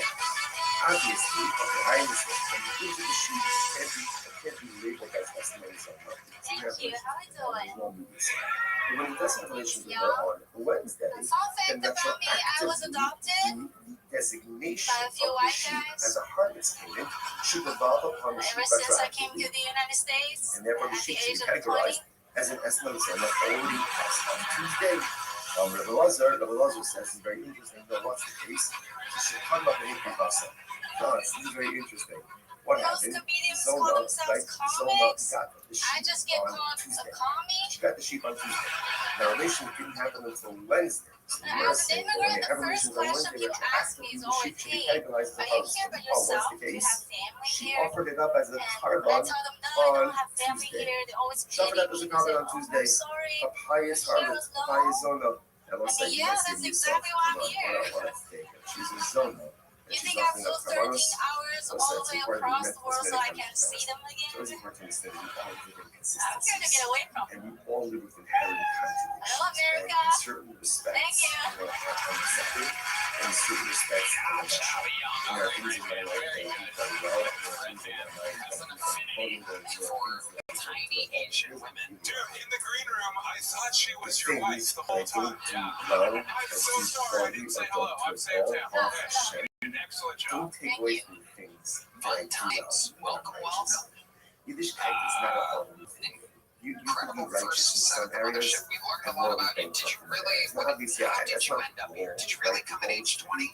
Oh, Is to yeah, I have a certain came level of here harmonious for spirituality and school. righteousness in all areas. And most of What us did you study? are not there. But I sometimes we studied feel music. hypocritical. Yeah, Sometimes we feel What like did a you fake study? because here, you know, I'm learning Torah, but I'm doing even stuck up, but I'm doing this, or I'm chesed, but I'm doing this. Right, it is hypocritical. It is still a contradiction, but welcome to nature of the human condition. We all live with hypocrisy, we all live with inner contradictions. Such is the nature of life. It's important for us not to lose ourselves.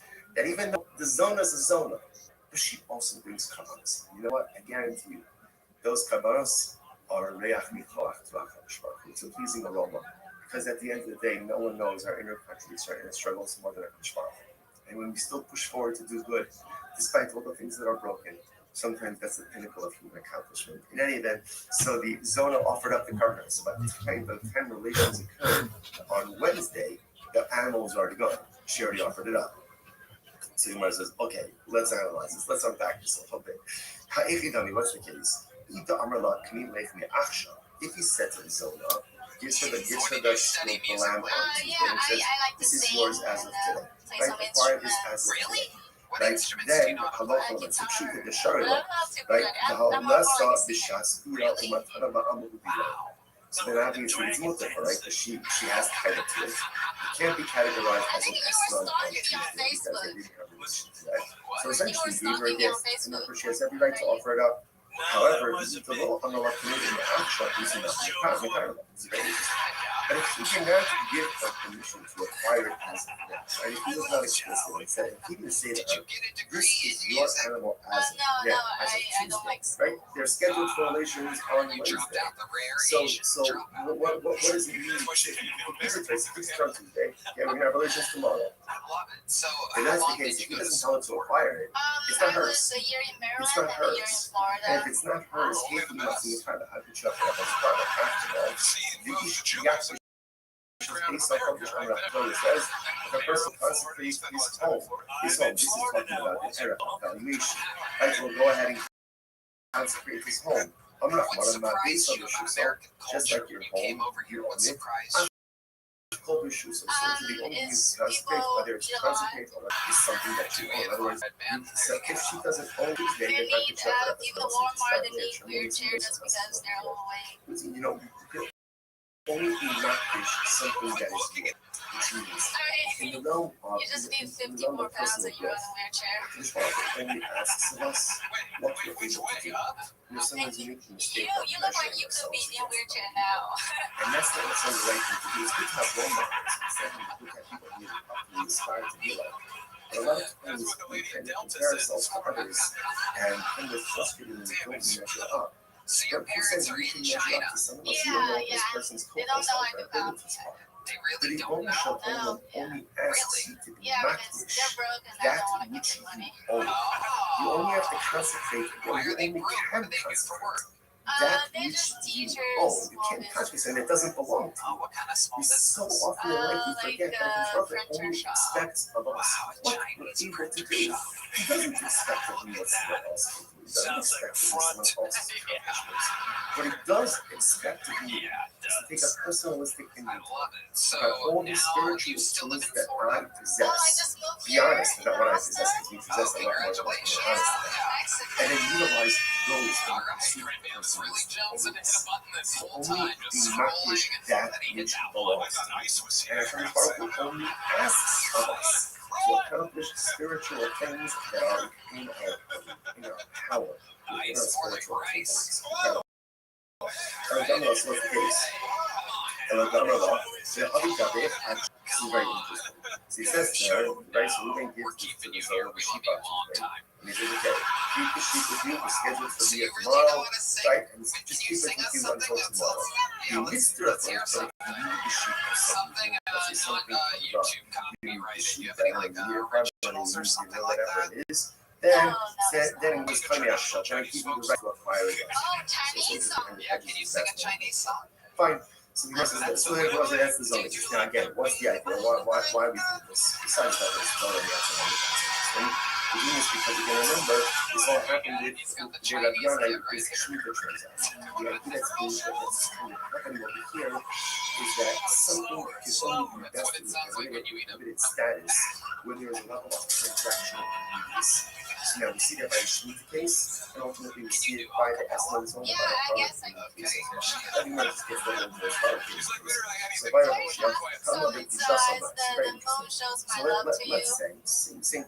Moving gives Buffalo, moving is Zona. The sheep on Tuesday. The Bia is scheduled for You're the Wednesday. second red band On here. Tuesday, she goes in and she's not fishing. She consecrates it. She didn't offer up as a covenant, but she's not fishing.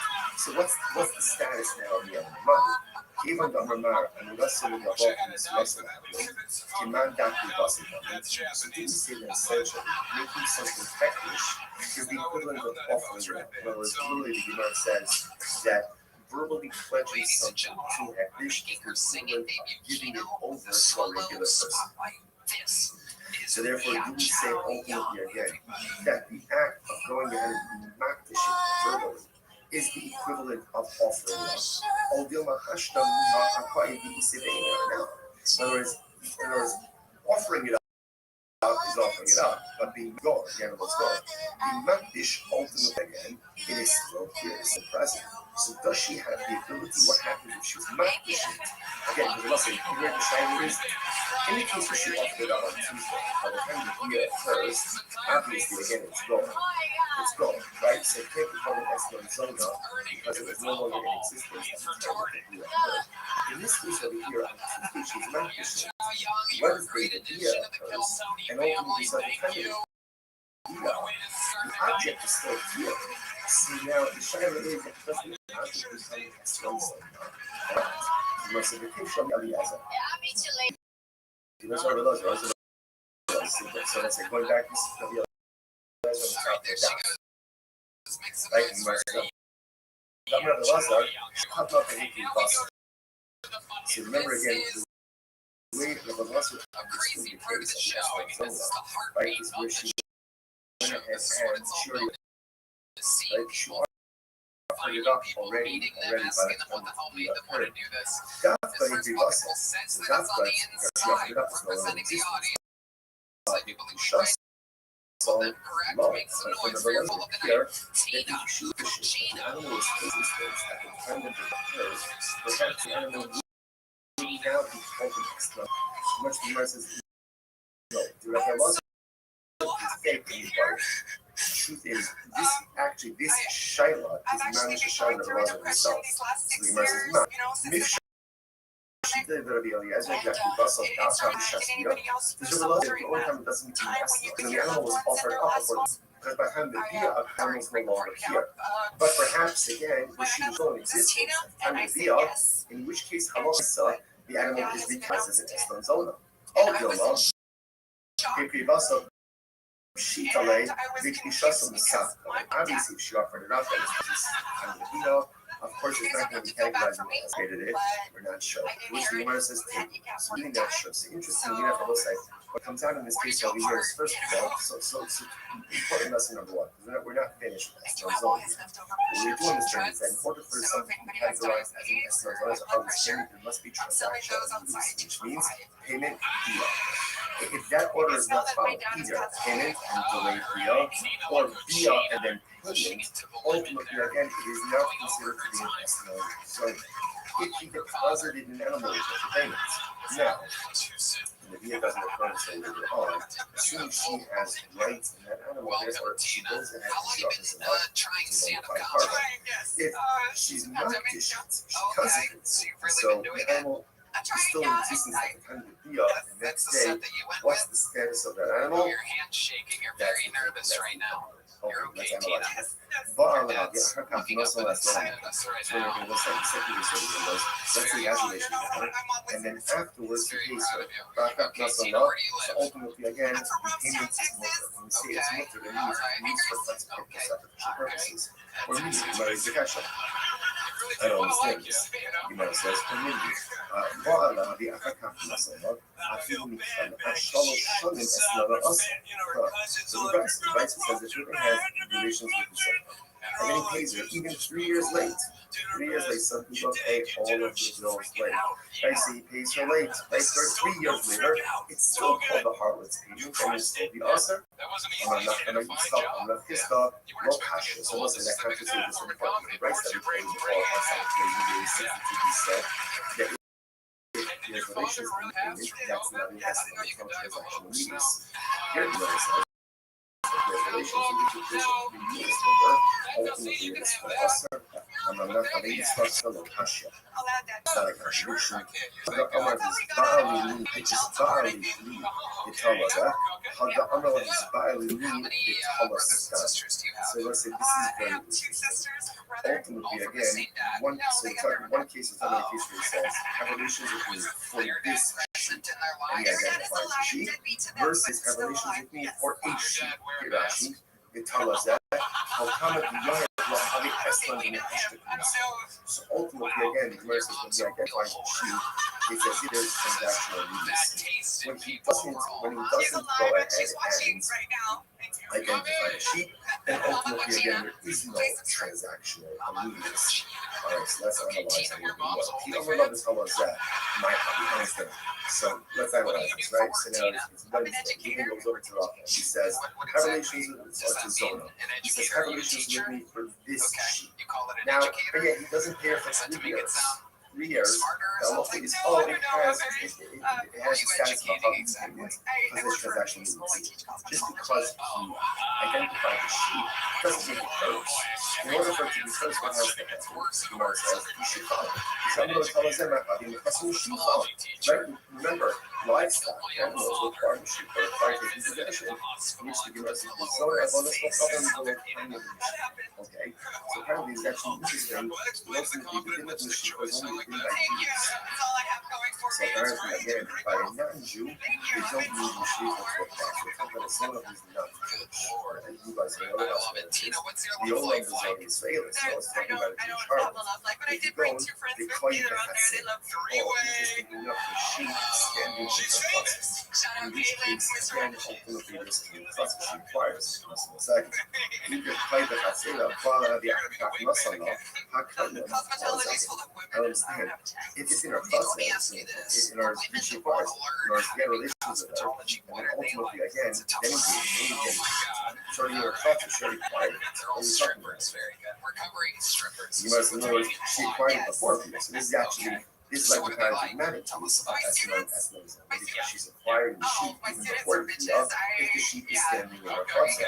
Which the merciful Tzipah is shocking and handy out to keep. Very interesting. Now, here's the case. So everything comes to a halal, Jason. You know, right here. This sheep is not full. It's a system, right? I'm going to pay you. I'm going to pay you for the relations. Right? If I don't pay you money, you get this sheep. So that she doesn't really acquire the sheep initially. She acquires the sheep in the event that there is non-payment. So, let's say in the next 30 days, good. And if not, sharply ask them, take this sheet ultimately again as well. Fine. Massive frustration supposed to some help. Yeah, it's interesting. All of this is really around the essential response. Let's say again, let's say using employees trying to change the way of again is here, not just over here, but some more on the others. Use or the on the others. And he says to them, the hooks are the inner association pockets. So he says to them, I'm paying you, right? And essentially, go use this money to go and purchase for yourself food and drink. I'll tell you that. What that means on a supplemental wages, whatever it is. He's getting paid here, right? Here's money. Go and drink, go and eat. So listen, now because the inner person to do this, the inner person going to be willing to have more of a 63 week. She is the woman she knows, right? So woman she knows. And listen, I hear this like, what's the concern, right?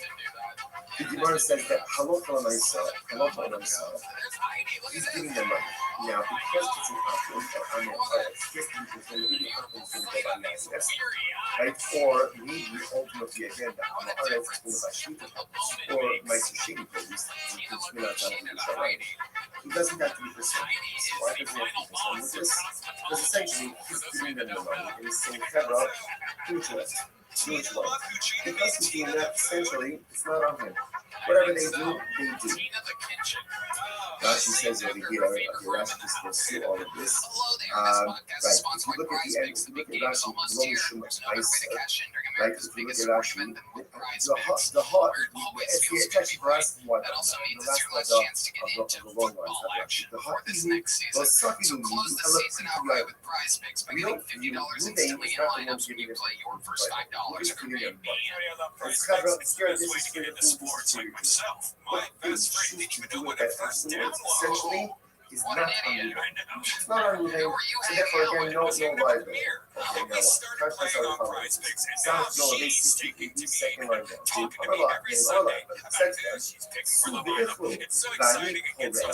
So, he says, to your workers, taxi drivers, go and eat, go and drink, and I'll pay, I'll pick up the tab.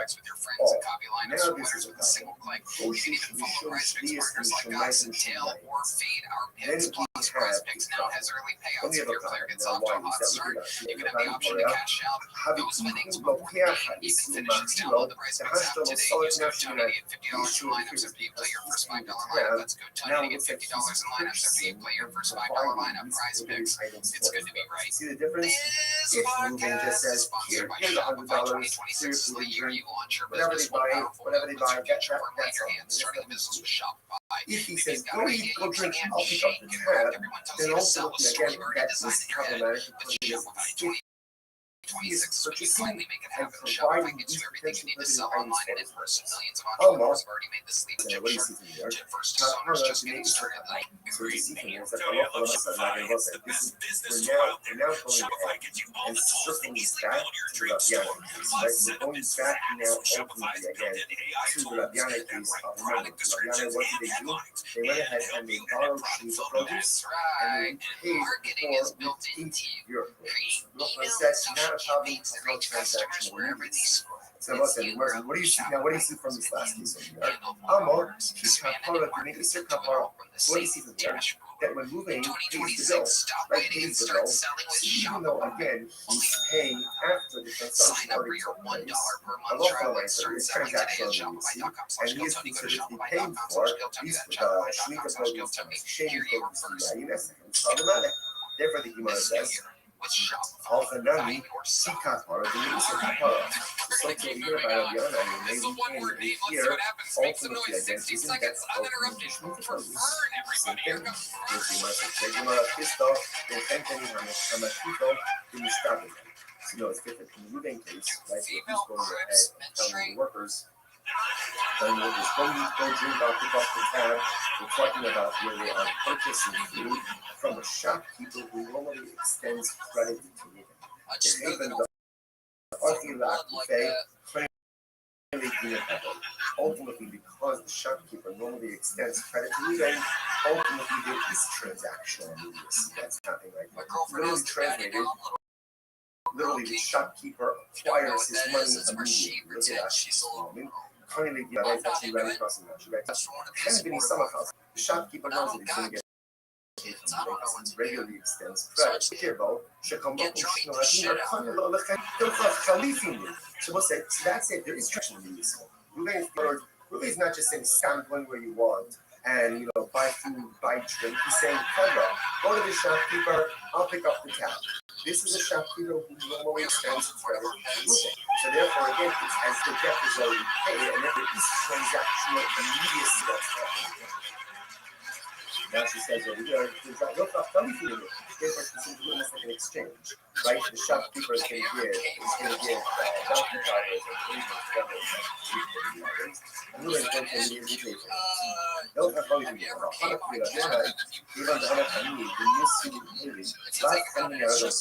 Again, that doesn't apply in this already.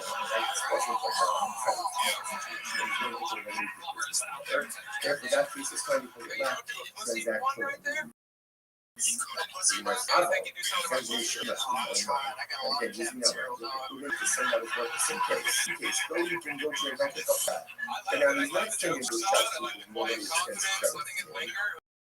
And it sounds like that. Well, it should be okay. If that's the case, then it should be lucky. I would constantly get between our Zach. If that's the case, then some advice to us differently. Instead of making the first case of the case where everyone says, here's $100, go out and go drink or drink, make it two different things. What do you do this do? You must have done when is this so ultimately again that it's prohibited? The company, I'm not people, in the starting block. When is it prohibited for Ruben to say to his mother, go eat and drink, and I'll pick up the tab? That's only with the shopkeeper who extends credit to Ruben, because there's transactional immediacy, and it says, if again the friend only has the money to eat items. How about then do shipping them up people, but shopkeeper who does not extend credit, therefore that lacks transactional immediacy, and that case should be called. In other words, but if it was race, we go ahead and highlight two cases of the same, but one detail different. In fact, two dramatically different cases. This was old, and shipping of people move on the shop. Even the shopkeeper doesn't extend credit.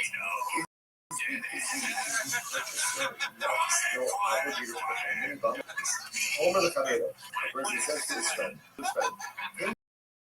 one of the phone, on the first day, so what happens? Right, Ruben goes, I got say Ruben. Give him money to ship, and all of my property will become encumbered to you. That's how again, my property becomes encumbered as a guarantee. So what he's saying now again, that's people see that Ruben and I have no how did you learn how to speech therapy? I was going to go to the Air Force a bit. And ultimately, I can come and I knew I couldn't say yes to it and get it. So I was there and fixed that shit with me. How long did it? You're right. At the end of the day, whether the shopkeeper extends credit or doesn't, all you got to do is pick your thing about it. I also could not say we're still a fat boy.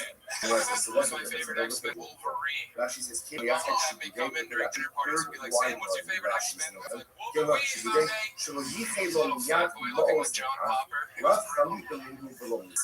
Since Ruben did not go ahead and sacrifice so right? He's telling his workers, go out and drink coffee. Since no defined amount of money, right, or no strict money have been set aside for that, therefore again, that lacks transactions. Because it ultimately again, it should be money. זה לא יגל למוז לכך, רק עלות המינו ולא מצטער. I'm sorry. Gemara says, "Halacha amar kashish." So that's the case ultimately again. So when we do that, we should shvius. So the Gemara says, "Oh, no, so ultimately again, he says the Gemara. Says the Gemara ultimately again, what do you have to be concerned about? Halacha amar kashish. We should shvius. What do you have to be concerned about over here? The halacha l'maisa that perhaps again shvita havis. Ultimately, again, it's the same thing. Because no particular money has been designated to a bank, doesn't have to transaction needs. So what, you didn't end up going to Canada? What's the case? The case over here is where the Galabah is advanced feelings the for money. before meeting her? Yeah, she flew down 4 times and we just basically had sex all day. It was great. Yeah, 3 times a day.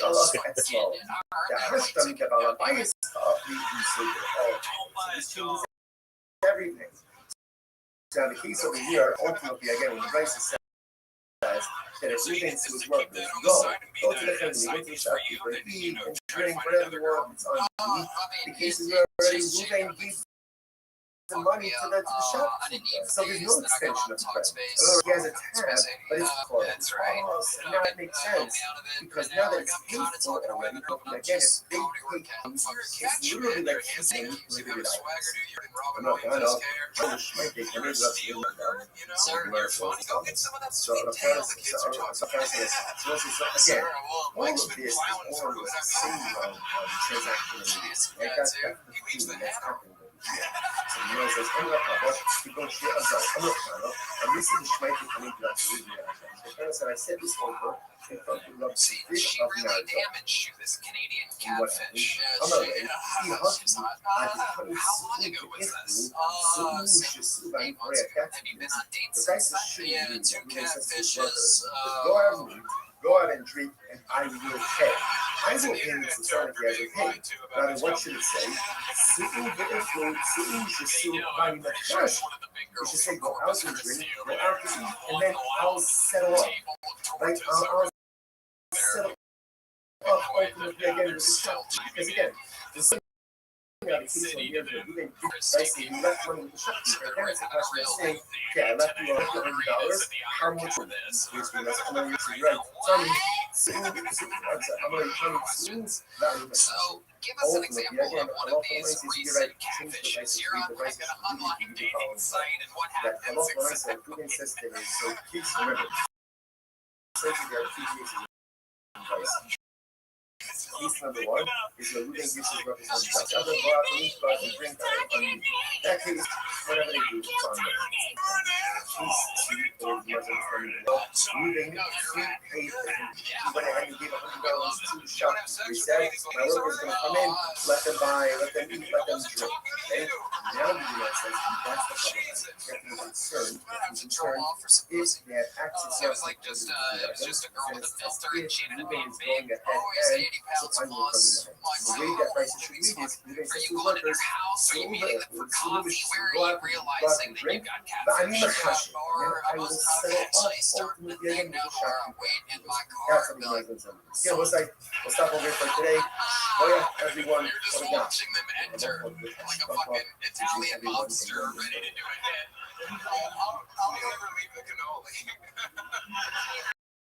One time I showed up relatively early. I told the bouncer, I was like, hey, man, if you see this chick, Those are a tremendous spot from field to he's like, I got you. She was already inside. Power spots. I was like, shit.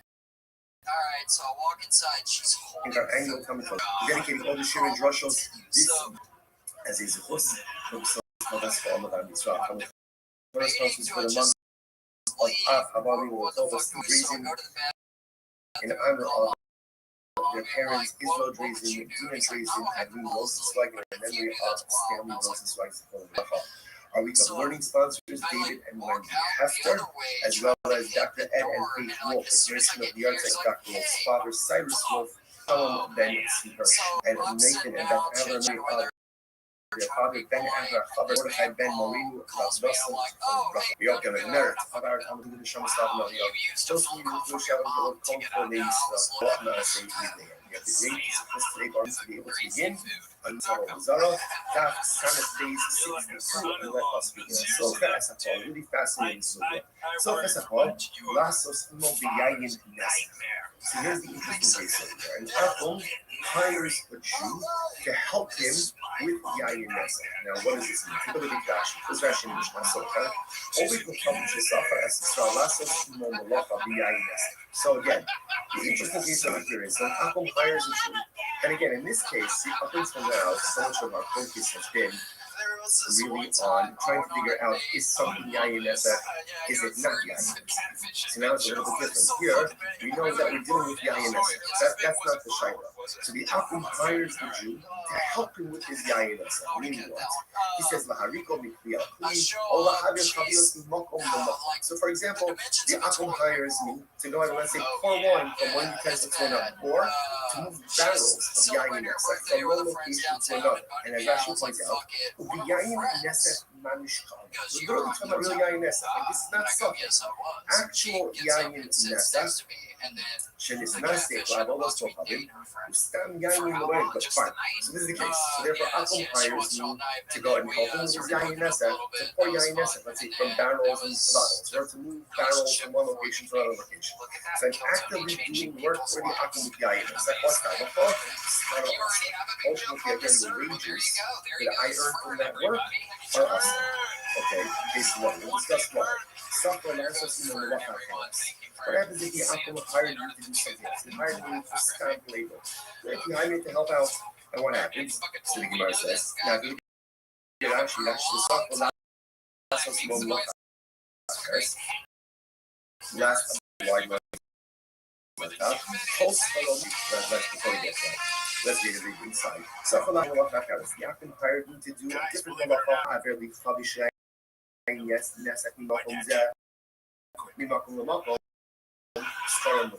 but if the Akum hired to work, do other work, mow his lawn, clean out his garage, and when I'm working in some way to help move the Yayin Nesa from this one to the other location, you know, just for the wages are mutter. Rashi, Sarasos Malachares, Post Salam Mutter, Yapagad, the Agri Romi Shumalacha, I'm sorry. So we'll see the Rashi's things Gemara is going to explain this. So therefore, two very different cases. Case number one, I am exclusively being hired to help with the Yayin Nesa. In that case, the Mishnah rules, Tanakama rules, that Allah the wages are also. Case number two, I'm being hired for something else. But then once I'm working for the Akum, which is something else, he asks me to help out with Yayin Nesa. In that case, wages mutter. Wages mutter. Good. Next. Myself, allow Yayin Nesa also. So this seems to be a case. We'll discuss this. So let's say again, I happen to have a donkey, and the Akum hires me as a driver to transport Yayin Nesa from one location to another location. What's the law? The wages are also. What happens if he just hired me just to transport him? In other words, he didn't hire me for Yayin Nesa. He hired me to transport him from one location to another. I thought he should even let's say the other comes bringing the bringing like a flask. He's bringing a bottle of wine, a barrel of wine with him. He doesn't travel with barrel of wine. See, he's bringing his wine with him. Ultimately, he's from the wages. So again, it seems to be the same principle at play at both of these cases, right? In both these cases, if I, the Jew, explicitly hired to work with Yayin Nesa, the wages will be us. If I'm hired for some committed purpose, and just along the way, I have to deal with some Yayin Nesa, then ultimately, again, the wages are incredible. Well, the first Mishnah, my pension, no, I guess I didn't. Why the wage? Why are the wages us? Even holding Yayin Nesa Masradano, Havana, Skarano, okay, here's this. Yayin Nesa, Masradano. Now again, let's say, I want to think that. Even though up until now we've been using kind of like Yain Nesach and Stan interchangeably here, Yain Nesach literally means libationalized wine. Right? We know for sure the wine has been used for all this, so there's no shite. The mercy now is saying that even the wages that I earned through dealing with that, again, I didn't release it, I didn't make it. From like, from when you that's funny because the office the wages are going to be less than what if it's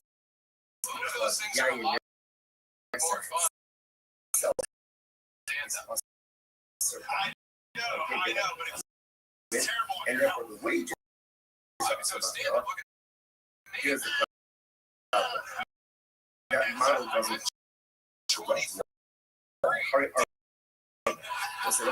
I'll remember again his first that grows in the first 3 years.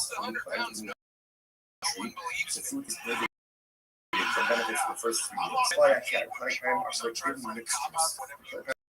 An example is, let's say again you plant grapevines and it's also not known. In both these cases, Arla and Plana, Yawasana, Mufflon, the Kiddush name with man, someone took Arla, or someone took Guayacana, and they sold it. And then let's say Ruben sold it, and then Ruben took the pros, and he was Mekadesh Rachel, the Kiddushin works. What do you see here? You see here that proceeds from something that is forbidden from benefit, ultimately are permitted, right? In other words, the proceeds from something that is asr da'ano are mutaba, can be used. So again, Arla is asr da'ano, so Ruben takes it and uses those proceeds in the Kaddish Rachel, the Kiddushin works. So the problem is, this goes against the Sarah. We were suggesting that maybe the reason why the way of moving Yain Nesach and Yain Nesach and the Asr Yain Nesach is asr da'ano, so the reason that model doesn't work. So the Tofes is bonus for so maybe this is actually different. It's different over here. Why? Because Avodah Zarah, the way Avodah Zarah is even that you sell, like you sell Avodah Zarah, and let's say it takes on that's what's called Tofes double. You know, Aleva is not saying Avodah Zarah and Hari Kalas. Remember, since we're talking about libationalized wine, it was already wine that was used for Avodah Zarah. So therefore, what? Again, this is like an idol. This amount of wine itself becomes like an idol. Hari Kalas did not mass. Even if you sell an idol, the proceeds of that sale have the same status of the Avodah Zarah itself. Kol she'atana hayeh how do you come up with the issue to come about start to love and nothing? Maybe the last year like this. And essentially, true is if you sell Avodah Zarah, the money is vested with the same Avodah Zarah prohibition. So the wages that you earn through working with Avodah Zarah take on that same Avodah Zarah prohibition as well. And that's why again in the Mishnah, if I'm hired, so let's say Mulu or for Yain Nesach, the wages will be also because the wages take on the identity of the Avodah Zarah itself. Also, you know that the Gemara is understanding that once wine has been used for libational Avodah Zarah purposes, the wine itself becomes Avodah Zarah. Interesting. The wine itself becomes exactly like the Gemara is the problem. How did she is? What about Shmita? What about Shmita? The Tofes es Damah. And the halacha by Shmita is same as the Shmita police number again. Now again, we say good thing, you're allowed to utilize it. You can't do scholars sections or other things like that. And if you end up using this with Shmita produce, the proceeds of that transaction become prohibited like the produce itself. You must write Shvi is the case that's come out. Here we learned Homer the well, it's actually an interesting case. And we're actually told that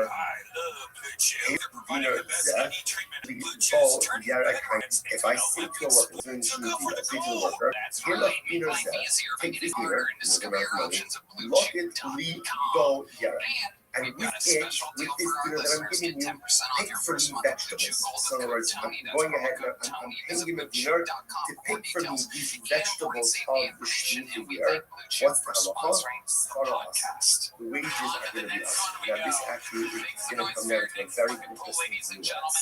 Look at actually just one luck with leaf bowl.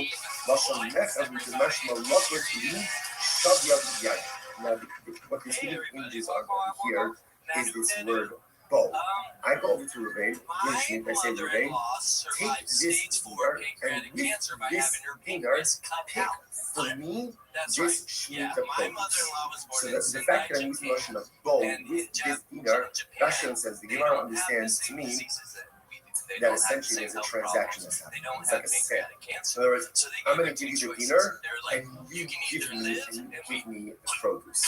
Again, I will say now at that point, then I'm doing a transaction, doing commerce with Shemitah produce, and then ultimately again the proceeds, the dinar, are going to be prohibited as well. On the other hand, but if I just say to him, just do me a favor, pick for me a vegetable, and again, there's no mention of bow, right?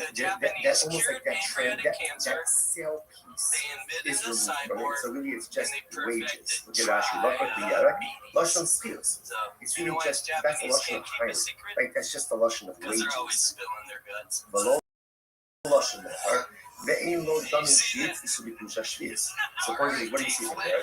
You see from here that halacha l'maisa teaches of shmita, or I should say wages that concern shmita produce, do not take on shmita prohibition. It's only when the wages are structured like a sale that the wages take on the prohibited nature.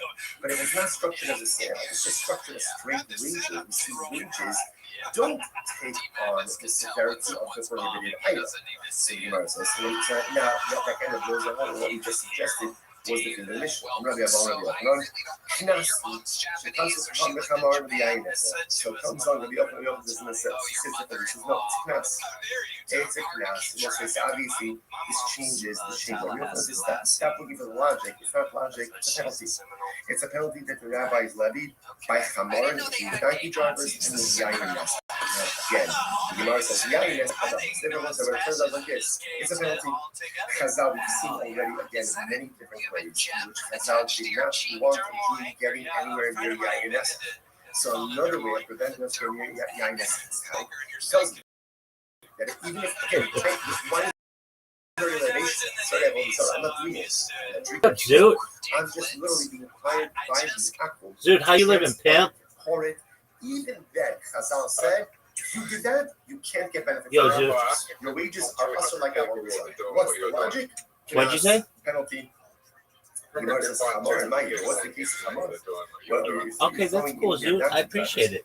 Name one that's doing it for more than 3 streams. I'll wait. Well, the first stream? Yeah. Donkey drivers who were doing malacha, were engaging in commerce with Shemitah produce. So, Shvius. Yo, dog, apologies. I'm talking to someone else right now. How you living, Dudley? What does that mean? The wages are like Shemitah. What's good, son? Dude, find me one person who's been doing it for more than 1,000 days. And it turns out that someone is paying their debt. Like, to the She's worker, not archiving her streams, dog. The Torah says you can use Shemitah produce. What can you use it for? The achla.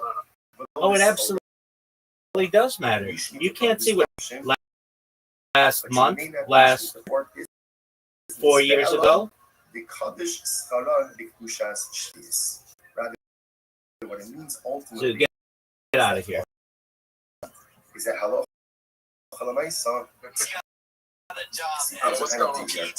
I'm living life like a pimp, dog. I'm watching Kill Tony.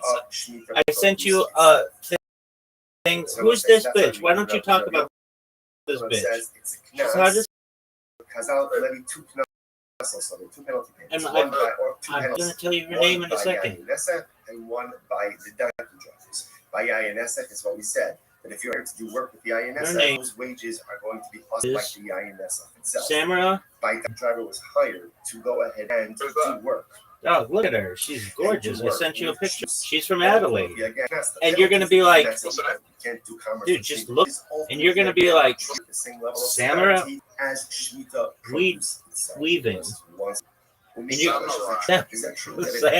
going to be like, oh, I've met her before. I'm going to be like, no, you haven't, Doug. You didn't even know who I was talking about. She's a model, but she's also an actor. Good luck with the Yarek Hayom. But we just said before, repetition. Out of the Blue, which was a series, and I say to the worker, and then Home and Away. Take this dinner. She's considered one of the most beautiful women in the world. What's the halacha? The wage is mutter, right? Because again, as opposed to lokot liyarak bol hayom, starts exactly what we said before. Okay. In that lashon of lokot. Well, that's a cool story. If I say, take this dinner, and with this dinner, pick for me. Who did you meet? That has the appearance of a sale, right? I'm giving you money, giving the shemitah produce. As opposed to the previous case, where that bowl, right, with it, that word is removed, then it's just simply a hiring of a worker. Are you excited? Here is that clearly, if you hire a worker to work with shemitah produce, right, even though again I'm not supposed to do it, but the wages are not illegal, which just contradicts what we just said before. I know you got that on Friday. Are you ready for it? So what's the case of the diamond jars must be like this. Now, how big is it? To go ahead and do work with shemitah produce, and I'm paying him for shemitah produce. I think who's from 1 second. Well, we just seen Rock Comedy? You can't pay someone with shemitah produce. That is illegal use of shemitah produce. How can that be? Well, yeah, we know that, dog. Which the Gemara answers, the Avina Mehila B'tzad Heter. This is very interesting. Where I pay him, but I pay him in a permitted way. I must say, how does that work? Look at Rashi. Tzad Heter, Matnas China. Interesting. And you might be one of those guys, right? It's as payment, but I'm not giving it as payment. Instead, I'm giving it ultimately again as just a free gift. Free gift. What's the case? No, it's not, but that's cool. That was an interesting enough for switching gears. Rashi points out this is nice shame. Right? Remember again, nice shame. One of the times that the owner of the produce has to move, you can keep it. You can eat it. Every, like, in total or every year? Every year. They have like 4 people a year. That money is now vested with nice shame. Sanctity and bringing it to Yerushalayim. So therefore, the Gemara says, "Well, Yomar Adam Lechavero." A person should not say to his friend. Let's say, "Samach base on the base 62." It's more like being on. It's more like being on Last Comic Standing or America's Got Talent. Take from me this Meiser Shem, this Yerushalayim, and we'll split it. Now, what does this mean? Rashi says, "Lachalek," which is still tight. Dude, you will never hear me say that I'm not happy with your performance. And I'm absolutely shocked that you made it as far as you did. I'm really proud of you. I'm really happy for you. 95% of Canadians I'm paying in Australia come from work to transport my 95. I'm paying him to do it. 95%. Right? Fine. So and are you going to be one of them? What can I say? But what can I do? I can say, Ruvain, do me a favor and bring my nice machine to Yerushalayim. In this case over here, I make no mention about a fee. Right? In case number 1, I say I'm taking my machine to Yerushalayim, and we'll split it. So that one is clearly I'm stipulating with him a wage based on my machine. And all I'm saying to him is, do me a favor, bring it up and drink it in Yerushalayim. Ultimately, again, there's no discussion. What are you saying to me? I'm still we'll eat it together. So again, you can go ahead and give it isn't that some as a matnas? Ultimately, again, as a isn't that some comedian? Suggesting over here is it could be the same thing which you do by Hamad. If I hire someone to go ahead and do something with shemitah produce, so again, halacha might say I can't pay him shemitah produce, but what can I do? Make no mention of payment and just give him a free gift of shemitah. Throw shemitah produce is hefker. I can pick up and I can give it to whoever I want. So the mice again, that would be James McCann, but you're probably second. Amarava says no. The olam, the kadosh well. So the Gemara, we're talking about a case ultimately again where halacha said has shemitah sanctity. I did think I should have 1 second. We said before, are you sure? The problem we were getting into. The problem we were saying is that the way is from. Are you sure? Ultimately, takes but we don't see that same thing. Dude, I don't know if anybody's better than you are. You're on fire right now, dog. Even if I went ahead and hired, I think Chelsea's going to get it. Do you? Ultimately, again, the wages do not meet the same thing. So it comes up with the difference. You think she's gonna win that? You think she's gonna win nationals? Suppose he's very into numbers, like a laborer. Anyone in that Although I that I'm in the job working nationals, it's about we don't penalize him. What about you, baby? Donkey drivers get paid a lot more money. That's where Chazal shows us that they that's a little too controversial. Oh, for sure. That's what I knew. Are none, which penalizes it, right? Because The Australian made over in our beginning of TV about God having Down syndrome. Exactly. Do you think they're gonna get offended with you?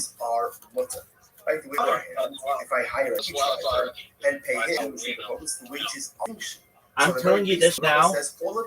I'm to Australia, not to congratulate you. I'm going to take my stream to Australia immediately, but I'm going to go there and I'm going to teach people how to really be funny. Because if you're the funniest person in Australia, I've got to be like the funniest person in the history of all of Oceania. People in Papua New Guinea are going to be shitting themselves over my jokes.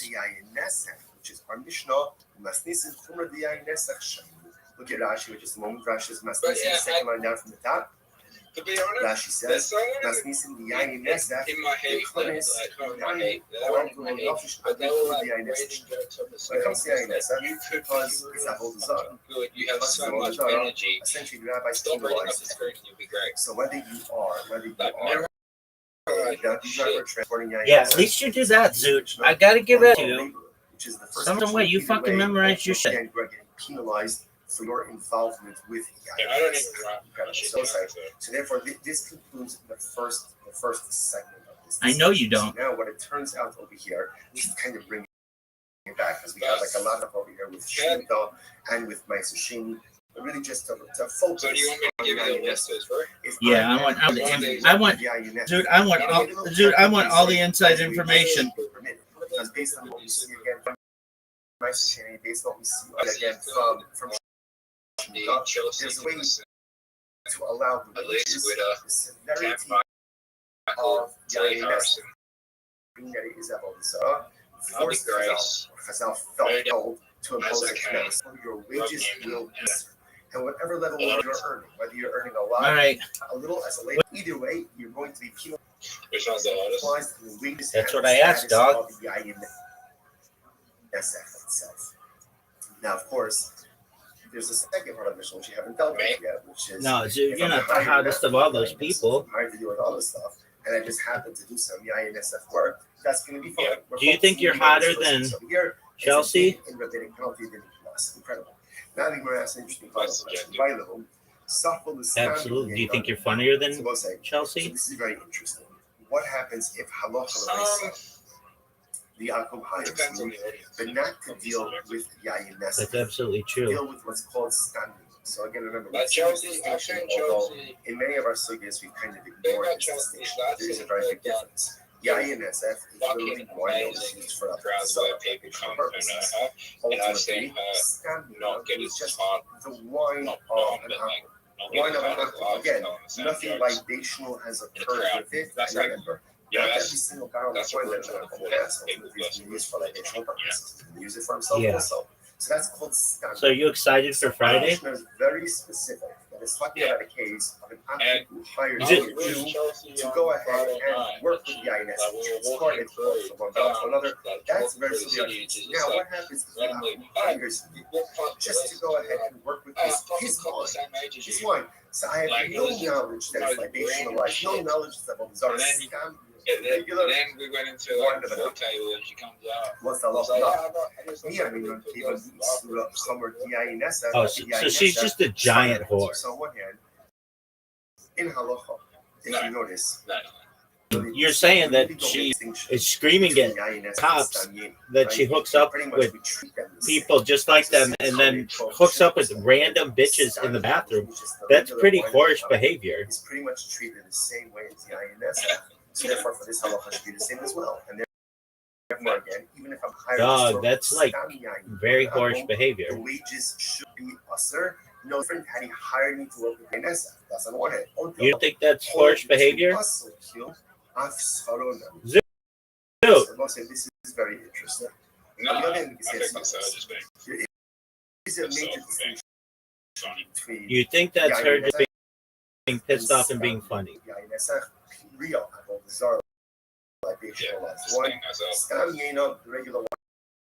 All right. There's a big distinction in the realm of. Do you think this bitch? Look at Rashi. No, I know. Rashi says the tumah. Rashi says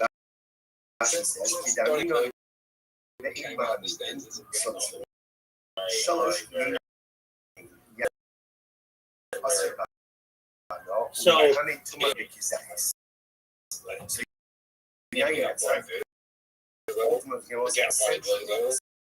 essentially it's treated like a corpse.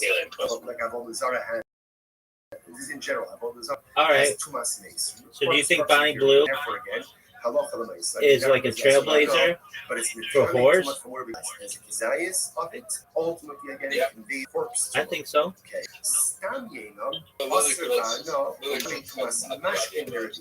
That's a good point. That's valid. Ultimately, again, has a lower what we call tumas ritually and well, who got her? It's just like okay. When you win, how many are you gonna have three-way with those bitches? Essentially has the tumah base. No, you should, dog. It's got to be your like pride of. A much lower level of tumah. So when it comes to no, that wouldn't be funny at all. do we treat wages earned from Skamim the same way about this from the INS? That's the shayla. The Tashma. To Gavra to Agar Day was I had a boat. You had a boat, right? And I rented out Zoo baby. Transport, so right to leave there inside. I had a boat, and when I had hired my boat, and he used my boat to transport his boat. So what happened? I understand. So actually, I don't think so. I think they're gonna make movies about you. And Akum used the boat to transport the man who shocked the Australian comedic world. He paid him his fee, his wage in wheat. He was paid in wheat. Fine. Also, Ruben comes to Paul Fista. Also, he has to now, obviously, after the fact, Zoot, there's a chance. Zoot, I know on my least funny fucking day of my life, I am 5 times funnier than you are. Burn the wheat and bury it. Burn it and bury it. Very interesting. So the Gemara says, now obviously, before you even go on, right, burning it and burying it is obviously going to be one, then it's usher value. So clearly going to hold on, Zoot. Hold on, baby. Baby, hold on. You've got a joke? Let's hear, baby. Let's hear it.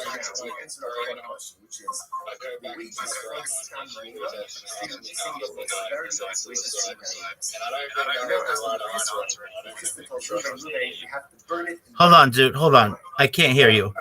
Hold on, Zoot. Hold on. I can't hear you. I want to hear you. I want to hear your joke, but I want to give you the proper opportunity to tell your joke. Oh yeah, for sure, Zoot.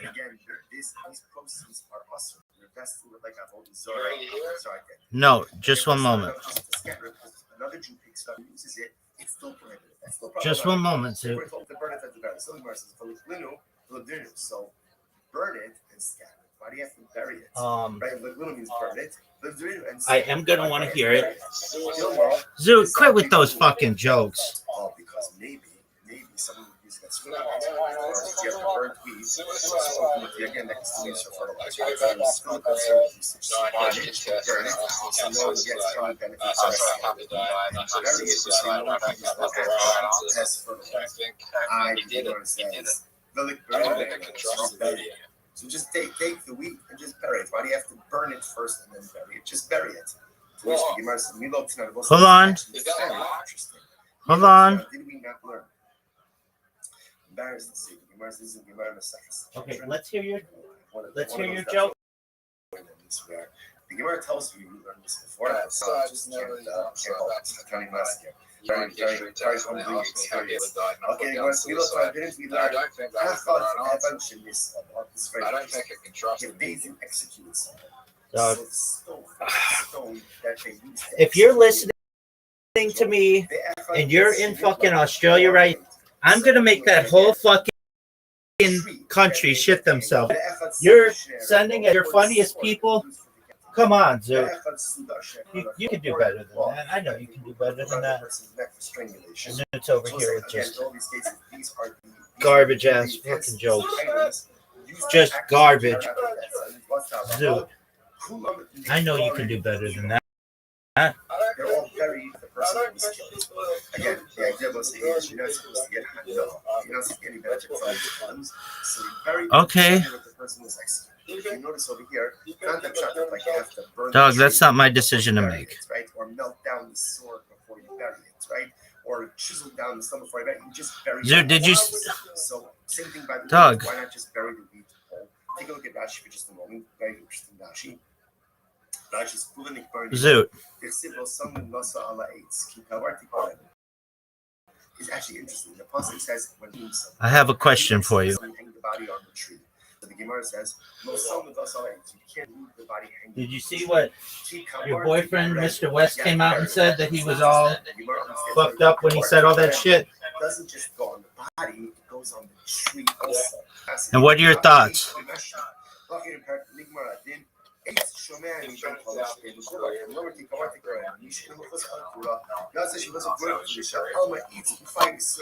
Okay.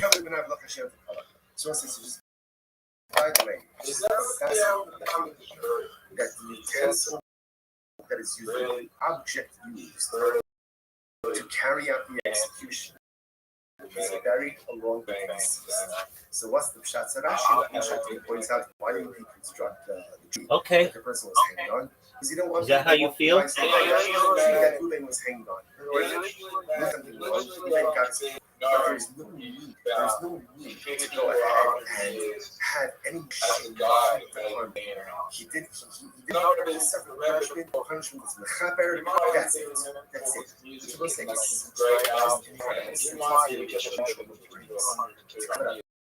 Okay.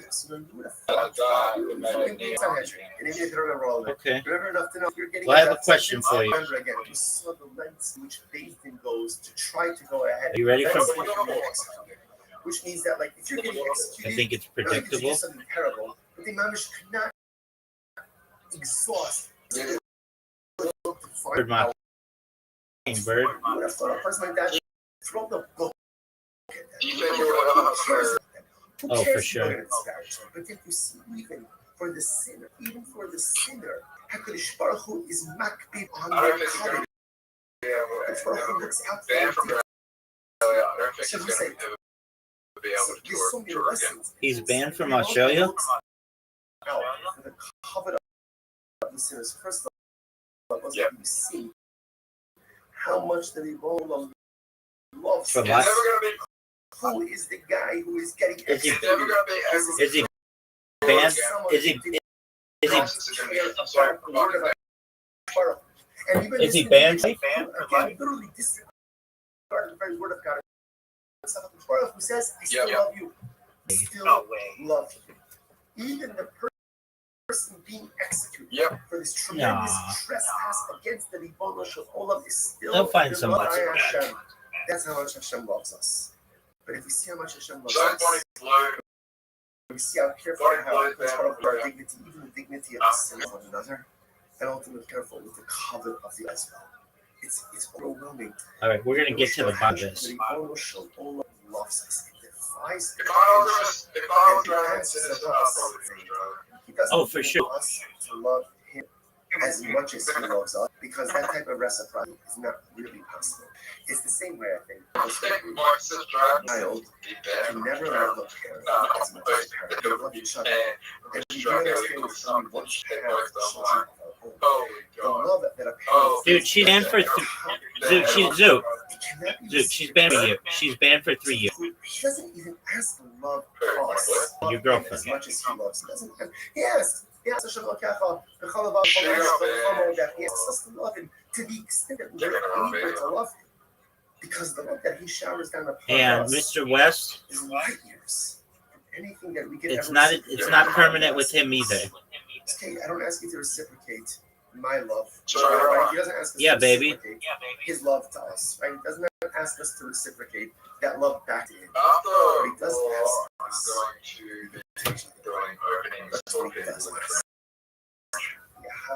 Where the fuck is the fringe? You don't have to love me. You don't have to as much as I control. No, that's right. You're gonna be able to get paid to do comedy. And I'm telling you this right now, there's not a more shocked motherfucker on earth than I am. I hear your jokes, dude. Incredible. So therefore, after a person is executed, the halacha is you have to I'm very vehicle of execution. They're very utensil, and you have to. Dog, I heard you get heckled. You have to go ahead and but you see,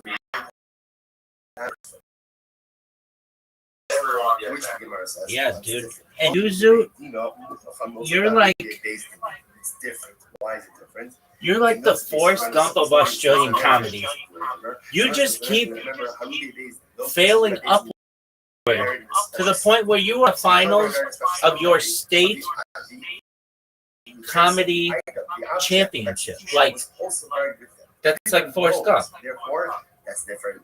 That's different. We're not just someone's going to dig up the tree or dig up the stone or dig up the sword. They know that it's very. You already won, baby. It's over. They know that it's limits and cannot be used. And therefore,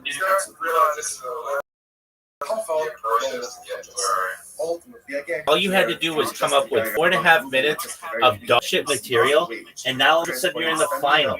That's incredible, Zoot. It's not clear exactly what he's ultimately. Oh, come on, man. Someone may not realize and may come to go ahead and I don't think just begin the next case of stuff. Let's just start. I don't get it. Can you explain it, please? Actually, I was like, stop here. I'm sorry.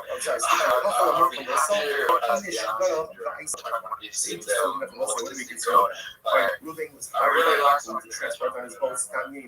He got paid said you have to burn it and you have to bury it. So again, I understand they can't scatter it. I understand they can't just burn it. What do I have to do? This is what I'm talking about. Australia. You have perhaps the best, the funniest person in your country this year on this call.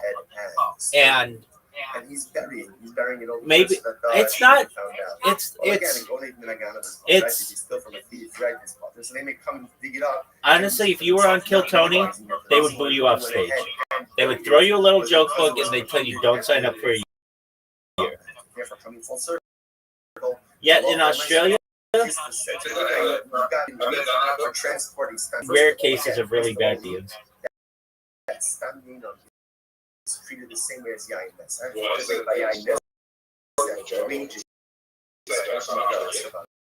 Yeah. So again, by Stamina, the wages are going to be usher down now. And again, in this case, where you got paid in each, burn it and bury it. Well, we've had this conversation. Brendan Schaub has the worst 2 comedy specials in. That's on IMDb. Brendan Schaub. On Kill Tony, there you could go to their thing that says bombed ever. But there have just been some people who go on and they're like, yeah, I just wanted to come on so I could meet Joe Rogan. Zoot, I had a dream about Joe Rogan last night. You ready to hear it? You'll love this shit. All of our sponsors thank our annual commentary sponsor. All right, so I somehow had an in to go to Joe Rogan's house. I got there, and I made to myself like, dude, I have to tell him about my streams, because like the second that he hears that I've been streaming for almost 5, like that's a big fucking deal. And I remember in this, I'm like at the top of the stairs or something, and I show him like my phone, and I'm like, look at all these live streams, and he's like, but you're not live streaming right now. And I'm like, no, I am. Like, they're going. It's just I'm you, and I didn't think you'd want me to be live streaming meeting you, so I didn't bring. I'm not live streaming with you right now. I've been live streaming for 5 minutes. And he's like, he's just looking at, you don't get it, do you? And I'm like, how don't you understand? Oh, very quickly, just let me get the story. So Rogan, we went in his Ferrari on the water. He had a Ferrari that actually went on water, and then I whoa, there you go. Riser, tell story. So again, just in case you hear it. So and again, in this case, see, up until now, Doug, what? Really on trying to figure out, is something Yainesa, is it not Yainesa? It's a little bit different here. You know that we're dealing with Yainesa. That's not the shadow. So who hires the Jew to help him with his Yainesa? Riser, can you talk? He says, so for example, the Akum Riser hires me to go ahead and let's say 4-1 from 1 utensil to another, or to move barrels. Riser, we can't even come back. Riser, leave and come back. Actual Yainesa. Riser. Yeah, now we hear you. Yeah, Zoot, ask that same question. Zoot, that's an excellent question to ask. To go and help him with his Yainesa, to pour Yainesa as a barrels from the floods, or to move barrels from one location to another location. So I'm actively doing work for the Akum with Yainesa. What's that? So awesome. No, again, wages. I'm not surprised Australian are awesome. people have worse. That's what I'm saying. The whole fucking state to be dry as fuck.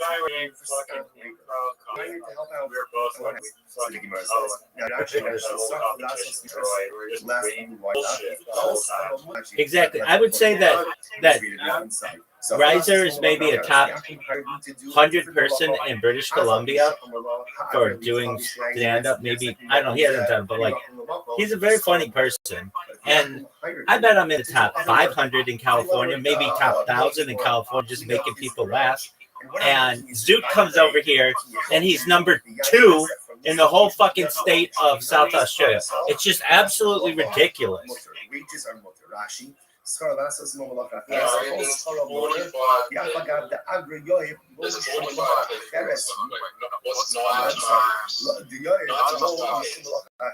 45.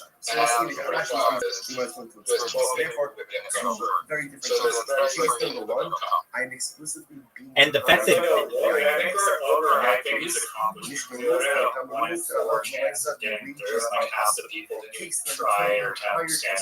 man, I don't care. Have you heard Zoot? Something else. He asks me. The fact is,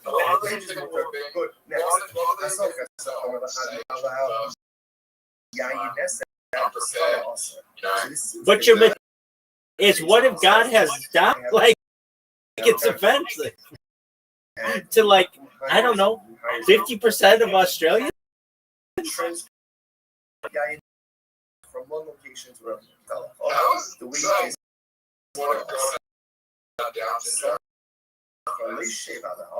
I mean, it's just like just to transport him. In other words, he didn't hire me via God? Transport him from one location Blasphemy? to another.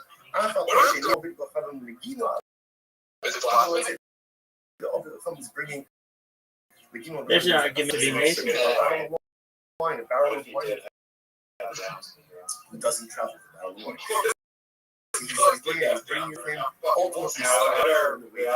So again, it seems to be the same principle. Hey, Riser, did you know that they tried that golf game? Oh yeah, we talked about it in Australia. Let's see if Zoot has ever heard of it. Have you ever heard of a TV Australia known as Holy Moly with celebrities from Australia? Why are the wages Is it like, or is it like mini golf? Maybe it's like this. So they just took that name, Riser, and brought it to right. You know, Riser, they made 45 of those episodes, which is kind of a lot. There's not too much more you can do with that show. Yeah,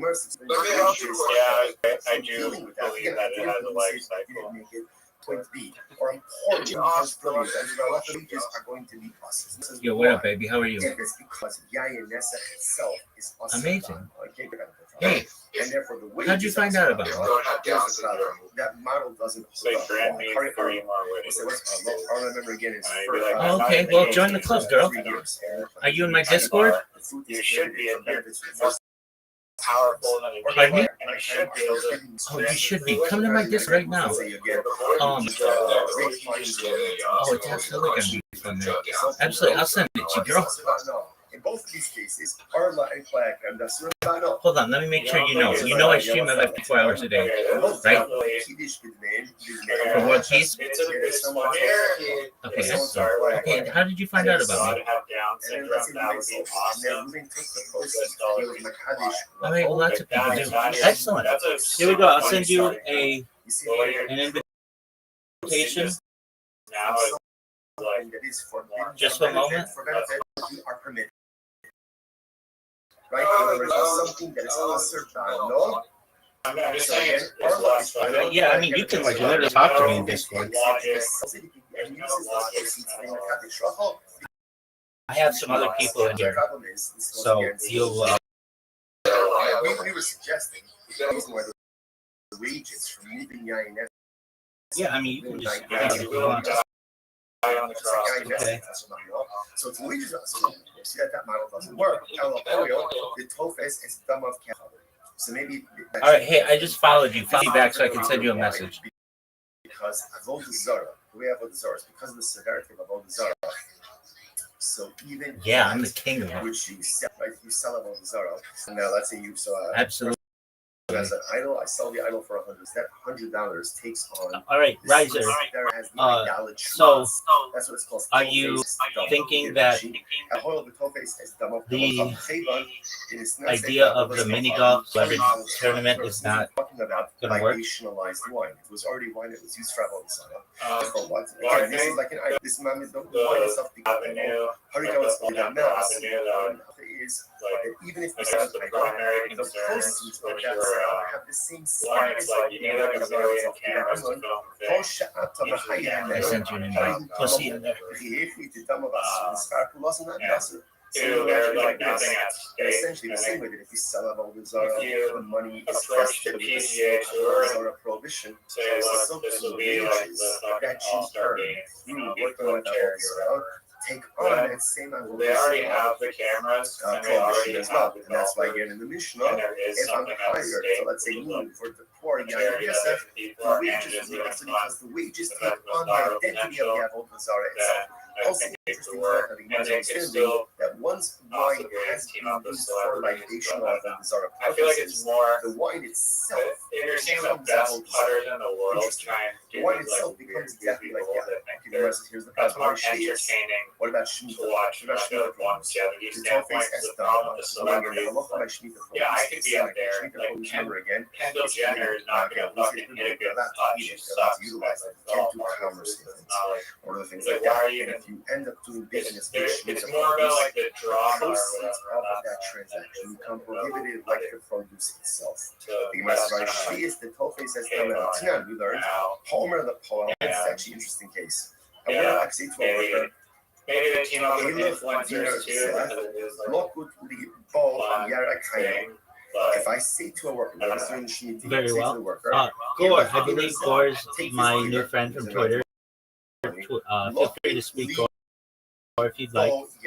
And with it, is your first name now? I'm giving you pictures. I'm going ahead now.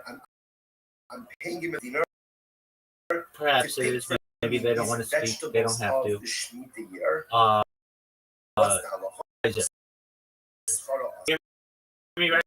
wages. Now this actually what do you think is the thing that I just said about nuance? Yeah, I'm in agreement with you. I don't think you need that many. I don't think you need that many cameras, though. What makes you think that you need that many cameras? I go over to Ruvain during Shemitah. I say, Ruvain, Well, that was there. take this dinner Like, and The with pain this point. That's just dinner, like pick think for about me each this whole. I mean, it's a mini putt, so So it's the not fact that I'm as using spread Russian as a bowl golf with bowl. this dinner, Russian says the Gemara But understands assuming there's like a lot of groups of eventually you guys there's a doing transaction that's happening. It's multiple like a camera sale. angles In on other words, each hole. I'm going to so give you there's the like dinner 18 holes. and It give adds me up. It's not like a regular television show. Let's say have that like at that a point, green then I'm space doing a camera. transaction. Doing Three camera angles for each. Ultimately, again, the If it's just costs like a are production going to be budget, included. On the other hand, but we for the are DJ, it's like nothing. but if I just say to him, just do me a favor, pick for me Amazon. a vegetable. I think and that then was an there's excuse, no that camera. men- there's Think no about how mention. many cameras Oh, they just at their disposal. They don't have to buy new ones necessarily. They could have drones. It's just You wages. would have what? Oh, yeah, it's good. You know, 5. It's not like you have to do those ovens like they have on the in the game. Well, yeah, the camera, like, it's a ball. You see from here that how You don't need any of that. Maybe you could do it with 3 cameras. Exactly. Well, there's multiple groups that are going down each hole. So you have to, Only like, when the wages that the multiple wages groups take going down. on limited So nature. you need But a if it's not substantial just amount of cameras. it's just That's straight another wages. budget. See, But for wages ABC, don't that's not the take that's on like the severity of the prohibited their item. budget. But I Can't can't remember kind the of reason what you we listed just suggested exactly was the thing of the mission. what they said. There's like some production She comes bullshit from like the excuse that they gave where So I it was comes just on like, the what? he says differently. He says, no, it's a knas. It's a knas. Yeah, I mean, one of them was the fact that it was logic. It's not logic. It's a penalty. It's a penalty that the rabbis cameras were just one of them. I think the big one though is that it just, no pun intended, but saw its course, and it really did not have the need for. It had what, 3 seasons, which is pretty good. Tells me that even if again, And wine is already libation. I'm not doing it. That's I'm not drinking it. I'm not consuming it. I'm not a getting bad from it. start. I'm just literally Um, fired by I'm just missing the commentators. We have like for it. Mike Even Tyson then, commentators. you can't get benefit from it. Your wages are also like So, did you ever see? It was like a thing on the end, but the indoor golf championship by Woods. Donkey drivers. What's the case of donkey drivers? The sign Okay. If you have donkey drivers who were doing malacha, who were engaging in Let me see what it's with called. shvius. Owns it along So, with. shvius. He owns But it. it's like the research that I sent you, like TGL thing, where you like get into a screen and there's a big open area where you're like jumping and cutting. Yeah. That thing sucks. Paid That for thing Shemitah fucking produce sucks. that can You don't think? And it turns out that I someone mean, is apparently paying people their enjoy it, but debt, right? The money that they owe to the curse from Shemitah produce. All right, Not you think Torah. it's The Torah pretty says hokey? you can use Shemitah produce. What can you use it from? The Why do you achla think it's hokey? below this Torah. You can use Shemitah produce dafka for consumption, but And you you may can not just use Shemitah produce say, for business. Ve'ela, the kaddish scharon, the kedushas the word, like a purist. A skeptic? Oh, a golf purist. Okay. See, there's a penalty here, and I then mean, we treat their I just wages don't think like that it's it has like- the sanctity of Shemitah produce like, itself. The So it says simulator, that's like, when trust when issue, Rabbi Yochanan like, says getting on a it's a screen and knas, just, like, and Chazal let how him two accurate knasos, is that two really? penalties, one by or two penalties, have, one by Yayin Nesa and I mean, one by the donkey drivers. I don't By know. Yayin Also, Nesa just like is the what we said. chipping around If you're the hired to course work and the or, INSF, like, those wages are maybe going they to be changed the busted height of like the the green or INSF whatever. itself. By donkey Kind of, drivers, just- if the donkey driver was I hired know. to go ahead and Not do pure. work. I get And what you're to saying. work with Shemitah All right. produce. Well, Ultimately, again, the penalty I for think Shemitah that Nicholas would be rolling in his produce. The penalty for that is that their wages alive. ultimately, again, are treated with the same level of severity as His future Shemitah grade. produce itself. One second. Umi Kaddish, is that true? Is that true that if a donkey driver does that come game as might right, give him a stroke and again, put him he's hired the case over here is Shai also he was hired to do work with Shemitah produce. Is that true that his proceeds Do you think have the that same prohibition as Shemitah produce itself? I think TGL will be very popular in the future. Good luck with the Yarek Haisaro Mutter. But we just said before, this is what we said before, that if I hire a worker, and I say to the worker, take this dinar, and go ahead and take from me vegetables. What's halacha? The wage is mutter, right? Because again, as opposed to lokut liyarek bo hayom, that's exactly what we said before. In that lashon of lokut liyarek bo, if I say, take this dinar, with this dinar, pick from me. How does that work? Isn't it the same green for every hole? That has the appearance of a sale. Right? No, they have like supposed to be a space where that bow, right, with that word moved, then it's just simply a hiring of a worker. Which is so like synthetic. If you hire a worker to work with Shemitah, right?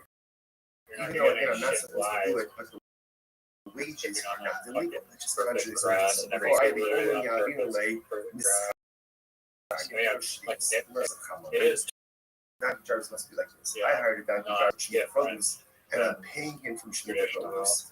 My issue with that would be, if you've ever bladed a chip shot and it goes like, I don't know, 100 yards, like, and there's like a. That's like answers. We'll just hit the bleachers and stop. I pay him. We do that, exactly. I'm sure they've thought of that because for as many shots as I've bladed in my career, they've bladed probably 10 times as many. And but I'm not giving it. Instead, I'm giving it ultimately again as just a free gift. What is Kiddush as we learned? There's the potentiality that they right? Remember, Sheni, one of the times that the owner of the produce has to remove, you can keep it. You can eat it. Only catch is you have to eat they it. Are, or if the produce is too much to transport, you have to basically money. That money is now vested with my Sheni. And bring it to I don't know how I would describe that type of environment isn't real. So what do? Do you play it as it lies? Is it considered an out of bounds shot? This is interesting. A person should not say to his friend, take you have to go hit it now further away. That's the thing that like really is also stupid. Like, okay, that's why you're just outside screens out. You're now just like I have a lot of my shitty it's not like a virtual reality where you're actually Ruben, you do me a favor. Transfer my it's like when you're hitting into like a simulator trying to gauge, like you're hitting on a flat 2D to transport plane. So like gauging the depth of like what is actually right? Fine. 50 yards, 100 yards. I mean, maybe they have a number in the corner that tells you the yard, and then again, I can say, Ruben, do me a favor and bring my nicer shame to Yerushalayim. In this case, regardless, it's still like no mention you're hitting about, into the screen and just like right. In if you case ever one, fucking once in your life hit a simulator, it just and we'll feels not that's what's problematic. anywhere Really, like I'm stipulating that no it really in case two, all I'm saying is about Amar do me a favor, bring it up so that we eat it and drink it in Yerushalayim. Ultimately, again, there's no discussion about how much I'm giving you. I'm just there's this funny fucking real PGA, like the official PGA tour had this reel I saw the other day. Ultimately, again, as a free gift. So if this guy who's got a like couple, if I hire someone to go ahead and do something, I don't know what that symbol looks so again, like. I can't pay him just like produce, but what can I do? 17 Make no mention of boxes it, around just give him a free number or gift whatever. of Shemitah produce. This guy like a wooden fucking rifle whoever I or want. whatever the So fuck the nice thing that would be permitted. Okay, so Amara says no. And this guy's spent in reality, we're talking about a case ultimately where how lots of the has like the most I take a passion of We said super. before. He's like here's in the a problem sand we're getting. trap that's like How we're saying like that 20 the wages earned from like ultimately take on Yayin. Dude, what kind of hole is this? See that same thing playing forward in other I can send you the reel on even if you did Instagram, It's okay. I'll look it up. the business produce. It's the most ridiculous. It's on their official Instagram page. So comes up, Robert says, There's like huge, like 28-foot guy has to chip onto the green, so he's like met up like twice. Okay, so And then this is a PG, the other side of the green, and then has to hit onto the green, and then he hits another chip shot. He hits the chip shot onto like the front part of the green, and the crowd starts clapping. Rolling like glass the table and just keeps rolling. On one hand, On the ground, when it comes to shoot, if I hire a labor, it doesn't work, right? and then he chops it again, and then he's like, the wages are which is quite fast. 100 On feet the other back. hand, if I hire a donkey driver and pay him for doing the He has office, like an wages angle are and I'll fuck it up on. why that Finally makes it so at a there. very basic Like, level, Robert says the all of announcer's this is like, connects guys, because I reality, don't know how I wages that take Dude, on this- we're hanging out with a minute. This fan trap I think I've ever seen. The rabbi's feel is ultimately again the Like more rate holes than that. labor or relatively What course is this? the INS, which is conditional. This is where the INS look at Rashi. Rashi second line down from the top. Rashi says, "Masnisim the INS, the konis nani or below nothing and we come to the INS."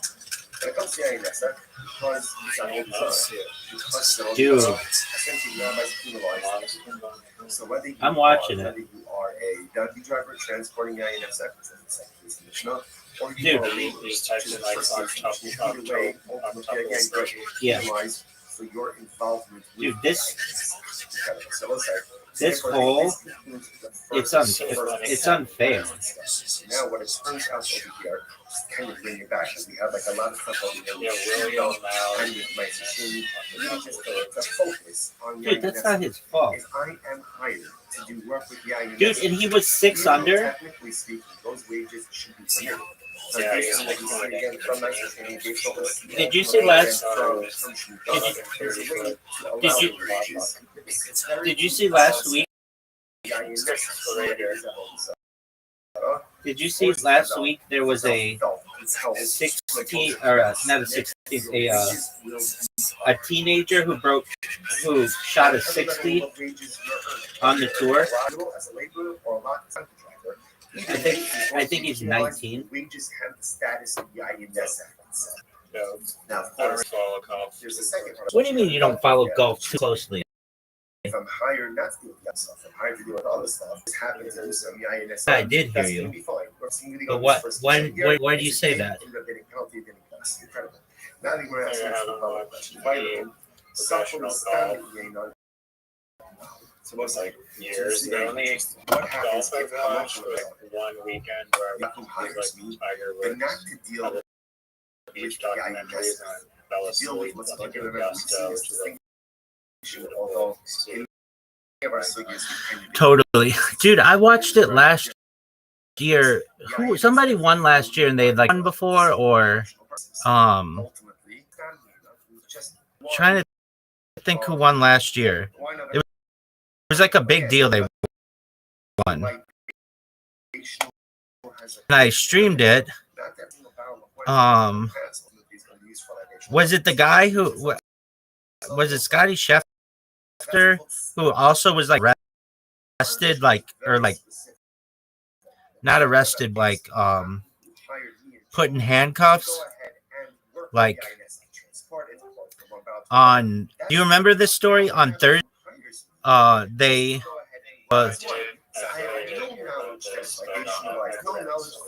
yeah. So basically, but I don't know if this was that I watched. Just a moment. If you notice, and it's clearly been seen, really don't make a distinction between Yain Esef and Stanier. All right. And pretty much we treat it was. So since from a prohibition perspective, Stanier, which is the regular wine of an apple, is pretty much treated the same as Yain Esef. So therefore, this halacha should be the same as well. And therefore, again, even if I'm Rory McIlroy won last year. Wages should be okay. So the year before, Scotty Scheffler, and he was driving on the street to go into like I think it's called Magnolia Lane or whatever, like to drive into Augusta or very close there, and he turned left, and there was like a cop there who told him like, "You're not allowed to turn in here," and he's like, "I'm a player, like don't fuck with me, I'm just gonna drive in." And the cop stopped him and pulled him out of the car, and it was all on like the body cam footage, and they put him in handcuffs, and he's like, "Dude, I'm like the defending champion of the Masters." Or this was 2 years ago, whatever. But he went on to win it. And they're like, "We don't care who you are. We told you not to turn, and you did. You went, you violated the rules." And he's like, "Are you guys fucking serious? Okay, whatever. I'm not gonna fight you." And so he called, I think, his something like he called his lawyer, and he called his agent, and he called his caddy, and basically made them aware that like, "Hey, I'm not going to be able to like play. They're booking me." And they booked him at the Augusta jail, and then they had to bail out or whatever. And then he went, and then he shot like a 63. He played really well that day, and he ended up winning the match because he kept driving, so it was considered like fleeing a police officer. Scotty Scheffler. A much lower level of Schefter, whatever. Schefter, when it comes to this Augusta, wages, dealing with the wine of do we treat wages from Scandinavia? Hold on. So, no. It wasn't outside Augusta. Apologies. It was outside Louisville, Kentucky for the PGA Championship. So that's what it was. And this happened in May 2024. At that time, he was arrested for allegedly dragging a police officer while attempting to drive past the scene of a fatal accident involving a tournament worker. And that tournament worker, I mean, they say it's fatal, they died. The charges were later dismissed by Jefferson County Attorney Michael Connor, who stated that the evidence corroborated Schefter's claim that the incident was a big misunderstanding. You know that if that were anybody else, that they'd still be in jail for that shit. He was paid in weed. Fine.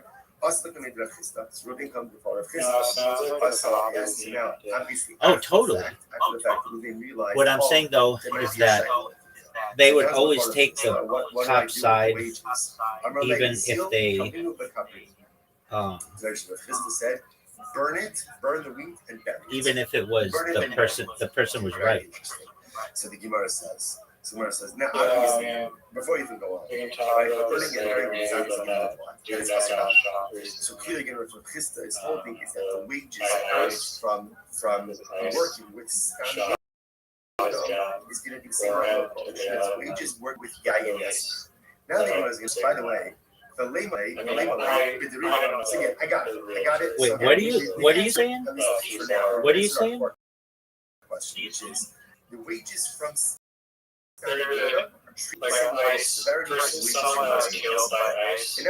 yeah, I know.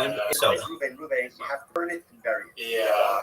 The lema police department go ahead and basically, in other words, like, you can't get like alleging that this guy was the one who was being violent and like shot the gun or whatever, but really the highest agent took a gun from his pocket and shot it.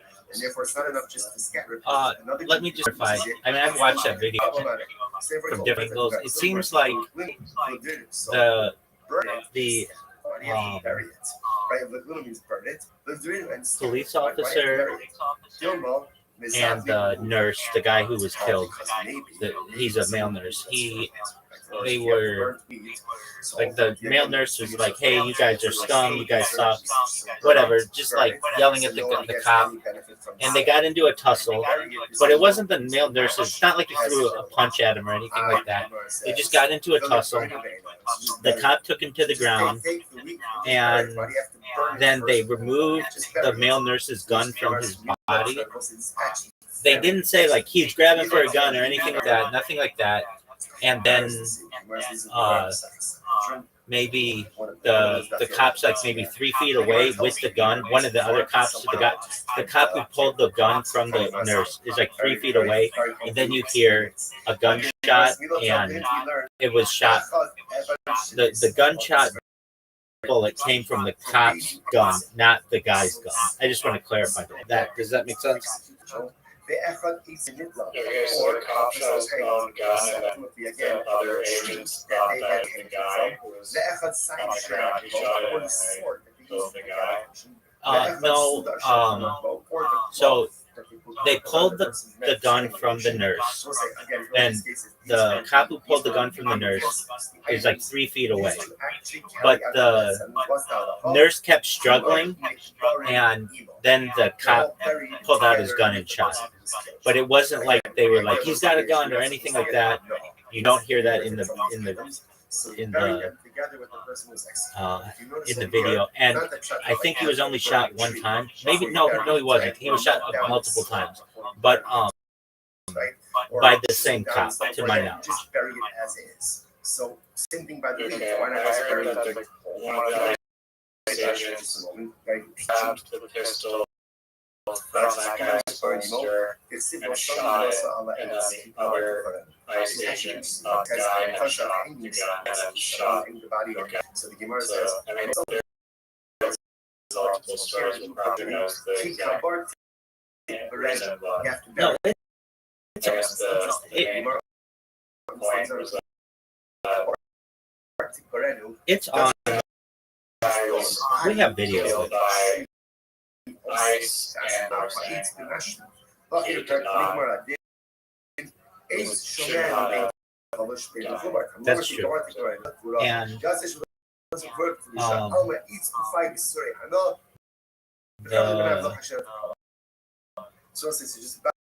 by the way, video that the is object used to carry out the execution is very. I mean, it's all over So what?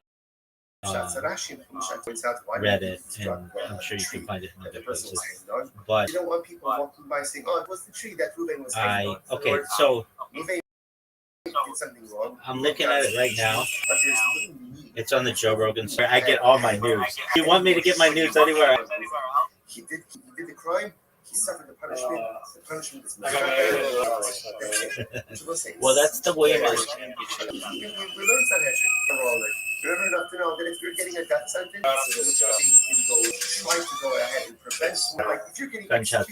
But it seems like they had pulled that gun away from the guy. I don't know. I'm sure as a Canadian, you're like, what the fuck are they doing down there? Who cares if people are going to disparage? Yeah. That it didn't used to be that way. I've said this story before, but when I was a kid, there's a program called DARE. It was called Drug Awareness Resistance Education, which taught you all the different drugs. If they didn't have DARE, I wouldn't have known drugs were a thing. But it was like a very, very popular thing. I'm sure you've heard of it in the United States. And oh, you had it as well. Okay. There you go. And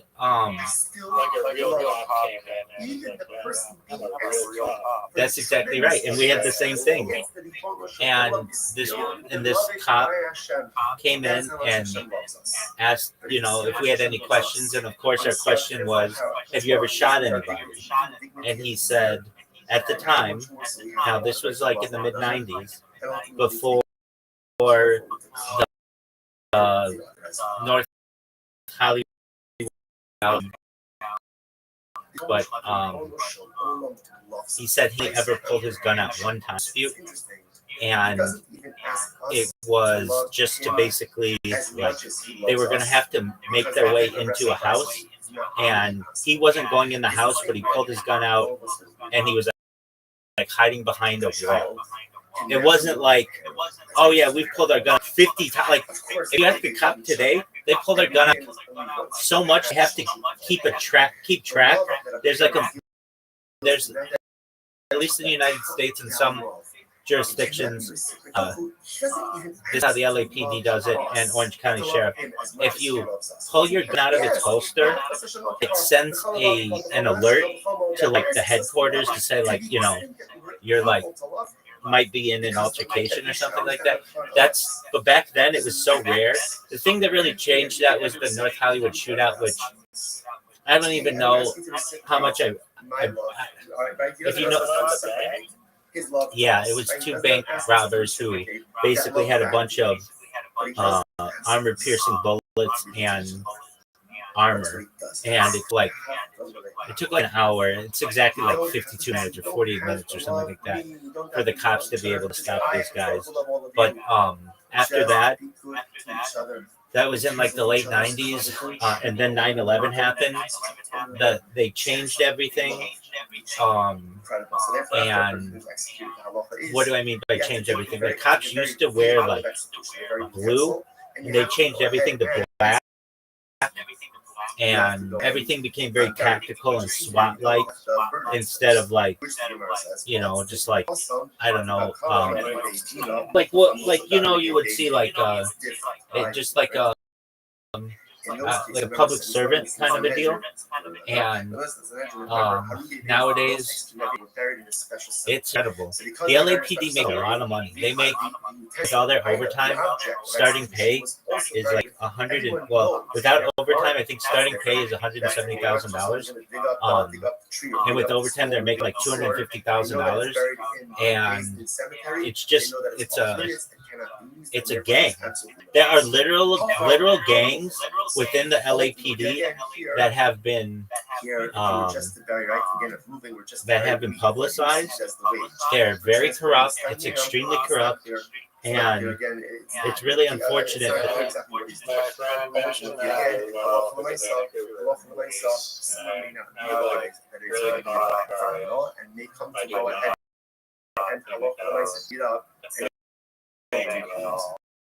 Incredible.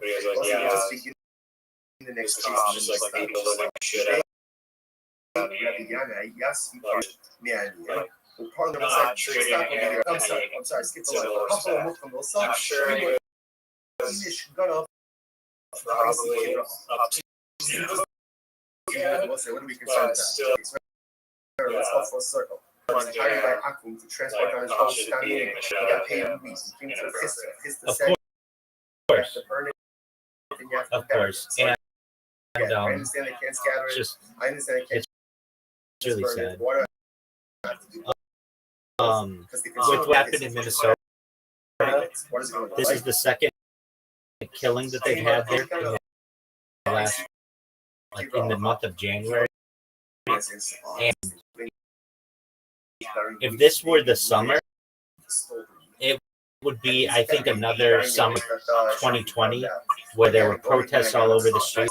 But it's just cold in Minnesota. There's protests, but like, I never for you to go by. First of all, we see riots, terror, just like they're not like glorified real. And again, in this case, when you got paid, they're really scary. Like, no one gets any benefits from it in any situation. Stop over for today. It feels like a terrorist group. People are calling it a terrorist group. The way that they're doing these, like, whoever is like baby, in my opinion, and just like like another woman, not enough to soda, she just drove their car away. I'm sure you're happy with talking earlier. Exactly. I've talked about this. I've actually about it as well. And I think you and I have had that really an exchange of guns for the police to be tranquilizer darts. So that, like, let's say that nurse really did have a gun or whatever. Well, you shoot big game in Safari. On Safari, if you can take down an elephant with a tranquilizer dart, then you should just do the same to a person. And then you just, they come to, you can. What happens? You have somebody who is drunk or has a weapon or something like that. You shoot them with the tranquilizer dart. It hits them. They pass out. You can handcuff them or put them in a chair or wait 15 minutes until, and then you can end them or whatever. That way nobody dies, as opposed to, no, we shot him because he had a gun. That's dumb as fucking shit. I can't stand that discussion. You remind me of this video I saw. It was like somewhat traumatizing even. There's this teenage girl, she was in like a Walmart parking lot, and there was like some alcohol open, and like see the cops. I you're driving like under the influence or whatever, or like they're suspecting you're driving under the influence. They eventually saw the open alcohol, and the girl was like very like she obviously like she gave it away practically, or so again, the way the situation is, this girl was just essentially saying repeatedly to like the cops like how scared she was and whatnot of the cops, and that she didn't want to, like, she kept repeating that she didn't want to cause trouble or whatever, but I think because she was having that panic attack, which every time I'm in front of the cop, I always get like a panic attack or the dare officer handing me a pamphlet or whatever. I still freak out. And when you're in trouble, you freak out. So this girl was having an anxiety trip, but she wasn't being confrontational or violent, but at the end of the day, anyway, and yeah, she was doing a bad thing or whatever, but the whole thing like ended with like the cops, like she was like pleading with them, like don't like, they first like put her in handcuffs behind her back, and then she was like screaming in pain, saying that she was really hurt, and then kept screaming in pain, and then like eventually ended up where she was, and they're like, well, we don't want to do this, but we're going to put you in a stretcher. She was like pleading that she didn't want to be put in my stretcher because having her body like detained, so the wine no mobility was really stressful for her, but they just did not like feel like that she was, for whatever reason, it was just totally not a threat. They were just like, yeah, no, you're going in this like restraining, which means if your alcohol touches the wine, people will see you touching the wine, then the wine is not what's the logic? And the end of the first short line, she got all the way. They really rubbed me the wrong way. Just the whole way that interaction went down. Bleeding and not being clearly not a threat at all. Clearly expressing that she's in a lot of distress. She has all this anxiety and shit. Just to see it escalate was just not cool. This is unrelated, but related to the thing that you were talking about earlier, about basically just outside the box kind of sports. And I think this would be really amazing. And so this is why I was saying this So one minute we're debating celebrity golf, and we're talking about absurd rich people just go to like doctors, shot and fucking Minnesota, and now we're saying what's that? Okay, so this could go a few ways. So I wanna brainstorm it with you. All right, imagine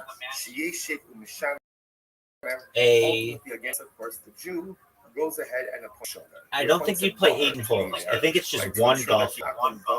There are 2 teams. Say it's 2 teams of 2 people each. So like 2 on 2. And it's a combination between golf and the UFC. So here's the thing. You can like deck the other team, but you want to prevent them from scoring in the hole. And like you can do whatever you want to do. I guess, yeah, I mean, I guess that could work. Like, so long as you can't hit the other guy with like a golf club. And this is kind of a sport now that I think. Okay. This does remind me. Did you ever watch the? I don't know if they had it in Canada, but it was a show called American Gladiators. Okay, so they basically had imagine like a basketball court with like a barrel at each end, and basically put a ball in the middle, and you have 2 guys run go get the ball, and then they like fight each other for the ball, and whatever guy can put the ball in the barrel wins. That should be a sport.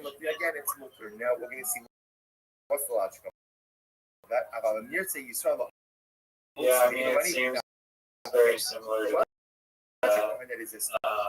since Apple has written it because it's mine, the assumption is Apple touch it because he wants to come and access it whenever I want there, but there's a certain element of fear that's there. Yeah. So maybe you could say that you can only make contact with the other guy for 10 seconds. After that, you have to let him go. Until you actually pay me. This wasn't actual case in base shine because the rabbi said it was also, which makes sense. A minute. In this case, a minute. So that maybe I don't know, maybe another 10 seconds, just enough time that they are able to go and hit the ball. Okay, so imagine. I guess you'd have them both tee off at the exact same time, and then they're just going to try to beat the shit out of each other.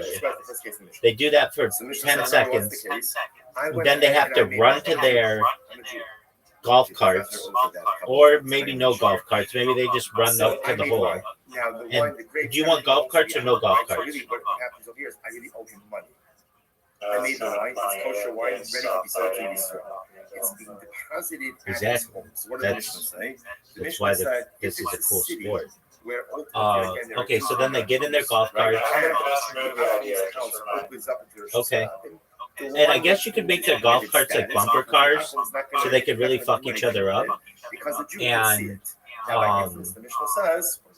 then they just got to get the ball in the hole. Now, I think you could make a rule that you can't touch the other guy's ball. So wherever it is, it just, and it doesn't, same hole. So imagine, have you seen, I think it's Pebble Beach hole 6, or like TPC at 17. Absolutely. Okay. So, do you know what hole I'm talking about? Pebble Beach 6, hole 6. It goes right to the. It's a par 3, but it goes off into the ocean. Okay, so you have both teams hit the ball off the tee, and then immediately they start beating the shit out of each other for 10 seconds, and they run to their golf carts and drive down there as quickly as possible, and then try to. Okay, so that. Well, so what if you just throw it into the ocean? Well, you can't do that. Okay, what about just golf between just one-on-one golf, and you can hit as many strokes as you want, but to get the ball in the hole faster than the other person. That seems like it'd be a speed golf. Yeah, that seems like it could be a really good sport. In other words, even if the house itself doesn't open up, think about it. But there's a window from the house to the side. So you can see in to see what's going on. That creates a wealth of fear on the part of the other. It is not going to play around with the one. Okay. I think it'd be more exciting to golf.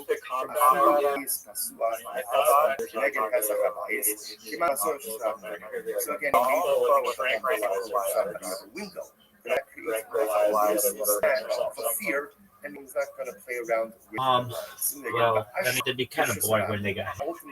Okay, think about golf today. It's pretty boring on TV. But it'd be a lot more exciting if you had guys who hit the ball off the tee, and then it was a race, and then they could.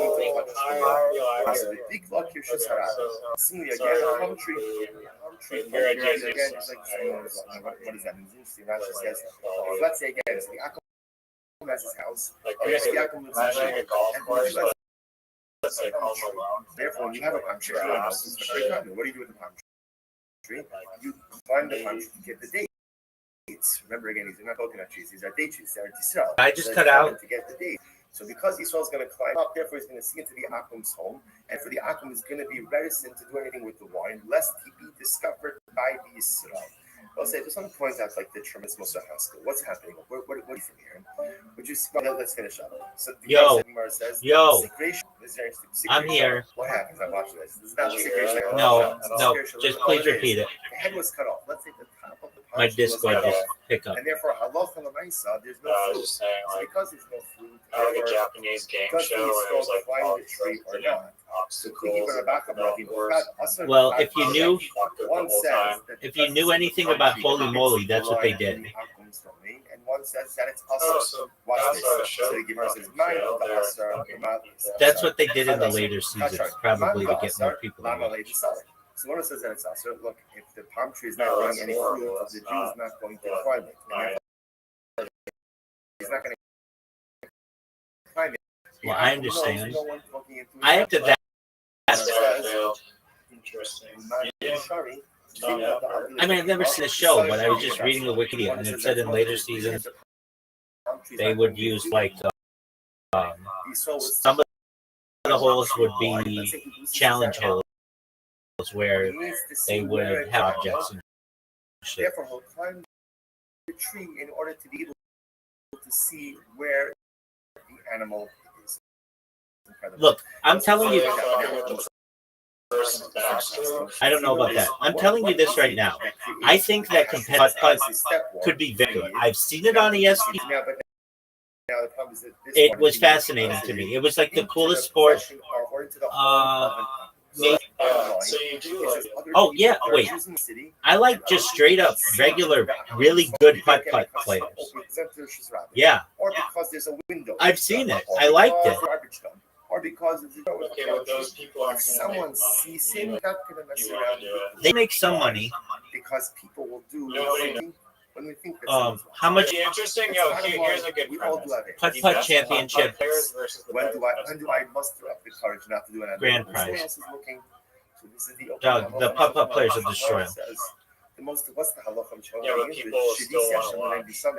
I place Hashem before me at all times. Why? Because the secret to spiritual success is God awareness. Mishnah says if a person would only realize that they are always in the presence of HaKadosh Baruch Hu. Mishnah says that a person behaves so differently. All right, how much do you think the grand prize is? $10,000. So they used to do this in the 1950s, and then up until 2001, it was $50,000. And Yeah, and they have this. It's called the National Putting Tour, a U.S.-based tour that hosts such events as Cosmic Cup, Duke of Putting, and Golf Mart Putting Championship. The 2025 NPT Cosmic Cup was run by Brock Gillespie, and the tour has been featured on ESPN2. The American Mini Golf Alliance organizes events like the Show Me Putters Championship, Tennessee Open, and the Mossy Creek Masters, often with multi-rounds and points toward national rankings. U.S. Mini Golf Association, an affiliate of the World Mini Golf Federation, and that's the U.S. Open and Masters tournaments. I'm telling you this, I think that a few sports are not getting their due, and those would be putt-putt or mini golf. Also, frisbee golf. I think frisbee golf could be really interesting. Also, ultimate frisbee. Those, have you ever played ultimate frisbee? It's fun as fuck. Countless times that we know about, times that we don't know about. But it's important for us to remember that we live in the presence of the I've never seen it on TV, but it is one of the most fun sports I've ever played. And it's safer than ball. I think it's safer than soccer. Oh, yo, okay, you know what I saw recently? And they're throwing the ski and the frisbee down, like just ripping the frisbee down. And then you have guys that just walk down the hill catching the frisbee. Can you imagine that was like a ultimate frisbee up into that courtyard? Okay. That would be sick. Okay, but I mean, you're gonna get hurt. Or purchasing a home in that cluster. Why won't they get hurt? I go ahead and I fill up the home with wine. The salt that also cuts out, and ultimately there's another. You're pretty solid on skis. Like if you're a good skier, you're not gonna fall. So what's up? I'm both saying There could be. I didn't know. Issues, but it's going to be a bigger field. I didn't know you meant that the ski hill had snow on. So what's that? Why wouldn't you call it a ski slope? That Jew does not have a key, or there's no seal of the presence of the Jew. Oh no, they don't.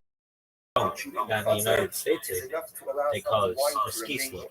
We'll say I'm a base. 61B. You've nailed it a ski slope? However, again, the Jew lives. I've heard the term, but no one refers to it.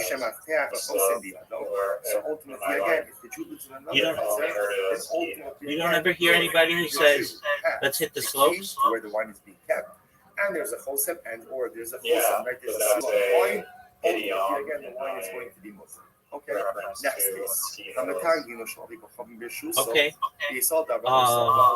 We're going to look this up. Are Canadian ski hills American ski slopes?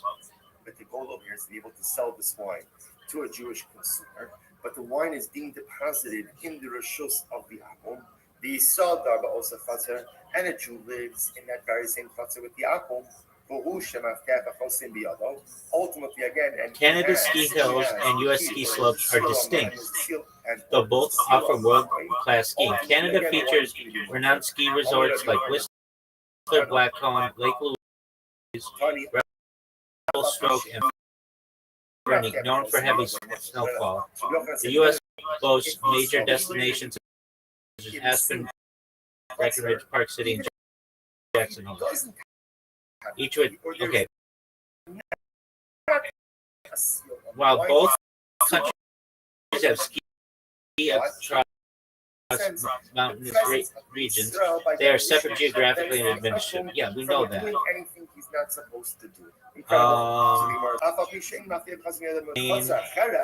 Same term or different. Canada's ski hills and USA slopes are not the same term, though they refer to similar. Canada's ski hills differ to ski resorts or mountains, such as Whistler. U.S. ski slopes refer to While both terms describe ski destinations, the geographic distinction is key. Okay, it is the same. They call them ski hills, call them ski slopes. Even at the end of the day, right? What I don't like about the sport that you just said is it becomes a winter sport then. I want people to be able to play this anytime. Ultimately, again, a seal, it's going to be multiple. But if the year is in a different some ski hills are ultimately, again, if he's in a different early going to like July. Even if the key and the chosim is Yeah, no, I get that, but it's still a winter sport. Fuck yeah, you do. People play year round. California, Florida, Arizona. That's true, but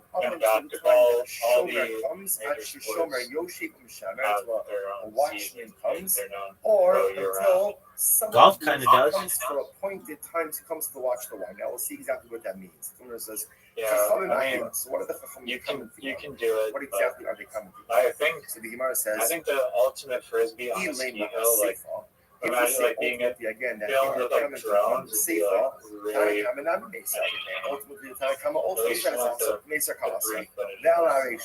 Okay, can I tell you something that was unfortunate for me today? Okay, so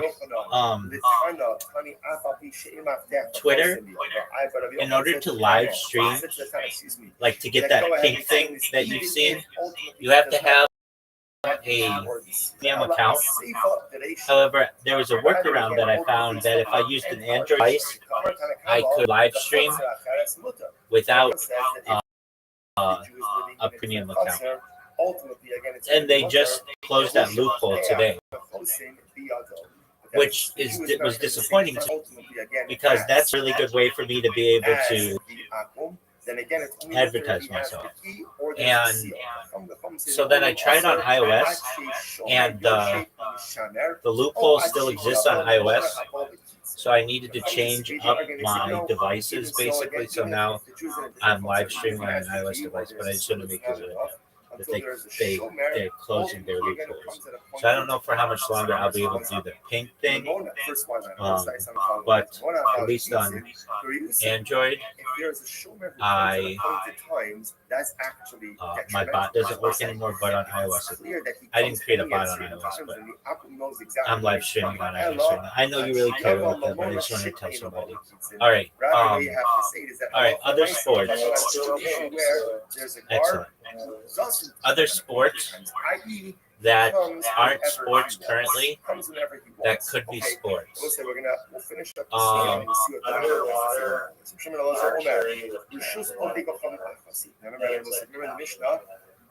Scuba gear and like underwater, the arrow, and all of the domains of an uncle are considered to be one.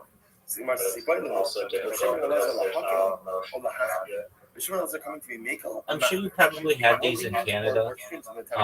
United States, they've gotten rid of most of them because of legal, because of lawsuits. But basically, I would say that like the 1980s, 1990s, and early 2000s, they would have like, I don't know how else to describe it, but like they'd be called play places. Basically, like a thing with tubes and a ball pit, like I guess like a Chuck E. Cheese, whatever, like a McDonald's or something. Do you reference it?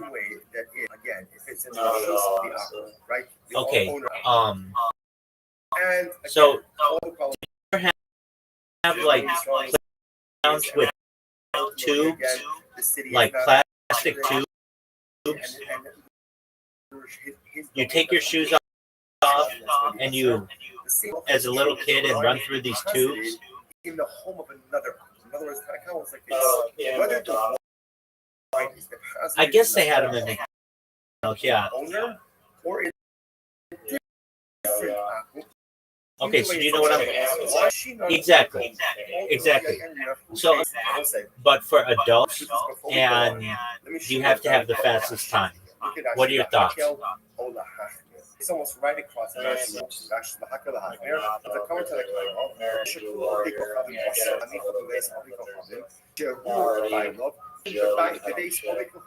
That's an excellent point. what exactly so like this. If you have a Yes, it was. It was very successful. They've come out with 2 different versions. The just I think today, Johnny Knoxville, and then the most recent one, it's on Fox. Knoxville's hosting.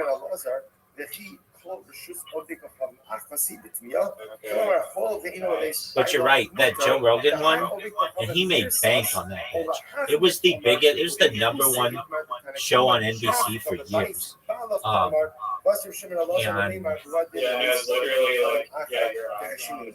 And so we'll say, here's the shot.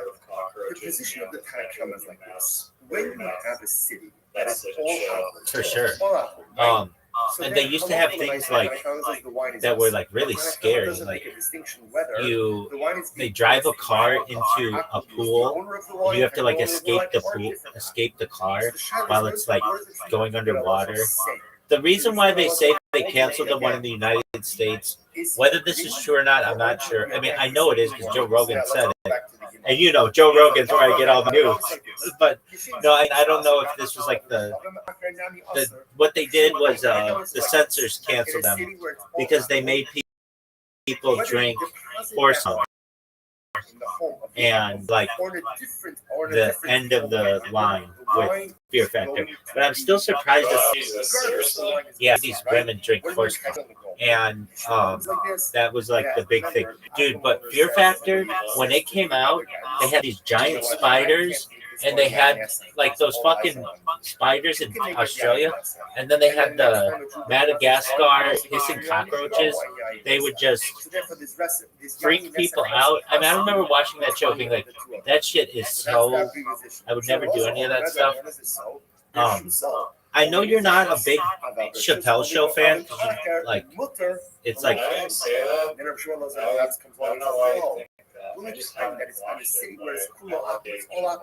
okay, did you ever see the one with Joe Rogan and Dave Chappelle on Fear Factor? That this secondary there's no concern about delusional reciprocity. Well, it's not a Fear Factor, it's a Chappelle Show.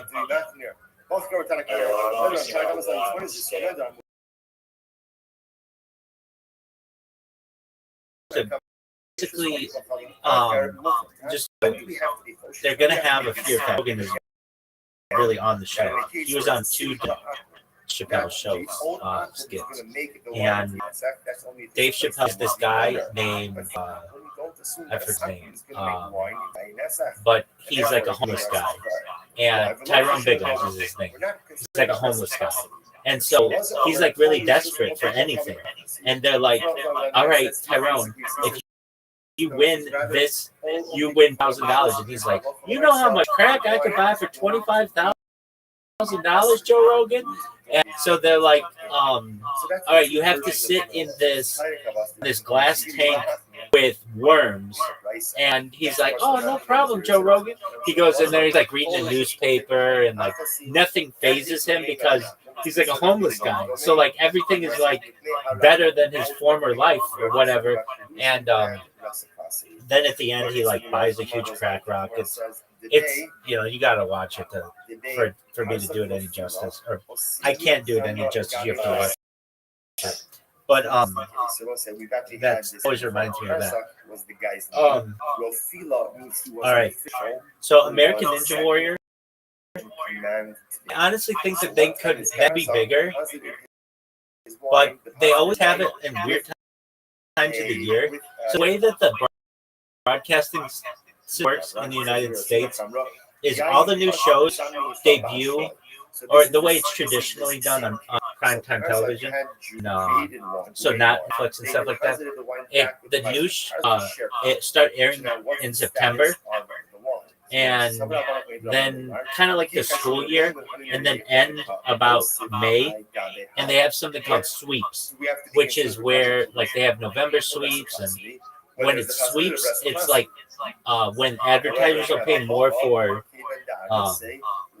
commercials, and so those are usually when you have your like really big episodes of things, and then once May comes and you have your season finale, then there's like this period of the summer from like June, July, August where there aren't shows like they once were, and that's when they put on American Ninja Warrior, and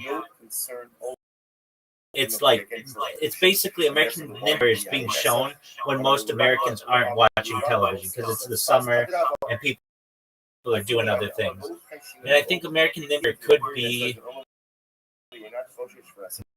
more exciting if they, or at least people would get behind it more if if it was on during a period of when people are watching TV more, but it's usually shown more. But I think that if they made these into real sports, I just think that it would be more. So it wasn't so gimmicky. They would be like consistently I don't know, pay the people more. That's you raised a question with a good point with the mini golf thing.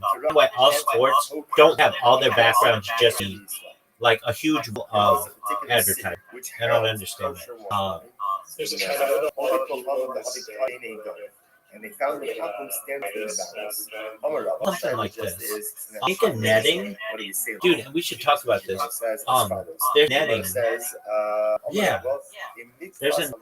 I think I saw this on Twitter, or maybe no, it was on. Dude, I'll send you. Wow, this is going to be the future.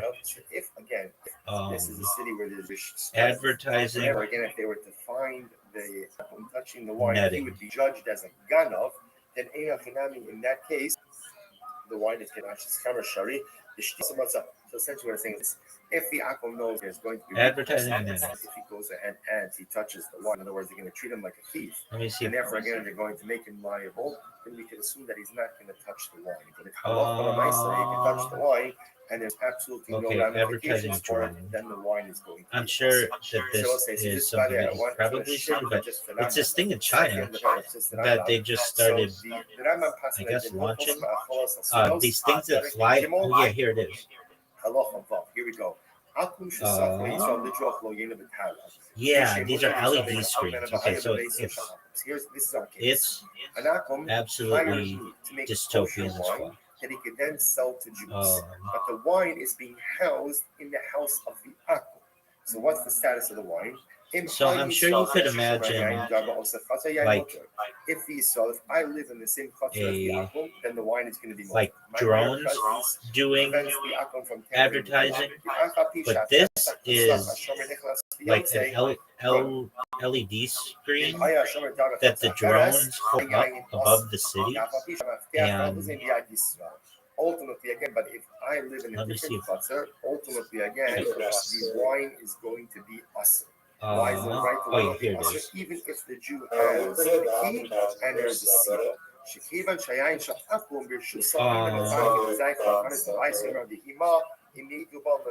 very interesting. So remember again in this case. Okay, so it's not a net. It's kind of like a netting, but I guess they're screens. Oh yeah, they're like flexible screens. And therefore the Akum could do whatever he All right. wants. If I live in that chutzner, that creates a nuisance. My presence creates a fear. The Akum is not going to tamper the wine.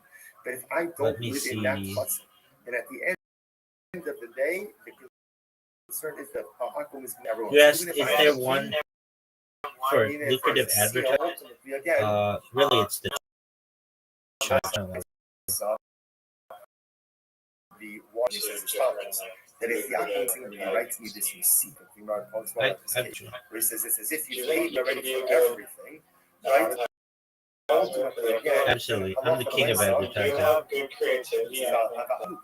a king of advertising. I've advertised on every major advertising mode.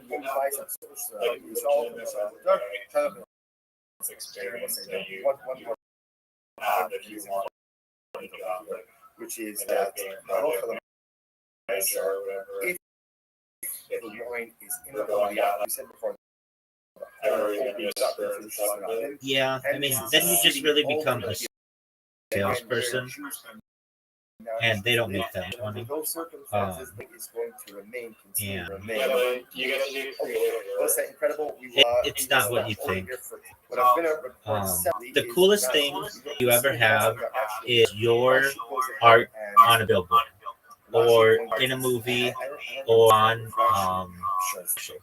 I've been in commercial. I've had my own, created my own billboards, both digital and static, which are like the one don't move. I've written my own jingle on radio. I've really done everything in advertising I feel like you can do. Yeah, no, most certainly. I wrote comedy skits. I have done that though. Comedy skits starring like a Donald Trump impersonator on conservative radio. Is there a recording of it?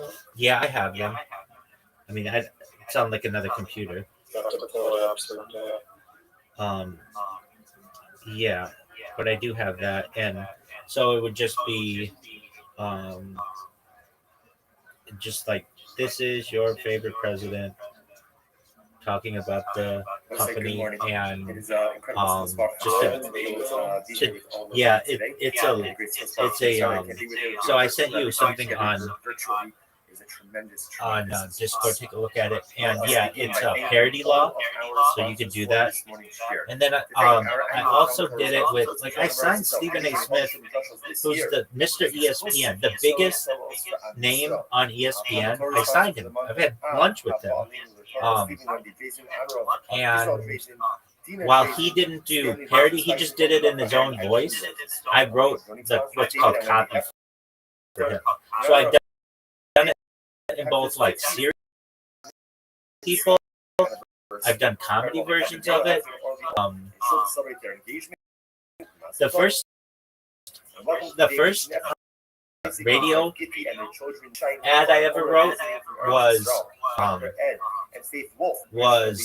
sort of so the way we started it wanted a sexual aspect to it, and so because like no one had ever heard of this service before, and so it was feeling dirty, need to wash, mobile wash brings the car to you, blah blah blah blah blah blah blah blah, and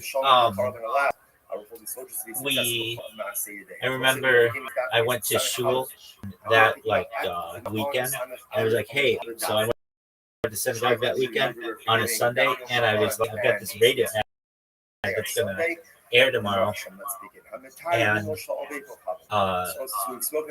I explained, like, there's this thing amongst the Orthodox, especially amongst, like, this is the Hasidic world, especially, that you want to avoid hearing a woman sing, because a woman singing can cause like just like basically sexual thoughts, so you want to avoid that. And I said, hey, I've got an advertisement I'm going to play, but don't worry, it's a woman who says the advertisement, but she doesn't sing. She just says it, and that's not a prohibition. And I played it, and so we got there's like this like time of my life where I have like all of these Hasidic rabbis around me, and we're listening to this jingle basically, or this one wasn't a jingle. This was an advertisement. And they were like, hey, you're getting this on the radio. I'm like, yeah, it's a big deal. And then it would just grow from there. But it was very funny to me. Like, even what I could play for other people had to be somewhat limited. So I've done. I'm trying to think of anything that I haven't done. The one thing I never was able to do, perhaps, is have product placement in a movie, just because that's really, really expensive. However, I was able to help to sponsor events associated with movies, like Once Upon a Time in Hollywood. In fact, one of my employees went to went to one of the premieres of it, or a screening of it, I should say, and sat next to Quentin Tarantino during his movies. I've gotten I've been able to put product placement in rap songs. So there's this famous Armenian rapper who was having a concert at the Kodak Theater, which is like, I think the Dolby Theater now, but basically where the Oscars are held. And we had him put like a line in his song about getting his car washed from our app. So, I mean, I think I've done it all. Now, I've done it all, like basically what you can do now. Did you see what I just sent you?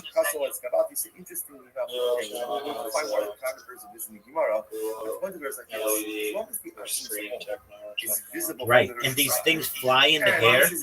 Isn't that shit wild? That's what I want. That's what I.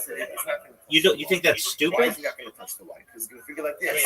I'm going to go. I'm going to touch it. I'm going to shake it. I'm going to stir it around. Do a little libational activity. And then if someone sees me, I lose out on the opportunity to sell it to the Jewish market.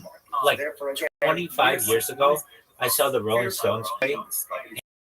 And they had a blimp inside the stadium. It had, I forget what was on the blimp, but it was a blimp that would fly up and down. Again, on my stream, like 5 years ago, and they did not have that kind of stuff. And I always thought, like, wow, progressed and how they were able to do some things. Like basically, I think people took more risks many years ago when it came to advertising. Now it's basically static, like digital, vertical, horizontal. It's like much more. It's like less. It's less risk taking, I guess. And I was find the parameters of that as well. Shimon Elazar says, Shimon says the domains of the platform are all one. We have no idea what is Shimon Elazar. What is he asking? What is he saying? Okay, Porsche. Let's see next. So same case. I'm a Jew. All these like are still the like funny. And I go ahead and I make one. Now, again, remember the same case before. The Akum is supplying all the assets, which means he really owns the wine. But I'm making it in a way that has once again, the wine, after it's finished, is being deposited with the Akum. What movie's about a truthful advertiser? In this case over here, the Akum goes ahead and writes a receipt. And in the receipt, he writes, Silver paid me. He paid me for the wine. Now, remember again, I actually did pay for the wine. But he's writing that I paid him for the wine. Mutter. Again, it's mutter. Now, we're going to see what's the logic of that. Now, again, all right. The logic behind that is as follows. Back to your mini golf idea. I think that it is. Let me read you something about that. Because it's mine, I can go in and out and take it as I please. I can go in and out and take it as I please. The assumption is the Akum's not going to touch it because he knows that I can come and access it whenever I want there. But there's a near system. There's a certain element of fear that's there. But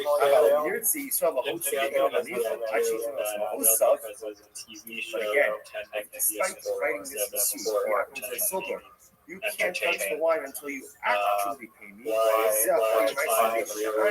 This is the biggest. The rabbi said it was which makes sense because in this case, since the ultimately over the definitely have to be considered. It's going to go in with the touch to make it zero. Okay, incredible. Says the Gemara.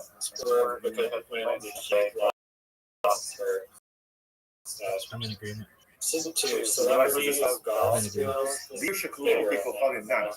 Celebrities of golf skills. Now remember,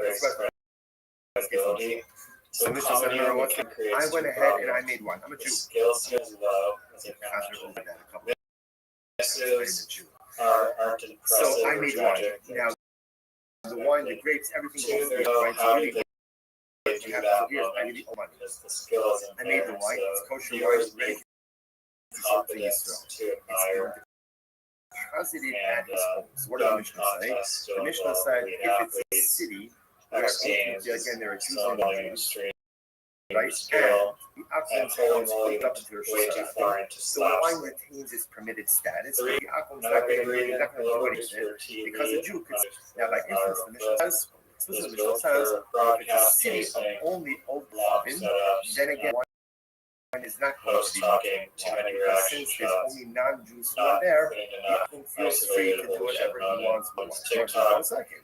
Even if there are only non-Jews sitting outside, no peddlers. No force or perfume peddlers. There are peddlers. There are merchants who go to the city. So even if the residents of the city are not Jewish, there's Jewish people cycle in and out of that. Shouldn't that make it enough to create a little bit of a mere system, a fear that the Akum's not going to come touch the wine?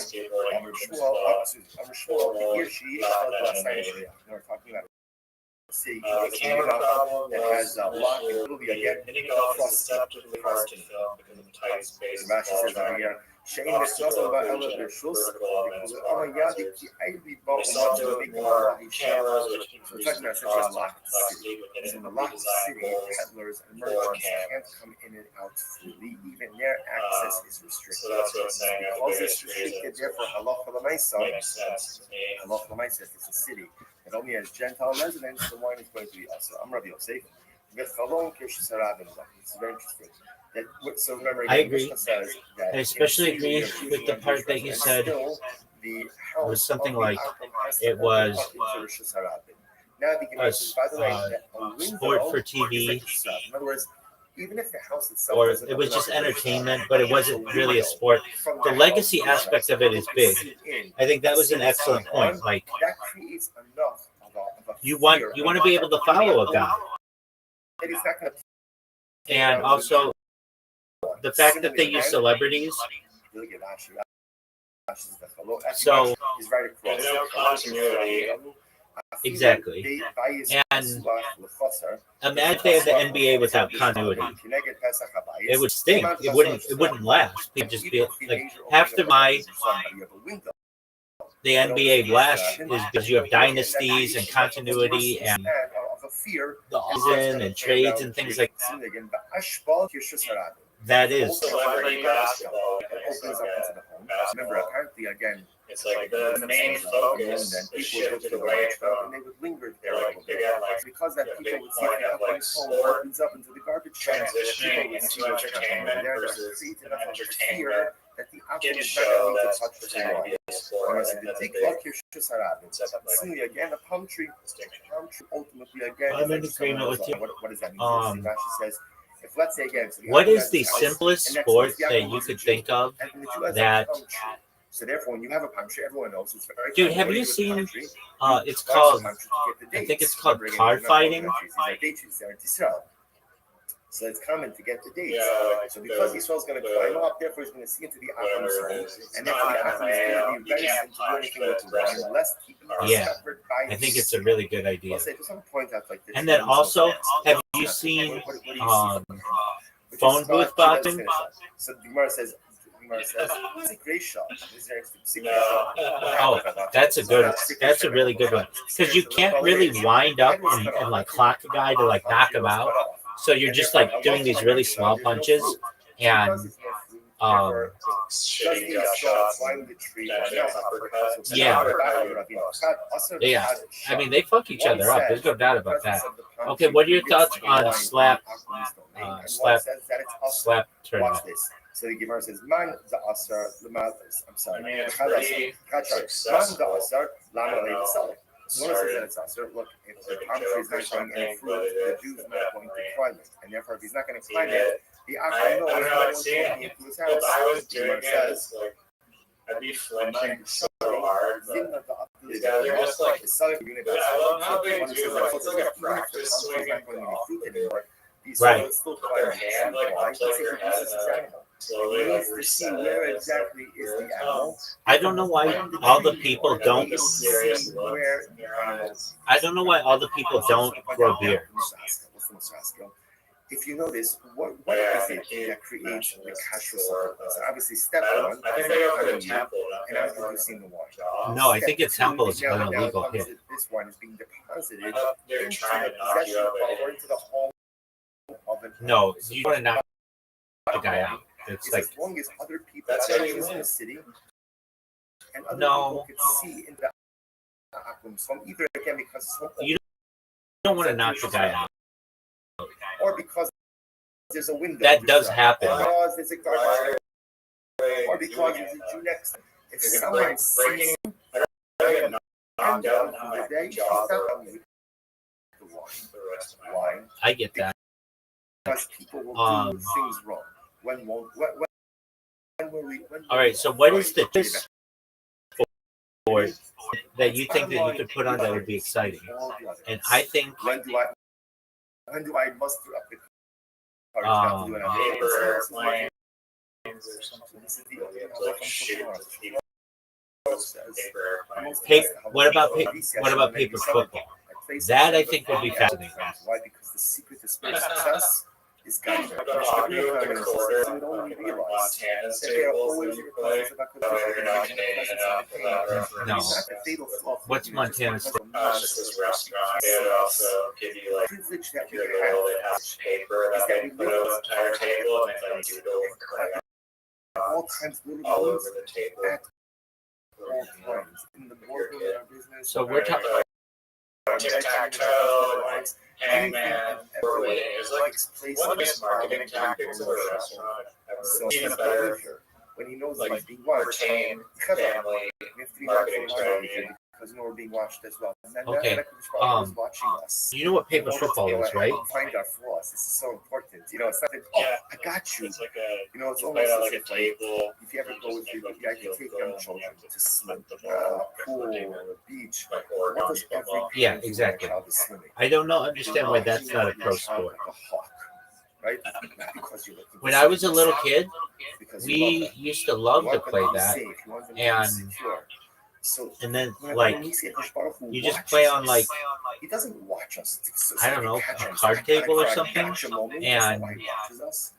He watches us because he loves that us. gets really Because he intense. cares Like, about us, because he sees us I think that swimming in the ocean. okay, of why life. wouldn't it be And professional? if we get Dude, ourselves you know what I watch all the time with this guy who comes in here is ping pong. We watch competitive ping pong all the time. There's this friend of mine who he is the most degenerate gambler I've met.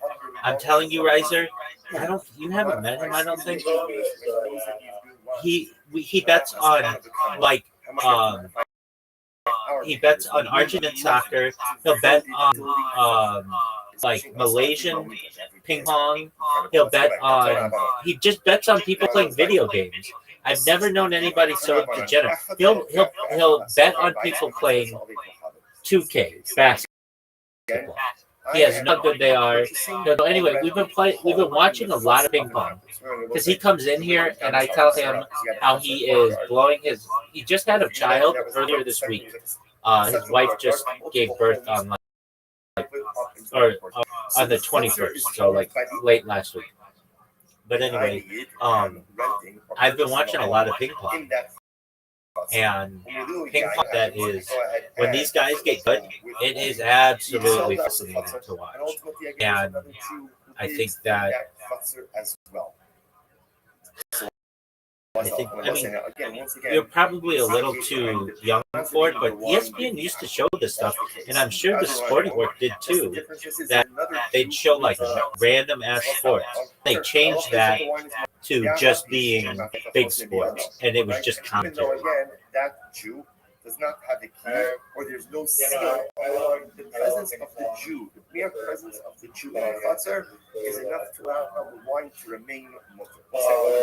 On a base, 61 the chutzner has, however, again, if the Jew lives in a separate chutzner,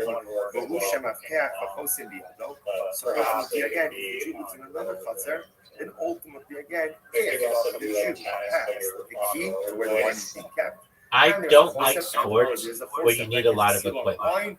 I don't think that it has as much large scale appeal. The fewer things that you need for a sport, I feel the better opportunity it has for mass appeal. I'm producing wine. I guess it's like a pyramid inside or something. Able to sell this wine. He's really big on Instagram. The wine is being always like the deposited same in the Rishus fucking like We meme saw caption that that's like at the very and it top. lives in that very same place with the apple. I've been staying up till like 3 a.m. Ultimately, again, and he has late the for key, work there's a tomorrow. seal, and there's a seal on the Busy wine. watching Ultimately, again, the wine is going to be more. sports event, like the German TV sports event. They do like this stupidest competitions. It's like Yochanan said, no. the competition is like who In the same can butter, throw an even if egg he doesn't have the it, there's highest up not in the air a seal. can It's still going to be mutter. The one person Sense, was like, the presence can of fill Israel, by a definition, glass of prevents water the to the from top doing without anything it he's not supposed to do. overspilling. Incredible. So the Gemara That's a says, good one. That's a good one. Like really, However, let's say the Yid, the Jew, is kind of not living in the same country activities, as Yaakov. but they He's like living ultimately literally. again. It's so funny. Like I could not. I was laughing so hard at the filling up the water one. It's so stupid and like. But I was dying. That's a good one. I know we've talked about this before, but have you ever seen Vegas Vacation, where Chevy Chase he loses all of his money at the serious casinos, so then he goes to the casinos that they play like all these weird games. Have you ever seen this movie? At the end of the day, right? It's the Jew. Sounds good. Oh, dude, it's amazing, dude. It's Vegas Vacation with Chevy Chase. It's one of the vacation movies. Vegas Vacation games at the Port Casino. They play, so like they should really do. They play.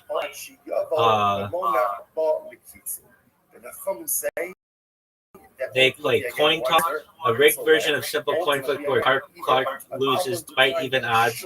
Rock, paper, scissors, played with a dealer who appears to manipulate outcomes, with the group losing repeatedly. Guess which hand? Clark attempts to guess the hand holding a coin, but the dealer always wins. Pick a number from 1 to 10. A game with no real statistical edge for the player, currely stacked against Clark. And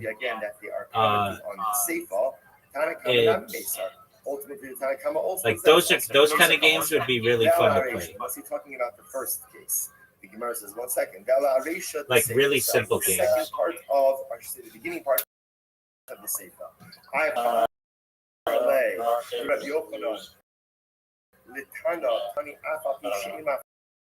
You don't think rock paper scissors will play? Even if ultimately he does not have the key or. But what about a? Rather again, what about a thumb war?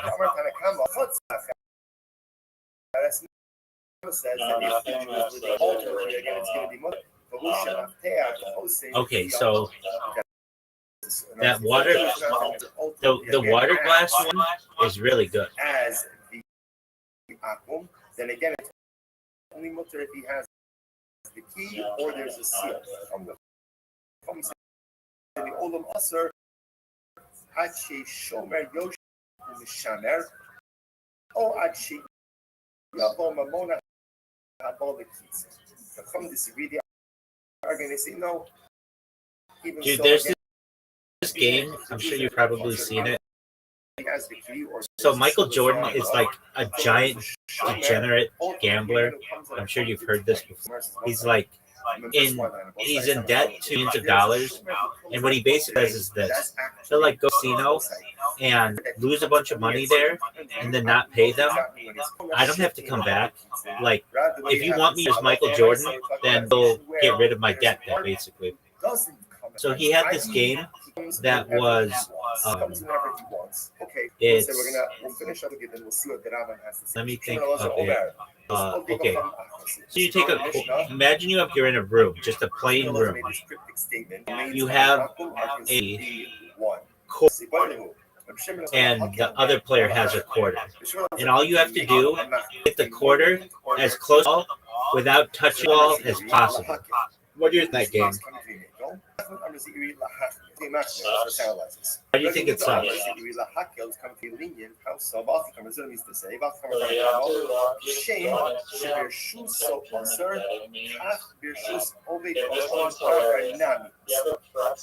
So listen to this. Shibihuda says things to you like this. Anakama says like this. In the same way that ultimately, again, Shibishu Saucer, that's the same way that that's good. Again, if it's in the right, the owner of it. And again, all the qualifications. There's no use on the cities, and ultimately, again, the city is not, and his domain does come to Shirab, and it's going to be answered. The same halacha is true if the wine is deposited in the home of another. In other words, the account was like this: whether the wine is deposited in the home of the akum owner or in a different akum, either way, it's going to be answered. Why? I see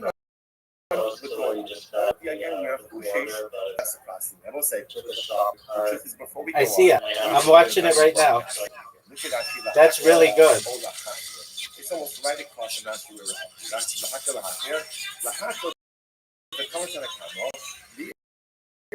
Dude, Germany is. It's funny to watch them celebrate that. So again, for example, right? So watch this. I'm watching the pretzel one. If you have a city, that's pretty interesting. You can't. I like it. I like these games. And that's true. Whether you wine in the home of the who is the owner, or the wine of the akum, ultimately again, who's not the owner. Either way, it's going to be awesome. The Gemara says, "The Kamar B'Shem El Azar, Shechim Rishus Obik of Achasi B'Tmiya, Kilamar Hol Ve'ino Abeis Bailov Mutter, the High Obik of Mirsas, Ola Hachmir Kamar Obenichu Seitmar the Tanakama Daf Gabadais Bala Vasher Shem El Azar Lamina Wadim the Base Obik of Machar the Hashim El Go." So here's the show. You raise a good point. Why is it that the NFL and soccer and basketball are like? Well, like the NFL's most recent TV contract was $100 million, $100 billion. Pardon me, $100 billion. I mean, that's a lot of money. That's 1/10 of $1 trillion. And the UFC's was $7 billion. Like those are giant numbers. Why doesn't somebody do the same mini golf league and just say like, hey, if we do this enough, people will watch it? Like, I've learned a lot about this from the UFC because I watched this fucking The Fighter and the stupid ass podcast that I'm absolutely obsessed with because it's just the worst comedian in the world. Literally lowest rated special of all time. And so I've been learning more and more about the UFC. And the UFC for the first like 15 years it was running was in giant debt. And to me, they just need somebody who has a little bit of money to put it behind the putt championship. And if it did it enough, it would become very popular, I think. What are your thoughts?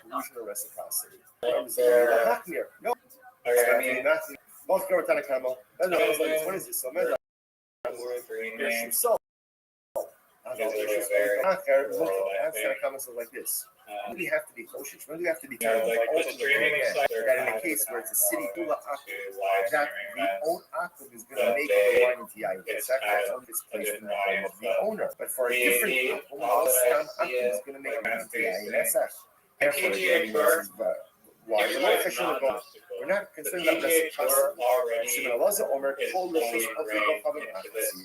Trump, on the other hand, says he they already have rather EV all slot people times, come to very the recognized the wine is going and to so us. if you're able to like, it is deposited. get under the So wing that's of the the two PGA versions of Tour, So Tiny Kavas, then there's we good chance, but have a price. like That's the part competing for like that television, every domain of an app a little is going to bit be one challenging. domain. I mean, maybe It it depends on the review. Ultimately, again, because we But, are concerned about pollution yeah, and like, those major sports have been great for society for a very long time, Debate and it's hard to get people to migrate. But I think interesting case. So also we actually had this name mentioned before. Parzak was the guy's name. on a very Fila means he was an interesting official course who where anyone was could second get in to command to design the the king. holes. So one time this guy Parzak did his wine, deposited wine with a sherbet.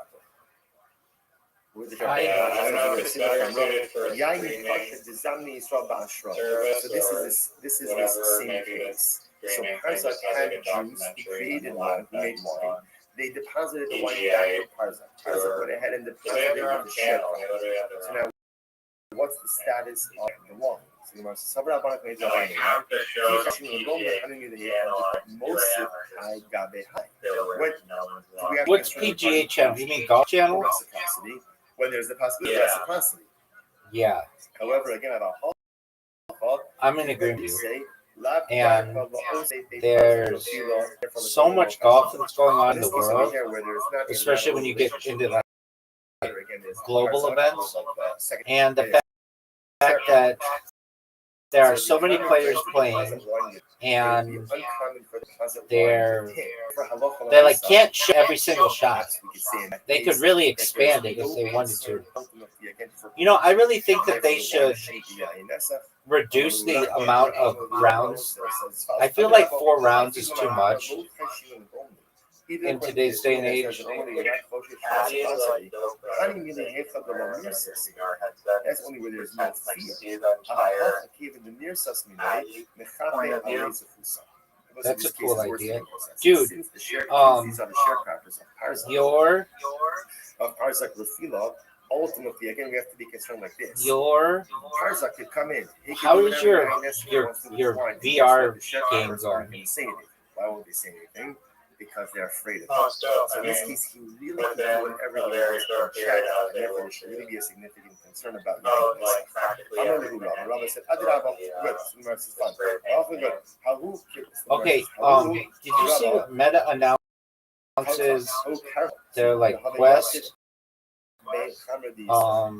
shop is shutting down? Particular city, which housed kosher wine. Are you fucking serious? Yeah, dude, that's why when I heard that, I wanted to make sure you knew. And they found the house standing between the barrels. Okay. It It says there's no official announcement that Meta about shutting down the Meta Quest store as a whole. However, several services and programs were discontinued. So Horizon Workrooms will shut down on February 6, 2026, with all associated data deleted. Meta Quest for Business program will end on February 20th, 2026. So what I'm basically saying to you is don't put too much work into this thing, because it seems like they're discontinuing this stuff. Discontinuation of commercial SKUs, work EDU variants for Quest 3 and Quest 3S. That means they're moving it away from like business and education. Stopping sales of Meta Horizon managed services as a subscription. HMS itself will remain free and available to use with Consumer Quest headsets starting February 20th, 2026. Quest Store continues to operate and users can still download and access apps and games. Here The we go. confusion may stem from the shutdown of the business-specific services, not the core store. Oh, so the Quest store still remains active, but just be careful. They could just announce that, and you would have put 6 months of work into this thing, and they're also stopping selling Quest headsets to businesses. If I live in the same cluster as the Akum, the wine is going to be motor. My mere presence prevents the Akum from being motor. Good. Again,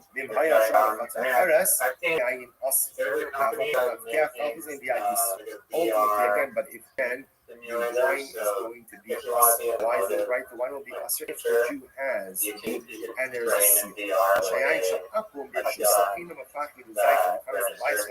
in this case, if the wine is on kosher, it's being deposited helps, and therefore he can do whatever he wants. If I live in Chatzar, that creates a presence, creates a fear. Yaakov is not going to tamper with it.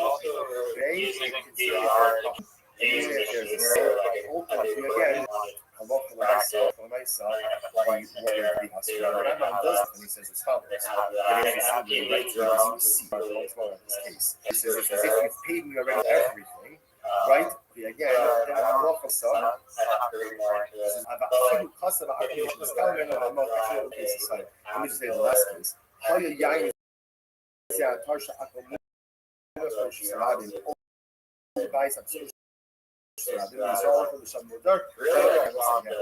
more point that is important over here, which is that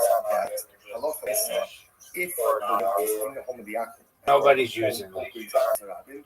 and this is the ultimately again where and under those circumstances these going to remain considered. What's that incredible? We will No, it won't. It'll be no, it won't. Done by robots. Passing that Rashi over here. Rashi goes ahead and points out. I don't remember seeing this. Rashi gives a little synopsis on halacha l'maisa. That's true, and that's already been done. But there's already a thing, the Da Vinci, that's a surgeon, does surgery anywhere in the world, and it is better than a human, like by a lot. Da Vinci surgical systems. Exactly. Jesus Christ. It's not good for people that aspire to be surgeons. Well, so the current version allows the surgeon to be 100% in control, but they're moving towards autonomous procedures. So how long is that going to be? I mean, probably within 5 years. It's happening for like already surgeries and shit.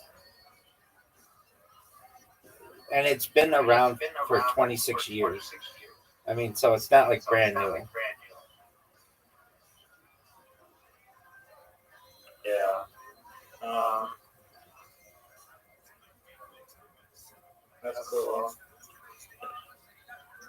Yeah, also there's more than, like, MetaQuest is one place to sell. You can also sell on Steam, which is arguably a better place to sell the game to begin with.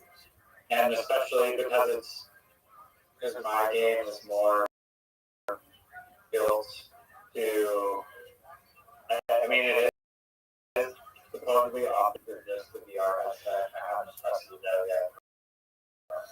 I think it's more optimized for to have a PC running it and then VR connected to your PC to address your VR and not be able to use the game.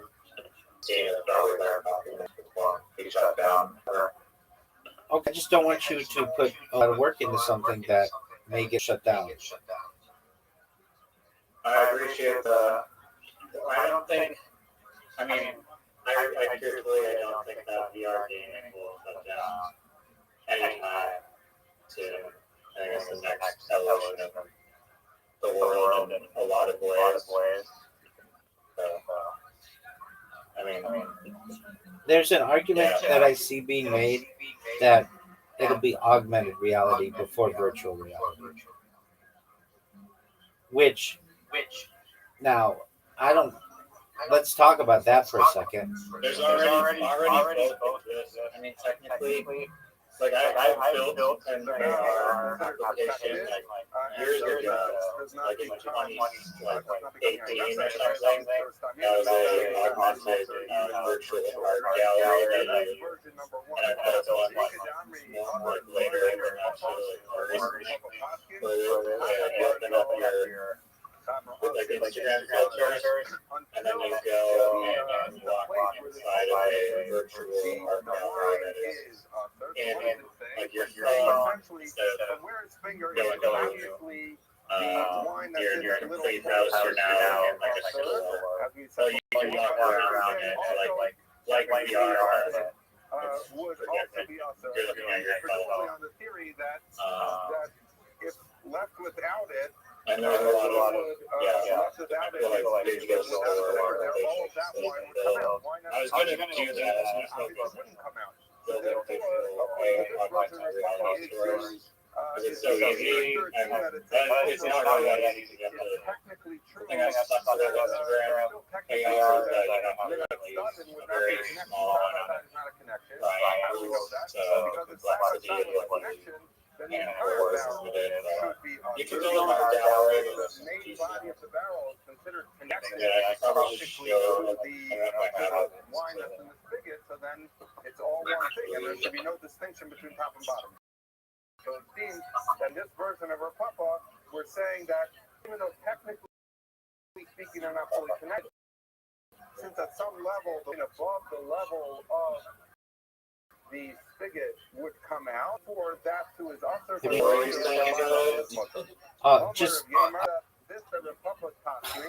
this really goes to Mark Zuckerberg. Everything this asshole touches fails. Everything. He, in my opinion, has never developed this product that's been successful. He either buys the product like Instagram or WhatsApp, or it fails. He's never been able to get he even bought the Oculus company, and like I feel like he's the problem. And he owns 61% of all Facebook stock. So the board of directors cannot come out. He has a virtual stranglehold on the company. Problem. One of the reasons people don't want to get involved in Quest is because they're built within the Facebook system, and people don't like it with Facebook. He basically everybody's data, and then got into a bunch of trouble with like data and manipulating different. And they're like, I don't want to fool me once, shame on you. Fool me twice, shame on me. I'm not gonna get fooled again. And so long as that guy has anything to do with that company, people generally don't want to be involved with it. People don't feel the same about, for instance, Amazon and Bezos, but they do feel that way about Zuckerberg. And I think people still rebel against Amazon because they see like the threat that it is for taking over the world. I agree with you, but they don't do it because of Bezos. They do it because of Amazon. I'm saying people reject Meta because of Zuckerberg. It's all considered to be one category, and in this case, and this is the point that we're dealing with tonight, and that disagrees with my friend says like, from the they side, it's considered to be all combined in some fashion, encrypted and messages, it would become but then you go, yeah, they do the encryption key. and the fact that it does, Yeah, I mean, really you do have a level connection. It's not just they just got in trouble for this, just like this week or last week, that they said that they let me. I'm not going to make up stuff. It seems like every week it's something different. Meta lying, encryption. He's saying that he disagrees and says that it's all considered one. I mean, I don't know why people think encryption is so important, because it's really anything can be gotten into with enough work. So the recent news. I agree with you that if you touch it from top, because all of that wine.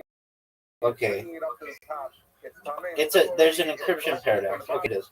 A new class action lawsuit was filed in January 2026, and the U.S. District Court of San Francisco alleges that Meta is lying about WhatsApp's and encryption, claiming that he falsely promotes the feed while secretly accessing and analyzing private user messages. The lawsuit, brought by users from Australia, Brazil, India, Mexico, and South Africa, asserts that Meta has a backdoor allowing it to view message content, despite public claims that only the sender and recipient can access messages. Plaintiffs argue that internal Meta staff can request access to user chats via unique IDs, and the messages may remain accessible even after deletion. I think I've told you this. I didn't just make that up. I didn't. AR platform shut down, I guess, a fucking year ago, January 14th, 2025. Failed. What the fuck? Because of my filter, my augmented reality gallery filter, I guess it's just deleted now because fucking so Zuckerberg can't fucking maintain an AR. Go. And that's what I don't want to happen to your graffiti thing. Yeah, look at this team. It's okay. It's built for PC. And also, I'm not going to invest much time in this. Okay. I think I told you this, but there was this guy who I hired at the startup, and we needed him to be bilingual. And one of his previous jobs was working as a contractor for Amazon. Though he couldn't tell me this, I knew where he worked. He worked in Irvine, and basically Amazon has like some offices here, and he said, like, I basically was picking his brain, everything I could outside the NDA, and said basically like, okay, so Amazon with their technology says that the Amazon employees don't listen to your conversations, but that doesn't mean they can do it. You can't have another company come in and do that, which is who this person worked for, and they say that they can do it and quality assurance purposes to make the platform better. And this guy's basically like, you give your whole like your whole house is bugged, and all we have to do is just say it's for training and quality assurance purposes. Even law enforcement taps into this. They just solved murders because of Alexa and being able to listen to what has been picked up on these things. I mean, it's the same true for your Apple iPhone or MacBook computer. Absolutely. See, it's doing the same thing. Actual, like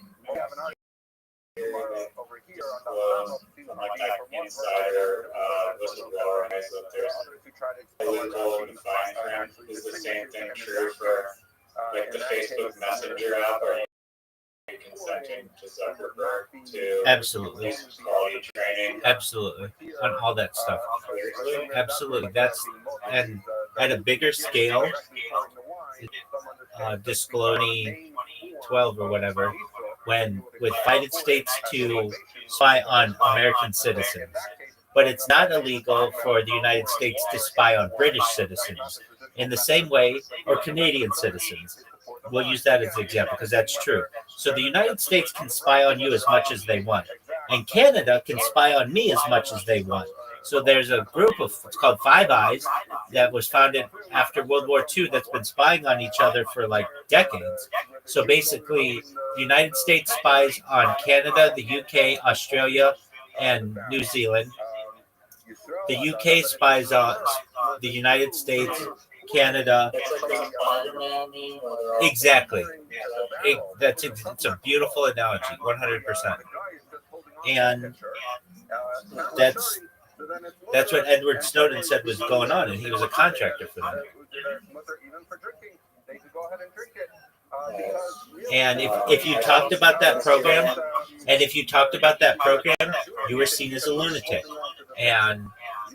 But then when he came out with it, it's on 60 Minutes, then you can't go back. There's no way you can go back and call all those people who called you a lunatic if you talked about it.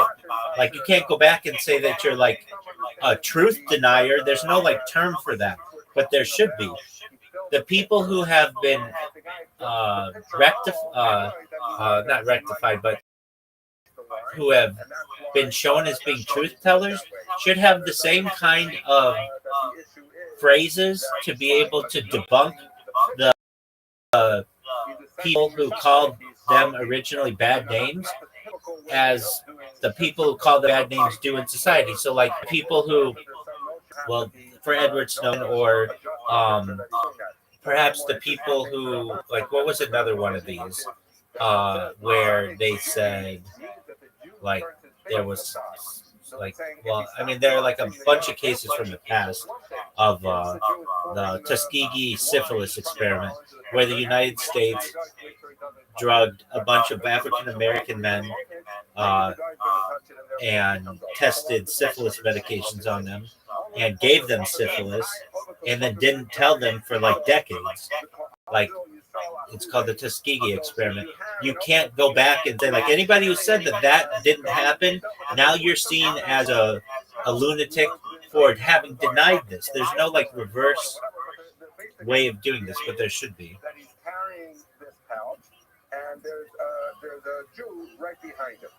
Is what I'm saying making sense? Like, basically, we'll make up an example. Let's say I say that the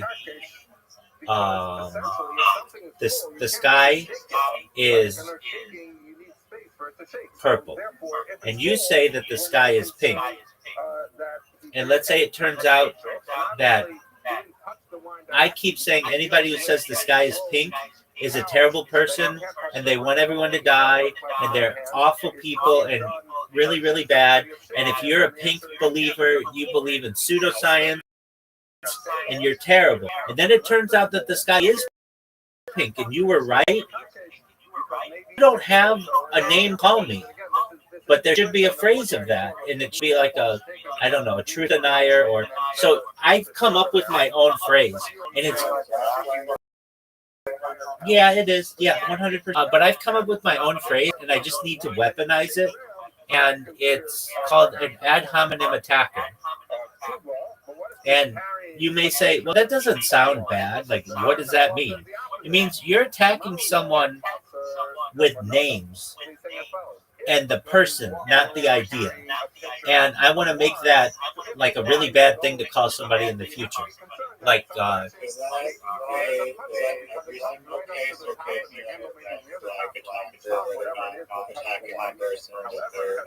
shooting false flags at them, or trying to like bring the argument by presenting false data. Well, if you're providing data, that's different. It's just when you get into name calling, that's where you're an ad hominem attacker, and I want people to avoid doing that. I know, I'm just saying that because like the situation always a personal attack, or are the people using other false flag data injection? They do that too. Is not something that he wants, it's something he doesn't want, and that makes it a case of where it's touching it below the kavana without kavana, because he's not really trying to make it be. Yeah, it basically says if you call someone a name, instead of arguing against their position, then we're going to make fun of you by calling you an ad hominem attacker. And right now that doesn't mean anything. But if you got a bunch of people that get behind that idea, would be something that people would want to be avoid being called. So it's very paradoxical. So it's basically I'm stealing the name of someone who calls someone names. Does that make sense? So basically, there's an example like I Twitter or whatever that basically says like guys attacking ICE agents and not the ICE agents got the guy. Is that qualified as an ad hominem attack? No. So ad hominem is Latin. It means against the person. So let me have AI see if it can help me. Yo, dog, I have a really good idea. So for no, that's still against the person. If they call them a domestic terrorist, that's ad hominem attack. Yeah, and that's an ad hominem attack. So I would attack those people who called him that. In its most complex form, what you could have is you'd have boards. Now, just one moment. Let me see if this works. Beam of some Yo, dog. That pushes down on the board. Dog. And there's this kind Yo. of mechanism This thing that you sucks. use to turn, Let me see if this works. the beam down, which in turn pushes the board down. And that screw is sometimes twisted. Yo, dog. By means of a dog. or something that goes through the screw. What the fuck? In this scenario, you have as many as 4 levels of what's happening. Yo. He turns the pole that turns the screw. Dude, this is weird. My fucking phone and it crosses the thing. We'll see in a minute why that's relevant. But is that form of thing. it's like the Rapapi shari. Rapapi says yo. Dog, I don't know what's going on with it.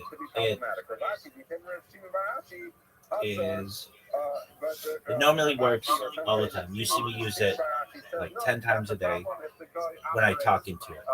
But just recently, it's like it's forcing me to restart it before it will understand that I'm talking to it with just the microphone. And I'm not sure what's going on with it, but I will have to figure it out. Anyway, bear with me. Here's something, Riser, in the future. I want no startup time.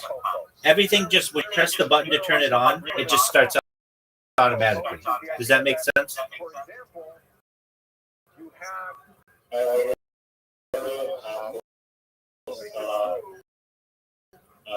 Very recently, iPhone is at a full down it takes like 20-ish, probably 5 seconds. This new iPhone 14 is like maybe like 10-15 seconds. Like in the future, it's going to be on. That's what I want. Yo, dog. I have an idea. And help us. It's basically, I'm sick of people calling other people names. If I could weaponize the term name attacker, it's very paradoxical. It's basically the ultimate name because it's the name call that end all name calls. Can you please simplify this for me? Because it's a really good idea. This story supports the idea that they argue by All right, here we go. Yo, actually get what you're cooking here, and yeah, it's clever in a very way. You're basically trying to calling by naming the behavior itself. Let me simplify. Instead of calling someone any insult, you call them an ad hominem attacker. That's because ad hominem means attacking the person instead of the argument.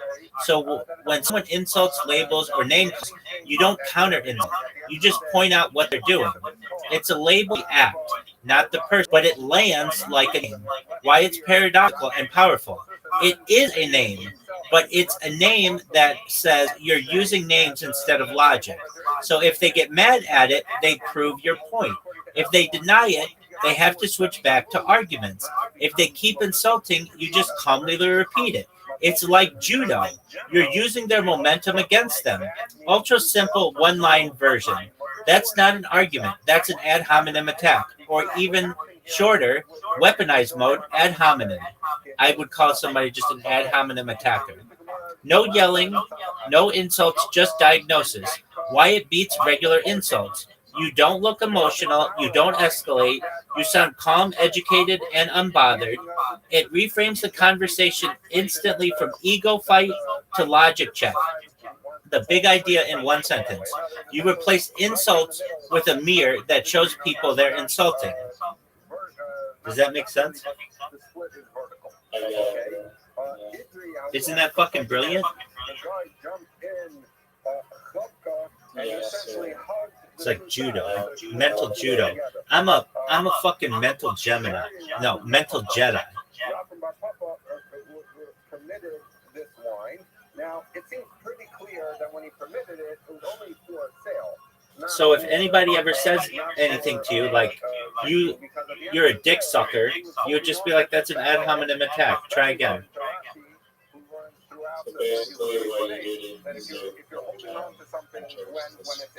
Actually, I don't attack him as a person. I attack his shitty... The shittiness of his gameplay.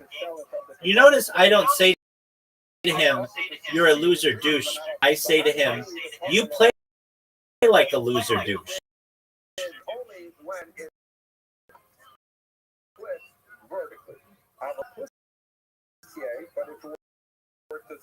So I'm not attacking him for being a loser douche. I'm attacking how he plays, which is different.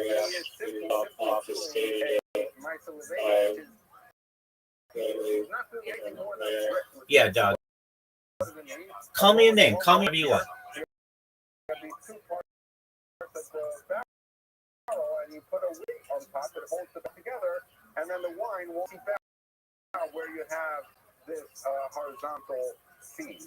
Now, this gets into the question about, especially according to reference. Perfect. It's not how I'm an attack. Ask me for what I do, an insult, or at the end of the day, he's holding on to this barrel, and that gets into a very important itself. The shot brings us here there, and talks about this in a number of instances. there you go. Now that their thing, then I have to fight them. But you say you're a lol cow, which is like an insult that I see that people say, which I don't even really know what that is. You say that's an ad hominem attack. You're an ad hominem attacker. I can use that against you. You're just an ad hominem attacker. I don't need to listen to you. You're an ad hominem. Now, if you come in and say a bad live streamer, okay, well, we can discuss. Does that make sense? Are you ready to lose at Scrabble?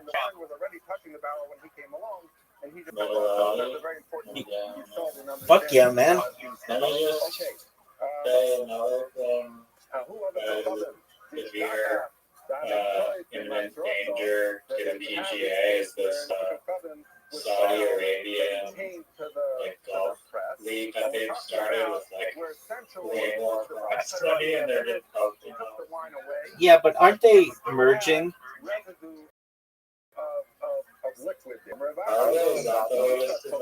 Yes, sir.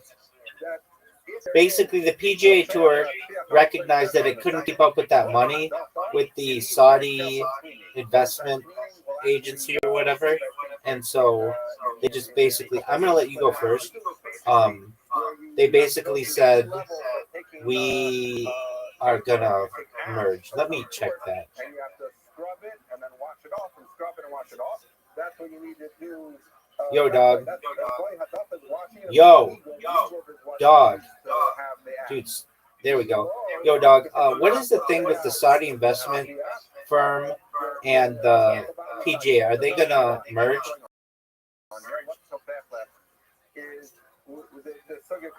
it's talking about in the way you wash your hands for truma.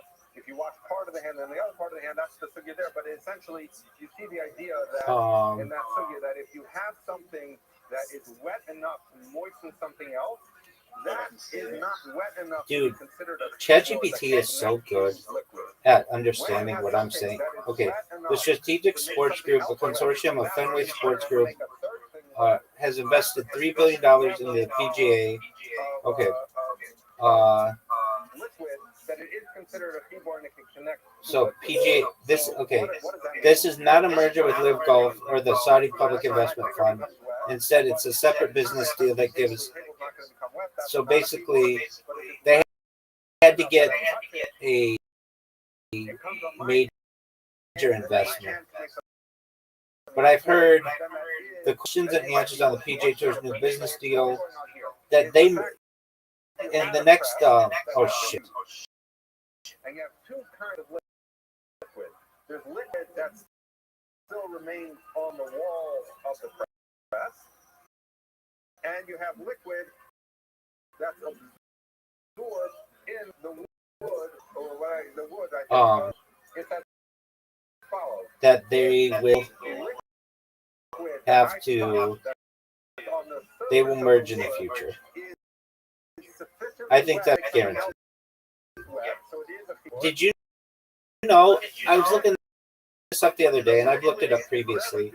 That the reason the NFL or the NHL or the NBA, the reason considered monopolies, is because they are legal cartels that are allowed to exist. Isn't that wild?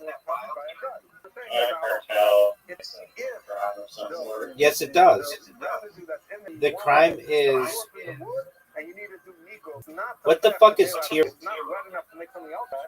then all you need to do is watch it because we're not worrying about the one because that does not have a keyboard. Ad hominem attack. It's really not, but I can say that. I'll say whatever the fuck I want to say. A beginner, novice, or young soldier often used I should say our sponsor in a widely known popular line of athletics apparel from Adidas. Sponsor. You might have Week of learning, David and Wendy Heffer, in honor of David Heffer's 54th bar mitzvah anniversary, participation. Also having Daniel Heffer. I feel like when you allegedly beat me the first time, that was like Roger Bannister breaking the 4-minute mile, because now you know you can allegedly do it. But that's good. I did not, and I don't like beating people by 100 points. I like when it's fucking close, and I like to win, but blowing people out in this game isn't really that fun. Okay, continues. We're up to the I was going to say something about this episode that I watched. So you, this is in a Jew's property. You found a guy who was standing beside his open of wine. Thank you. Generally understood to be open pit. In Yeslo Milvo sir, if he has a debt that the out to the Jew, then he makes the work, but he does not have a loan out to the Jew benefit. So what's going on here? The basic idea, which is the right to assume. No, that's not a word. Doesn't want to be caught doing something he's not supposed to be doing, right? Are you serious? The Jew's wine. So therefore, are you serious? We would generally did not touch Fuck the wine omitted, and the fact that he was in the area of the wine is not a problem. However, if no, that's fucking not a word. So then you and I both know that. He's less worried about messing with the wine. He might even do Nisa from him because if anyone catches him, he's just going to be like, I'm planning to take it because that is a word, though. From doing Nisa on the wine. It's like Chinese, like your chi. It's chi. It's like your spirit. Now we're saying Chinese. Well, apparently it's gotten into English. But you know what's amazing? The word that's not in here is it's amazing to me that it's not in here. It's like what is it? It should be. It's used so much in English, but it's really short. I forget what word it is, but it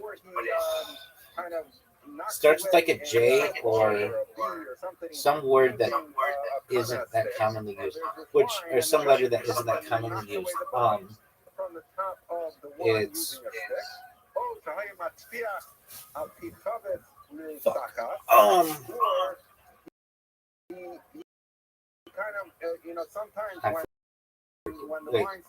tarot. No, tarot isn't.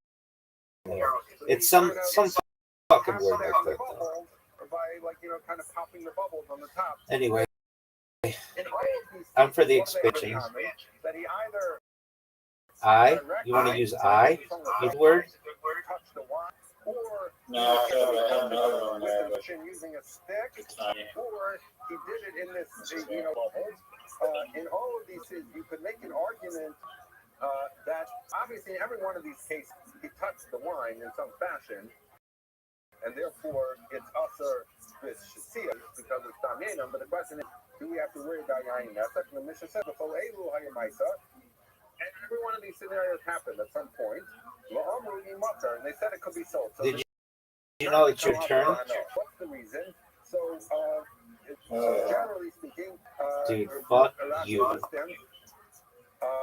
It was Shalom Kavana. When the guy fell in, obviously he wasn't. Oh, that's some bullshit. He fell in the pit, and they pulled him out of the pit. You and I both know it. When he was measuring with a stick. Oh, hey, Riser.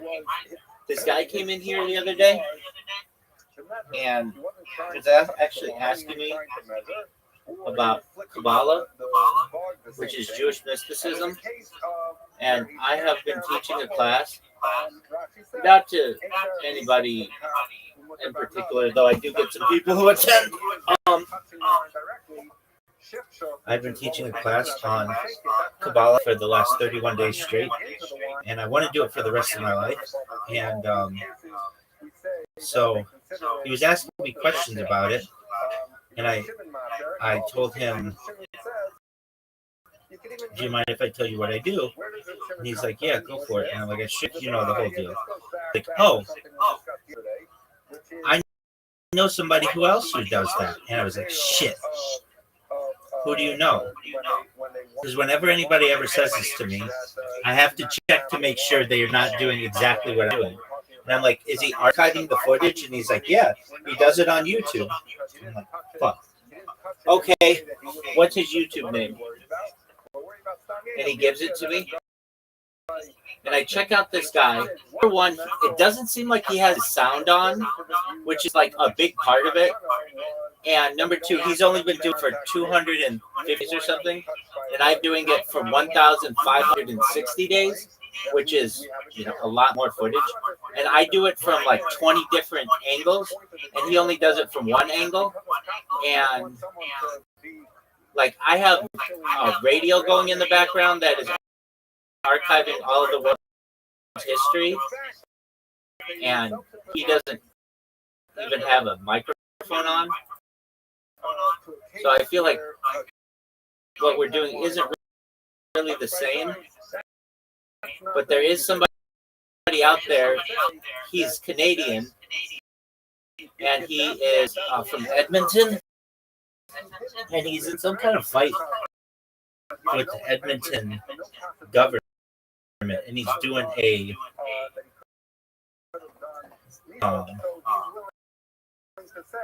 hunger strike. But anyway, I thought that was interesting. Don't you find that to be interesting?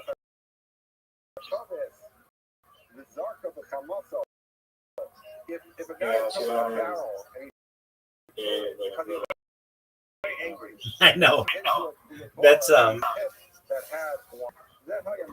And trying to get a hold of him, like, but he wouldn't answer that. I don't think he saw my chat, which I completely understand because you would think would change the for me on YouTube. It made a little sound when somebody chatted, but it does have to be watching it all the time. And that gets boring as fuck. So I don't even pay attention to it. I check it every 12 hours to see if anybody said anything to me. And if they do, that's cool. Then I'll find them or whatever. But I said the thing. So there's this.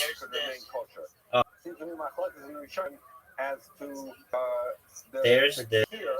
Where it says that he knocks away the ball stick where he measures stick. So we've seen them I think Old School or no, it's Step Brothers, the movie with Will Ferrell, where they're eating dinner at like as a family, and is I think like Will Ferrell says to that other guy, I remember my first beer or something like that, like showing like authority over him, and I thought to myself, to this guy, oh, I remember my first beer, but it's not my. I remember my first year. I remember my first year, and that was really good. Raise. Why did it say with a stick then? Why not say with a hand? Because Reb Shimon, who says that it's mutter even for drinking, would only say that if you did it with a stick. If you did it with your hand, Reb Shimon wouldn't say it. So according to Tosfos, it was just setting up the case for Reb Shimon. But the Tanakh himself is not clear, and he would say that even if he did it with his hand, so he flicked the ball with his hand. Leary. Okay, says the Gemara. Like I don't trust you, bitch. So we discussed this case that if you found a guy next to the open pit of wine, we said it depends. Does he owe the guy money? In which case the guy is confident touching it, or if he doesn't, then we say the guy is going to be afraid to touch it, and therefore it's not a problem. So Shmuel qualifies this ruling.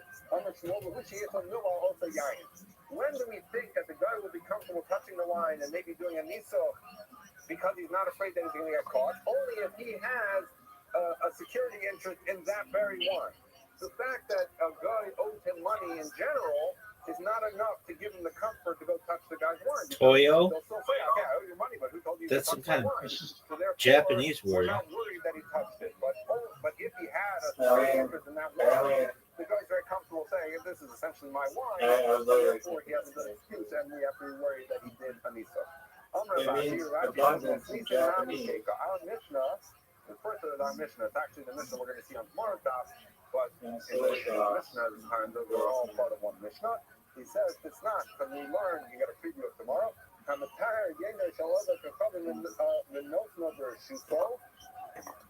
that what happened, what does it mean that he was matahar the yayin of all the No way. If this fucking works, oh, what a great word. But you should do it, not me, because I want to kosher wine, so I will be able to sell it to Jews, right? What do you mean a raise? He said, okay, we're going to make it, but you have to keep it by me till you sell it. When you sell it, that way I'll get my money. So he's essentially saying, I'm holding on to What are you saying? sell it, but I'm not touching it because I want you to be able to sell it to Jews. You're saying it was a raise? It means to destroy? The guy, Kosev Law, is Kabaltim and called laws. He said to him, I mean, isn't it just like a nickname for football in like England? Kind of security interest in this wine because when he was saying, keep the wine here and I'm not letting you take the wine until you have a buyer and then you're going to give me the money.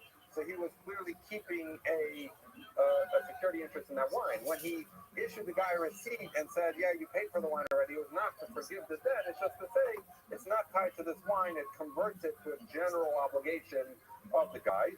So then, mutter. Then in that case, it's mutter.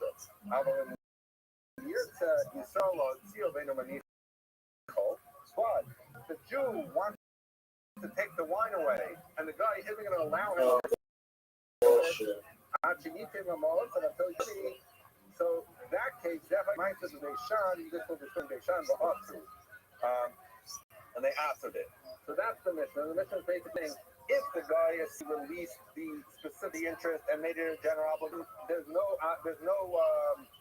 security interest specifically in the wine, and therefore it's okay that he leaves the wine by the guy.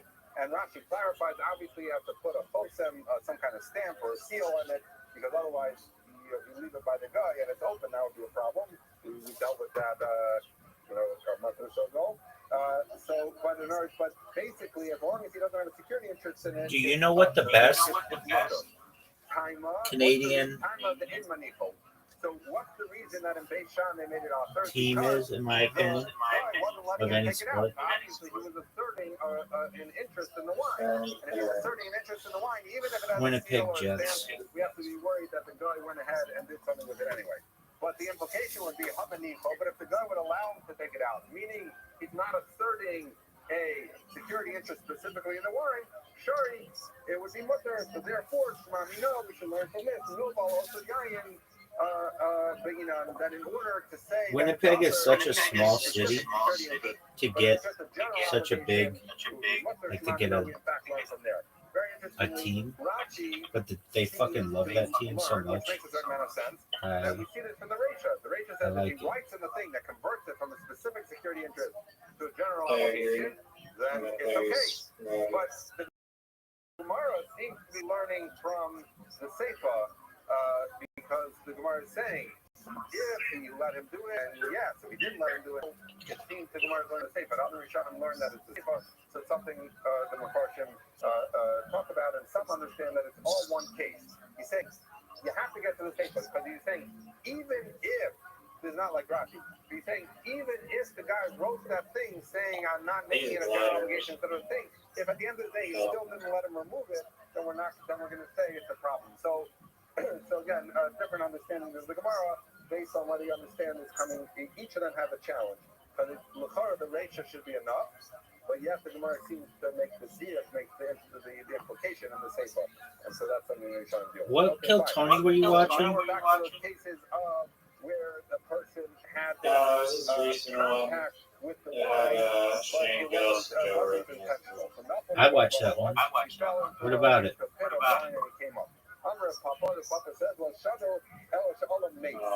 if he came up dead, basically he died in there. Now some of the Rishonim discuss that even if he passed out, the question is, did he do something on his way out that would have made him behind? Dude, but Shane Gillis is so fucking funny. But if he came up alive,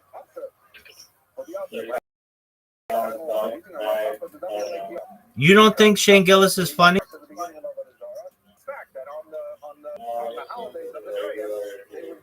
Dude, and that's funny nowadays.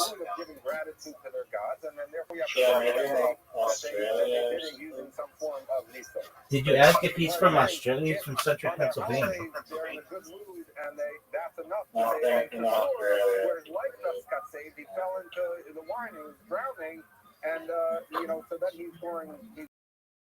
to do that.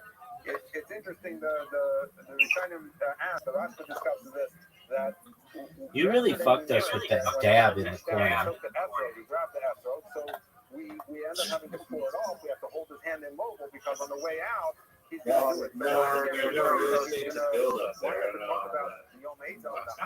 not just say? Because he's gonna on his way out. He's no longer preoccupied. Because he's already being saved. And the Rashba is saying it doesn't quite work that way. When a guy just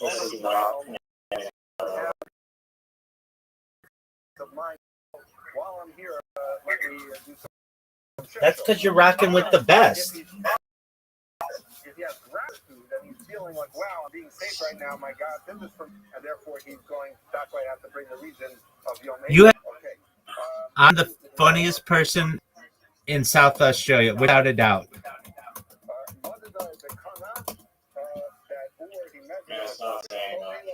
I know. And I hate to say it, but that Chelsea girl, you can find that bitch anywhere in LA. You can find that bitch anywhere in San Diego, in Boston, in New York City. I'm sure there are a bunch of women in Atlanta funnier than that bitch. I'm sure there are a bunch of people in Austin funnier than her. I don't know why she is. I mean, maybe she's really funny, but it's just like anybody who's competing with Zoot. Everything we tumble, and especially in the response, is it drinking? Is it totally mother? Right. Can you tell Zoot's a little cocky? And I like it. You know, he said he's like, I'm going to start opening for people. And I'm thinking to myself, like, you're going to say one fucking thing. Yeah, God, has Down syndrome. Boot off the stage. Exactly.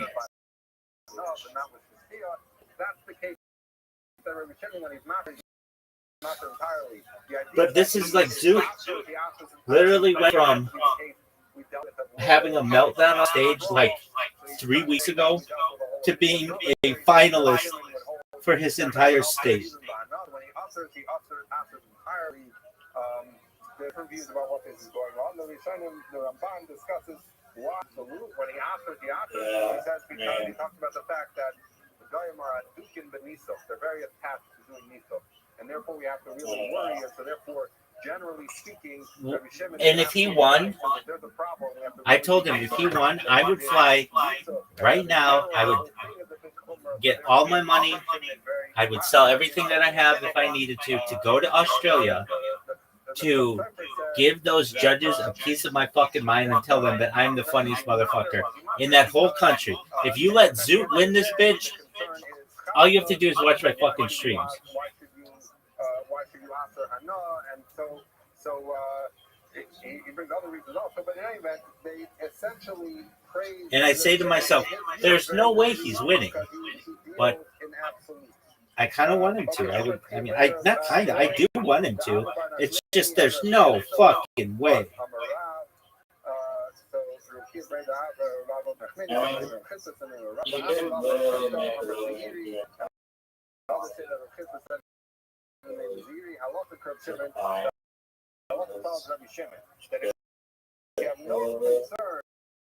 That he did lethal because the nature of his touching was not one that would have let him even to drink.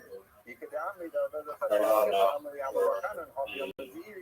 it's similar thing, but they're saying that Rabbi Bachanan told him that Ziri is from Shimon, and Satan with Rabbi Shimon, but they know of Rabbi Shimon Lamai, so that's not how we found. Okay, so not the Chavis. The Mishnah said not the Chavis is Darmasa Labar, Maisa Shiro. So the guy took a barrel of wine, he picked it up, he threw it at the our friend into the pit. So the question is, they said since it was done in anger, they're not going to consider. He says he watches my streams, so maybe he was listening. Again, the question would be, seem to be Coco that he's Zoot, we want you to win the Australian tournament, but if you do, I'm traveling there and I'm going to give the people a piece of my mind.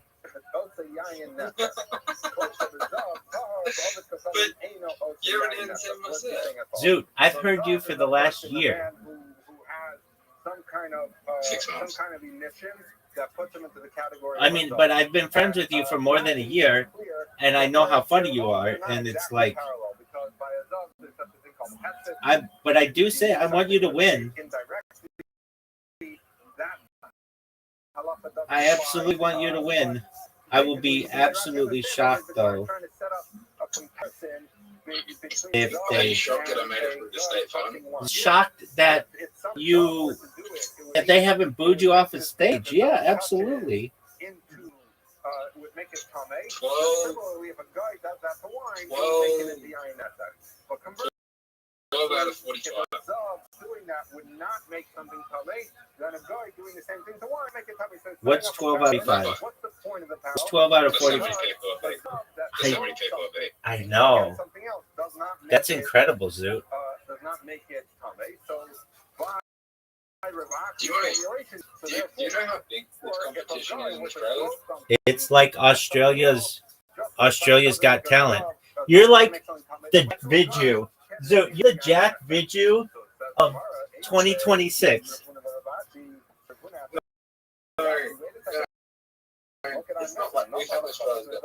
I know you do, and you're the Jack Vidju of this bitch. But like this is well, comedy in Australia, well, like amateur comedy in Australia. Zoot, do you know who Jack Vidju is? Yeah. You're the Jack Vidju's bitch. Yeah, baby. Fuck yeah. Start them up. How do we get them? How do we get them? Watching them.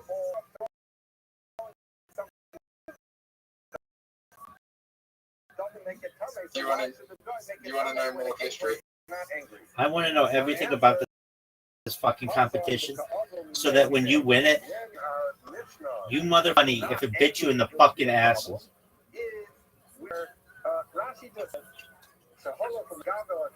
So, 1993.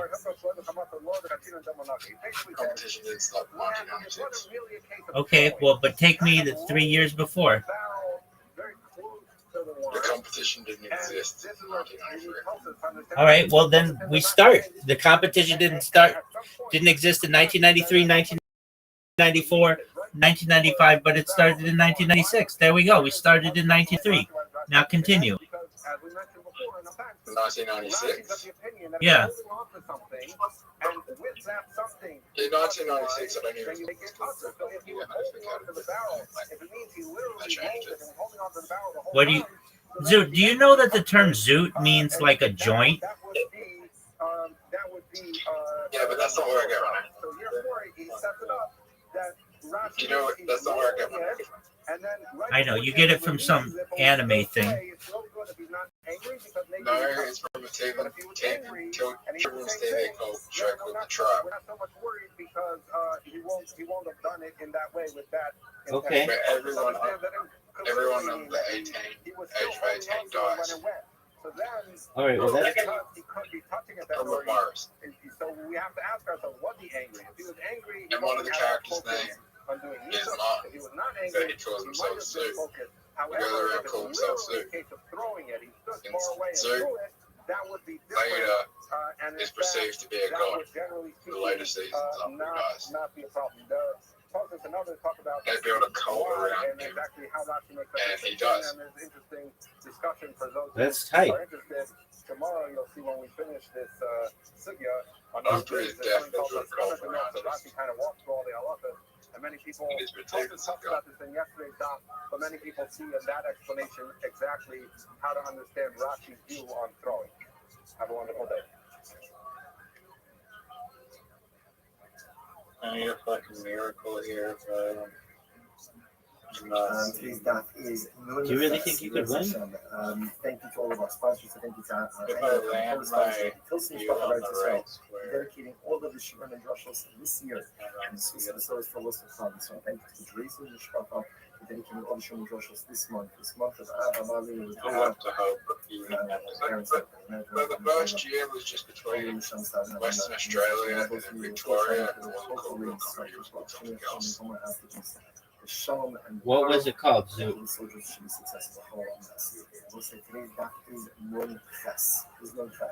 We are picking up in here slash Jen so just to orient ourselves a little bit. We ended off yesterday's dot in the midst of a very interesting Zoot, baby, what was it called? The story ultimately was a situation. Story was a situation. Zoot. Of an uncle who walked into a store, Jewish-owned store. He wanted to buy one. He asked the Jewish proprietor, "Do you want one?" We don't have one. He saw a bucket. He put his hand in the bucket. He said, "Oh, this is mine." He takes the bucket. What is the status of the contents of the battle? Rabba said, "You're not allowed to." Well, that's cute. You're all allowed to go and get enough from it. So Rav Huna, I'm not going to argue on that. And they said, "No, it is Okay. even banned off." Okay. So the Gemara says as follows. So we'll say, now remember, Rabba put out these calculations, but ultimately, again, it's and they're not going to put out their calculations as well. So Gemara picks up on just another 50. So now, Rabba's always happened in the city of Jerusalem. Right? So Rabba himself is in Jerusalem. And then That's man, Rav came to visit the city of Jerusalem. This is a great story. So Rabba said to Rabbi Yakin is a one of the biggest Canadians in the year after that, Harry Gatsby from South Australia wins. Second time, close the door. I don't want any visitors. Zoot. So when you win, you're gonna be the what number from South Australia to win? We're going to see Robert already changed his opinion, but he just did not want to get into this with. So what happened? So sure enough, what ended up coming right now? Now how Rafuna got in past the Shabbos, I don't know, but he got it. Oh, he got it. I'm really excited out in the mind. When he gets into it with Rob, and he says, "This guy, he's asking Mamish this case, right?"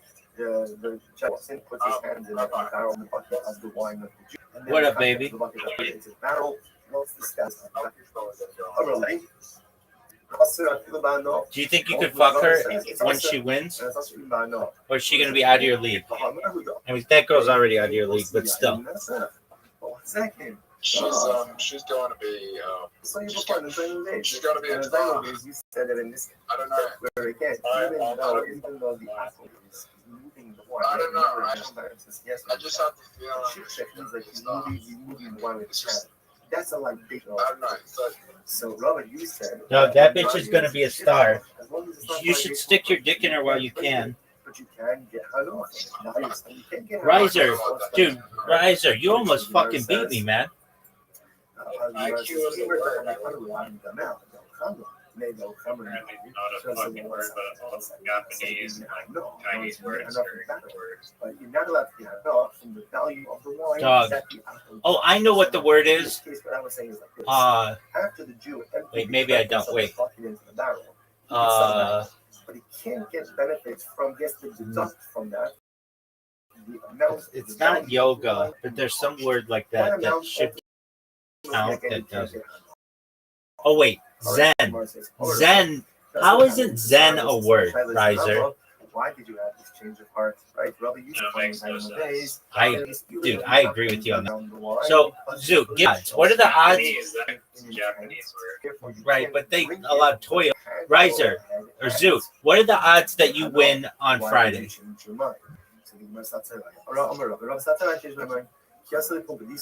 When I came to Thanks, Zoot. Me and Rabbi were doing a game, and it was actually really good at building our comedy skills. Do you want to try it? It is. Since you're such a tough meat, you should be able to. You should destroy us. Stories. All right, Yeah, statements and rices. Right? I was confronted by with this proof that my let me see. wrong. Therefore, I retracted. So the Gemara says, "Okay, what are we talking about here?" I've seen that person before. They've So got the no. Gemara says, "What are the stories?" The Gemara says, "Shmais saw the who did have Bernard. There was a I've seen that person before. No case chance. happened, No where again, chance. an acting king stuck his hand in the bucket. No of wine, chance. removed the Okay, there's more people here that I just don't think have a chance of it. Shmuel said, the barrel is 1, 2, also. 3, 4. Barrel is also, right? The wine is also not no. Like it's very. The same thing happened with Yochanan said it was also.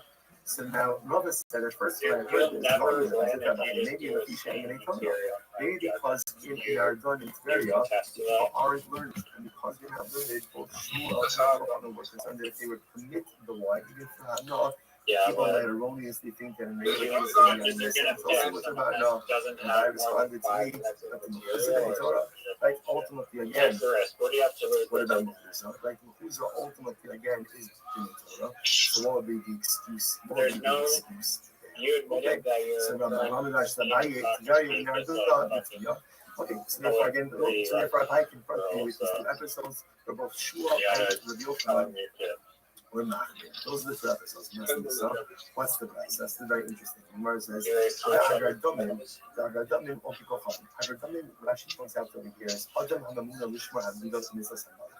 He's a person who's in charge of weights and measures. He's a government position. He was in charge of weights and measures from the king. So what happened? He's in charge of weights and measures. And interesting enough, as part of his job, work of his job, he would often actually points out over here Dude, we've heard you. We've heard you for the last 6 months. It's terrible. It's literally Zoot. I'm going to be honest with you. It is. It would get you booed off of Kill Tony. Yes, it would. Your deliveries has been trashed every time. Or I've seen it. I will say that. Material itself. Sucks. There's moments. Sucks. But they're few and far between. If I'm being honest, if you want my, I'm telling you this as a friend. And I've seen a lot of comedy, and you have a rare opportunity. You have two of South Australia's funniest people all right now, not taking advantage of it. Dog, you never know. Brandon might be fucking funny. Miss Aquarius and our other Yeah, friend. Miss Aquarius could fucking go up there. Fucking sound. Like, this is a case. that was like literally blindfolded, like brutally. This is the guy who That's how shit Australia. weights and measures, and he's going ahead and making some of this point. He's clearing that by the because it may be part of his job, his actual job, rather a secondary job. He's looking to be a chef and again between sellers and buyers. Clearly, no libation. I raised, dude. Okay. Raised everything in my It's path. also Suit. Let's play. But that's not why we're here. We want to help you. listening. We're here to help. But Dude. you have to be willing to accept our help, like a drug addict that realizes he has a problem. Dude, Zoot's never gonna do that. Zoot's acknowledging that you suck, or that you could be better. Dog. Zoot, if I had to tell you, as a comedian, your material is a 3, your delivery is a 3. Overall, you are a 3. But also think you're a 10, which is the biggest problem. That's the best part. That's the Because best you're part. in South Australia. Someone who behaves impetuously, But Zeus, without are you ready intentionality, to such a person is a sharpen your comedy blade? incredible. Someone says, "We want to check what happened." Now they can get literally in this case, the guy's insane. Like the Khamar is insane. Shahoshi did all the What did you say? He put his hand into a barrel. He thought the barrel was a coin. They didn't say it's shell gang. It turned out to be a coin. What the transaction in the case of proof, he must said They're that the not wine like should be sold. For again, in You this know, case, here, Rashi you're says, getting money. Obviously, there's like lack of exertion is having the necessary. Remember, this case is different because in this Dog, we get the joke. So no. The punchline about there will be no libational intent. So because there's no libational intent, there's nothing to talk that's about. good. So you see from here, that That when was a good Chazal tell you that some What one's a good one? one? Something is committed for Hanov. The line where it mentions that like RFK will be more mind blown. That is That was clever. So this case is mutter b'Hanov. It's predictable. At least to an American audience, they're not going to think it's that funny. So what do you see from here? You see from here there in the previous case of the Okay. guy Do when he took do you want to spend comedy skills right now? and destroyed the rest. When I was there,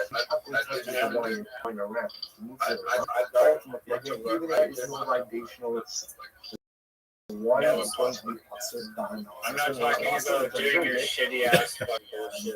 I'm talking about new, fresh material Therefore, again, that you improvise on the spot. Zoot, we're giving you a topic. Zoot, we're going to give you a topic of 60 seconds to make us laugh. Do you understand?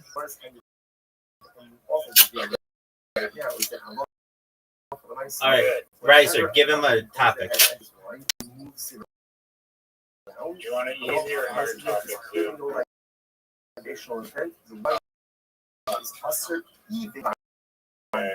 Okay. Running shoes.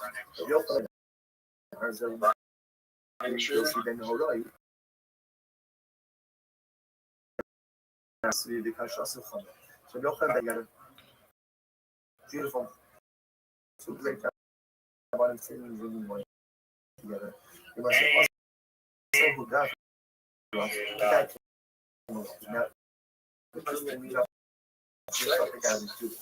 So they said, pour us another glass. So what happened? The boss said, "No, it comes up." The guy was looking for it. After he poured that, he left. And he realized the guy is an aqua. So now the shite is on the wall. Improv 1 minute kill time. עשה אפילו בענק. One of the boys said, "Why is us doing that?" So the crowd, he said, "No, I want to even to drink this wine." Yeah, Somewhere around here, the master shop, they're awesome. The one that's awesome, I know, saying, You're gonna be on this shut your shop. Again, he's saying good, that he's saying for good, the rest of your life. that Most comedians start like fucking Los años shit in like seconds. So Luego se like, one a ton of you're not gonna Saturday, anywhere. Saturday, You know, actually like start X your improv. And you'll discover new material. So, as your friend sincerely often try again. Zoot, you're so fucking high for being not funny. It's unbelievable.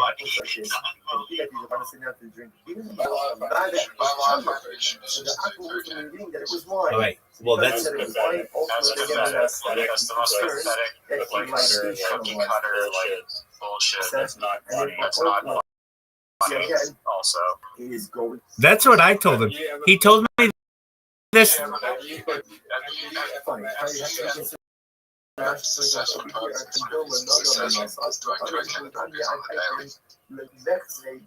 what do you?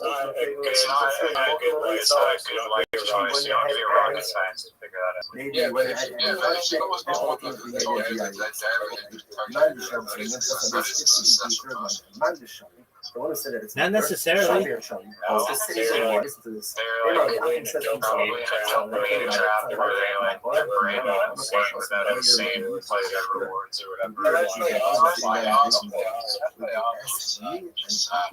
Man, I've seen this rich guy on Instagram, and he has too much money for whatever reason, and he just has like all these girls, and he's like fucking like these stories, and he's still like hanging out at clubs, and he's like whatever, banging all these young girls, but it's like, dude, I don't know. I mean, I'm not right or wrong answer necessarily, but you can start a family, like actually live with like some integrity, but this guy integrity, but this guy mentally fucking like 15 years ago, like gives a fuck about sex or whatever. It's just such a hollow way to live. Yeah, absolutely.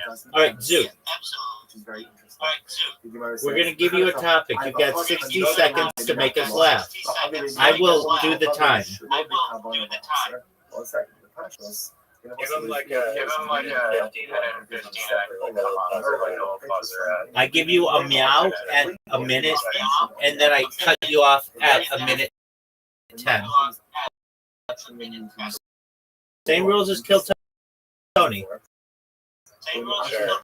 But you get 15 seconds to think about it. All right, Zoot, are you ready? Me and Rabbi were doing this for like 5 stealing every single week, like back to back, practically every single one. I gave Rabbi the fucking topic of light thing, just the funniest fucking bit about strippers. Just fucking just use light poles and sturdy and light. Traffic, you already got the customer. That's how you fucking master comedy.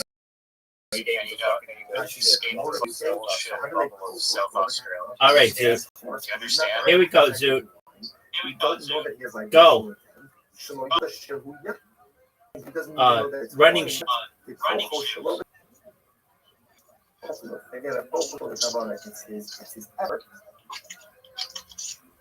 Because again, he doesn't wine. Running shoes. Even in the case we just came from work, right? Even in the case we just came from, again, everyone is now agreeing that if the Akum touches the wine, moves the wine, it's going to be us or not. No, that's Tiratana. Right? Because we Zooming shoes. Rabban only goes there if you have two things. Number one, he knows that it's wine. Number two, that So you have like 10 seconds where you genuinely get angry. Please don't disappoint. Chazal were not The hedgehog have six. interestingly enough, my focus it means two Rabban. One Rav saying ultimately also even Bano, because again the Akum knows for sure I'm drinking wine. Therefore, Rabbi, are you doing a fucking routine? Are you doing a fucking just routine? You know what the Like the hedgehog shoes. Pretend you're performing. You can't just say a question.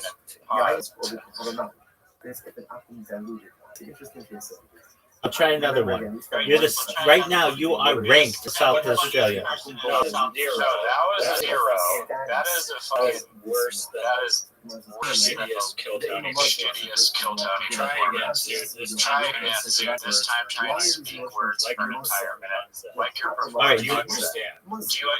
We can give you an example if you need to see an example. Please, we're trying to help.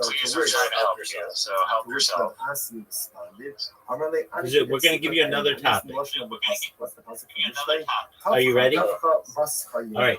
The topic is salt. Go ahead and You have 15 seconds to think about it, and then I'll tell you when you start. So you can think of whatever you want. Bottom line, mine. So what is that? Okay, now that we got that. All right, in 5, 4, 3, 2, 1, go. Water.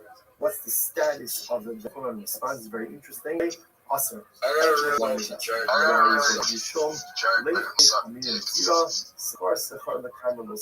you see to the nose. Don't get salty. Go away. Don't get salty. Don't get salty.